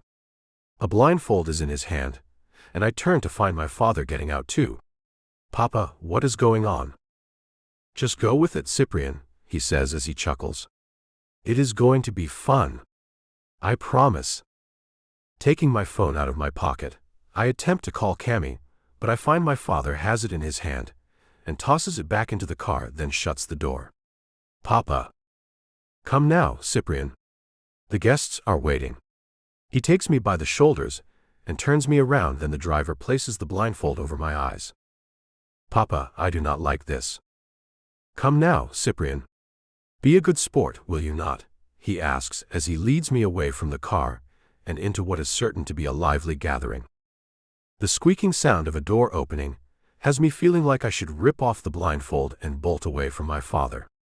But I cannot seem to make myself do that, even though I know I should. Cheers ring out, and music begins to play as we walk into a cool room. Air is forced out of vents, and it makes a slight breeze run over my face as we go deeper into the room. We stop, as my father directs me. Here we have 4 women. No, Papa. Hush, Cyprian. It is a game. That is all, he says. Okay, here we have 4 women. You are to touch only their hands. I want you to pick the one who stirs something inside of you when you touch her. There is only one who stirs anything inside of me. She is out with her sister and mother for her bachelorette dinner. So I will touch them all, and you will see I am telling the truth when I say Camilla Petite is the only woman who does anything for me. Yes, yes, he says, hurrying me along. Come now. Here is the first set of hands. Hold them, Cyprian. Tell us what you feel. I take the hands which are extended to me and hold them in a loose grip. Nothing stirs me. Sorry. Here, try the next set, he says as he takes me and moves me over a step. I stop myself from gasping as I take the hands and feel their shape is recognizable.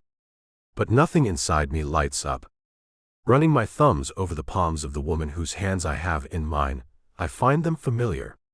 These hands remind me of someone's, but they are not hers. That someone being who, son? My father asks with a slight chuckle to his deep voice. Cammy's. But I know it is not her. Not only is she not here, the touch of her hands always moves me. Those hands did not move me at all. No offense, I say as I nod in the direction of the woman. They are lovely hands. I hear a giggle and think I recognize it, but the music is so loud it is hard to say for sure. My father moves me over a step. This young lady is next. Stepping over, I find my hands are taken quickly, and I know in an instant these hands hold no attraction for me. I do not feel a thing. Next, I say. Last set, son, Papa says. I am sorry, ladies. Only one holds my heart in the palm of her hands, and I can feel it there every time I hold her hands. Moving my hands to find the next pair of them, I find them nowhere. Then the slightest touch of a fingertip sends lightning through me. I fight the urge to pull off the blindfold, as her hands take hold of mine and warmth floods my chest. Please let this be Cammy, and not someone else. Holding back the real question I want to ask, I say, there is a bit of something here. Her thumbs rub the tops of my hands as mine rub her palms. I move my hands up her arms and find spiral curls soft as silk. I twirl one of the curls with my finger and take in her scent. What do you have to say about this one, Cyprian? Papa asks me. Is she to your liking? I believe she is, I say, and pull her into my arms, certain it is Cammy I am holding. Care to dance? I feel her nod her answer and sweep her away with me to dance. Holding her close, I spin around with her to the fast music and know it is her, as our bodies are very familiar with each other. She moves her body against mine, and her lips press the place just behind my ear. Perhaps we should find somewhere private, she says. I stop and let her go. That is not Cammy's voice. Just as I am about to take off the blindfold, her hands grab mine. Do not, I shout. She pulls me back to her with a whisper, come on. It is your last night as a free man. Her voice is much too high to be Cammy's. I have made a mistake. It has been a while since I was a free man. I am sorry. I cannot do this. It is not right. Pulling away from her, I find she will not let my hand go. Stay.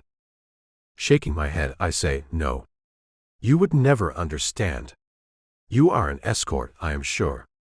You do not know what it means to love and be loved. I know I never want to be with anyone other than the woman I will marry tomorrow. It is nothing against you. I am sure you are very nice. You felt something when we touched, she says with such a high voice it seems unnatural. Admit it. Cammy? I ask, as I jerk my hand out of hers and pull the blindfold off. Her sweet smile is what I find, and I pull her into my arms again as she says, you do not seem very surprised. Sitting on a chair at an empty table, I pull her to sit on my lap. She strokes my cheek as I look around and see my father chatting happily with her sister and her mother. I see what you did there. Are you quite happy with yourself? She nods and kisses me. You do love me. I do, I tell her, then kiss her. Our mouths mingle, letting our feelings speak without words. When we end the kiss, we are both breathing a little faster. Tomorrow, you and I will really become one. Are you ready for that, Cyprian? More than you can imagine, I say as I scout the room for the exit. Are you ready to get out of here? Cyprian, your father put a great deal of work into planning this. It would be rude to leave. And I am here with you, so all is well. Come on, let us dance and drink and eat and live it up.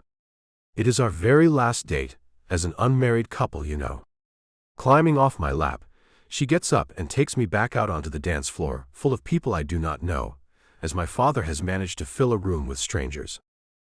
Our very own party in Paris, I say as we dance around the floor. And there is more surprises for you. You see, some of these people are your family. Distant relatives I managed to find when I looked for people in France you and your father might be related to. You will be discovering a family while you are here, she tells me with a wink. You managed to hide all that? I ask. What else do you have up your sleeve, you clever woman? A lot. So get prepared, Cyprian. Your small world is about to open up. Is that really a good thing? Chapter 2. Camilla. He really loves me. I never should have doubted that, but sometimes a woman just has to know. Cyprian has had so many women in his life, I was unsure if he really felt as strongly about me as he has claimed to. He knew the moment he touched my hand it was me. I was worried, I have to admit. He lingered on my sister's hands longer than I thought he would. It had me thinking my idea was going to backfire on me and put me in an awful mood. Retiring from the busy and boisterous dance floor, I lead Cyprian to meet his never-before-known great-aunt and great-uncle. Here is your surprise family, Cyprian. As they all share hugs and exchange hellos, I fall back a bit and gesture to his father to come and join his son in this happy moment. I scan the room to find Cyprian's mother and catch her eye and wave her over too. It is such an odd way his parents are. In no way a couple, yet they share something that makes them a part of one another. I hope to get them to see they mean more to each other than either of them realize. You are Aunt and Uncle Corbin. These are your father's siblings who moved here after a few years in America, I tell him as he approaches us. He blinks a few times as he looks at them talking with his son. How did you find them? I knew about them. They moved long before I was born. My father told me about them. You can find everything on the internet, I tell him as I give him a gentle nudge. Go and introduce yourself to your family. With a nod, he moves in to talk to a family he had heard of but never laid eyes on. I smile as I watch them all talking so easily and freely. Like they have always known one another. Coco comes up to me and whispers, "Who are these people?" These people are related to Corbin and Cyprian. I found them and invited them here tonight and to the wedding tomorrow. I have found some people you might like to get reacquainted with too. I will bring Cyprian to you all as soon as he gets through catching up with this part of his long-lost family. I take her hand and pull her along with me. I know your parents passed away a good while back. I was 16 when they died in a wreck. I lived with my grandparents for only a year before going to work in a club. They never knew what it was I was doing. I told them I was waitressing, she tells me. I heard, I tell her, earning a surprised expression from her. How? I merely point to a small table in the back. They told me. That cannot be my grandparents, she says with a hushed voice. I do not even recognize them. It has been forever. Quite frankly, I thought they were most likely dead. Nope, alive and sitting right there waiting to see you and meet their great-grandson for the first time ever, I tell her as I pull her along with me to meet them. Wait, she says as she stops and gives me a terrified look. Did you tell them what I really am? With a nod, I say, I told them the truth. You are a very wealthy woman who owns an exclusive club in Los Angeles. They were more than proud to hear you had done so well with yourself. You left out the fact it is a club? She asks as she holds her hand to her throat. I did. I saw no reason to get too deeply into what it is you do. You own an established club.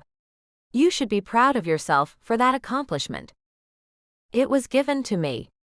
I did not, she says before I stop her. You were given it by the man you gave a child to. And you managed it and made it what it is. You did that. All by yourself. Now go and talk with the people who helped bring you into the world, Coco. Or should I call you Delia? A blush covers her cheeks. They told you? They did. And they are waiting to see you, so go and get reacquainted. I give her a push to get her going, and watch her go to her family. One she left behind so long ago, it seems impossible. With Cyprian and his parents on the right track, I go to see what my family thinks about all this. Joining my mother, father, sister, and brother at a table, I ask, so what do you think? I think your fiancé almost picked me, Katerina says with a laugh. I too was afraid that was about to happen, I agree. I was shaking in my boots. Taking a seat between my brother and sister, I find my brother ogling a lovely young lady.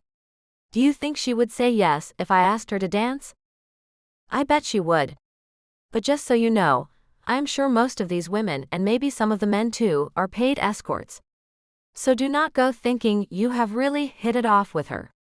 She is paid to be friendly, if you know what I mean. His brows raise and he smiles. Cool. Then he is up and going toward the young woman. Mercy, I hope he does not get himself into trouble, my mother says as she watches her baby boy slip his arm around a young woman's waist, ushering her out to the dance floor. At least he is a proper age to handle such things, I say as I look around, and cannot distinguish between who is paid to be here and who is not. Mixing with Cyprian's family has mine in a place they seem to be a bit uncomfortable in. A place I had planned to keep them out of. But as time went on, and I had it in my head to make us into a real family, it became apparent mine would have to dabble a bit into their world, as they were expected to dabble in ours. Marriage is a delicate dance where things on both sides have to be meshed into place to form the new family that will be the new couples. Cyprian and I are on the cusp of making a brand new family to add to both sides of ours. Are we really going to be able to pull this off? Chapter 3. Cyprian. An angel is what you are, I tell Cammy as I lay her down on the downy feathered mattress in our hotel room. Finding some of my missing family on both sides. I never knew what it was like to know anyone more than my mother and father. It feels amazing. And I have you to thank for that. She smiles up at me, her eyes full of love. I kiss her forehead, then her lips, and soon we are lost in each other. What followed needed no words, only the quiet dark and the deep connection between us. We gave ourselves completely to the moment, wrapped in one another, until the early hours of morning. Afterward, we lay together, catching our breath. I stroke her cheek as she rests her head on my chest. You had me worried for a moment when you held my sister's hands, she says softly. They were similar in shape to yours, my only love, I tell her, then kiss her again. But only your touch ignites a fire in me. She sighs contentedly and runs her fingers through my hair. This will be the last time you take Camilla Petite, Cyprian. My heart fills with the knowledge that at this time tomorrow she will be my wife. Mine. Then I had better make it count, huh? I whisper. We hold each other close, talking about forever, our eyes locked in a gaze that says everything words cannot. The love, the need, the certainty that we belong together, it is all there between us. Lying beside her, I stroke her stomach as we catch our breath. The sounds of two people who have given their hearts and souls to one another fill the quiet hotel room. We will be happy, will we not? She asks. I will make sure of it, I tell her, then kiss her warm cheek. And I will too. Chapter 4. Camilla. Why are my legs shaking? I ask my sister, as I get up after having my hair and makeup done. You are nervous, she says, as if it is the most normal thing in the world. But I have nothing to be nervous about. I love him, he loves me. We want the same things. Why am I shaking? Here, she says as she hands me a small shot glass. You need this. I do not want to be slurring my vows, Katerina, I say as I try to hand it back to her. You will not. Just take it down. It will calm you. And you also do not want to stutter out your vows either, she says with a giggle. She is right, so I take the drink and feel the burn all the way down. Ow. Burns, does it not? She asks as the ladies helping me to dress giggle. Stepping into the middle of the puddle of gossamer, silk, and satin, I stand perfectly still as the two women pull it up and begin securing the dress in the back. The light blue is just a bit off from the traditional white wedding dress. My deep blue heels accent it perfectly, though no one will likely see them under the full-length and very poofy gown.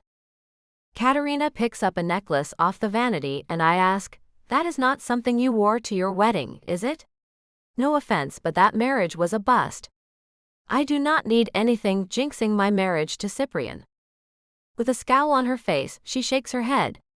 No, of course not. This was our great-great-grandmother on our father's side. I got it from his sister, Aunt Dahlia. She said you could keep it to hand down to your oldest daughter. With the dress secured in the back, I turn so Katerina can put the necklace on me. So this is my something old. The other women finish and quietly leave the room. It is, she says and lays the gold necklace with its 2 heart pendant on my bare chest. It sits perfectly just above the neckline of my gown. I love it. And what a nice story I will have to tell my daughter someday, about how it came to be hers. I gaze in the mirror and think about how lucky I am. With my hair pulled into an updo that would rival the goddesses of Rome, Katerina pushes me to sit in the chair again. She reaches into a bag and pulls out a sparkling tiara. Here is your something new. Cyprian gave it to me to give to you. He wants his princess to wear her crown. Taking it from her, I look it over. The box it came in bears the name Tiffany & Company, so I know it is the real thing. Katerina carefully places the tiara on my head. We both look at my reflection, and she wraps her arms around me as I stroke her arm. Thank you for being here for me. You would have a very hard time keeping me out of your wedding, baby sister. She pulls off her bracelet, a gold band with a grapevine etched into the metal. And this is your something borrowed.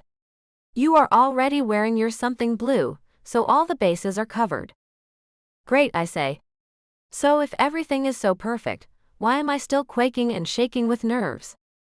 With a shrug, she says, you need more of the hard stuff. Come on, I will do another shot with you. I do not argue this time, as I think about walking down the aisle on my poor father's arm, jittering like a nervous wreck. Down the hatch the hot liquid goes, and I still feel like I am freaking out. Maybe one more will help. Cyprian. A knock at the door to my dressing room has my father going to open it. Cyprian. Cammy cries out as she literally spills into the room. There you are. Cammy.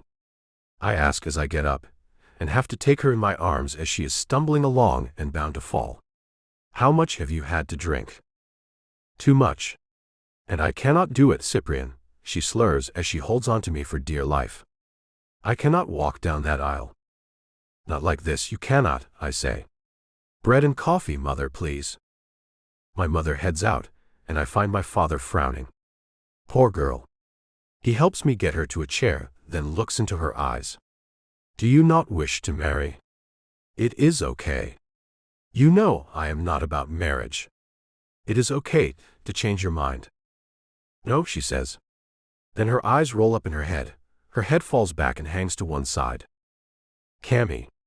I pat her cheek lightly, then a bit harder when that does not wake her up. Not today. Of all days, not this one.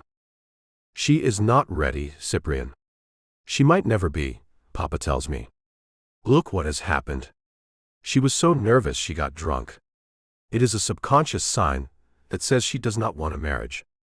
Though she seems traditional, she is not. Just look at her. How sad.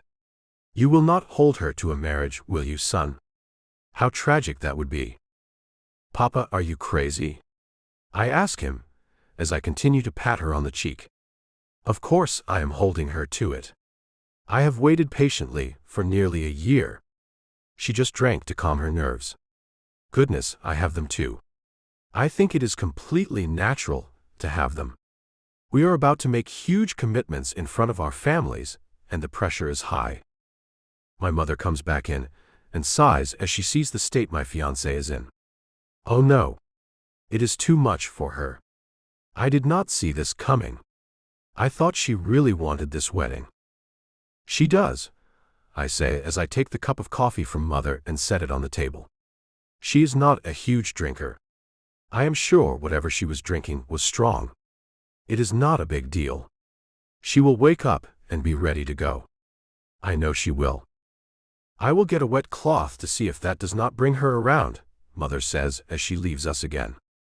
As she opens the door, I see Katerina and she looks relieved. Good, she is in here. I lost her when I had to leave her so I could use the bathroom. What did you do to her, Cyprian? I think I should be asking you that all-important question, Katerina. She was entrusted to you. What happened? I ask her, as she looks at Cammy and pokes at her. She was shaky. I gave her a shot or 2 or 3. Maybe a little more than that. She tugs at Cammy's arm. And she is out. I know that, I say with an irritated tone. Now what will we do? I do not know. Katerina puts her hand to one side of her mouth, like she is telling me a secret. You see, I had the same amount of shots she did. I can smell that and see it. Katerina, shame on you, I reprimand her, then hand her the cup of coffee that will do no good for Cammy as she is passed out. I will go see how long the priest will be able to wait, Papa says, then leaves us. I am sorry, Cyprian, Katerina begins to wail. I really am. I have ruined your wedding. It is all my fault. Do not cry, I say as I try to soothe her. You will ruin your makeup, and you are her maid of honor. She will wake up soon. She will feel terrible, but we will get the vows said and be married, and then I will take her to our hotel room and she will sleep it off. But now she has to feel terrible at her only wedding. I hope it is her only wedding. I hope so too, I say and find a magazine to fan Cammy with. Baby, wake up please. Settling into a pool of self-pity, Katerina takes the coffee and goes to sit down in a nearby chair. Perhaps I did this inadvertently. Maybe I am jealous that she found true love, the likes of which I have never known. First my marriage to Peter, then the thing with the officer did not work out. I cannot find love to save my life, and Camilla just happened to find a man who walked into the store she worked at, and they fell in love. Why can that not happen for me? It is not as if we did not have our trials. It was not always so perfect. Nowhere near. And you will find love. Perhaps you should stop looking to get it from overbearing men, though. You see, you are better than that. You are smarter than the kind of women who need men like that. You should look for nice men. I just met a cousin last night. He kept looking your way. You did not even notice him, though. He did? She asks as she wipes the tears from underneath her eyes, smudging her mascara. He did. He is a nice guy. That is probably why you did not notice him. The man you were hanging all over was someone who was paid to be there. A professional escort. She puts the coffee down on the table in front of her. I thought he liked me. He was paid to like you, I tell her. That is how I grew up. With a bunch of women who were paid to like me. Paid to let me do anything I wanted with and to them. That is terrible. So this cousin, is he handsome? She asks as she gets up and looks in the mirror. Oh no, my makeup. Taking a tissue, I dab at the black smudges under her teal-colored eyes. I can fix this. I guess you could say, he is handsome. I did not think he was ugly. I can make sure you two meet after the wedding if you want. Should I? He lives in France, after all, she says as she looks into my eyes. He is just visiting, I tell her. He lives in New York. He is an investment counselor there. Funny, is it not? He is in the same line of work I am. I am thinking about seeing if he would like to come to work for me. Introduce me. If we hit it off, then offer him a position. She smiles and gives me a hug. You are going to make an excellent brother-in-law, Cyprian. If we can get my bride to wake up to make me one, I say as my mother walks back in. She goes to Cammy and presses the cloth to her forehead. Camilla, wake up. Cammy's eyes flutter open, and she grabs my mother by the wrist. Can I call you Mom? Mother smiles, then laughs. If you will wake up and marry my son, you can. Okay, Mom, Cammy says, then lifts her head up and looks at Katerina. You have been crying. I got you drunk. I am sorry, her sister says, then makes her way to her. Are you ready to get married now? Can you walk? I hurry to help Cammy get up, and find she has to lean heavily on me. Your father will have his work cut out for him, bringing her down the aisle to me. I will go and get him, Katerina says as she wobbles toward the door. Allow me, Mother says, then pats Katerina on the back. You take some more of that coffee, and give some to your sister. I watch my mother, a woman I have never seen have a motherly instinct in her life, do things a normal mother would do. Mother, thank you. She looks over her shoulder at me with a smile. You are welcome, son. Looking at the woman who hopefully will become my wife very soon, I feel overwhelmed by my love for her. She has managed to transform not only myself, but my mother and father to some extent. You are a miracle worker. Her sleepy smile makes me laugh as her eyes droop a bit, and she hiccups. You are a miracle, my love. The door opens, and in comes her father, looking sternly at Katerina. Did Coco tell on me? Katerina asks him. He nods and shakes his finger at her. You are supposed to be the big sister. You are supposed to take care of Camilla. This is her special day. I am sorry. She begins to cry again. No need to cry. It is all going to be fine, I say as I take Cammy to her father. Brace yourself, she is kind of like a jellyfish. Bye-bye, Cammy says as her father takes her from me. I will see you soon. I watch them hurry away with her to freshen her up, and I go out to get the show on the road. My father meets us in the hallway. The priest is available for another hour, but that is all. She is awake. Her father has her.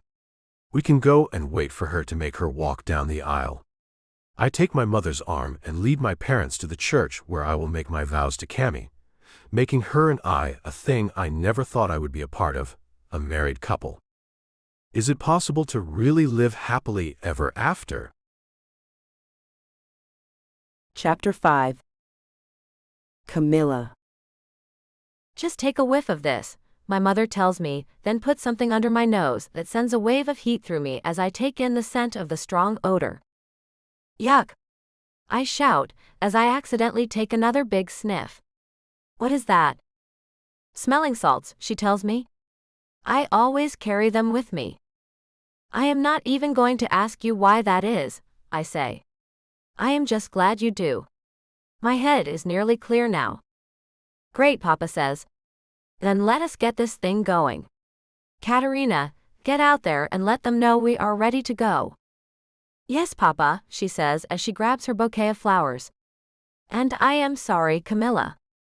I give her a nod and let my mother pull the veil over my face. Time to go, baby girl. The nerves are gone, I say, mostly to myself as I am surprised I feel only happiness, not nervous at all. I hear the music start up and take my father's arm. You look gorgeous. And you look handsome in your fancy tuxedo, Papa. Mother goes out before us, going to take her seat. I love you, Camilla. See you out there. I love you too.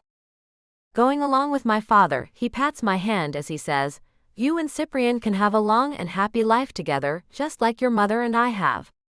Things will come along to threaten your happiness, but all can be overcome. Love is like a river. It has deep spots where you can lounge in the luxury of it, and shallow spots where it becomes rough as stones crop up to make the water treacherous. Cling to one another during those times. That is when you need to gather strength from each other. Do not turn your back on him if he is having a rough patch in his life, and remind him to do the same for you when you find yourself having trouble. Never go to bed angry, and do not say things you cannot take back. Words can scar just like physical injuries. Tears have sprung up in my eyes, making it difficult to see where I am walking. That is some good advice, Papa. I hope so, he says. It comes from the heart, Mon Canard. The music stops as we approach the entry to the main church. The wedding march starts and my heart starts banging like a drum in my chest. My father takes a step and I go with him. Wishing the tears were gone, so I could see my handsome man waiting for me at the end of the red carpeted path that is leading me to my future. Cyprian. The ice blue dress looks fantastic on her. The veil has her hidden from me, and it has my heart shuddering as she comes to me. Today she will become mine. She will carry my name, and she will give me children who will carry that name into the future. My life will not be the empty shell it was. I will live on through my children. The future is so different from what I thought it would be. I thought I would be a man like my father, living merely to make money, and party with women who would let me do anything I wanted with them. Instead, I am going to live a life with a woman who tests me on occasion and fills me with wonder always. I doubt boredom will ever come into play in our lives. If it does, for some reason, I will make sure to show it to the door. She and I will make our marriage a happy one. The closer she gets to me, the better I can see her under the light blue veil. Her eyes glisten with tears, but the smile plastered on her sweet face tells me they are happy tears. Her father places her hand in mine as he says, "Take good care of my baby, Cyprian. I am trusting you." "I will, sir. I promise." I turn us to look at the man who will say the words to make us one. I expected to find her hand shaking, but she is calm. Her hand is cool, and as always it leaves my pulse nearly racing with just her touch. I do not know if it will always give me this reaction, and I do not care. At least I have been able to feel this for a while. It is amazing, and the memory alone is better than never feeling it at all. Her voice is smooth as she repeats the words the priest asks her to. I get to hear that voice every day for the rest of my life. I get to hear her cry, laugh, and the delivery of our children. I get to hear it all. I repeat the words he asks me to, and watch her smile as I vow to love, honor, and cherish her. I already do, but these words cement the fact I always will. She is my world. My everything. I would be a lesser man without her. I know that now. I know so many things I never knew until I met her. And to think how I was set to give this woman a piece of my mind when I heard her talking about me that night. It seems like a lifetime ago. I stood and listened as she talked about me without knowing I was listening, thinking I was a man I was not. She has taught me what love is really about. It is so much more than I ever understood. With the last words said between us, she is now my wife and I am her husband. Pushing her veil back, I look at her and mouth, "I love you." She mouths it back to me. When our mouths meet to seal the deal, it sends an explosion of stars into my head. This is it. We are married. To death do us part. My goodness, can this be real? Chapter 6. Camilla. The sound of rain falling outside the window of our bedroom has me thinking about how this whole thing began. Cyprian lies next to me, his arm thrown over me as he makes little snoring sounds. We have been back home for a week. Looking at the rings on my finger still gives me the chills. I am the wife of a billionaire, whom I love more than I knew was possible. I talked so much about this man before I even knew him.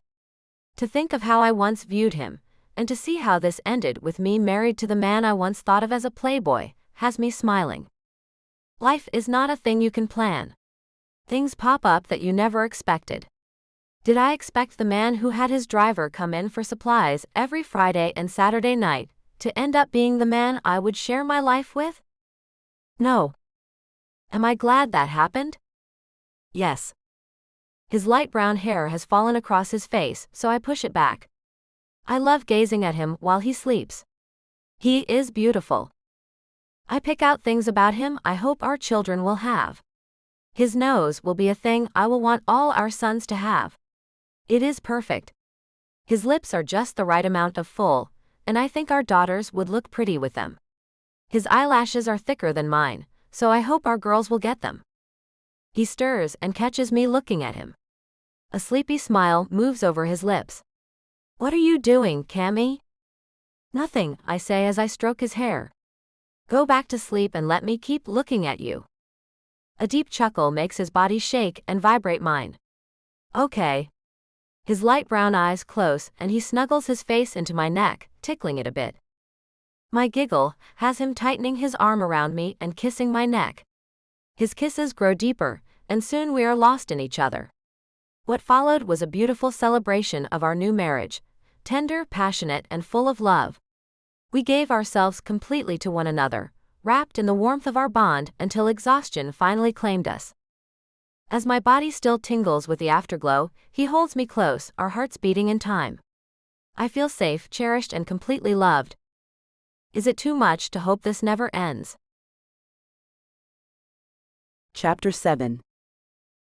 Cyprian. Look what I found today, I tell Cammy as I tug her to come with me to look at a rare find. I push open the door to the bedroom across the hall from ours, and she gasps as she sees what I have purchased. A baby bed. Yes, is it not the most beautiful thing you have ever seen? I take her to touch the cherry wood bed I found at a shop in town. I had to get it. I have never seen anything like it. Look at the ornate carvings. It is gorgeous. It is, but I am not even pregnant yet. It might jinx us. It has been months since I stopped taking birth control and nothing has happened yet, she says as she runs her hand over the smooth polished wood. The gynecologist told you it could take up to a year for your system to get back in order. It will happen. I will make sure of that, I say as I chuckle and grab her up in my arms, making her face me. Her smile is a bit on the sad side, and I find it makes my heart hurt. In 3 months, it will have been an entire year since I have been off birth control. I am not worried a bit about it. It will happen. Maybe I need to stand you on your head to make it take. I laugh and spin her around. I will do whatever it takes, baby. I know that. It is just that I am getting worried, she says as she frowns. Baby, do not be. We have enough money to do whatever we have to in order to have a baby. I am not worried. You do not need to be either. I take her hand and lead her out of the room that I thought she would be much happier about. Now I can see this is weighing on her, and I hate that. Then it hits me like a brick. Is this what I get for years of living the way I did? Camilla. The truth is weighing me down, as Cyprian looks at me with a bit of worry in his eyes. Cammy, what if this is how I am to be punished for how I have lived? Do not be silly. That is not how things work, Cyprian. I tap the place next to me on our bed. I should be honest with you. He sits down and looks at me with furrowed brows. Honest. With a nod, I proceed. You see, the first guy that first was in a relationship with wanted me to have his baby. I was 17, and as foolish as they come. Oh my goodness, Cammy. He looks at me with wide eyes. Shaking my head the entire time he is talking, I finally get to say, no, it is not that. I got pregnant 3 times, and I lost each one by the 3rd month. He bites his lip, then shakes his head. You were a kid, Cammy.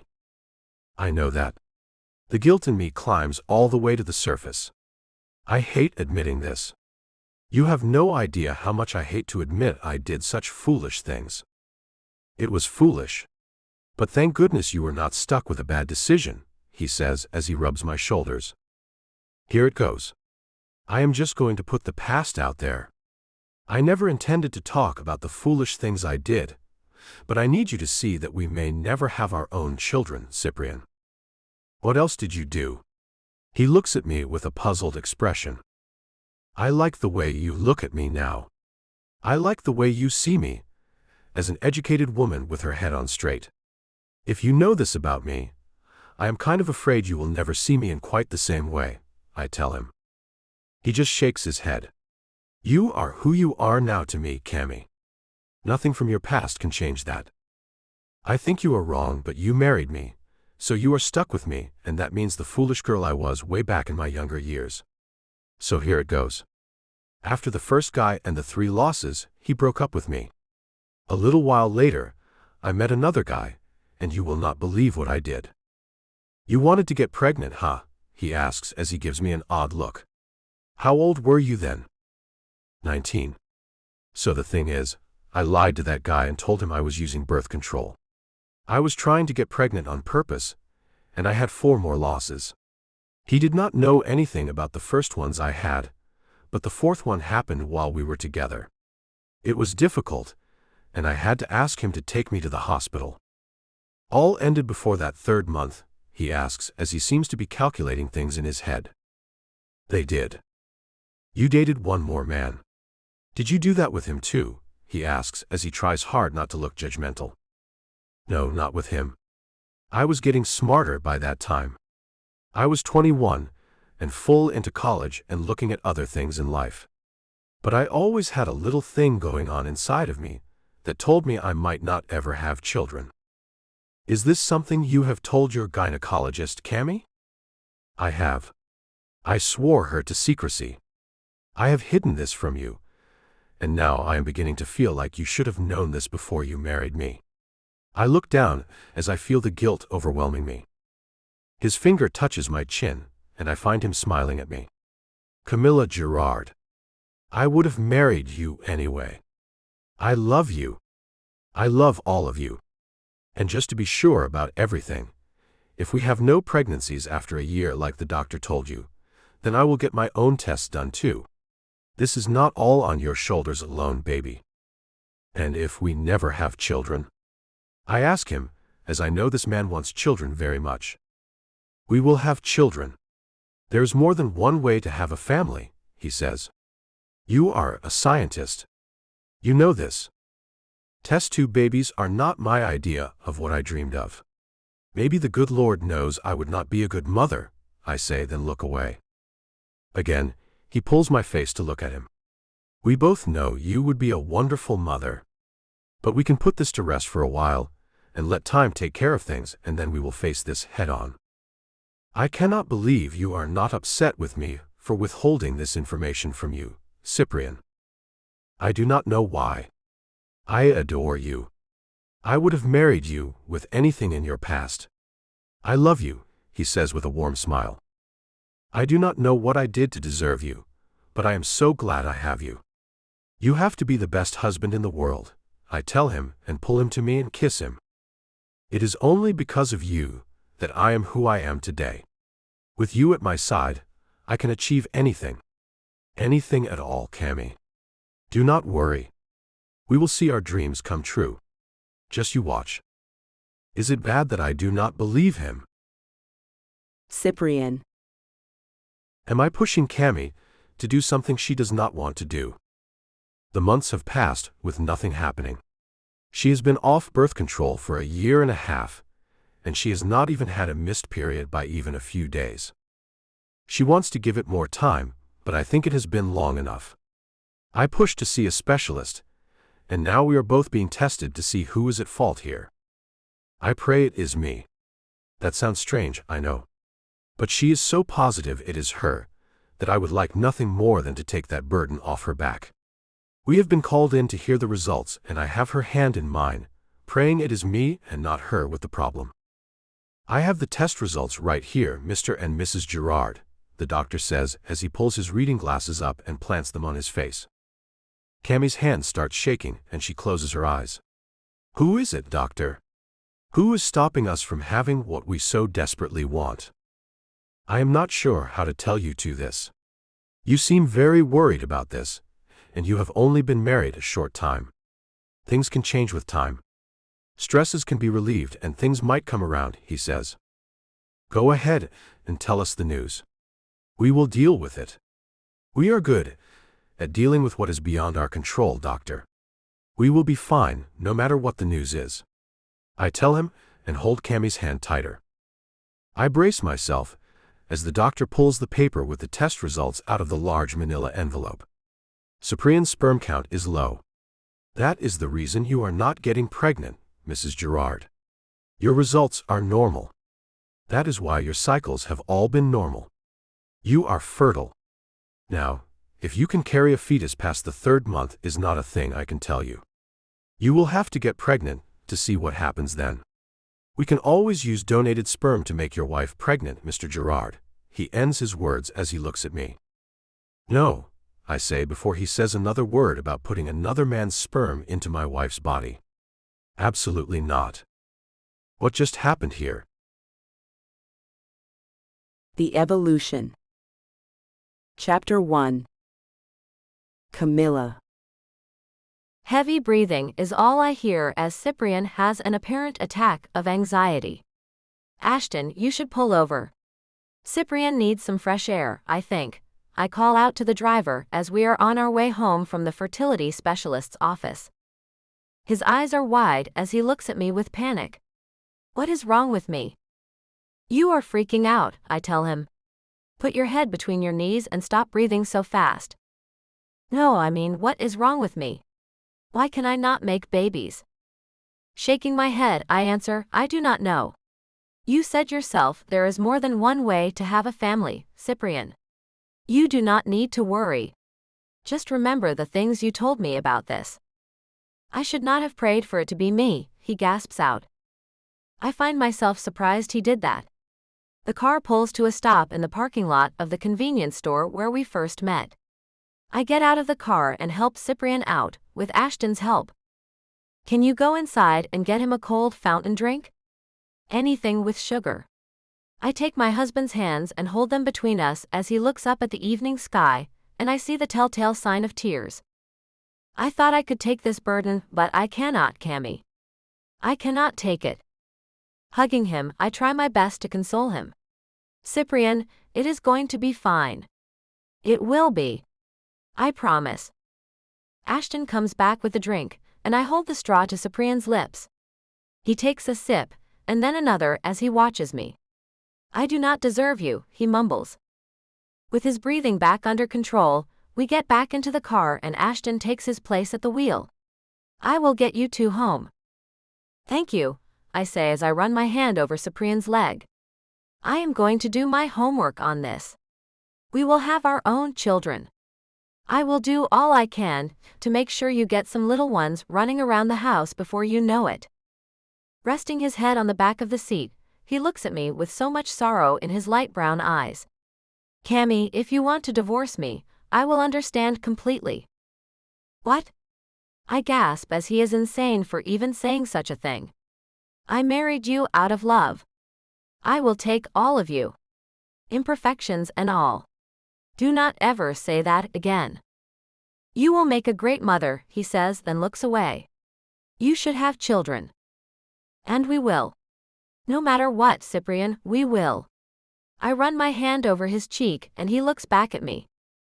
Not with a sperm donor. We will not use a sperm donor, he says as he shakes his head back and forth rapidly. Okay, we will leave that option out of our minds. I pat his hand to reassure him. I do not want to have a baby with anyone, but you anyway.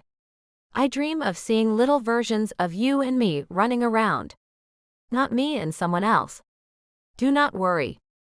As we pull to a stop in front of the house, he looks at me and asks, Did you ever think in a million years I would have a low sperm count? Shaking my head, I answer, I did not ever think that. Not with your virility. But I will research my heart out to find out what can be done to help you bring that count up. Walking into the house, I find him scooping me up into his arms and carrying me upstairs.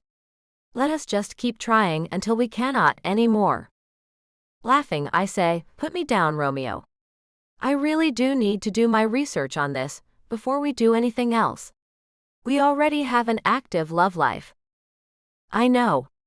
He puts me down, his head hanging low and making me feel worse than if it had been me with the problem. Come on, I say as I pull him along with me to the bar. Let us have a drink, and I will get out my laptop and we can look through the wealth of information we are sure to find on this subject. You are not the only man this happens to. Lagging back, he makes it difficult to get him where I want him, relaxing in a comfortable chair. The specialist said stress might be the cause since I am so busy with work. Maybe I should step down from the chief executive position.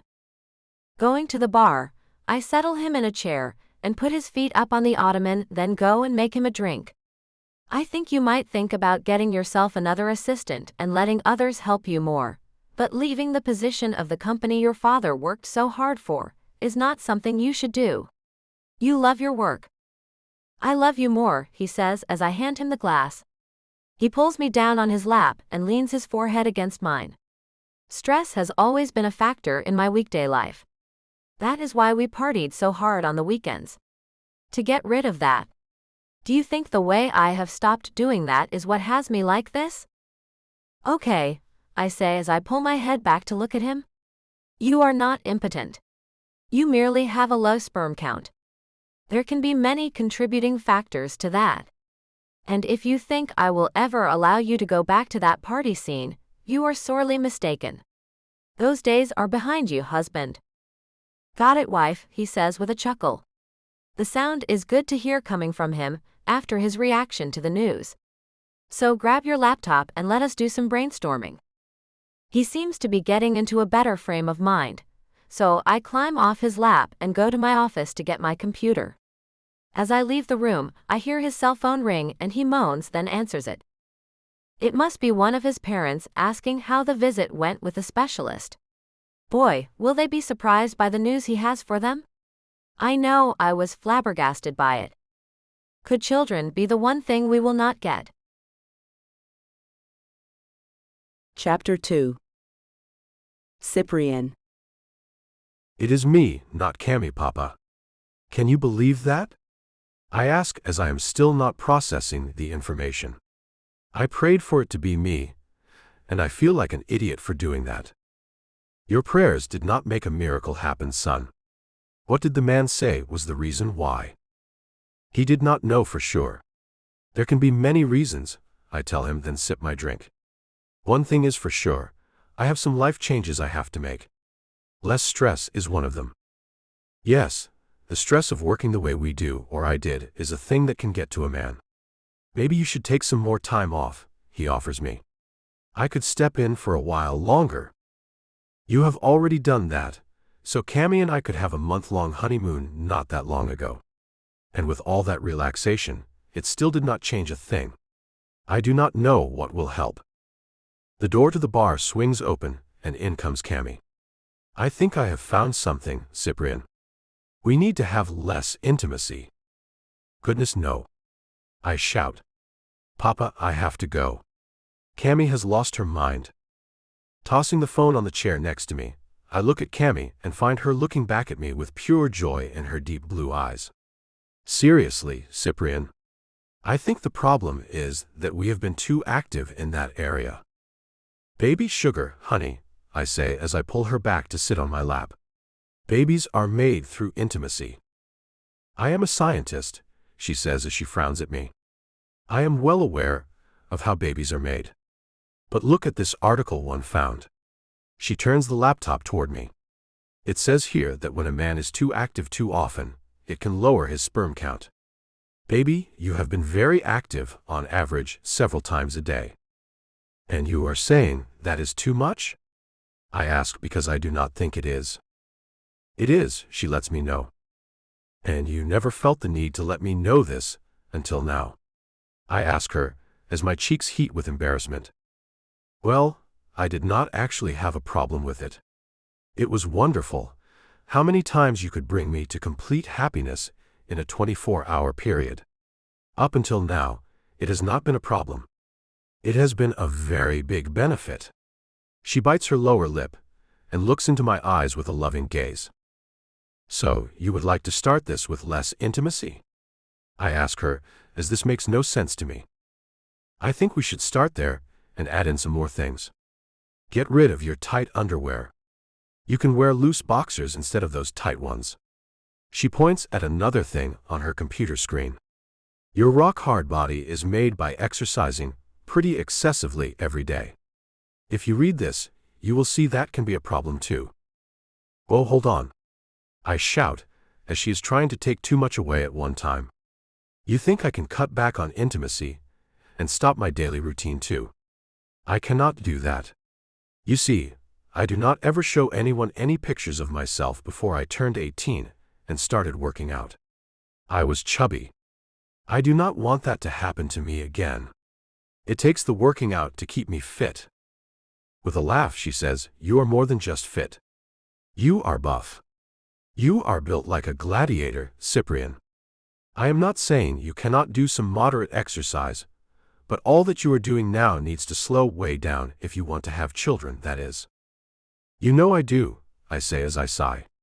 But this is not going to work. Without intimacy and exercise, my stress level will climb to new heights. That is what I do to help with the stress of my job. I will have to turn to drinking, I guess. She points to another part of the article. Nope. That is another thing you will have to cut out. No way. A pout forms on my lips, and I have a feeling it is going to be on them a lot if I decide to do this.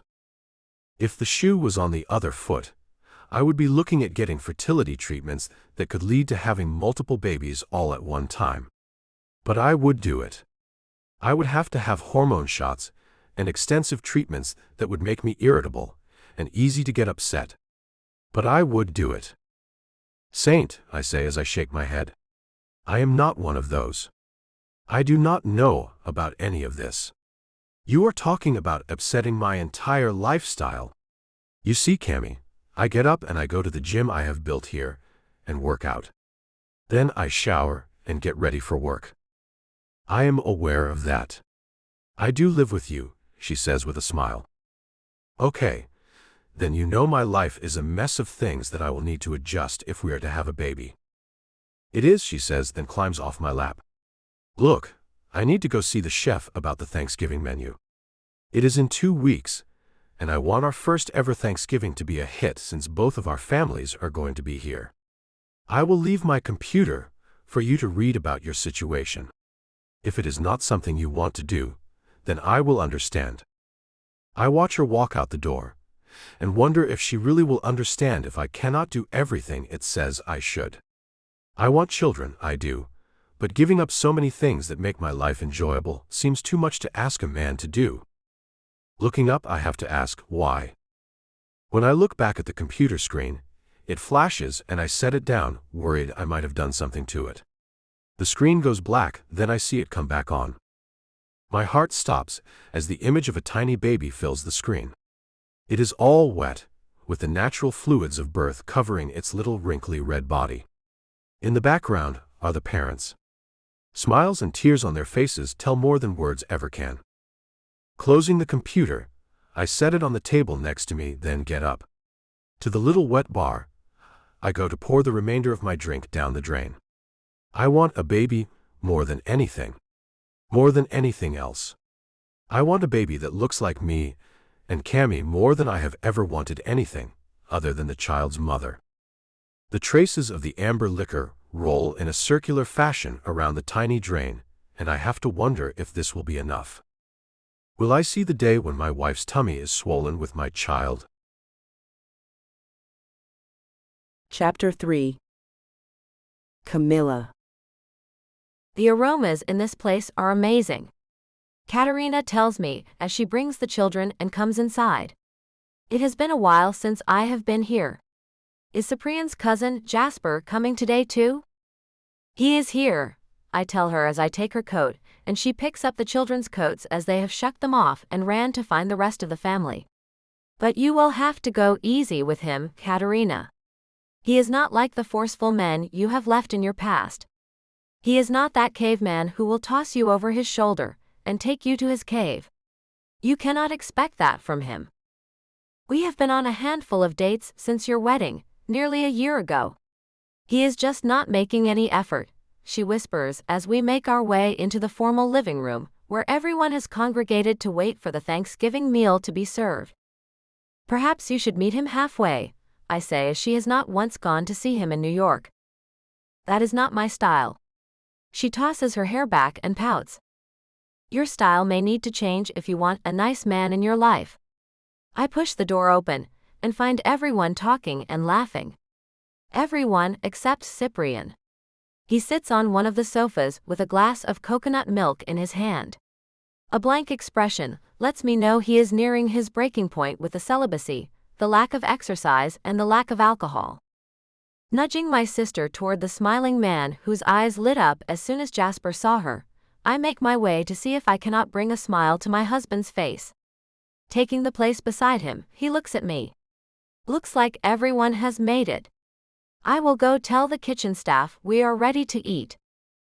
I will come with you, I say as I get up and take his hand. After we leave the room and walk a little way down the hall, I wrap my arm around him and pull him with me onto one of the many patios outside the house. The air is brisk and cold. What are you doing? I want to ask you something, I say as I press up against him, pushing him against the wall. I want to ask you if we could possibly be together tonight. It has been 2 whole weeks. He stammers as his eyes search mine. Are you being serious? I thought you said we would have to wait until Christmas. I know I did. But you look like you could use a little reprieve from your current restrictions. We can get back to the plan tomorrow. Then we can have some Christmas fun in a month from now. A month, he says as he wraps his arms around me. Goodness, it sounds so long. So far away. So, is that a yes for tonight? I ask as he looks past me and out at the scene behind me. We should wait. I really want this. I can wait, he says, then lets me go. With a nod, I go back inside with him following me. I cannot wait though, and I will get him to give in later. He needs this. He needs to get a break from this. Cyprian. I should not have eaten that much, I say as I can feel the fullness in my stomach. Normally, if I was still exercising, my stomach would be much too tight to show anything I ate. But my body is already beginning to look softer. Camilla sits next to me on the sofa, in front of the fireplace. Everyone has left after the Thanksgiving dinner, leaving us all alone. My body goes tense as she rests her hand against me, her touch light and warm. Her lips brush my neck as she whispers, I need you, baby. You are not playing fair, I tell her as my desire stirs. I have not allowed myself to feel this much, and she is making it so hard to resist. I know I am not. I want you. I ache for you, she says softly. I do not care if we do not get pregnant. I want you. Please, Cyprian. Please take me to happiness like you have always done. Children will come to us or they will not. I need you. Her touch is warm as she leans into me. Camilla, I say breathlessly as she moves closer, then she is on my lap, her presence overwhelming my senses as she draws me into a kiss. It has been 2 weeks since I have tasted my wife's kiss. My hands move to take her by the shoulders, to pull her closer. One goes to hold the back of her neck, as the other runs along her back. I cannot bring myself to stop. My want grows as she moves closer, enticing me to give in to her. Though my head is telling me I should not be doing this, my heart and my body are telling me they will not let me stop. Her mouth leaves mine and she looks into my eyes. In front of the fireplace would be very romantic, do you not think? I can only nod as she moves and spreads a soft throw on the carpeted floor right in front of the fireplace. The warmth of the flames flushes my skin as she helps me with my sweater. Her hands move gently over me. I help her with her dress, kissing her shoulder as her soft skin draws me in. I trail kisses up to her neck as we shed the rest of our clothes. Kissing her earlobe, I whisper, I love you, baby. I move closer, trailing kisses over her skin. I love you, she says, her voice a soft caress as she pulls me closer to her. Moving to the blanket, I stop to admire the woman I have dreams about. I find her hands meeting mine. You are beautiful. So are you, she says as she draws me near. I trail kisses along her skin and stop at her throat. You want me close to you, do you not? She shakes her head. No, Cyprian. I need you. I crave you. I want to feel you with me. Goodness, I breathe as her words make me even more eager. Baby, are you sure? Please, Cyprian. Her lips press against the hollow of my throat. Show me how much you love me. I have missed you. Even though I have seen you every day, I have missed your touch. As I have missed yours, I say as I move closer to her and shiver as we finally connect. She reaches for me, and I find myself moving with her. Please. I cannot stop myself. I have to feel her. Slowly, we settle into each other, and our combined sighs fill the air. Her soft skin is all around me. I feel the connection to the tips of my toes. Please do not regret this later, Camilla. I could never regret you, Cyprian, she says as she takes my face between her palms. If a child never comes to us, I still will never regret this. You and I are one and the same. Now let us put this pressure behind us and be the husband and wife we were before we let this get in our way. I love you and I want to show you. And I need you to show me how you feel about me. With one long loving motion I say, words cannot express how much I love you. So allow me to show you just how much I cherish you. She tastes sweet, and she feels like an angel in my arms. I am ready to show her what she means to me. Children or no children, I have a wife who loves me so much she would forego children just to feel my touch. I cannot see that as a bad thing. But will I be the one who regrets this night? Chapter 4. Camilla. His hands are soft as they roam over my skin. His lips graze along my collarbone, sending a slow heat all through me. I do not recall a time I have felt quite like this. It is more of a deep need to be with him. It is powerful, and I am thankful he has given in to me. My body arches up to his as he moves with me. I cannot seem to get enough of him. His back is rippling as I move my hands all over it, relishing how his muscles feel. He has complained about them becoming less defined in the 2 weeks he has limited his exercise regimen. I feel a slight difference, but he is still incredibly fit.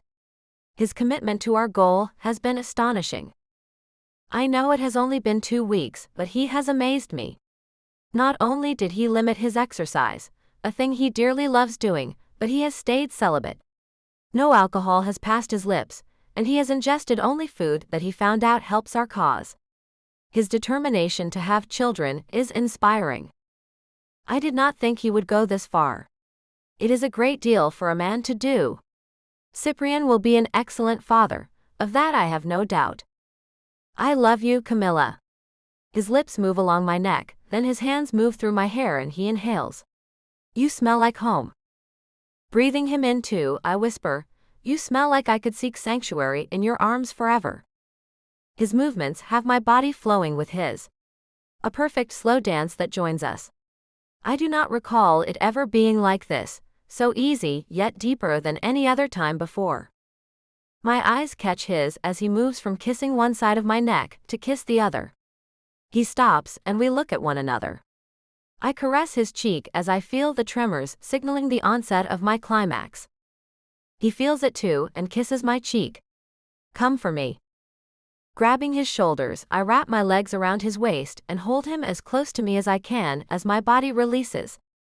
My jaw is clenched as I move with him, until his eyes close and he goes stiff. The intensity rips through me, going straight into my soul. I feel the pulsing all through my body as it releases. Our hearts pound as he lies on top of me. Like 2 drums beating out a rhythm, the sounds fill my ears. I open my eyes as his lips touch mine. I love you, Camilla Gerard. His lips move over mine with his words. I love you, Cyprian. I feel a tear fall and have no idea why. It must be the beauty of what we have just shared. I have to say, it was the most beautiful thing I have ever felt. Holding me until there is nothing left, Cyprian kisses me until the last bit of ecstasy has ebbed.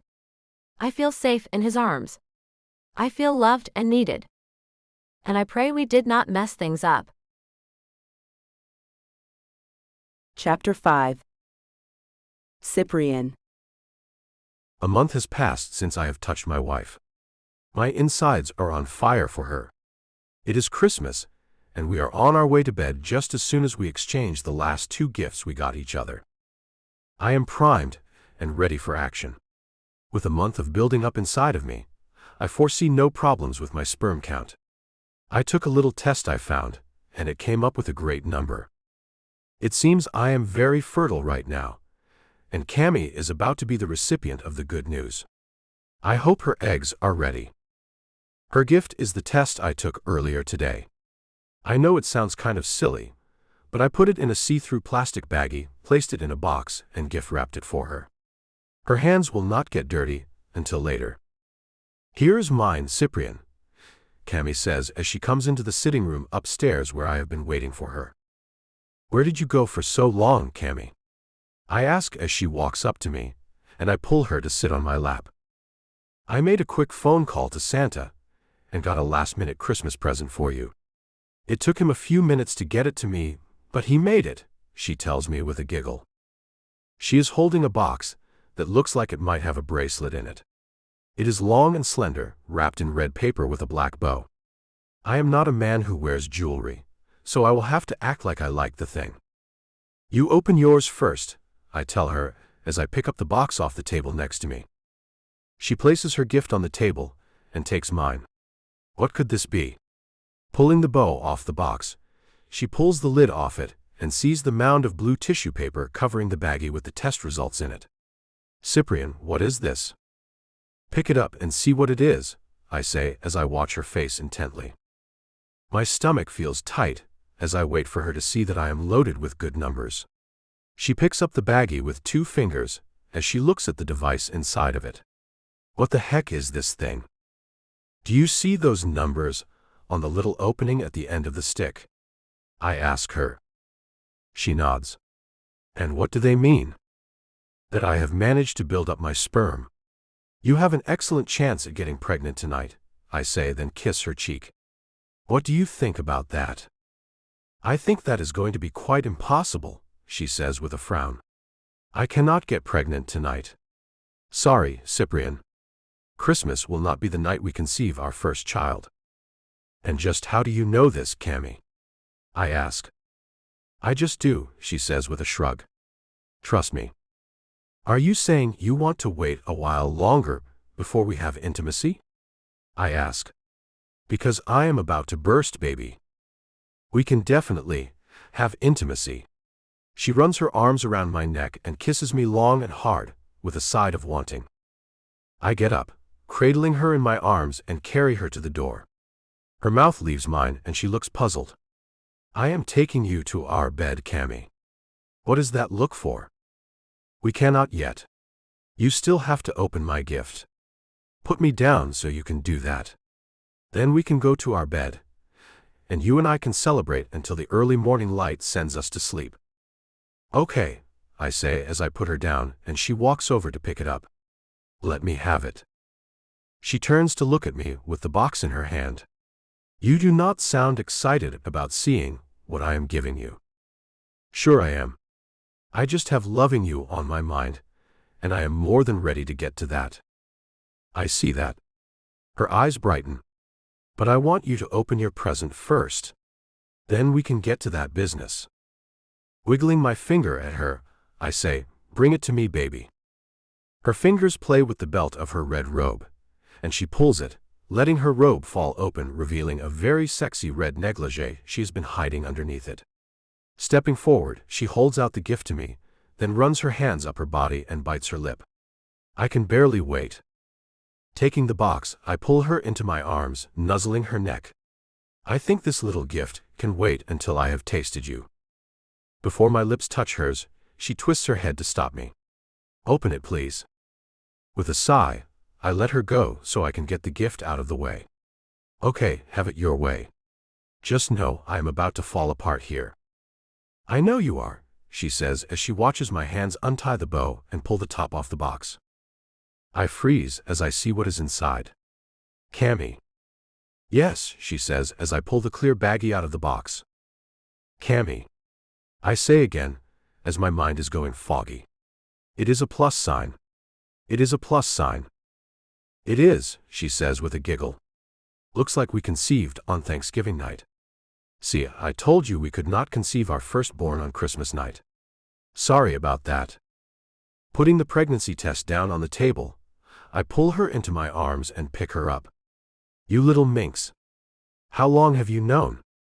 I was 2 weeks late, and I just took the test a few minutes ago. That is why I took so long to get back to you. So, what do you think about this news? Her smile is the widest I have ever seen.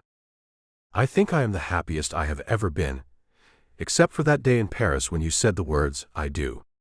And how do you feel, Mrs. Gerard? I feel amazing, she says, as I whisk her out of the sitting room, taking her to our bedroom to celebrate the pregnancy and the end of my celibacy. We gave ourselves to each other completely that night. It was tender, passionate, and filled with joy and relief. We celebrated the news of our coming child with all the love we share. I wonder if she can really make it full term this time. Chapter 6. Camilla. I wish you would stop looking at me, Cyprian, I say, flustered, watching him pace beside the bed, his eyes never leaving me as the obstetrician conducts the exam. I have made it to the 3rd month of pregnancy. But when I woke up this morning, I was cramping only a bit, but it was enough to get me to tell Cyprian what I was feeling. The man flew out of bed and called my doctor to get her over here right away. She came, complete with a portable sonogram machine she is about to check me out with. She is not effacing, she says as she stops the internal exam. Now to see if everything looks good on the inside.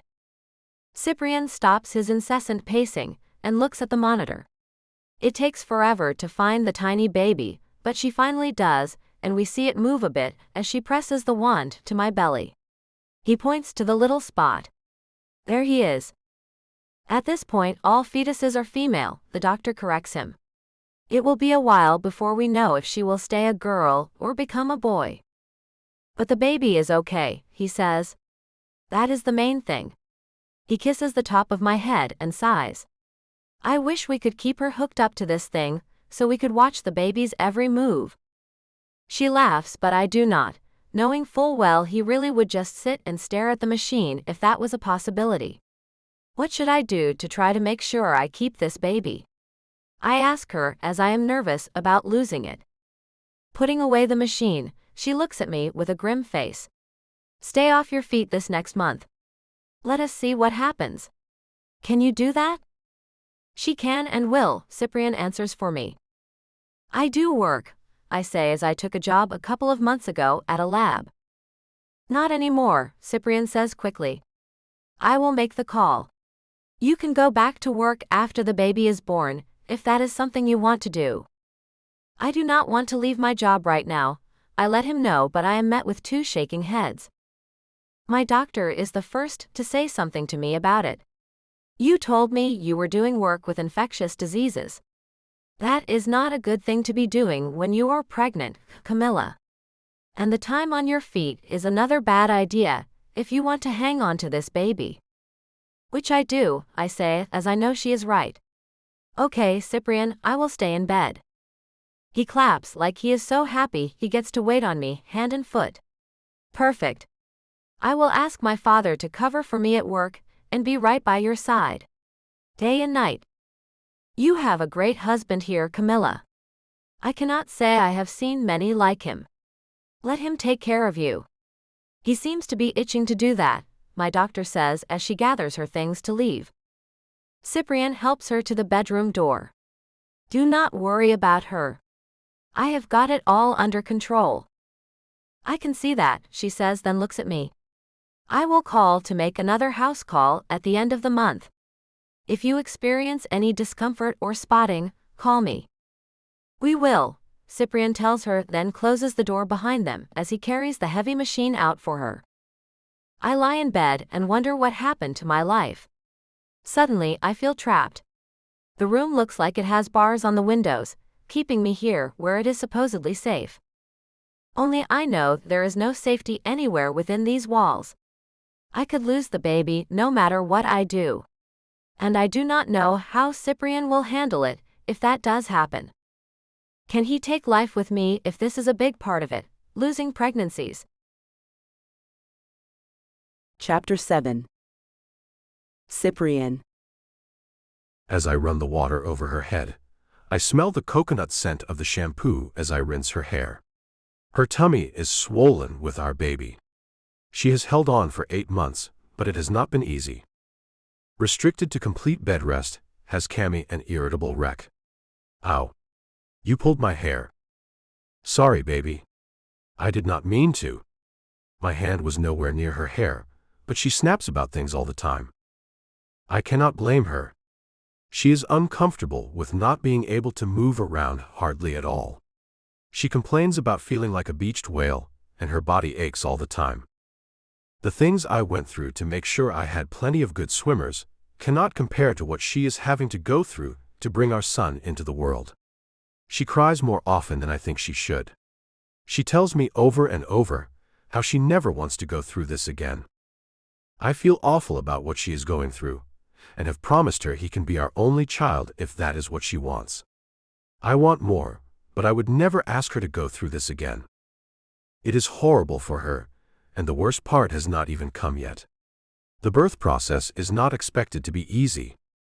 Her doctor has cautioned us that a cesarean is most likely going to be necessary, as she has very little muscle to help her push the baby out with. Just get me out of the tub.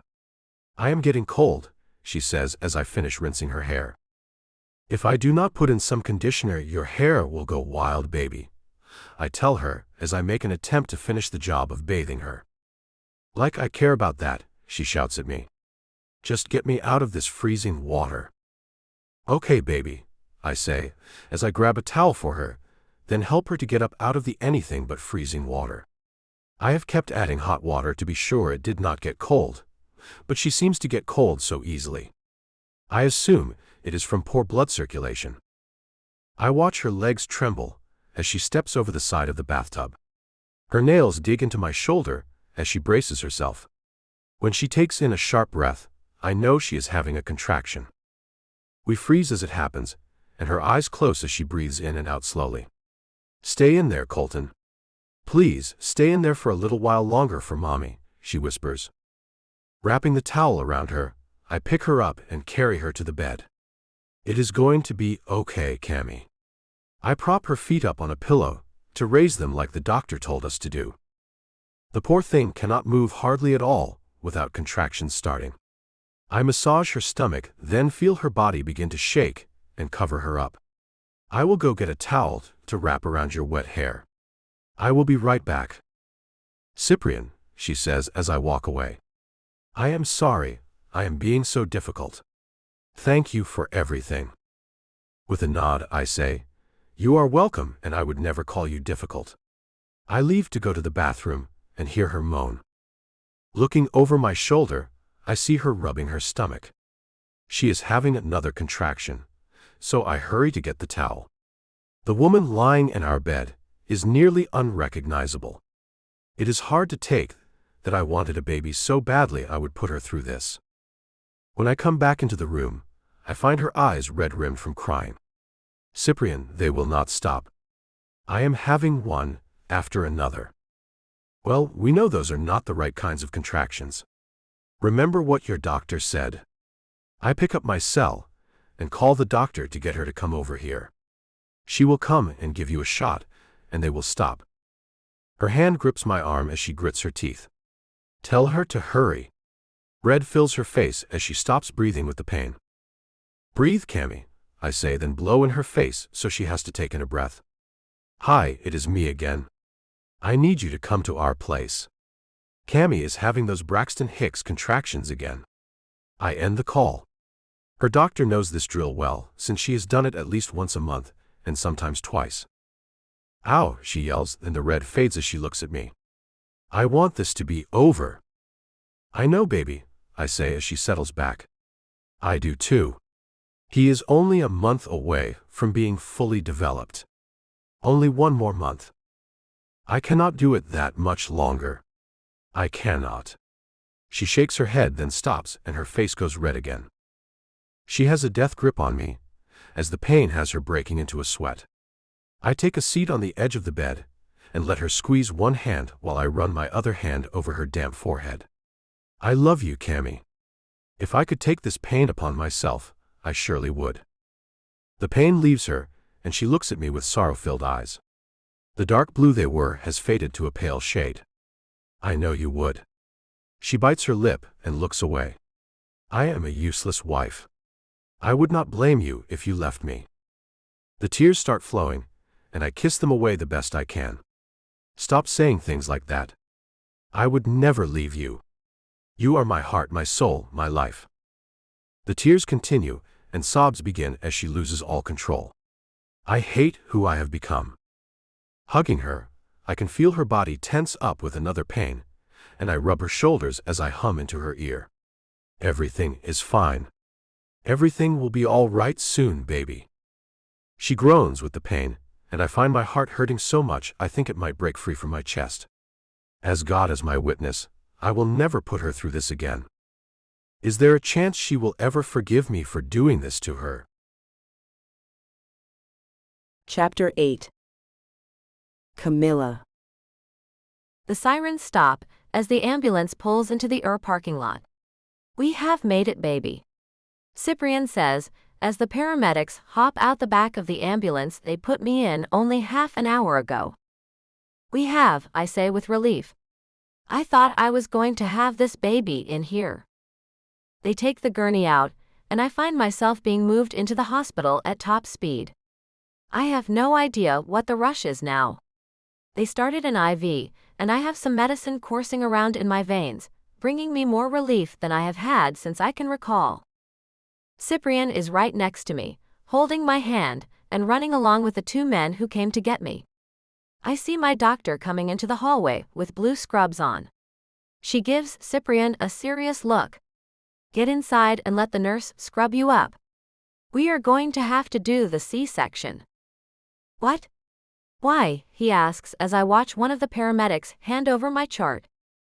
He looks at my husband and says, "We lost the baby's heartbeat about 10 minutes ago." The medicine is suddenly gone in an instant as I shriek, "No." "Just stay calm, Camilla," my doctor directs me. "This happens. I just need to get you into surgery and get this baby out of you." Cyprian is frozen as he looks at me. Then he bolts to my side and kisses me hard on the mouth. "I will be with you. I will be there for him when they take him out. Do not worry." "I have to worry," I shout, then find them moving me into a dimly lit room, and a mask is placed over my face. The last thing I see is Cyprian, and he is smiling at me. The darkness closes in on me, and I want to cry but cannot manage to do it. Is this how it will end for us? Chapter 9. Cyprian. His body is blue, as they pull him from Cammy's stomach. The cord is wrapped around his little neck, and he is not moving. I want to fall down on my knees and beg God to take me instead, but I have to stay strong for my wife. Is he? I manage to get out. A nurse takes me by the shoulders and sits me in a chair. "Wait here, Mr. Gerard. We do not know anything yet." I cannot take my eyes off the little blue baby, as they painstakingly unwrap the cord wound around his neck and shoulders.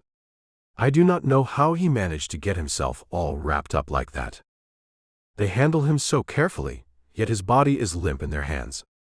The last bit of umbilical cord is taken away, then the doctor hands him off to the pediatrician and his staff. Unable to get up, as I feel weaker than I ever have, I watch as they take him to the waiting clear bassinet with the large light above it, and start doing things to my son. The pediatrician turns to look at me. "Come here and call to him, Mr. Gerard." I get up and go to find my baby boy, still blue and unmoving. Taking his tiny hand with one finger, I say, "Hey there, Colton. This is your daddy. I would love it if you would wake up for me. You see, your mommy and I have a bet going about the color of your eyes. I say they are going to be blue, and she says they are going to be brown. If you could open them, then I could tell your mommy she was wrong and I am right." The slightest feeling of his hand gripping my finger has me looking at the doctor. His stethoscope is on Colton's tiny chest. I hear something. "Keep talking." "Colton, your mommy would really like to wake up and find your sweet face looking back at her. If you could just come on home to us, we promise to love you forever and ever. Just come on and take a breath, buddy. Daddy is here. I will always be here for you, my little man." With an eerie coughing sound, I step back as the doctor puts something in my son's mouth to clear his throat, then he picks him up and I hear his tiny cry. "Come on, Colton," the doctor says as she jostles the tiny kid around. "Colton, come on," I say, then hear the whole room full of nurses and doctors calling my son's name. "Colton. Come on, Colton." His cries grow louder, and I am amazed to see the blue of his skin turn to red, then fade into pink. His arms are flailing, and his body is arching as the doctor lies him back down and a nurse hands me a pair of scissors. "Time to cut the cord, Daddy." I have to wipe the tears out of my eyes to see well enough to do such a thing and cut my son's cord. Before I know it, they have him all bundled up and he is handed to me. Holding him and watching him breathe is like a miracle to me, and I kiss his forehead. "Daddy loves you, son. Daddy loves you so much. Thank you for coming back to us. Thank you." His eyes open just a bit, as he seems to be looking for me. Blue. I knew it. I turn to look, as the doors to the OR open, and a man comes in with a bag of blood. "I will need at least 2 more. Have them ready." Cammie's doctor tells the man, who puts the bag up on the IV stand and leaves as the nurses get it going into her IV. Carrying the baby with me, I go back to Cammie's side and see her looking paler than I have ever seen her. She has lost a lot of blood. Yes, she has. She was anemic already. I knew I would have to give her more blood. I had her sign papers on it the other day when I was doing her last checkup. "You sure did a number on your mommy, little buddy," I whisper to him, and find a nurse tapping my shoulder. "I am sorry. We need him back for a little while," she tells me. Reluctantly, I hand him to her, kissing his little head before he leaves my arms. I watch her carry my son away, and know in my heart he will be the only child I ever see born. I could never ask Cammie to do this again. Taking her hand, I find it limp, and wonder if she will ever really be the same person she was before. Who can come back after all this? Chapter 10. Camilla. Cyprian stands close to Colton as he blows the candles out on his 3rd birthday cake. I watch them as they laugh, and my heart fills with something completely unexpected. I want another baby. My husband is dead set against another baby. I get it. I do. And I was too at first. But with Colton being 3 now, I can see he needs brothers and sisters, and I feel the need for more kids too. Cyprian sets our son free to go play with his cousins. Katerina makes her way to me with her new daughter in her arms. Maybe that is why I want another baby. A girl would be nice. Jasper asked if we could take Colton with us for the night. He has a present for him at home he forgot to bring, she says as she gets to me. Plucking the baby out of her arms, I say, that actually sounds perfect to me. You see, I want to have a serious talk with my husband, and having Colton gone for the night would be great. With a plan forming in my head, I run up to the bedroom to get rid of the drawer full of protection Cyprian has kept filled these last 3 years. He has vowed never to try for another child. But I am not having any of that nonsense. Cyprian. To ensure this scene is YouTube compliant and AI narration ready, I have replaced the auditory triggers like moan, adjusted the more graphic physical descriptions, and expanded all remaining contractions for a smooth professional audio delivery. Chapter 10, Refined Compliance Version. Have you gone insane? I ask my wife as she sits on the bed in a cute little nightgown, asking me to try for another child. How is a wife asking her husband for another child considered insane? She asks me with a pouty bottom lip. Did you forget what you went through? I ask her as she clearly has. Let me remind you. No, she says as she holds up her hand. I do not want to be reminded. This will be a brand new experience. No worrying about anything. We simply stop using protection, and if it happens, it was meant to be. That is it. No pressure at all. Except the pressure put on me. You see, I am not proud it was me who made you go through all of that. I sit on the bed next to her and stroke her pink cheek. It hurt me, baby. I got over it, she says. Please, Cyprian. Please. Begging will not help. I remember it all too well. I get up and go to the nightstand to get out protection. But I will satisfy that need you have. Opening the drawer, I find it empty. Camilla. I threw them out. She pulls the thin spaghetti strap off one shoulder and looks at me with a soft, inviting smile. You should not have done that without talking to me first.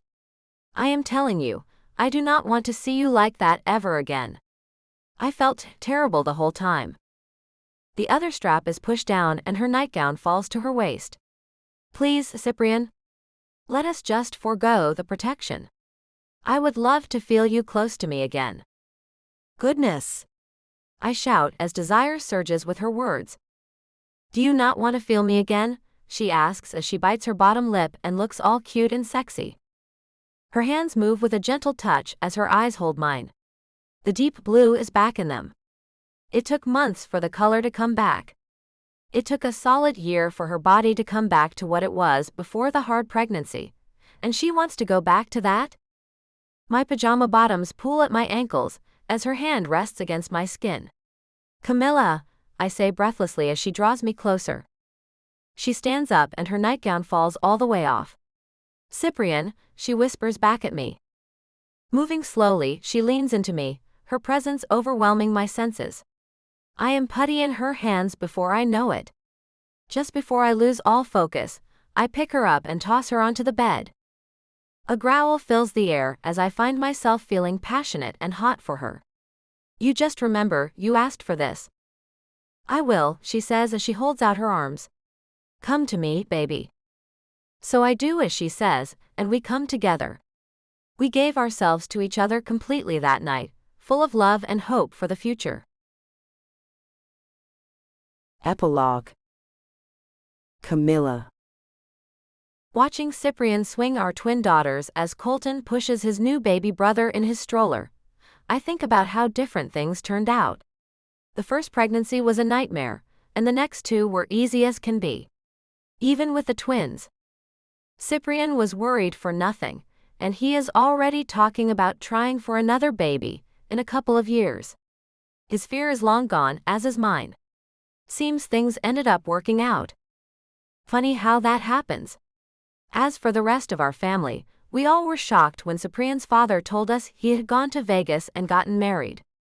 We were really shocked when the woman he brought to meet us turned out to be Cyprian's mother, Coco. It seems the two found love for one another, as they came one long weekend to watch our kids for us, so we could take a bit of a vacation alone. No one was happier than Cyprian to see them happy together. He always had an empty spot inside of him, thinking he was conceived not out of love the way our kids were. To find his parents did have love, eventually, made him feel a bit more whole. The man Cyprian was before he and I began this dance of a life is no more. There are telltale signs of him now and again. But only in the bedroom. His passion never gets old. The gym in our home was replaced with a toy room. He still exercises but nowhere near as vigorously as before. With the kids taking so much of his attention, he found hours worth of exercising took time away from them. He is a devoted father and husband. His head never turns when other women walk by, the way I see some husbands do. His mind never seems to wander to a place that asks him, what if? My husband sowed more than his fair share of wild oats. I am not sure how to feel about that exactly. Am I happy I do not have to worry about him skirting around behind my back? Of course. Am I happy my husband has such an extensive collection of former romantic partners? Not really. However it all happened, it all worked out in the end. My husband is not the man he was when we met. He has evolved into a real man. A man of substance. A man I know I can count on for anything and everything. A man I can devote my life to and have. Cyprian is my world and I believe he always will be. Cyprian. Another baby on her hip, and our latest daughter makes us a family of 7. With 5 kids, Cammie and I have decided to stop there. But who really knows how things will go? Life with a family is so much more fulfilling than the life I had pre-Cammie. I barely remember that life. A lot of disco lights and heavily made-up women are all I can recall about that time. "Look, Dad," Colton calls out to me as he tosses his little brother a baseball. "Great job." I call out to Camden when he catches the ball. He holds it up like it is a trophy and beams his bright smile at me. "I got it, Daddy." Cammie comes and sits next to me on the swing I hung up on one of the large oaks on the property. The kids love to play outside, and we spend the majority of our time out here. Her shoulder brushes mine as she places the baby on my lap. "Go see Daddy for a minute, Candace." A blur of pink feather boas flashes past us as the twins, Callie and Kaylee, run away from little Cody as he chases them with a frog. "You girls better hurry," I tell them. "He is gaining on you." They squeal and pick up their speed as their little brother makes a diabolical laugh. "I am coming to get you too." "He can be so creepy," Cammie says as she leans against my arm and tickles the baby's chin, making her laugh. "Can they all?" I ask with a chuckle. My family is large, loud, boisterous, and I would not have them any other way. Times have changed for me. For the better. When I look in the mirror, I do not see the man I was. I only see the father and husband Cammie molded me into. A man I can say I am proud to be. A man my family can depend on. It seems things did turn out happily after all. I got things I never knew I wanted. I got a life I never wished for. I got it all, and I never had to ask for it. Not even once. And that has me wondering what else lies in store for me. What other kinds of miracles might occur? What other things could happen that I have never thought about before? The world is an odd place, full of different ways to live and love, and I was fortunate to get to experience this life with Cammie and the kids. A thing I never knew would make me so happy. Looking at the family I have to thank the Lord above for the happily ever after He gave me. He knew what I did not all along. I was made to be a father and husband over anything else. I have evolved into a man I did not know resided within this body of mine. I have been reconstructed, and I could not be happier about that. The end. Sneak peek for Grump's baby. Chapter 1. Mitch. "You cannot let him do this to us." An ear-piercing wail floated through the air, landing painfully upon my ears. Scorching heat, angry protesters, and a building about to implode on itself made this Thursday afternoon even more chaotic than a typical day in New York City. My doing? Why, yes, it is. "People," one of the officers shouted over the crowd, "please go to your homes. There is nothing that you can accomplish by being here." "He can stop this," one of the men on the other side shouted, pointing a long, thin finger at me accusingly. The officer looked over his shoulder at me, one raised brow, then he asked, "Is that an option?" I shook my head. There was no way I would stop what I had started. They can all just get used to it. The officer turned back around to face the angry mob of former employees of the tech company I had purchased, only to shut down. "Look, he is not going to change his mind. And there is nothing any of you can do. It is not safe here. This building is about to come down, with all of our hard work inside of it. Another protester, probably someone who had invented something to turn the brains of children to mush, shouted angrily. He put hundreds of people out of work, and he does not care. Can you not see that? How wrong you are, sir. I care more about people and this world than you do. He was right about the tech company, though. I did not care about the work that was inside that building. Best it all be destroyed. The officer, still attempting to keep the peace, almost begged, "Please understand that we have no control over this. What is done is done." Why will he not tell us why he bought the company we work for, only to shut it down and destroy the building and everything in it? Why would anyone do a thing like that? A distressed woman asked. Mainline Technology was a thriving company. We created some great things. He is destroying things that might help the entire world.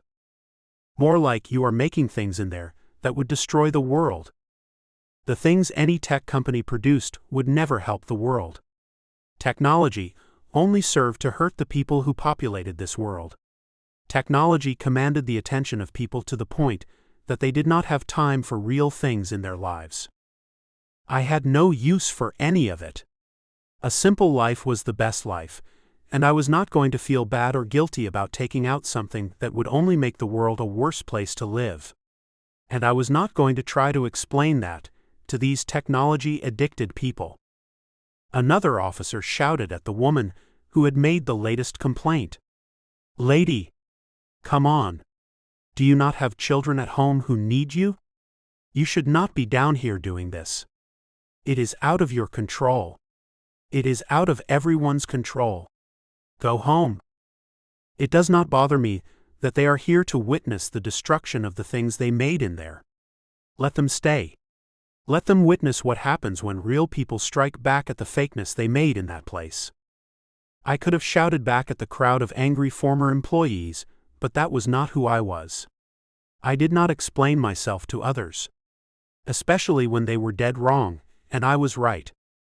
This had not always been my intention, buying something just to shut it down. It just came to me one day while reading the New York Times. Perusing the for sale section of the paper, I saw the listing for a tech company, and the idea suddenly came to me. Why not do something to help future generations, instead of just sitting back without lifting a finger to help ensure that people would stop relying on technology one day? A person needed to be able to count on themselves to get things done, not some machine. If any kid nowadays had to live a single day in the life I had lived, they would most certainly perish, or at least end up in the fetal position crying their eyes out. That was no way to go through life. At least it was not in my book. So technology needed to go, and I was taking one small step to do my part in relieving the world of the invading force which had already taken over the planet. But something had to be done, and there was only one place to start, and that was by taking the source away. Even if all I could do was take one company down, maybe others would see what I had done and follow suit. "Please," a woman's voice called out to me, pulling me out of my inner thoughts. "How am I going to feed my family, sir? Please have compassion for our families. Even if you have none for us, think about all the children. The children are who I am doing this for." I looked at her and found tears flowing down her red cheeks. I did not say a word. I had promised myself that I would not engage with anyone during this process. I could not let anyone change my mind about what I was set on doing. Small wrinkles around the corners of her pale blue eyes told me she had worked hard most of her young life. The rest of her appearance seemed youthful. She had to be in her mid-20s. To already have such signs of stress on her pretty face was a crime. She had no idea how I was adding years to her life. But only if she stopped working for companies like the one I had shut down. Hours on end in front of a computer screen was no way to live. "He does not care about any of us or our families," some man wearing a lab coat said. He glared at me.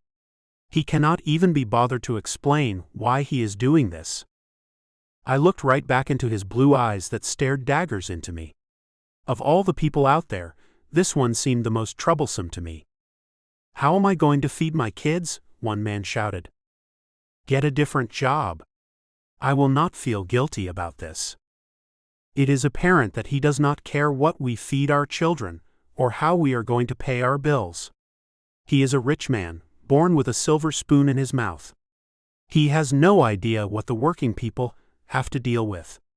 He probably has not worked a day in his life, an angry man shouted over the noise of the crowd. "They need to implode this building already, so that I can get out of this insane city."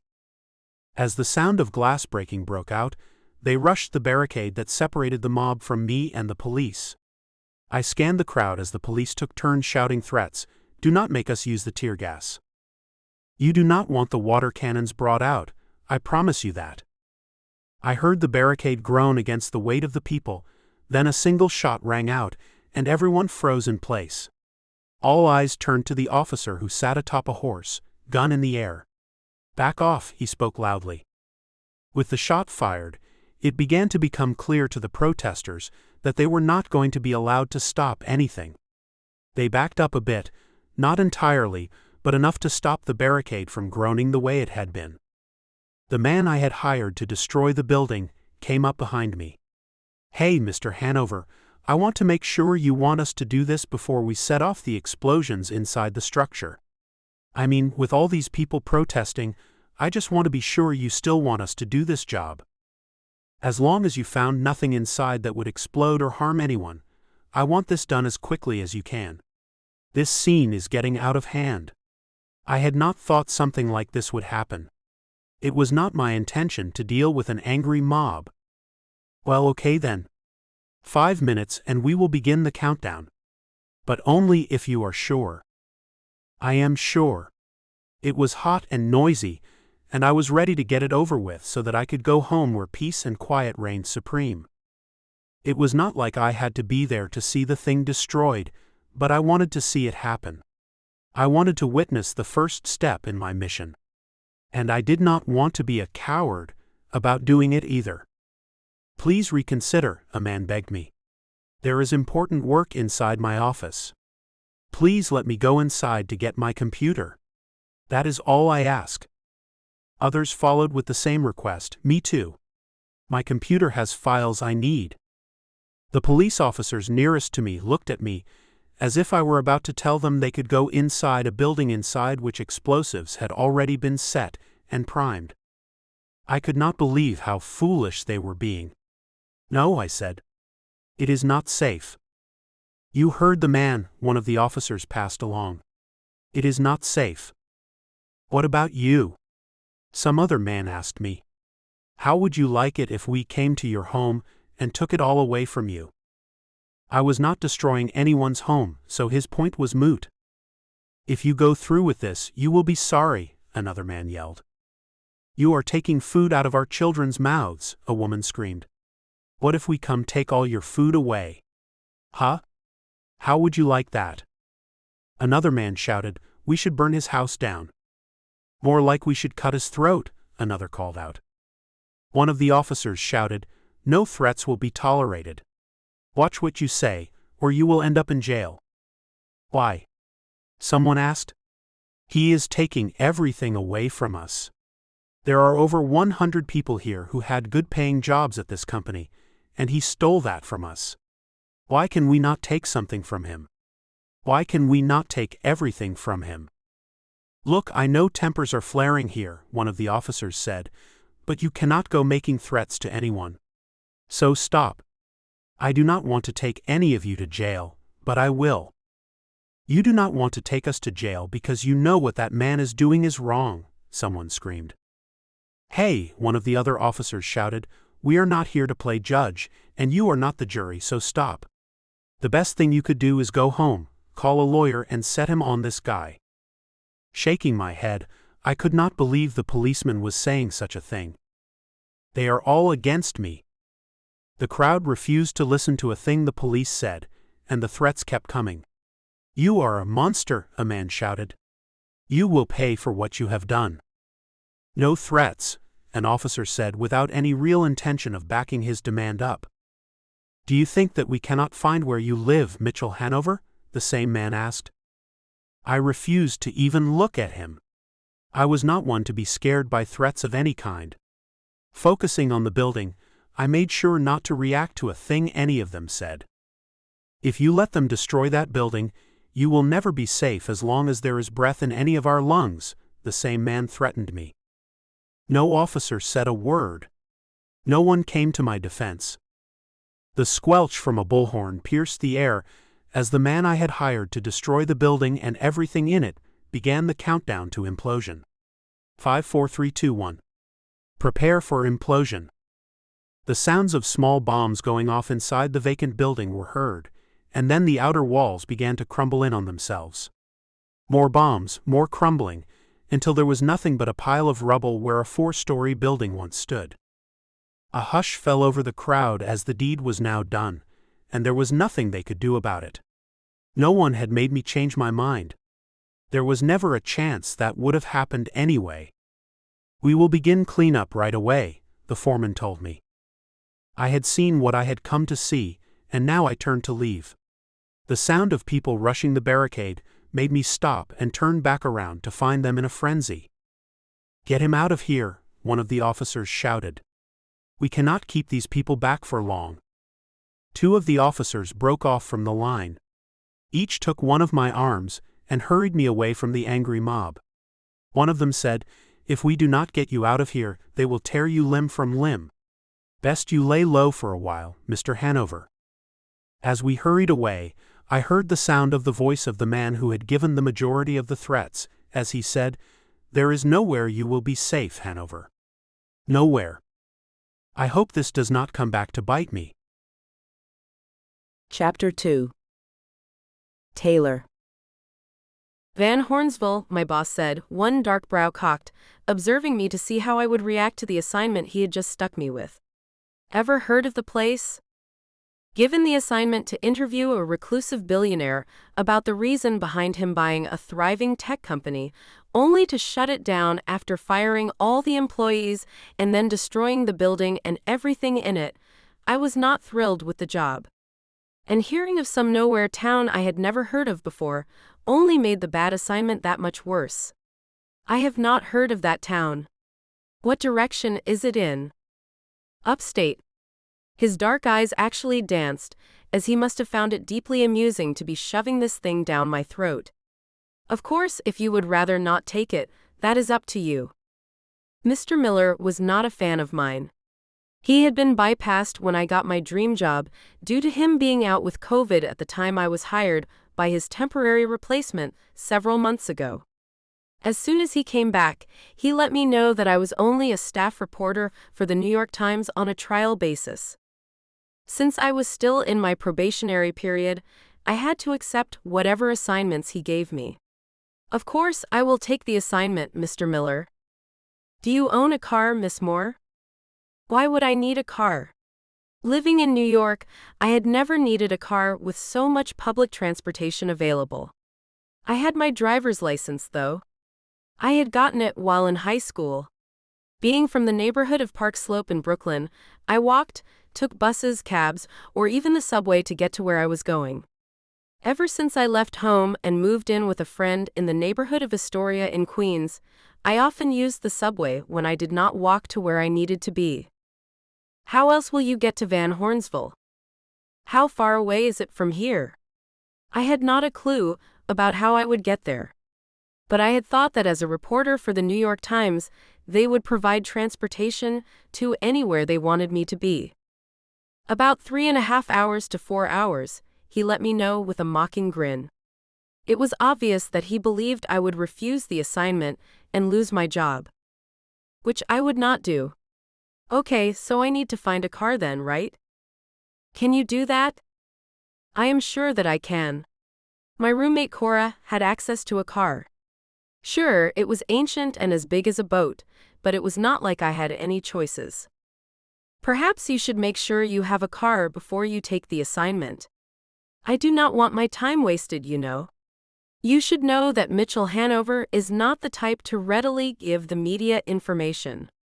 You will most likely have to stay in the area for a number of days to be close to him. Like in a hotel. I had never been assigned anything that had taken me out of town before. Especially since I had not let go of my waitressing job.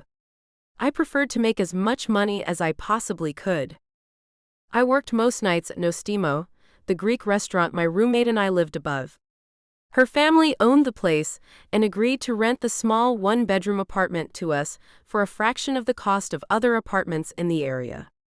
For this assignment, I would have to take time off from the restaurant and hoped they would not give me a hard time about it. Exactly. You pay the cost and bring back your receipts, and then you will be reimbursed for your travel expenses. We do not reimburse anything other than the cost of the hotel and the cost of the gas it takes for you to get there and back. I had no choice, so I said, okay. Sure. I can do that. I had a couple $100 in my savings account and about $100 in my checking account. Plus cash I had earned from tips. If you do not have the story by then, well, I assume that you know what will happen.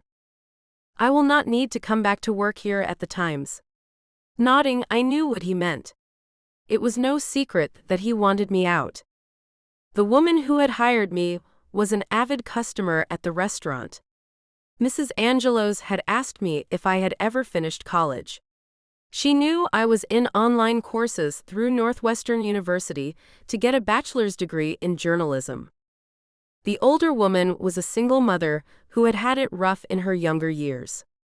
She had told me all about it throughout the years when I waited on her at the restaurant. And she knew my history too. No father. Mother who was absent more than she was present. Raised by my grandparents in the home they had raised my mother in, I was somewhat of a sad sack case. Not that I felt sorry for myself at all. Sure, there were times that I wished I did know my father. Like when the daughter-daddy dances came. My grandfather was more than happy to go with me. But I did not want to stand out as the only girl there with someone who was not her father. So I had politely declined his well-meant invitations. I appreciated my grandparents. I loved them and they had loved me too. They had given me all I needed and more. But they were not young, and their age took them away from me way too soon. Grandma went first from a heart attack, and only 6 months later, Granddad followed. I thought he died from a broken heart. The doctors called it a massive stroke. But I knew that it was all the sadness he had felt when he lost the love of his life that had taken him to her. I had just graduated from high school when I lost him. Mom came around for a bit. She tied up the loose ends they had left behind. She told me that it was time for me to grow up. I had to find a job, and quick. And I had to find a place to live because she was selling their apartment. Life changed so quickly for me. And I had Cora and her generous family to thank for making that time a lot easier for me. The customers at their restaurant helped too. Especially Mrs. Angelos. Although her early adult years were hard, she had turned it around by the time she turned 30.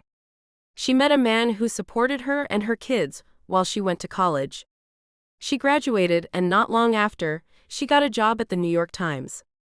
And she moved up and up until she was assistant editor. And that was my way into a job I could only dream of getting. I was not going to let her down now.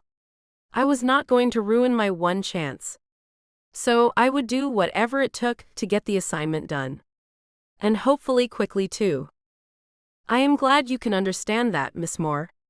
Most people who work here have paid their dues to get a job at a company as prestigious as the Times. You slipped in. But that does not mean that you get to skirt by. No one simply skirts by at my newspaper. No one. Yes, sir. I completely understand. I did not expect any less from a man who kept up the historical newspaper. I promise you that you will not be disappointed. He slid a paper over his large desk toward me. This is the only information that is readily available on Mitchell Hanover. He comes from a long line of money. He has not worked a day in his life. But he did attend military school and even went to West Point. Only lasted a year there, though. Since then, little is known about him. Other than buying Mainline Technical Company, we have no idea what else he has done with his life. He is in his mid-50s. Never been married and no children. At least none were given birth certificates with his name on them. But who knows? That is not what we are after anyway. All we want to know about are the whys behind his actions. Like why he bought Mainline Tech if his plan was to close it, take away hundreds of jobs, and destroy the work that had been done or was in the process of being done. Those are the real questions. Do not clutter it up with any personal nonsense. What if something in his personal stuff is the reason behind his actions? Say, what if he had a girlfriend who worked there, and he did this to retaliate for her breaking up with him or something like that? With a shrug he said, "You have got your assignment. If you can get to Van Hornsville, I will expect you to inform my assistant about your transportation by the end of the day. If you cannot get a way to get up there to him, then I have to give this to someone else. I will let Mrs. Angelos know about that very soon." Getting up, I made my way to the door, then decided I should say something before leaving.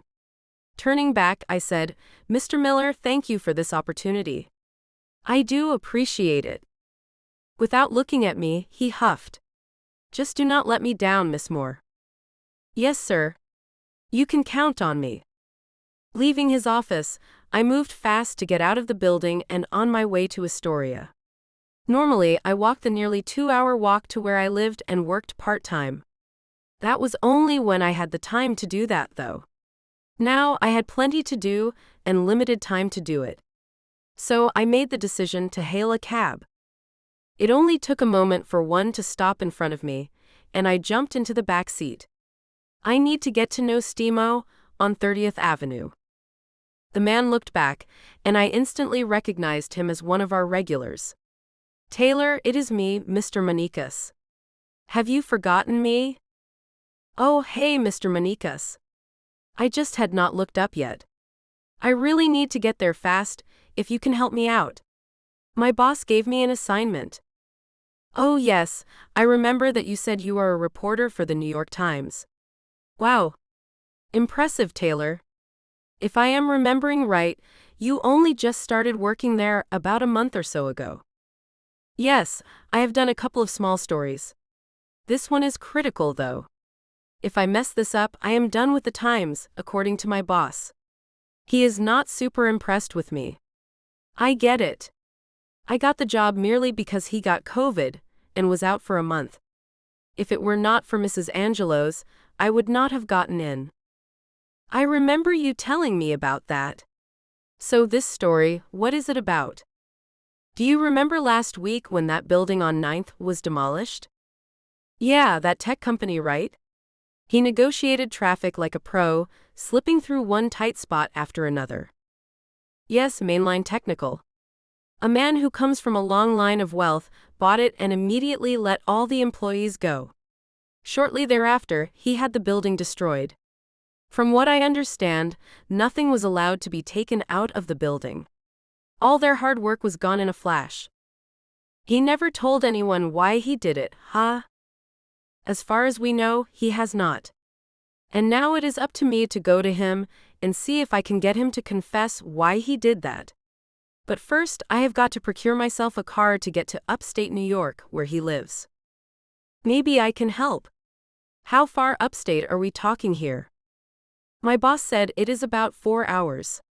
"Have you ever heard of Van Hornsville?" "Cannot say that I have. I can take you, though. I would give you a good discount."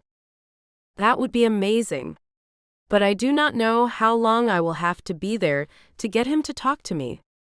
I have got to get a hotel up there and stay up to a week. Your offer is nice, but you cannot be gone that long." "No, I cannot. Cora, you remember her, she works with me, and it is her family who owns the restaurant. She was left a car from her grandmother. It is an old Lincoln Town car that has been kept in a garage. It runs. At least, she said it does. She took it out once, and we went to the Jersey Shore. But she hated driving it, and I do not think she has taken it out again.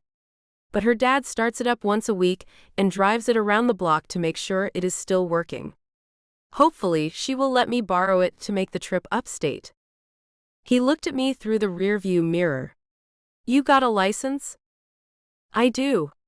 My grandfather made me take driver's education while I was in my senior year of high school. He said I might not ever use my driver's license, but he was not going to leave me without one. He passed away not long after I graduated. It was not clear to me back then, but eventually I came to realize that he was setting me up best he could before he followed my grandmother to heaven. Sounds like a good man. The best. Not a day goes by that I do not miss him and my grandmother. What about your mom and dad? I did not like to talk about them. But it would be rude not to answer his question. Mom moved away after she finished high school. She went to Los Angeles with the idea that she would become a big star one day. A couple of years later, she returned home with a baby in her arms. And that was me, That was me. She told her parents that she could not take care of me, and she was not sure who the father was. They could take me, or she would put me up for adoption. So they took me in and she left. She would come home every now and then. Not often. I was not ever sad to see her go, though. I do not know why she has never made it in Hollywood, to be honest. Her flair for dramatics is unsurpassed. But now you are alone, are you not? Well, maybe my mother is not around. But I see that as a good thing. If it were not for her coming home after her father died, telling me it was time for me to grow up at the tender age of 18, and selling the only home I ever knew, I would not have met the Adamos family, gotten a job waitressing at their wonderful restaurant, became best friends with their daughter Cora, and gotten the chance to work at the New York Times since an assistant editor was a regular who I waited on. I have got to congratulate you on having the right attitude to succeed in life. Many people who have gone through what you have would have turned to alcohol, illicit substances, and God only knows what else. It is a testament to your grandparents that you are turning out so well, Taylor. I bet they look down from heaven every day and smile down on you. Such a good girl you are. Ah, thanks, Mr. Manikas. I know my grandparents are the reason I have made better choices than some others who have gone through the same things as me. But to be honest, I never felt like I went through that much. I had the love of two wonderful people. I was luckier than most. At least in my opinion, anyway. That is a great attitude to have, Taylor. He pulled to a stop. And here you go. Good luck with the story. I cannot wait to read it. Hopping out, I grabbed my wallet from my purse, but found him smiling as he drove away without waiting for me to pay him. What a nice man. Maybe I did not have any blood family around me anymore, but I had one wonderful neighborhood family that made me feel cared for. Pushing the door to the restaurant open, the loud bell clanged to announce my arrival. Being still mid-morning, there were no customers yet. Coming, I heard Cora call out from the kitchen. We are not open yet, but you are welcome to take a seat. She saw me as she pushed the swinging doors that separated the kitchen from the counter. What are you doing back so soon? Mr. Miller gave me an assignment. A pretty big one, too. But there is an issue. I have got to get about 4 hours upstate to get the story, and it could take up to a week. So, what you are telling me is that you are going to be out all week? Shaking her head, she sighed. I will see if my cousin Angela can take off from the tanning salon so that she can take your shifts. Great. She needs some time away from that place anyway. She has turned herself into a dried fig. Someone should talk to her about all that tanning she is doing. And I have got one more thing to ask. Nodding, she seemed to already know what I was going to ask for. I will call Pops and tell him to drive that behemoth down here so you can take it to do your job. You guys are always here for me. I pulled her in for a hug. I do not know what I would do without all of you. Just make it big as a reporter from the New York Times and make your Astoria family proud to call you one of her own. I will do my best. Chapter 3. Mitch. An annoying buzzing sound woke me from my afternoon nap. Rubbing my eyes, I had no idea what the sound was or where it was even coming from. I sat up, looked around the living room where I had fallen asleep on the sofa, and then it dawned on me that I had heard that sound before.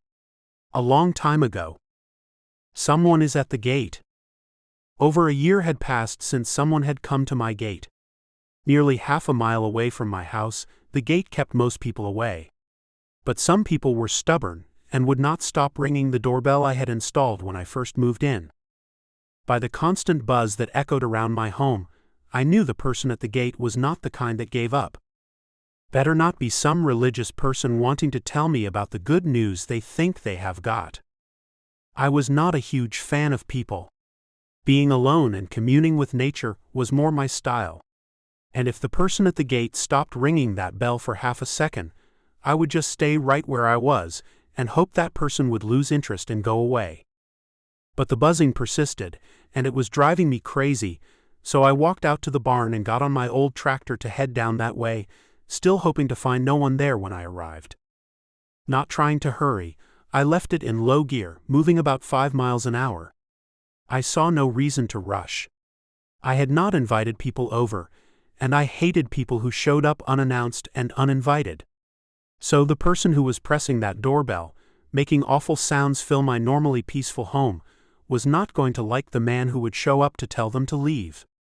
Because that was all that I was going to do. Tell them to get away from my property and leave me alone. I would not have even bothered going down there if the noise was not something akin to fingernails on a chalkboard. I need to disconnect that thing. When I first moved in 10 years ago, I was not as reclusive as I had become now. I still enjoyed a few people's company and did not mind when they came over to visit. A handful of family and friends was all I had ever had. But one by one they had either moved away or died. Being middle-aged was difficult. I was only 45 when the first of my friends passed away from a heart attack. 2 years later, my father died from a massive stroke. Mom passed away 2 weeks later. Her heart just stopped beating one night while she slept. I had already lost my 2 older brothers in a skiing accident in Switzerland when they were in their 20s. I had been 15 when that happened. It was okay though. I was fine being alone in the world. I had not done a whole lot of socializing with family and friends in the first place. It was not like much had changed since the people I had loved and cared about disappeared from my life. Going around the bend, I was able to see the gate, and the first thing I noticed was a long light blue car and someone standing at the gate, arms waving as they spotted me. Is that a girl? I had not put my glasses on when I left the house, so what I saw was a little on the blurry side. But I could still make out the car and the person waving their arms in the air. The closer I got, the better I could see. It was a girl with long wavy caramel-colored hair.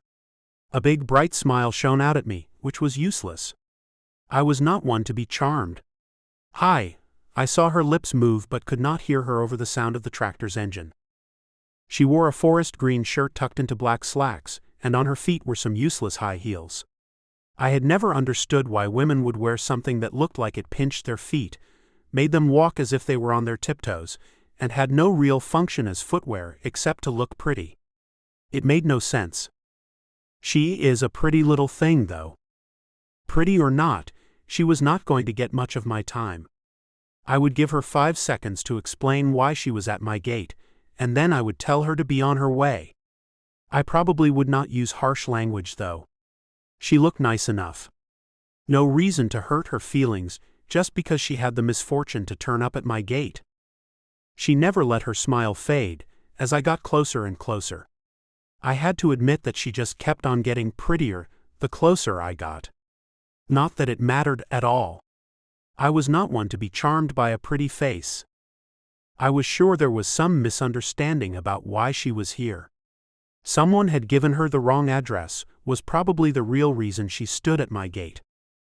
Behind her was an old Lincoln that did not exactly fit her style. She looked fashionable, fresh, and on the trendy side. The car looked like something an older lady would drive. It almost seemed like she had borrowed the car to get here, and that made no sense to me. I pulled to a stop, shut off the engine, then climbed off the tractor I had bought secondhand from an old farmer who lived one property over. He had fallen on hard times and had put it up for sale. So I bought it from him.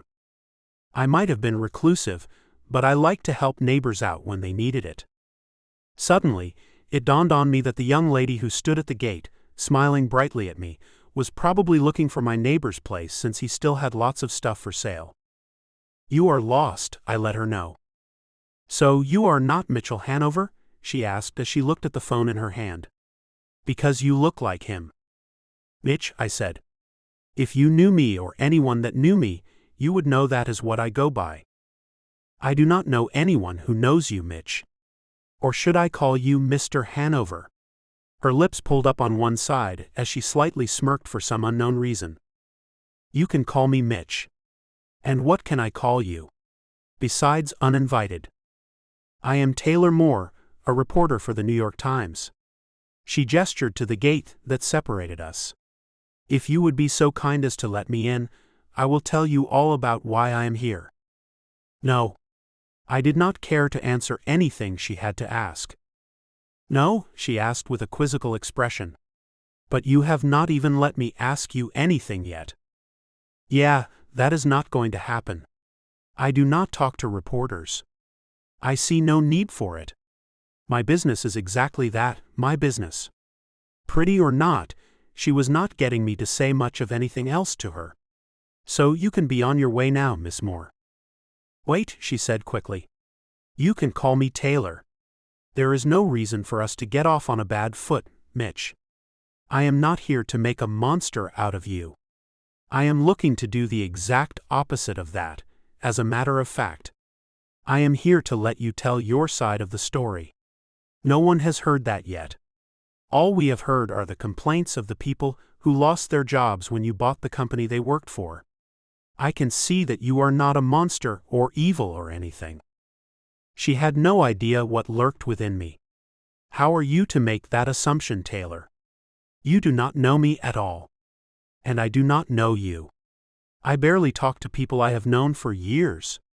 What makes you think I will tell you anything?" Shrugging, she looked a little sheepish. "Well, I do not know. I mean, why do you not want anyone to know why you bought Mainline Technical Company, only to close the doors and then destroy the building and everything in it? Look, I am not some fool you can trick into answering your questions. I did what I did, and that is that. A man of few words, I see." She smiled as if she found me a challenge, and was all kinds of happy to have someone like me who she could try to understand. Which was not going to occur. I gave her a nod before turning to leave. "Do yourself a favor, and go back to the Big Apple. I am sure you are missed back home." "I have got all week, Mitch." That surprised me, and I stopped to turn around and look at her. "You are telling me that you plan on spending a week in this small town, just so you can try to get me to tell you things I have told no one else? That is just a waste of time. Be that as it may, I will be here all week. Unless you decide that you will let me interview you. After I get your side of the story, I can go back home. I would hate to have to stay around town, ask everyone I can about you, and cramp your style when I follow you around in public." I had to laugh. "Honey, I do not go to town much at all. And no one around here will tell you anything about me. Not that they know much about me anyway. So stay here if that is something you want to do. It does not matter to me at all. But it is awfully dull out here in the sticks for someone from New York City. Plus, there is not anywhere nice to stay in Van Hornsville. The hotel scene is rather lackluster around here."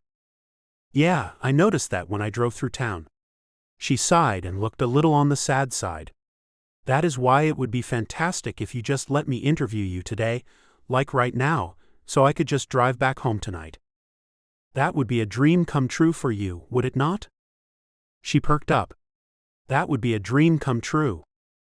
One thing you will find out about me is that I do not care if your dreams come true or not, honey. I laughed as I walked back toward the tractor. Please, she said. That one word usually did nothing to change my mind about something. But the way her voice sounded made me curious. I turned back around. It sounds like a lot depends on you getting this interview. More than you know. Not that I care.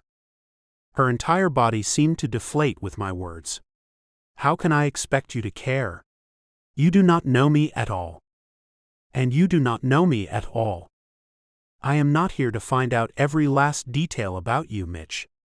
I have got several questions for you, and that is it. It will not take much time at all. Do you not want people to know the reason behind your actions? I mean, you must have your reasons for doing this. Whoever it was meant to impress or hurt might never know if you keep it all to yourself. It is not like that. So what is it like? You must think yourself clever. You keep on asking questions that you are not going to get answers to. And I have wasted enough of my time. I am sorry. I know your time is valuable. Having to come here without setting up an appointment is the worst. I am sure I have interrupted something you were doing. And I am sorry about that. I really am. You know what? I can help you finish up whatever task you were doing when I showed up. I was not busy doing anything. Oh well, is there something you need to be done? I can help. I am great at helping people out. You do farm work? I grinned mischievously. I could not picture this young lady getting her hands dirty. Well, I have not done any. But how hard could it be? You know, I help you and then you help me, she said with hope in her pretty green eyes. I had heard somewhere that only a small percentage of people had green eyes. Are those real? I asked her, knowing that lots of people wore colored contacts. She looked down at her chest. Are you referring to my breasts? She asked with alarm in her voice. Absolutely not. I said quickly. I meant your eyes. Are they really green, or are you wearing colored contacts? Her cheeks, now red with embarrassment, actually made the green of her eyes stand out even more. My eyes. Yes, your eyes. I read somewhere that only a small percentage of people have green eyes. And I think there was something about personality traits too. Something like people with green eyes being intuitive. Which, as a reporter, you must be. And if I am recalling right, they are creative too. There was more though. Laughing, she said, yeah, I have seen tons of things about people with green eyes on the internet. Mine are really green. I do not need glasses or contacts, thank goodness. Just hearing the word internet made my eyes roll. I read about them in an article in a newspaper, I am sure. I do not do the internet. Her jaw gaped, but only for a second, then she snapped it shut. Her eyes scanned my body, then moved to rest on mine. You do not do the internet? Like at all? Not at all. But you have got a computer, right? No.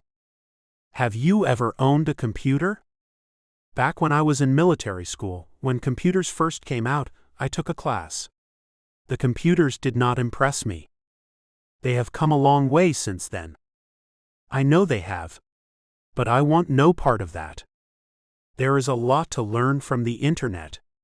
Computers have brought people from around the world together, made them as close as neighbors. I do not expect someone as young as you to understand. It is not your fault that you are all so addicted to that contraption. When you were born, I am sure your parents already had one in their home. How were you to know any different? But when I was young, things were very different. A good different. Evolution is good, Mitch. It is the way things are supposed to be. Trying to hang on to old ways is useless. Well, I am not letting go of my ways. There was really no use talking to the young woman any longer. Well, I am going to let you get on your way. If you want my opinion, the least unpleasant hotel is at the other end of town. Last I saw, it was called the Blue Door Hotel. But if I were you, I would just drive home. You are wasting your time here, Taylor. And you do not seem like a person who likes wasting time. I hate it, actually. So, it was nice meeting you. Mitch, wait. We are getting along pretty well. Do you not think so? Honey, if you are trying to be my friend, do not bother. I have had plenty of friends, and I do not really need more of them. Plus, you just would not ever understand an older man like me. I did my background work on you, Mitch, and I know that you are only 52. I happen to be 25. In my opinion, age is nothing but a number. It is the experiences in one's life that determine their maturity level. Maturity is one thing, and personality is another. I am simple, and love living life as simply as I can. You live in New York City, and have a career that is on the complex side.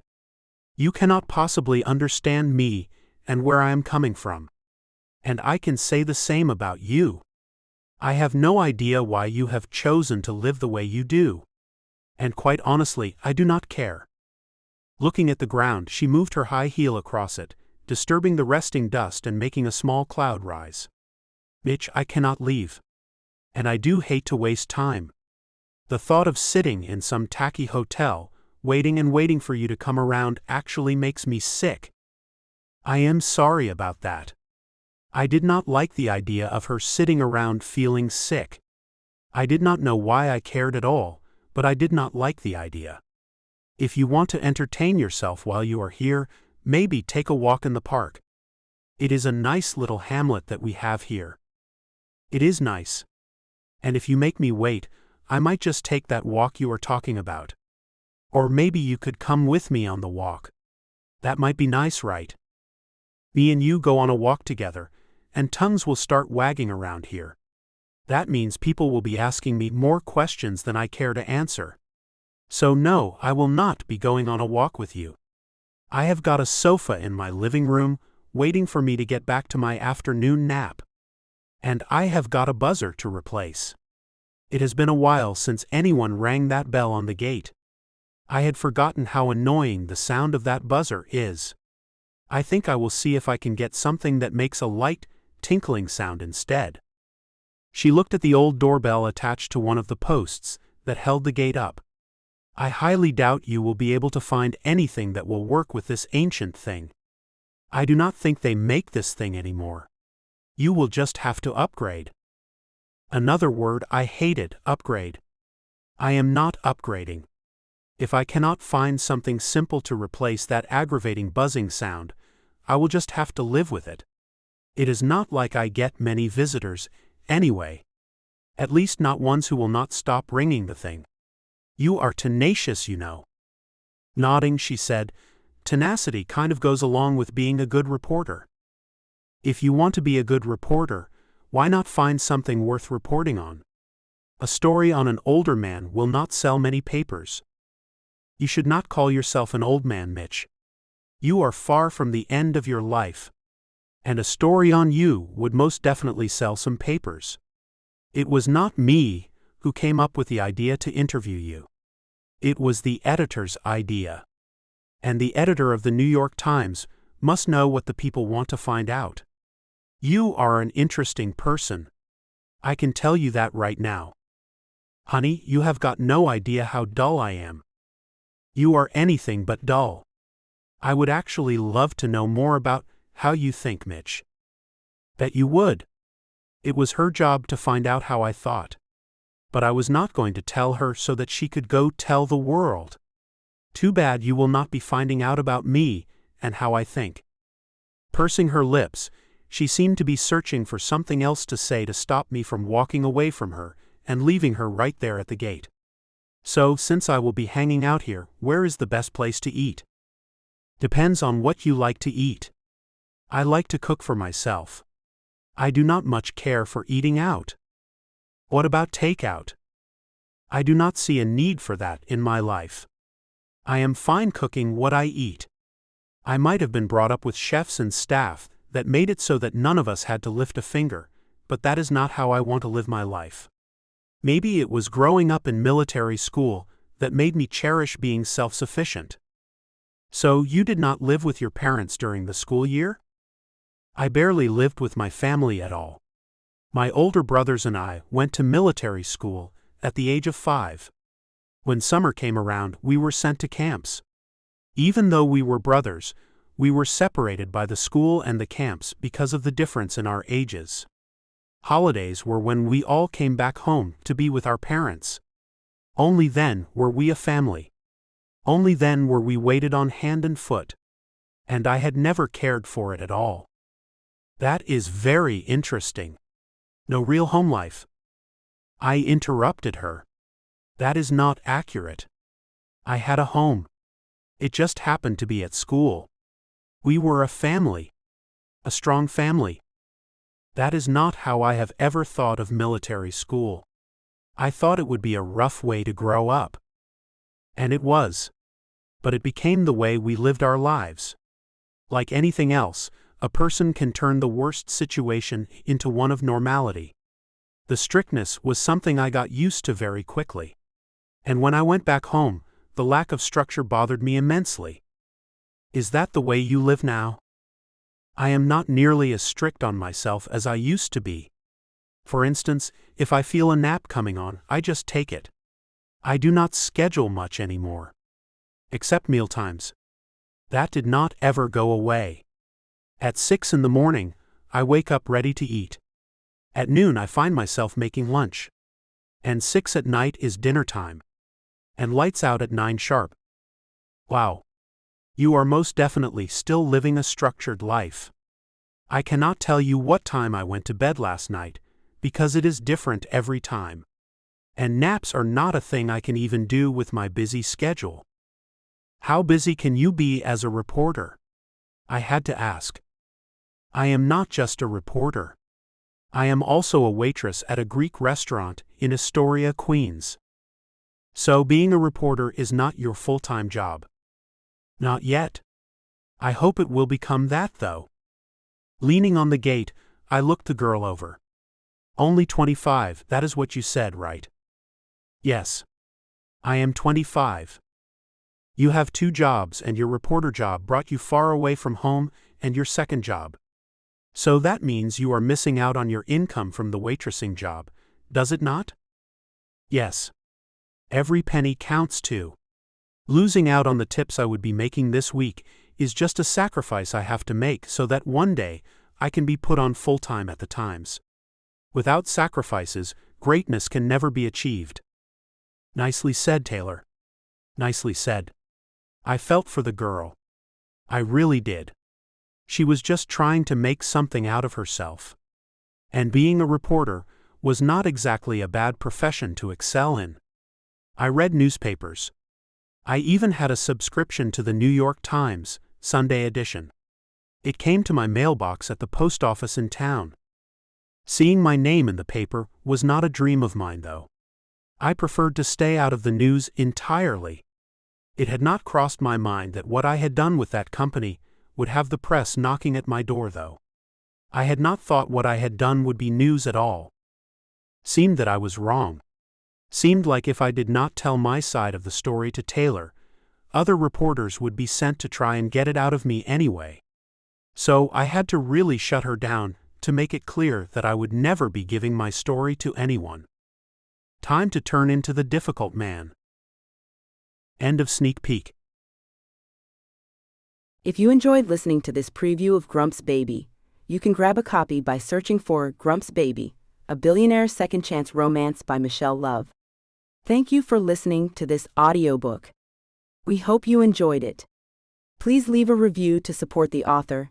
It helps more than you know. This has been Claiming the CEO, an Age Gap Billionaire Romance. Written by Michelle Love. Narrated by Google Play, auto-narrated audiobook. Copyright 2020 by Blessings for All LLC. Production copyright 2026 by Blessings for All LLC.